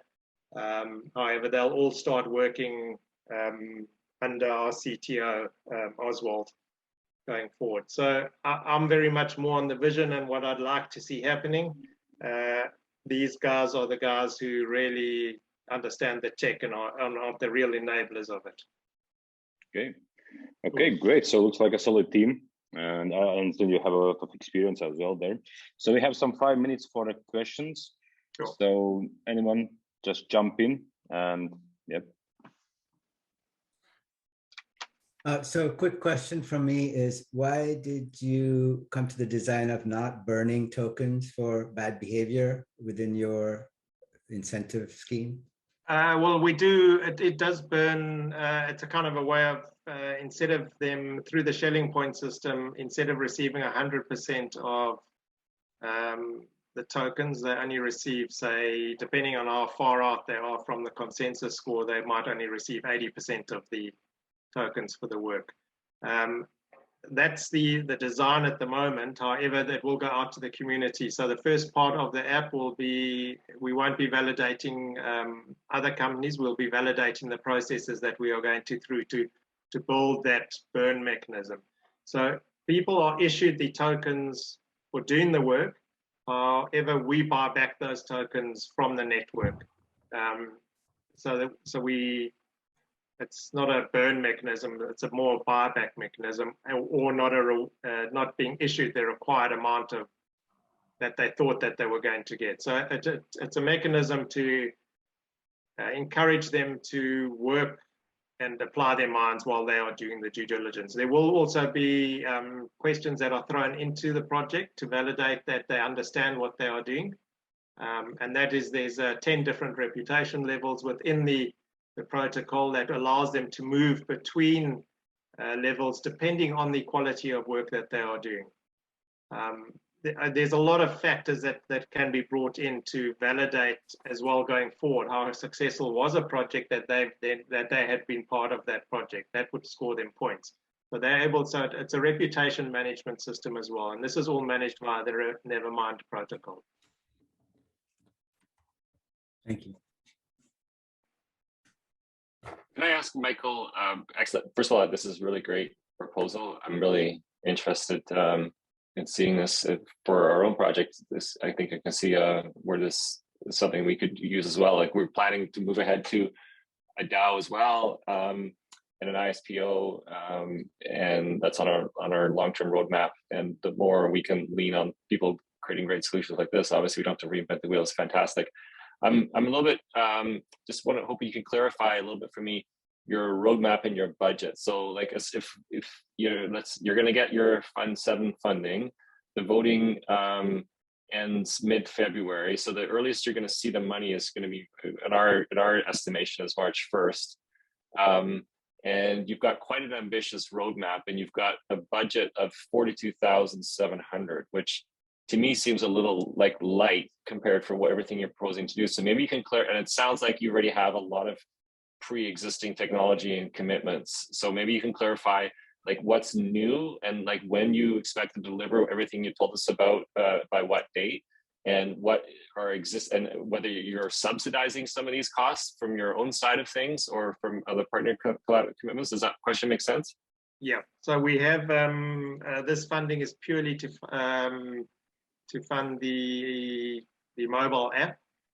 The other components, the NFT for the access control, that is already almost fully coded, and that will go out to launch as a NFT fundraise. That's already paid for, and funding has been allocated towards that. The i3D Arena, which is the deeper dive, that is already built. And then the integration via the Nevermind protocol, that is a combination of funding that we had in a previous raise, that we did as a family and friends raise. Plus we have a grant from Filecoin. That's why we're storing Filecoin at this point. So we've pretty well funded up until the end of March. By then we will have our NFT funding willing, hopefully that it has been a successful raise. the primary aim, one of the primary aims of the i3D Rapid is the mechanisms to build the network, because we're relying on consensus of a large network of people. So it's a swarm.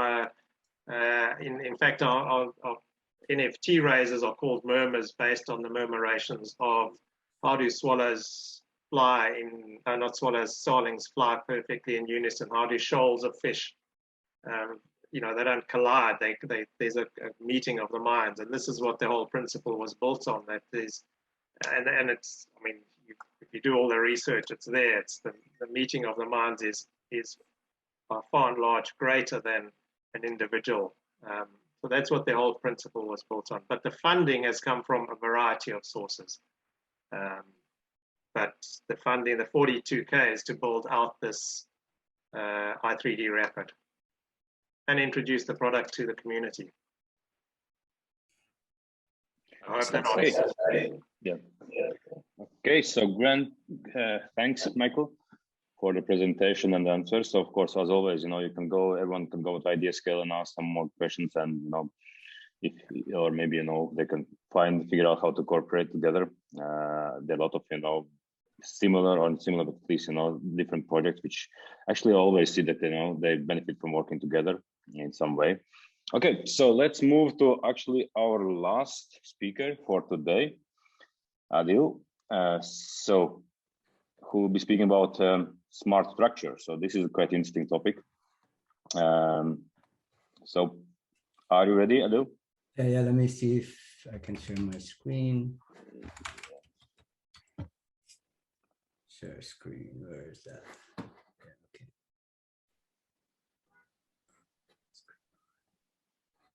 Screen 2. Okay, yep, we can see your screen. Good. Okay, so if you're ready, then let's go. The floor is yours.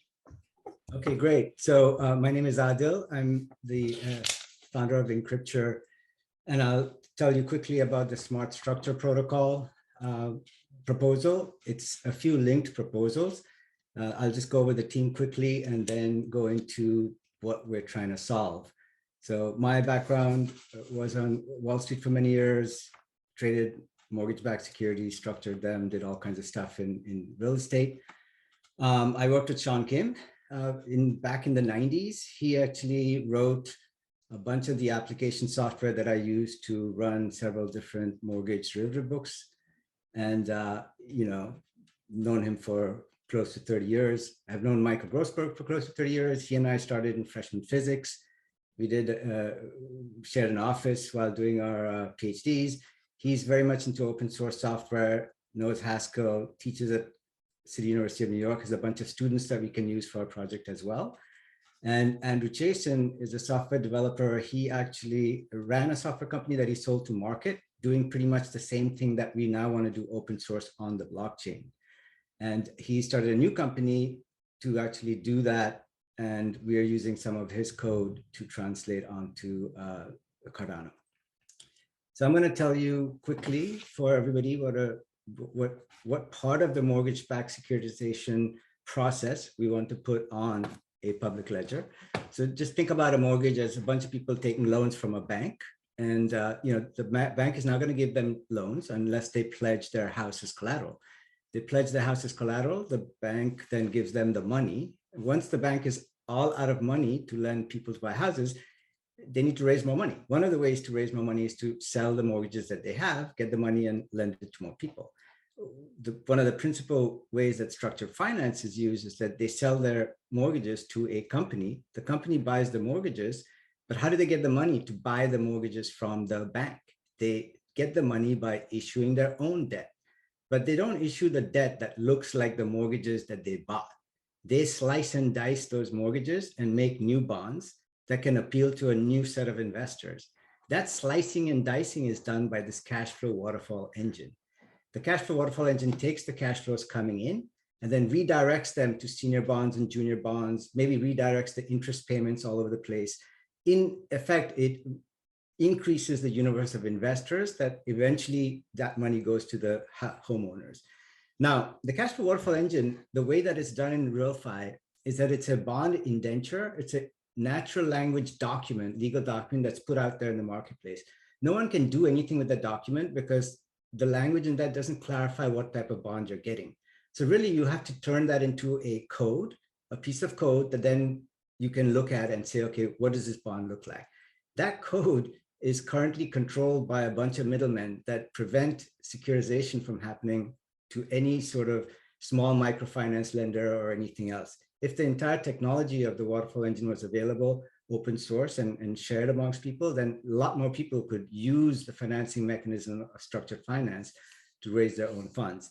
So in the real world also, like issuers could potentially make their own cash flow waterfall engines, but then they would have to model it for all the other issuers because investors need to compare different securities in order to buy them. So if they have different software from every different issuer, it becomes a very fragmented market. So there's a monopolistic tendency to anybody who runs this type of software project where it becomes one company. Now we think that one company should be a bunch of smart contracts on a blockchain shared by everyone.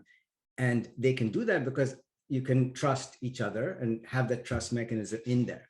Otherwise, they are competing against each other and there's no way for them to do that. So we basically have 4 related proposals. The first thing is to write the smart contracts that treats real world loans like mortgage-backed securities, asset-backed securities. That technology can be used to tranche up DeFi. And the first thing to do in DeFi is to pool DeFi loans together. And if you can do it cross-chain, that would be fantastic. And then anyone can make new smart contracts that can combine cash flows from different DeFi loans. All of this won't work unless crypto people understand the real-fi world and the real-fi world understand the crypto world. So in the miscellaneous challenge, we have a bunch of educational videos and a bunch of educational stuff that we're putting out there so that we can grow the community to actually start using these tools.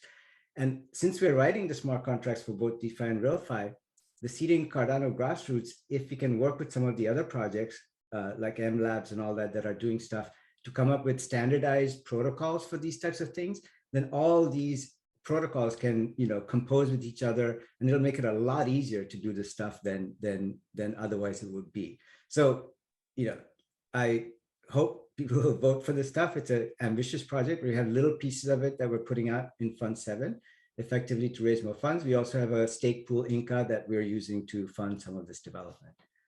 Thank you. Okay, thank you. So do we have some questions regarding this proposal? I'll stop my timer. I think I did it within 5 minutes or maybe a little bit over. Yeah, so this is of course quite specific one. So have you already started the development on this, or how are things, or this like some first project which you are building now on Cardano? It's the first project on Cardano. We wrote a bunch of stuff using the Chasen enterprise software for using Solidity and the Ethereum chain a while ago, and that ended up being like way too slow and way too expensive and didn't quite go the direction we wanted it to go. We have now come to the conclusion that we need to do this in pieces, in the sense that we'll probably have things running potentially on even different chains. The Cardano Haskell programming language allows us to do a lot, but it's very difficult. So, one of our team members did the Plutus Pioneers thing. We're starting to work with the Marlowe people to try and potentially use Marlowe to start the development, but I think we have to go down to the Haskell Plutus level. Marlowe is just not developed enough. Part of doing this would probably come up with Marlowe functionality that then other projects could use. Yeah, that's where we're at. The idea is also that the proof of concept that'll come out of the smart structure is like a existing bunch of securitizations that Chasen Enterprises uses in the real world, and that has to do with Fannie Mae and Freddie Mac credit risk transfer securities. That's like $1 trillion plus notional market, billions of dollars of bonds, but it's a very simple structure. And since that program already exists and is being used, Chasen has joint ventured with us to be able to kind of take that and put it into the Haskell Cardano world. So yes, in a way you could say that in real world using C# and all that, it's already done. But of course, to put it into a blockchain where it actually does the calculations fast enough, there's a lot of work to be done. We're almost doing a toy project in this case, because that proof of concept will then allow us to probably do an ISPO and get the lots of money afterwards to build this. In the end, it should help any type of securitization. I would say one thing that what's unique about this is we're not taking loans and putting it on anything at the moment. We're taking the technology that allows structuring and putting that with an incentive structure onto a blockchain. I mean, I think that the I3D stuff that I heard today, I'm going to look at that very carefully, because that's, again, building an incentive structure for information. If you think about it, the actual program that does the cash flow slicing and dicing is really a bit of information that should be out there. It's a program information, but it should be open source. And then how do you motivate people to contribute to that and keep it in good shape with some type of token, economics? Okay, yeah, cool. So Peter, yeah, go ahead. Peter. Yeah, it's a fascinating proposal. I'm really, my brain loves this kind of like complex design. But one thing I'm curious about is that, the whole blockchain itself and Satoshi Nakamoto's white paper referenced the 2008 crisis specifically. And like, do you think like you have a marketing problem by using the word mortgage-backed securities? Because there is a knee-jerk reaction to that. Like a lot of people involved in the blockchain space wanted to get away from exactly this kind of like derivative style financing. Now, again, a lot of people don't, like a lot of people are involved in DeFi, see nothing wrong with that. I'm just curious how you square that circle, whether you think there is even an issue or not. I think there's an issue that I want to address head on, and the miscellaneous challenge of the education videos is really part of it. It will be to show exactly what is the benefits of this type of securitization. In the end, Wall Street took it to an extreme version and it all blew up. It was leverage, liquidity, fraud, all kinds of things got into there and it blew up. But in the base thing, if you diversify a bunch of loans or diversify a bunch of cash flows, you allow for a larger group of investors to come in. I mean, just like I wouldn't lend you personally money to buy a house. But if there were 1,000 of you, right, and I could lend them a little bit of money and it was pooled across 1,000 people, then I could risk that because, how many are going to default? 10%, 20%, I still have some return on my money. So the technology of securitization actually brings value to funding any type of, project out there, whether it's a person's mortgage or whatever. So there's good in that, as long as it's not carried to an extreme. And I think educating people about that is very important. Yeah, so that's my approach. I think you make a good point. Like, blockchain technology is meant to make things more transparent and so-called trustless, right? So, and like you said, there was a lot of fraud as well, and a lot of people gaming the system. And so ideally, and you, by the virtue of the fact that you intend to open source all of this, the idea is that they should all be auditable now by knowledgeable people. And and like you said, there is a good idea at the core of this. And we're kind of in the same boat, because for Landano project, which I presented earlier, is, we want to leverage non-fungible token technology because there's something really fundamentally sound about that technology. But we're also now, if we drop the term NFT for your land title, people are thinking CryptoKitties and right? So it's like, I don't want to risk my house on some weird like NFT-ish kind of thing. So, we're kind of in the same boat where we have to balance like talking competently about the technology we think we can leverage versus the actual, marketing of and the appearance of, the impression people have that to any kind of that language that we're kind of stuck with. But anyway, so that's an encouraging answer. I wish you best of luck. And I think like more education and clearly putting out the benefits as well. Because remember, people can buy houses at a price and a rate that's much lower than it otherwise would be. But that doesn't get in the news, right? What gets in the news is just like the blow up and the this and the that and all that stuff. So you have to get out there and put the benefits as well. Now, in finance and the talking about Nakamoto in 2008, you know, the Lehman blow up, Lehman Brothers had the one that was allowed to go bankrupt that started the whole steamroller. They had a swaps book that they had a bunch of counterparties. And with the way that the swaps market works, the derivatives market is always bilateral. Like, you know, Lehman transacting with JP Morgan and they have bilateral books, but nobody else can see what they have. So when the crisis hit, you know, the news was, oh my God, there's trillions of dollars of notional out there and it's going to blow up the whole system. If anyone at that point had seen all the swaps, like if it had been that the swaps market traded on a blockchain type thing and you could see and do a block explorer, I think the net exposure was a few $1 billion, right? It would have easily, like, instead of all the nonsense trillions that people lost, they could have just, you know, put that little stopgap of a few $1 billion. The Federal Reserve could have done that and everything would have been fine because the net exposure wasn't that big, but nobody knew it. They didn't know it until a decade later in the lawsuits, right? Interesting. Yeah, that's really interesting.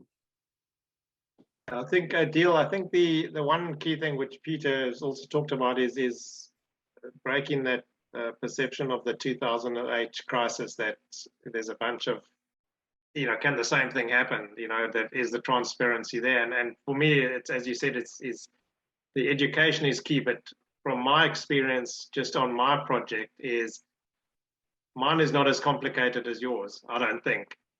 And I still struggle to explain it to people. So from you, your educational videos are going to really have to be spot on to make it really simplify a complex issue. How you do that, I don't know, because it's a complex issue. Well, the first one is already up there on our website, so you know it's linked in the miscellaneous challenge. So take a look at it. That's just the. I'm gonna have a look. Doing the diagram that I went today, but in animated form. And part of the budget is actually to make it a little bit more interesting, because I'm not the. I need something, you know, we need a better YouTube presence, like something more professional. You know, I talk about sausage and pigs. Somebody suggested I should have some pigs floating around and just get it more exciting, like not just me with my brick wall. So, you know, that's going to happen with some funding. Yeah, it will. I mean, yeah. Sorry, I look at my investors. I have only one investor actually really understands what we're doing. Because the rest come from a traditional background. You know, they backed a family and friends round. They backed that. You know, it's only now when I'm getting more into the community, they really understand it at first go. But still, we are trying to target we're trying to make that bridge. So ours, again, we have to go back and say, okay, how do we make it simple for people? I mean, we know that 95% of the money is in traditional finance, not in blockchain or crypto finance. So there's a huge market there, I think. And there's this need for like if you can provide the technology in a transparent way, it would help. I mean, literally the amount of money that the middlemen take out on the cash flow waterfall engine at the moment in traditional securitization is huge. If that money could be split between the borrowers and lenders instead of going to a centralized monopolistic entity, there's a win right there. I think you need to really hammer home that as your message. And I think it's worthwhile to work with an actual professional videographer if you have the budget, like not even necessary for them to produce, but give you the feedback on what a good script would look like, because their skill set is breaking down these complex problems into emotional hooks and like a good narrative. And I think right there, what you just said is like, you know, let's cut out that middleman who's been working behind the closed doors on these closed books. Let's open it. Let's make it open source, and everybody gets a share of the savings, and to the benefit of all. Like that's your pitch. Like, and then you go into like, oh, this is how it actually works, right? Like, and I think the other thing is that you have a very strong team, and I think you did a good job of highlighting that at the beginning to build trust in what you're doing. Yeah. No, we also love working together. I mean, we've been working together for decades on all kinds of things. So, you know, it's seamless. That part, at least, is I'm very happy with. Cool. Okay, great. So we still have 15 seconds. But anyway, so and please ask questions in the idea scale stuff too. I think the more that people ask, you know, the more I can reply. And even to Peter's question, it actually brought out a very important point that somehow I hadn't said, which was the sharing the middleman profits. Yeah. Anyway, so if anyone has some questions, of course, we can discuss all the proposals which were presented here till they close the breakout rooms.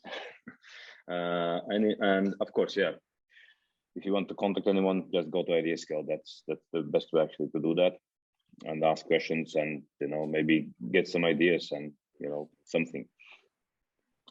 So okay, good. So thanks everyone for doing the presentation. So it was really interesting to see all the presentations, and I see that really dives in deep in some topics which I really don't understand, and I have to try to figure out what's going on there.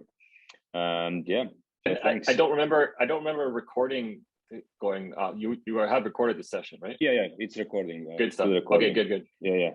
No worries. That's the main thing which we have to do.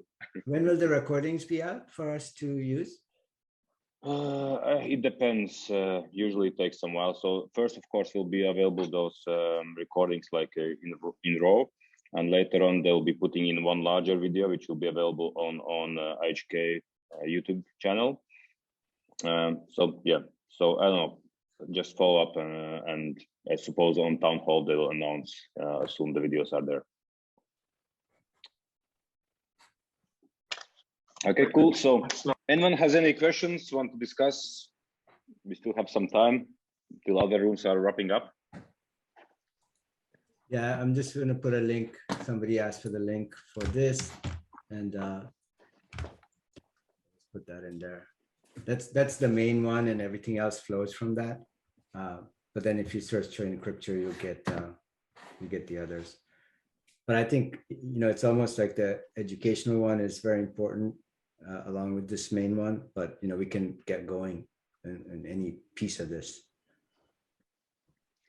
I think that education is actually a key in almost all the projects, whatever especially connect somehow in the real world or classic traditional world, because as soon people see clear here whatever cryptocurrencies, blockchain, for them it's like really strange thing, and then that some of them try to be stay away from that. So that's kind of where we see that the educational thing is very important. Can I quickly ask a question of Adil and Peter? What are your guys' time to market for your project? Well, so we had. Go ahead, Peter. Sorry. Yeah. So sorry, I closed my presentation. I was going to bring it back up. So we have for Fund 7, it's for 3 months of funding, March, April, May, and that's delivered MVP to testnet. Then we have a 6-month roadmap on our IdeaScale and a 12-month. After it's a 12 months that we want to have because it's very critical to us that we have a security audited certified level 3 Cardano DApp. And so that's going to take some time and some work on the testnet. So the idea is to launch on mainnet after 12 months. So that would be March 1st, 2023. So we'll answer your question. Yeah. So for me, it is a much more modest goal because a lot of functionality has to be worked out. So for this Fund 7 proposals, for the smart structure one, we're going to get to the existing C# code base for the CRT loans in particular, the Freddie Fannie loans, and have a working model, like a almost MVP type model on Plutus. So that should take about 3 months. We're probably going to use MLabs for coding it because they're doing similar projects. So part of this money will go to them to code that along with Sean. And then of course the education stuff is while they're coding, because I'm not going to code myself, I'll be working on the videos and explaining the process. So at the end of the 3 or 4 months of the Fund 7 funding, we should have a bunch of website video explaining securitization on-chain, off-chain, what the different use cases will be and all of that stuff. And we will have started to work on the CIP, like what are the standard ways of coding this in a blockchain world for slicing and dicing cash flows, whether it's mortgages, asset-backed securities, DeFi loans, anything with the cash flow you can redirect, and anything you can redirect, then you can make new characteristics of bonds. So what are the building blocks? Even answering the question, are there fundamental building blocks? I know there has to be, because in the real world, if you take securitization, across mortgages, student loans, bank receivables, betting, lottery ticket betting things. Intex, which is one of the biggest companies that does the centralized thing, they have one software that everybody uses. Why? Because they can use that one to compare all these different assets. Because as an investor, if you're buying a 2-year bond that is a spread over treasuries for whatever, yeah, you care a little bit whether it's student loans or cars or whatever, but you want to compare them. And so using that one piece of software actually helps. If that one piece of software is kept by the community and kept up by all the issuers rather than, some centralized thing, now it all kind of works. But that incentive structure has to be there and the functionality has to be there. So this Fund 7 stuff is baby steps. If the baby steps work, we hope to get an ISPO, get more funding, get more people involved, and then go to the moon. Yeah. Okay, guys, we have to go back to the main room. So we have to close these rooms. So anyway, thanks everyone. And thank you very much. So if you want, you can always, have some kind of breakout rooms on the town hall, just let us know in advance. And maybe we can have nice discussions regarding specific topics there. So it's always nice to, have some kind of discussions, lively. Okay, thank you guys. Thank you, everyone. It was really pleasure to learn something new as well for me. Bye. Bye-bye. Hey. Great. Hey, nice to see you. How are things going? Okay, let's wait for more people to join. Let me just see and open my Excel sheet with the presenters. Can you hear me well? Very good. Good. Okay, great. So let's wait for a minute or two for our speakers. So we'll have 3 speakers now and then a break and then 3 more speakers. So, and let me check who was the first one. Okay, so let me open the list here. Okay, Manfo will be the first one. So let's wait for 2-3 minutes for people to jump between the rooms. I see there are a lot of people who are still in the main channel. Hence, you were from Germany or from everywhere? I'm from Austria, actually, but I'm Okay, currently sitting in sunny but not so warm Malta. So okay, yeah, I'm in Europe, so Riga, Latvia. So it's also not so sunny. It's already like evening time. Right. It's not snowing anymore, but yeah, still cold. Okay, I see people don't want to move from the main channel. Maybe there's some entertainment going on there. I don't know why. I see more than 40 people there still. And let me check where is. I think Aiden is so enthusiastic that. Yeah, he always is. He always is. It will be difficult to compete with his speaking speed. So. True. We'll do our best. Okay, let me see. But I don't see the speaker. Okay, Heinz, you are the second speaker. So after Manfo, and then we have Alexander. So far, Heinz, you are. I can also speak 3 times if you want me to. So. That will be a little bit too much for this one, but definitely, that is always nice, discuss and always live discussions on these things, and yeah, so it's nice to see that there are a lot, more and more proposals every time, more and more projects, and more like really deep type project, not just just a simple one, but really where teams are coming together and yeah, diving deep in some issues. And let me see. Okay, 29. Still people now. I'll just try to find in the chat our first speaker. Maybe he's lost somewhere. If not, then maybe we'll go with you, Hans, first. I'm ready anytime. So yeah, but let's wait. I would love to see more audience. So definitely. Yeah. Yes.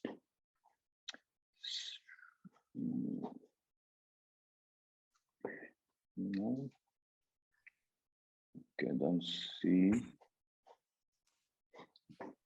Adil, where are you sitting? I'm sitting in Brooklyn, just outside of Manhattan, and yeah. So it's a good morning for you, or? Yeah, it's great. It's great. Yeah, and I purposely put the brick wall so that it looks like Brooklyn. Yeah. Yeah. No, it's kind of a great day here. I don't know. It's raining. You know, it's warm though for December. Like, I don't know. It's definitely very pleasant. Yeah. Let me just drop a message. It's also like, I think that the actual schedule was at 15:30, correct? So it's 10 more minutes, or is it? It's at least the latest one. Let me just see on this one shadow. It sometimes moves with it, so we can of course wait. Let me check, because this is one of the rooms with almost leave people. Oh no, room 9 is only 2 people. Okay, host and somebody else. Okay, so people are still moving slowly to other rooms.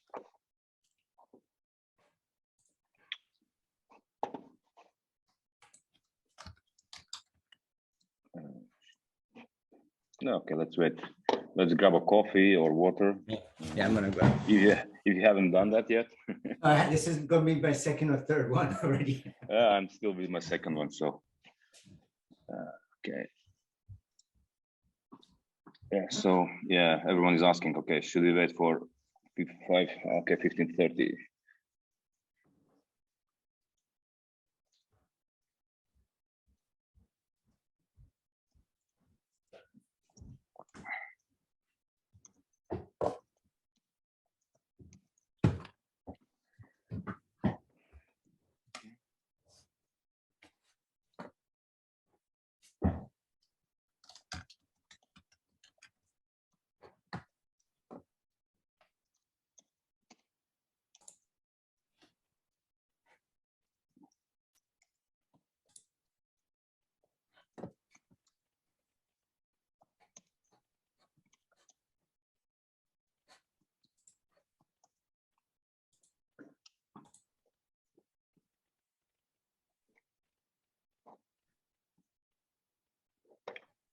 Okay, let's wait a little bit.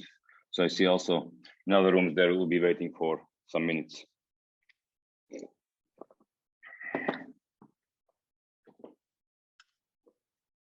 So okay, recording is started. That at least is done. Adil, do you have also some kind of projects which you have submitted?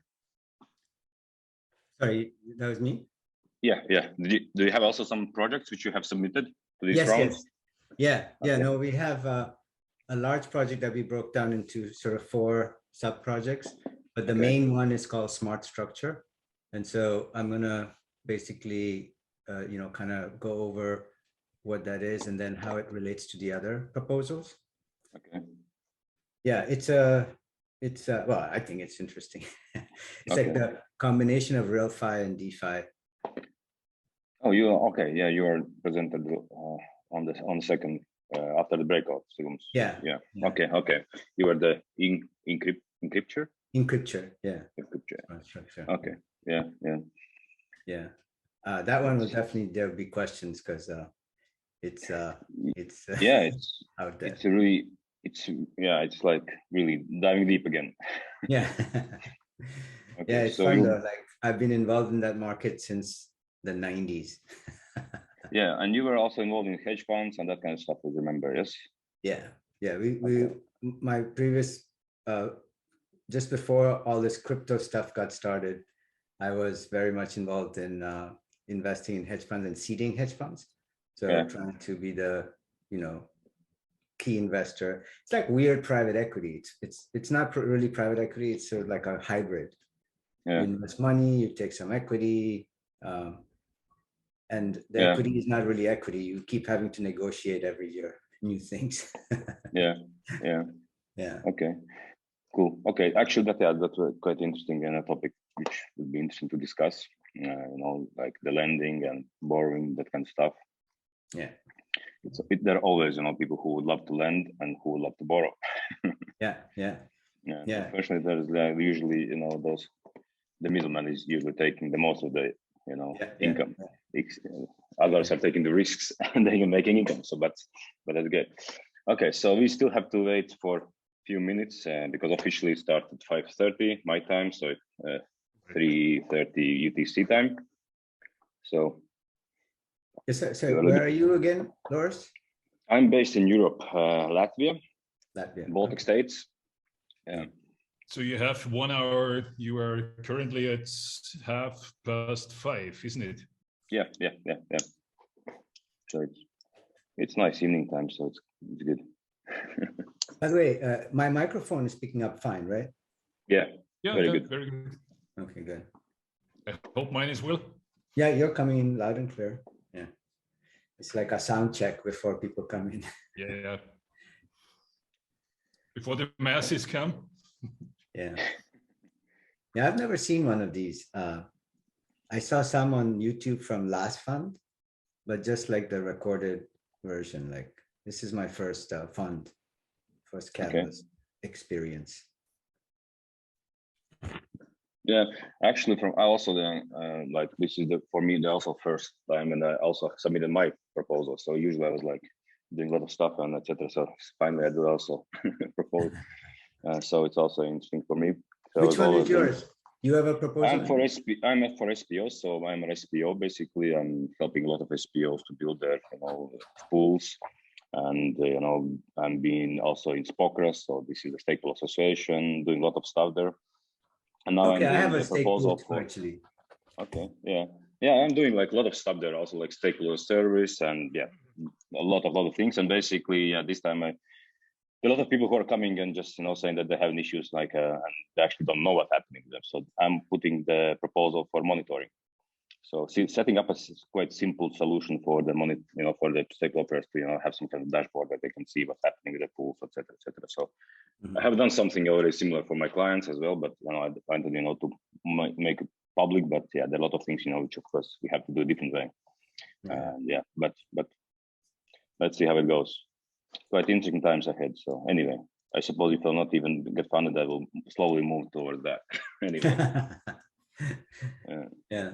I mean, it's interesting, like in some point, if there was some stake pool in a box solution, so more people could be stake pools without a lot of the hassle, then it would help, I think, the whole decentralization type thing. Yeah, so I think yes, because it's already getting harder, because when we started on ITN or before that, or any other, it was like, okay, there's one guy who can do both, run the pool, do the marketing, etc. Now it's like really, you have to really have, deep knowledge about technical stuff, because there are a lot of more things coming up. You need actually to be able to monitor those things all the time. So if something goes down, so one person again, you need some kind of backup person who is doing that, at least soft-scale some kind of solution, so you don't have to sit all the time at the monitor and guessing if the pool is doing something, etc. So there are a lot of things which is, it's already, becoming like a business for a lot of people. So, and that's why it's, you have to also think about that. And there's a team. So if you see, because I'm coming also from proof of work type of, experience. So I had like my farms running, and CPU, GPUs, You already had the monitoring outlook. Yeah. So and then in the Baltic, it's good for the winter heating. So yeah, it's really good. It's like the heating. Yeah, the issue was how to try to get some colder air there somewhere. Like really, it was all time fighting with the heat. But yeah, but at that time, it was easier for IT guys like geeks, to manage it, because it was like just hardware. So it depends on how much hardware you have, and that's it. Here you have like hardware is like only small portion. You have actually to do the marketing, and that's where it's like tricky. Yeah, the marketing is very tricky.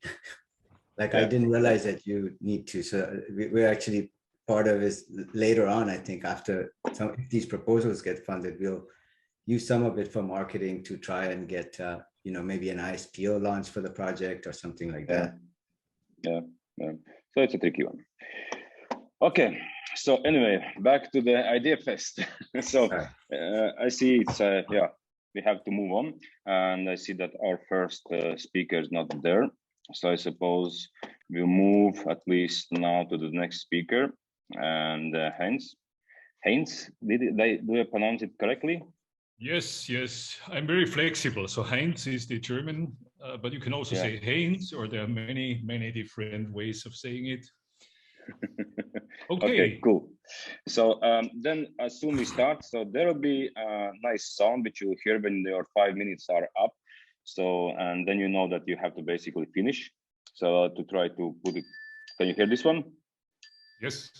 Okay, so it means your 5 minutes are up, and then you have to wrap up. And then will be, you know, another 10 minutes for you, you know, where we can discuss. And yeah, so I suppose we can then start. So are you ready? Perfect. Okay, then the floor is yours. Good morning, good afternoon, good evening, and good day. So as you see, my name is Heinz Gassner, and I have the pleasure to present DLT 360 to you. So I will do this in a kind of a 5-minute nutshell format, because we have quite some proposals in Fund 7.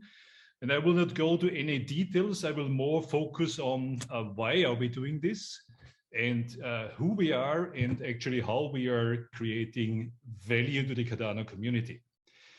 So let me start out with why are we doing this.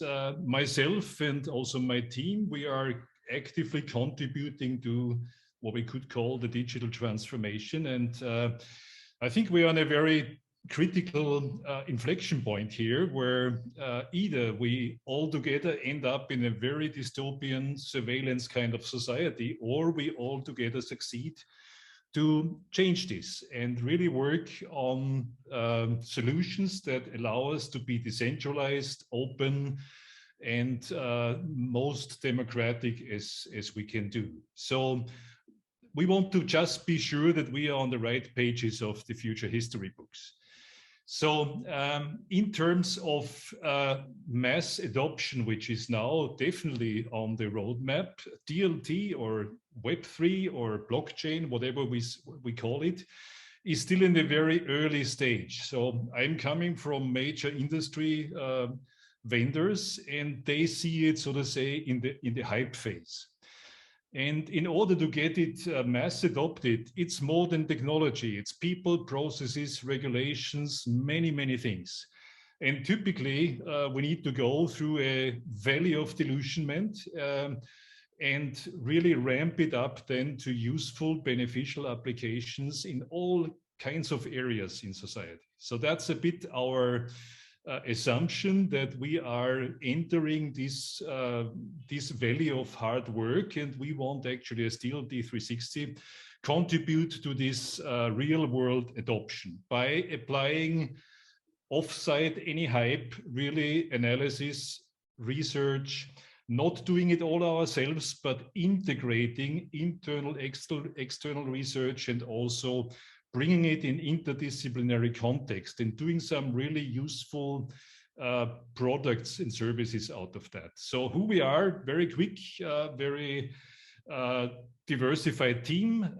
Guillermo sits in Sao Paulo, is assistant at the Sena Institute, is a mechatronic innovation-oriented person.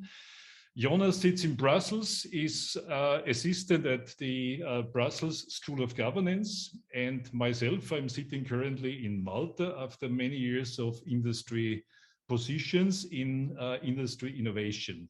My last part was at AB InBev, leading the digital transformation of supply operations. So we are a very small team. We have already succeeded to attract very interesting external extended experts from academia and industry. And we are building a very scalable contributing network, because we need to build this whole thing very active, but very scalable in terms of cost and performance. So just in a glance where we come from, we were funded in Fund 6 with a starting point, a risk and opportunity radar. As the name says, it's looking at opportunities and risks from different angles on blockchain, and specifically on Cardano. And bringing different bits and pieces together in an interdisciplinary way. We are doing this with interesting people, but also we had also a good starting session at the After Town Hall last week. So we try now to populate the whole thing. We have a very professional tool in the background, which we will show very soon in another town hall upcoming beginning of next year. So our Fund 7 proposals are actually multitude. They are to some extent deepening the risk and opportunity radar. We are working on blueprints, so implementation blueprints from our learnings from an interdisciplinary perspective. And we are working on, we call it consultancy artifacts. So which are specifically aiming for manufacturing industry to explain the whole possibilities which are coming from the blockchain world. So each and every of those proposals we have presented, we did actually go into quite some details with basing this on our business model canvas. So I can, of course, not go into any details here, but this is done in quite some detail, and we are also deepening this in teamwork in Miro. So if anyone has specific interest, we can always make some guided tours through our Miro environment. So Fund 7 is now for us very important. So we started out, we have a scope with deliveries until about May, and we want definitely to deepen this journey, and we want to complement this journey, and we want to really do useful things. So it's very important for us to get these Fund 7 proposals actually funded and active. So brings me to the conclusion. So just promoting and asking you for voting for us. So in the big picture, where we see ourselves is really contributing to a safe and successful, let's say, mass adoption journey of the Cardano community, and we want to be a very helpful and major player in this, let's say, road ahead. Okay, many thanks. I hope I kept my 5 minutes and open for your questions. Okay, thank you, Hans, for the nice presentation. And yeah, of course, I think there are a lot of questions maybe for people, and they would love to dive deeper on this. Okay, so let's move with the question. And if someone has already some questions ready, so I can then later join in with my questions as well. So can you hear me? Yes. Oh, okay. So it's, correct me if my understanding is like it really is to try and present a much larger opportunity set for anyone who wants to do a project to see exactly where the largest impact will be, or some such thing. Is that kind of the guiding principle?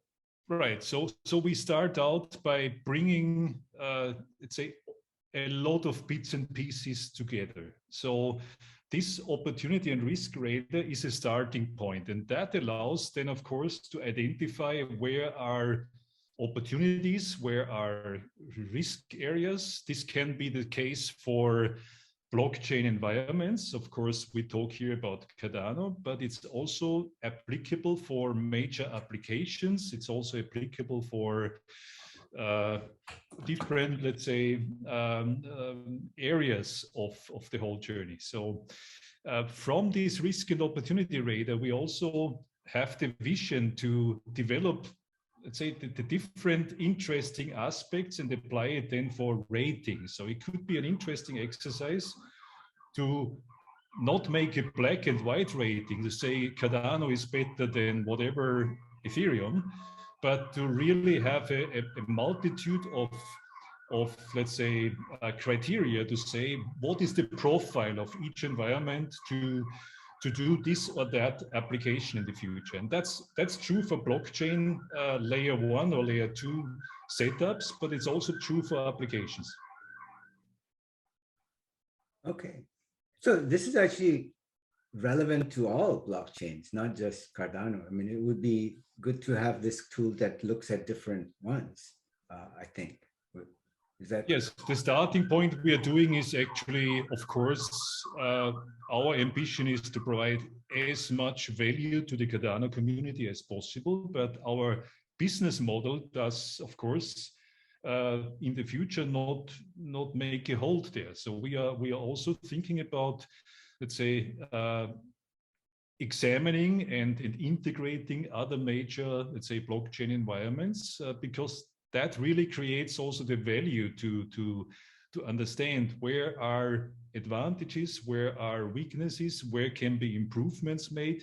So to have the complete space actually on the radar, but of course we need to be humble. We need to start out with, let's say, all these steps. We have a very interesting tool in the background for that, which is very powerful and also has linkage to, for example, to academic databases, and allows us really to integrate a lot of information, bits and pieces. Thank you. Okay, good. So I also saw in your presentation like SPO 2.0 blueprints. So can you elaborate on that? So what are plans there? You know, I was fund 7 category or challenge setting proposer in fund 6 for the new SPO business models. So this is I really, in the DLT-360 journey, we want to work on interdisciplinary blueprints. So it's something when, of course, you have nicely in our talk just before opening formally, you described your journey as a stake pool operator, and this was for sure a very technical approach, and you correctly said now it's moving more towards a business model, marketing, more towards also, if we look at regions where stake pools might not yet be so established, how to finance stake pools and how to get noticed.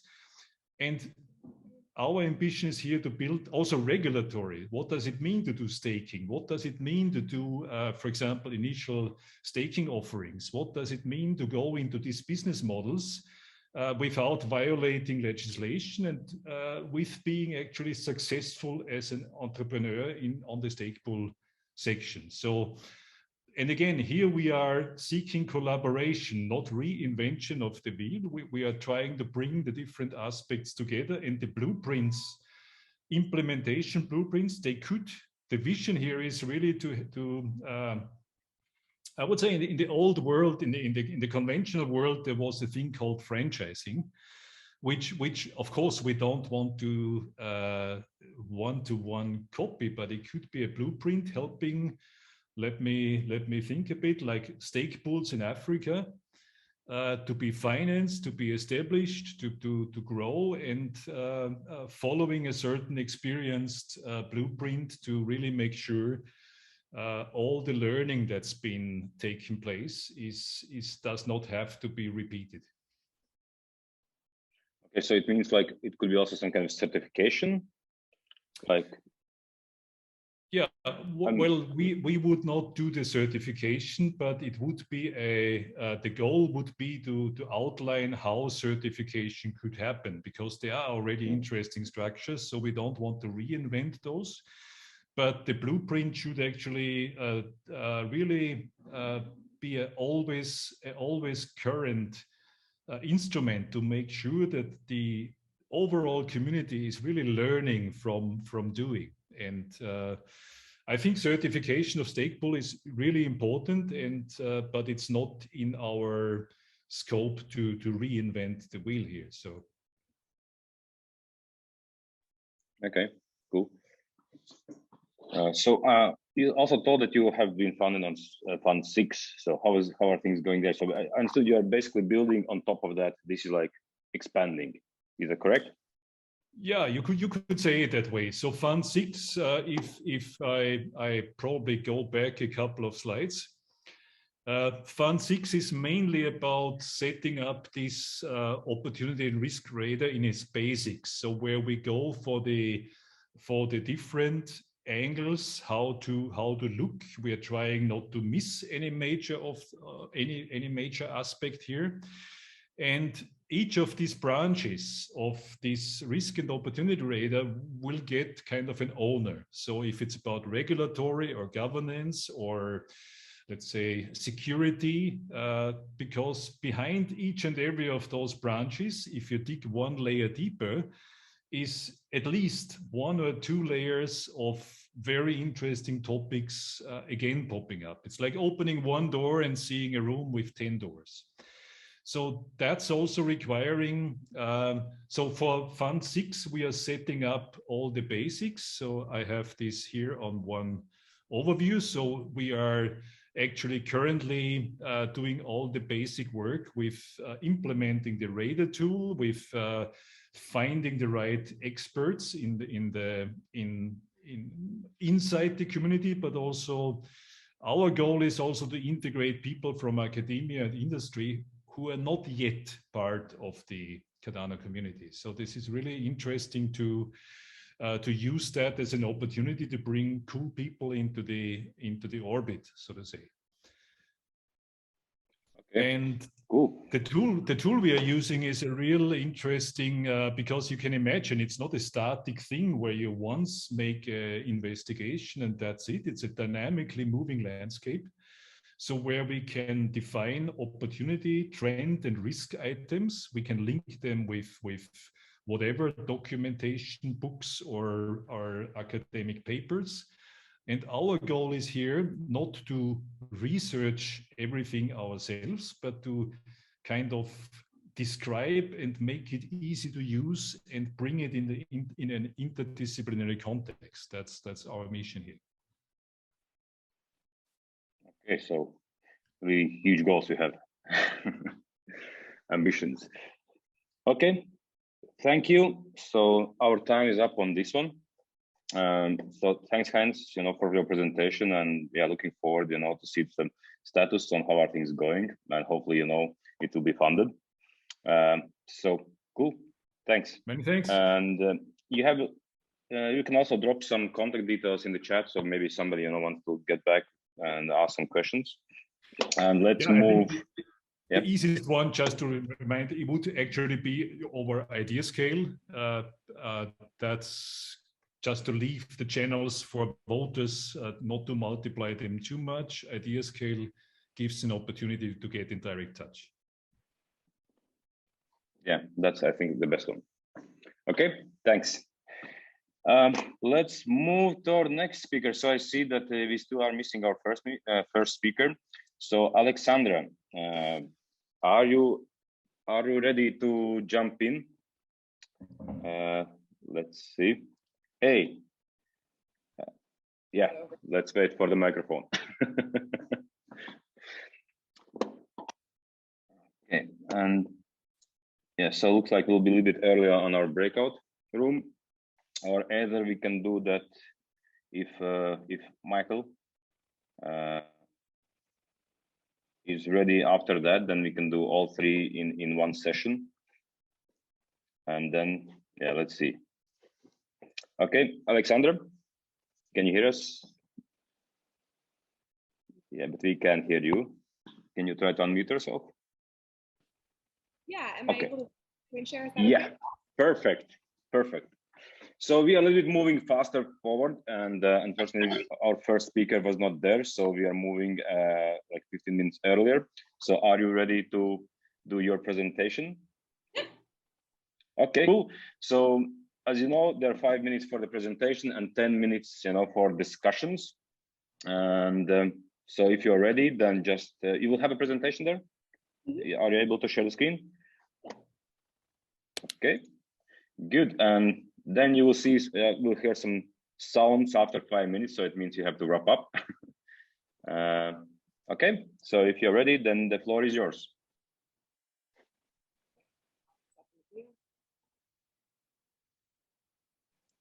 Good to go? Yeah, just waiting for it to. Oh, okay.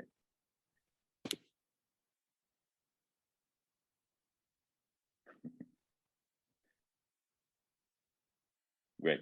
Okay, let's start.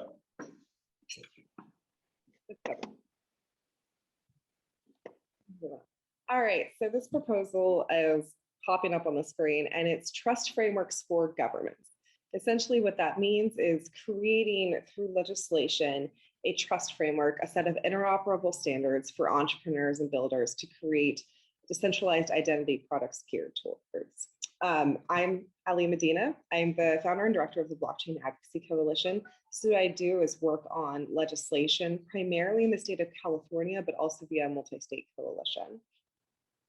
The team that would be working on this project is led by Kalia Young. She's our decentralized identity expert. I think many of you in the space probably know her. She runs IIW. I am not a technologist by background. I've worked in politics for over a decade. I've worked for the Democratic Party. I've worked for labor unions. I'm an elected official in my small city here in Emeryville, California. She is the one who really brings in the technical expertise that anchors our team. What I do is I work to advocate with legislators and help them understand the importance of this technology for the state of California. We also retain a lobbying firm. They represent eBay, PayPal, and Salesforce. So my organization already exists, has since 2018.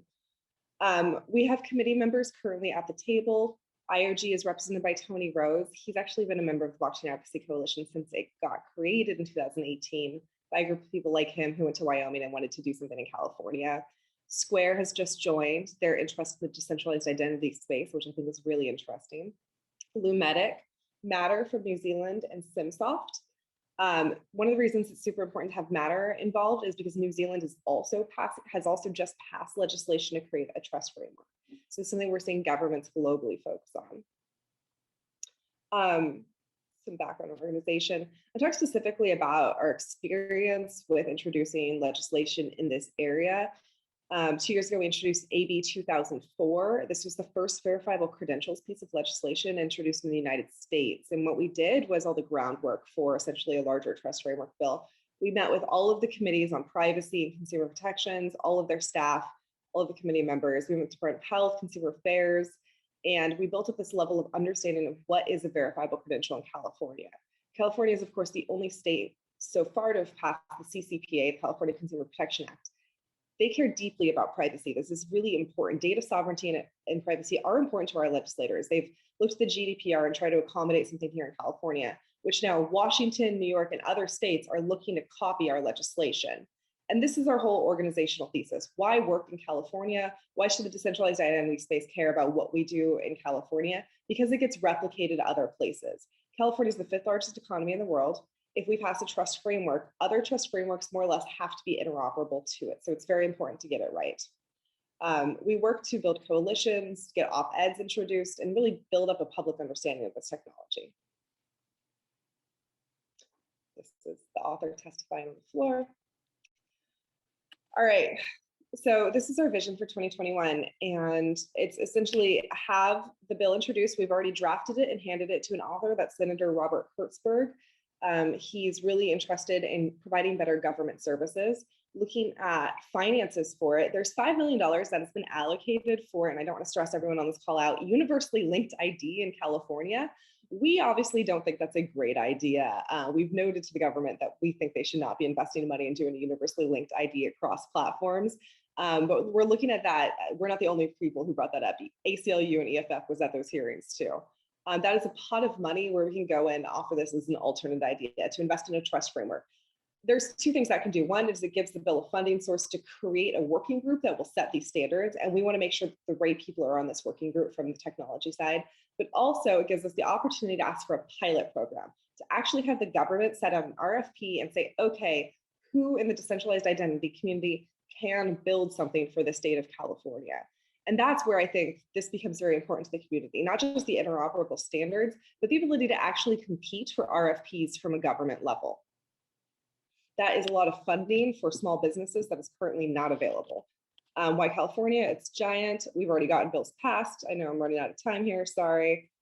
Our legislative timeline, I got a lot of questions about like, are these timelines overly ambitious? They're actually based on a real timeline. The state and federal legislature has a set calendar that I have to follow. So if we move this bill forward, literally it could be signed into law by the end of 22 and implemented by 23.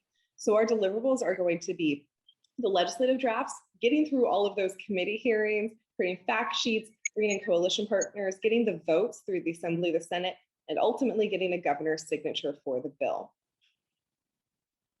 So that is more or less what we are trying to do. I think I've tried to explain why I think it's so exciting and important. I know it's a little bit of a different proposal for this area because it's legislation, but it opens up the ability to compete for things like the millions and millions of dollars that are being sunk into mobile digital driver's licenses, which right now legislation is being drafted in this sort of vendor lock-in way, where they're saying you have to build this mobile app that's going to like be able to be geographically traced.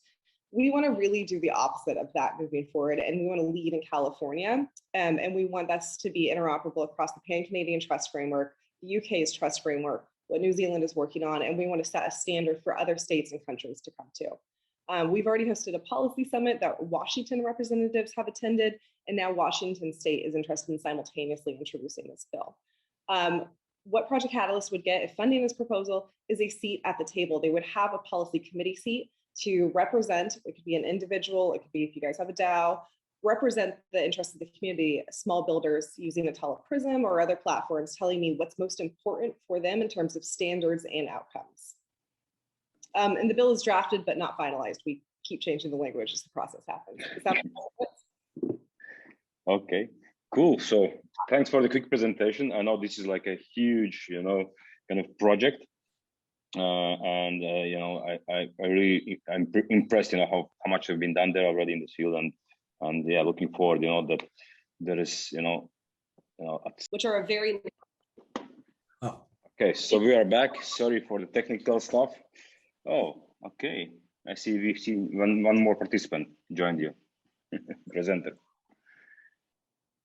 Okay, so we can move forward. The recording has been started. And let's have a question and answer session. Let me reset the timer for this one due to the technical stuff. So we have additional 10 minutes to move with that. Okay. So are there any questions? Well, I had a question about the whole digital ID, whether you guys are pushing, or what are your thoughts on pushing it like pseudonymous versus actually linked to a biological person? Oh, in the bill, we do not write standards that proscriptively. The bill is very much like, we want it, it's based on the Pan-Canadian Trust Framework. So verifiable credentials must be portable, interoperable, secure, and privacy preserving, and they have to comport with certain DID standards. So maybe that could be the W3C standard of JSON LD notation, right? Probably not the ISO standard. What is LD notation? Sorry. So the W3C has done a lot of technical work on saying like, here's what a DID, a decentralized identifier, should be. And so we want to look to those larger standard setting bodies for the specifics, but that part can't be in the bill, because what's actually bad is to put really technical specifics in legislation that doesn't change rapidly. What we want to have is the bill say, here's the standards, it has to like be these things, and then it'll create a stakeholder group to come up with the technical requirements. And that will be implemented by the agencies, which allows for more flexibility if there are major forms of progress in the decentralized identity community. Because if you lock in a certain technical standard in a bill, then you have to go write a new bill to change it. And so we try to not do that. In terms of biological versus pseudonymous identity, we're probably not going to get into that with this level of legislation. That's something that if it can be built to such a standard, it can be. As a government relations person, I'm sort of not going to go around being like, let's do pseudonymous identity. It's maybe not the best pitch, you know, but it could be still built to that standard and then accepted. Thank you. So with your proposal, you are contributing to clarity for offerings to government to put proposals in a more clarified environment. Am I getting that correctly? That is one of the outcomes. It will allow decentralized identity businesses to compete on an even field for requests for proposals, requests for ideas, for grants to build projects. But it'll also allow the government to build to that standard, which is a big problem because there's no impetus for them to build anything this way right now. So that would be referred to in RFPs or in all kinds of governmental projects. Technology. So they could issue an RFP for verifiable credentials. Like right now, we responded to an RFI from Department of Homeland Security asking for input on how to build mobile driver's licenses. And we said, you need to include verifiable credentials in your RFP. They're probably going to ignore us, but this is the kind of work we do.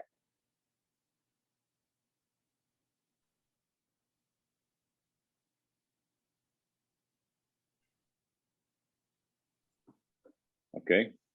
So are there more questions regarding this? So this is quite a specific bill and a specific actually, project. So in Europe, we are not there yet. So it's good that somebody starts there, so we can copy later on maybe some kind of ideas. Yeah. The UK released its second version in August. Okay.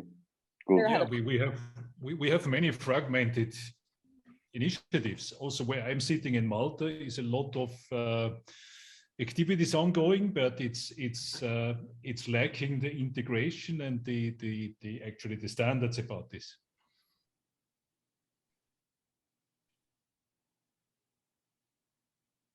Hi everyone.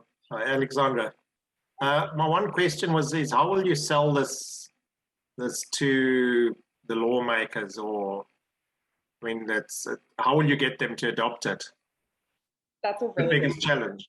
Yeah, and that's like the part that I am an expert on. So this is the best question for me. So what we framed, because we already did verifiable credentials. Sorry, there's a cat trying to eat the other cat's food.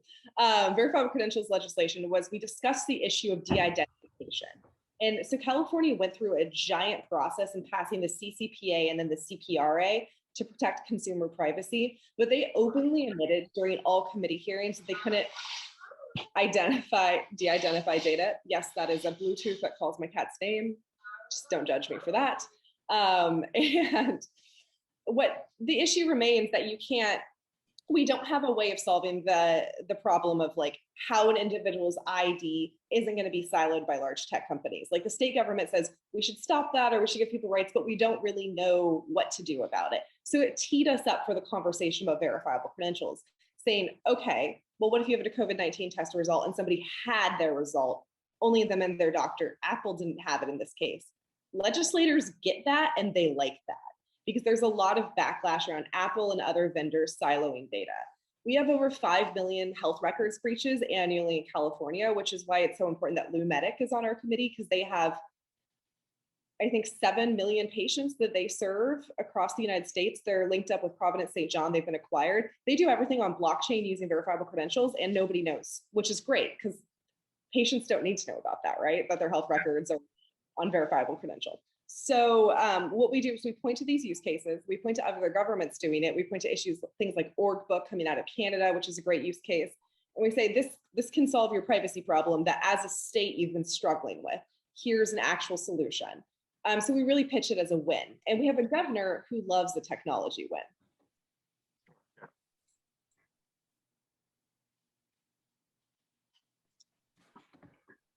Okay. So I see that we don't have the third speaker for this, so maybe we can extend the discussions on several topics and on any of previous also proposals which we have here. And before the break, and after the break, I will be continuing with Adil, with your proposal and presentation. Oh, just a second. And Michael, and then Michael is sorry. I think I'm next. Yeah, Michael and Adil. Yeah. So, okay, Michael's here. Thank God. So I thought that we're missing out some more speakers. Okay, cool. So we have like I suppose some open mic now for a few minutes so before we can. one more thing for Alexandra is that how is the lobbying, like how does lobbying work in this field? Like is there money that you get from like ADA holders and then, support advertisement for politicians? Like, what, like how does it work? Okay, so yeah, the budget's in the proposal, but essentially I hire a lobbyist. And so legally you have to have somebody who's a registered lobbyist with the state. I know, you can do it individually, but Makes my head explode.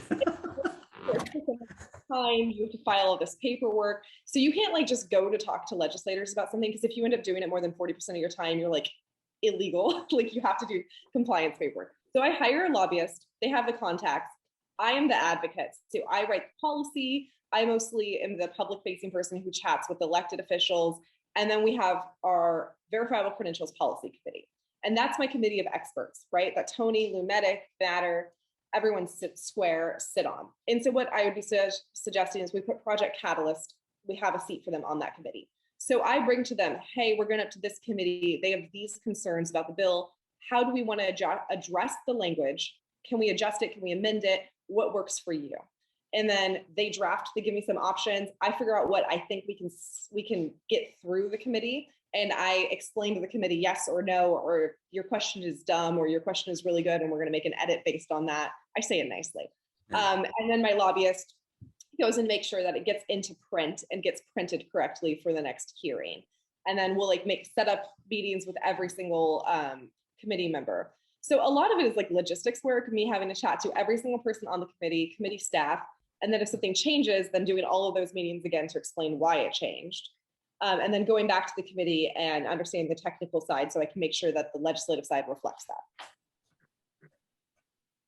So there's a lot, there's me, Kalia, and Jamie who will be working on this full time. And then having a bit of extra budget for PR, which I normally would never have, but if I can raise enough this round to do it, would be amazing, because it took me like 2 months to get an op-ed placed last time. But having like op-eds and press going out about this simultaneously helped me point the committee to say, hey, other people are talking about this, you should go look over there. So it's very useful for me, even if it is just me talking about it over there. So how do you see the global synergies with this project? How similar are the different states in US in this journey? And you mentioned you also reached out to UK. You are familiar with situation in UK. How do you see the kind of the expandability of this journey to other states? I think it's very expandable, because part of my work through the Blockchain Advocacy Coalition is to create a multi-state coalition. So that's with stakeholders from right now. We have 20 states joining monthly calls. I'm on the steering committee with Washington and Texas. And so there's blockchain advocates in a bunch of different states, but they are not as big organizationally as we are. So what we try to do is share bill drafts. We're going to do a policy summit this year. I want to offer trainings on how to do lobby visits. And we're setting up a playbook of how to set up an organization in your state. Now, Washington State has already expressed interest in introducing this bill because we meet monthly. They've seen the bill, they like it, they want to do it in Washington. That means we could have a Pacific Coast Trust Framework where we would have the same language in both states. Washington has a lot of blockchain companies. That would be fully interoperable. So the goal would be to have the same language introduced in as many states as possible. My job is to make sure that I'm reading the Pan-Canadian Trust Framework, the UK, tracking what's happening in New Zealand, and making sure that the language I put in California is interoperable and works with those as well. That's like where it's very important for me to be doing a lot of research and bringing in a lot of input from the community. Wow, Heinz, your DLT 360 should have one spoke on the verifiable credential layer.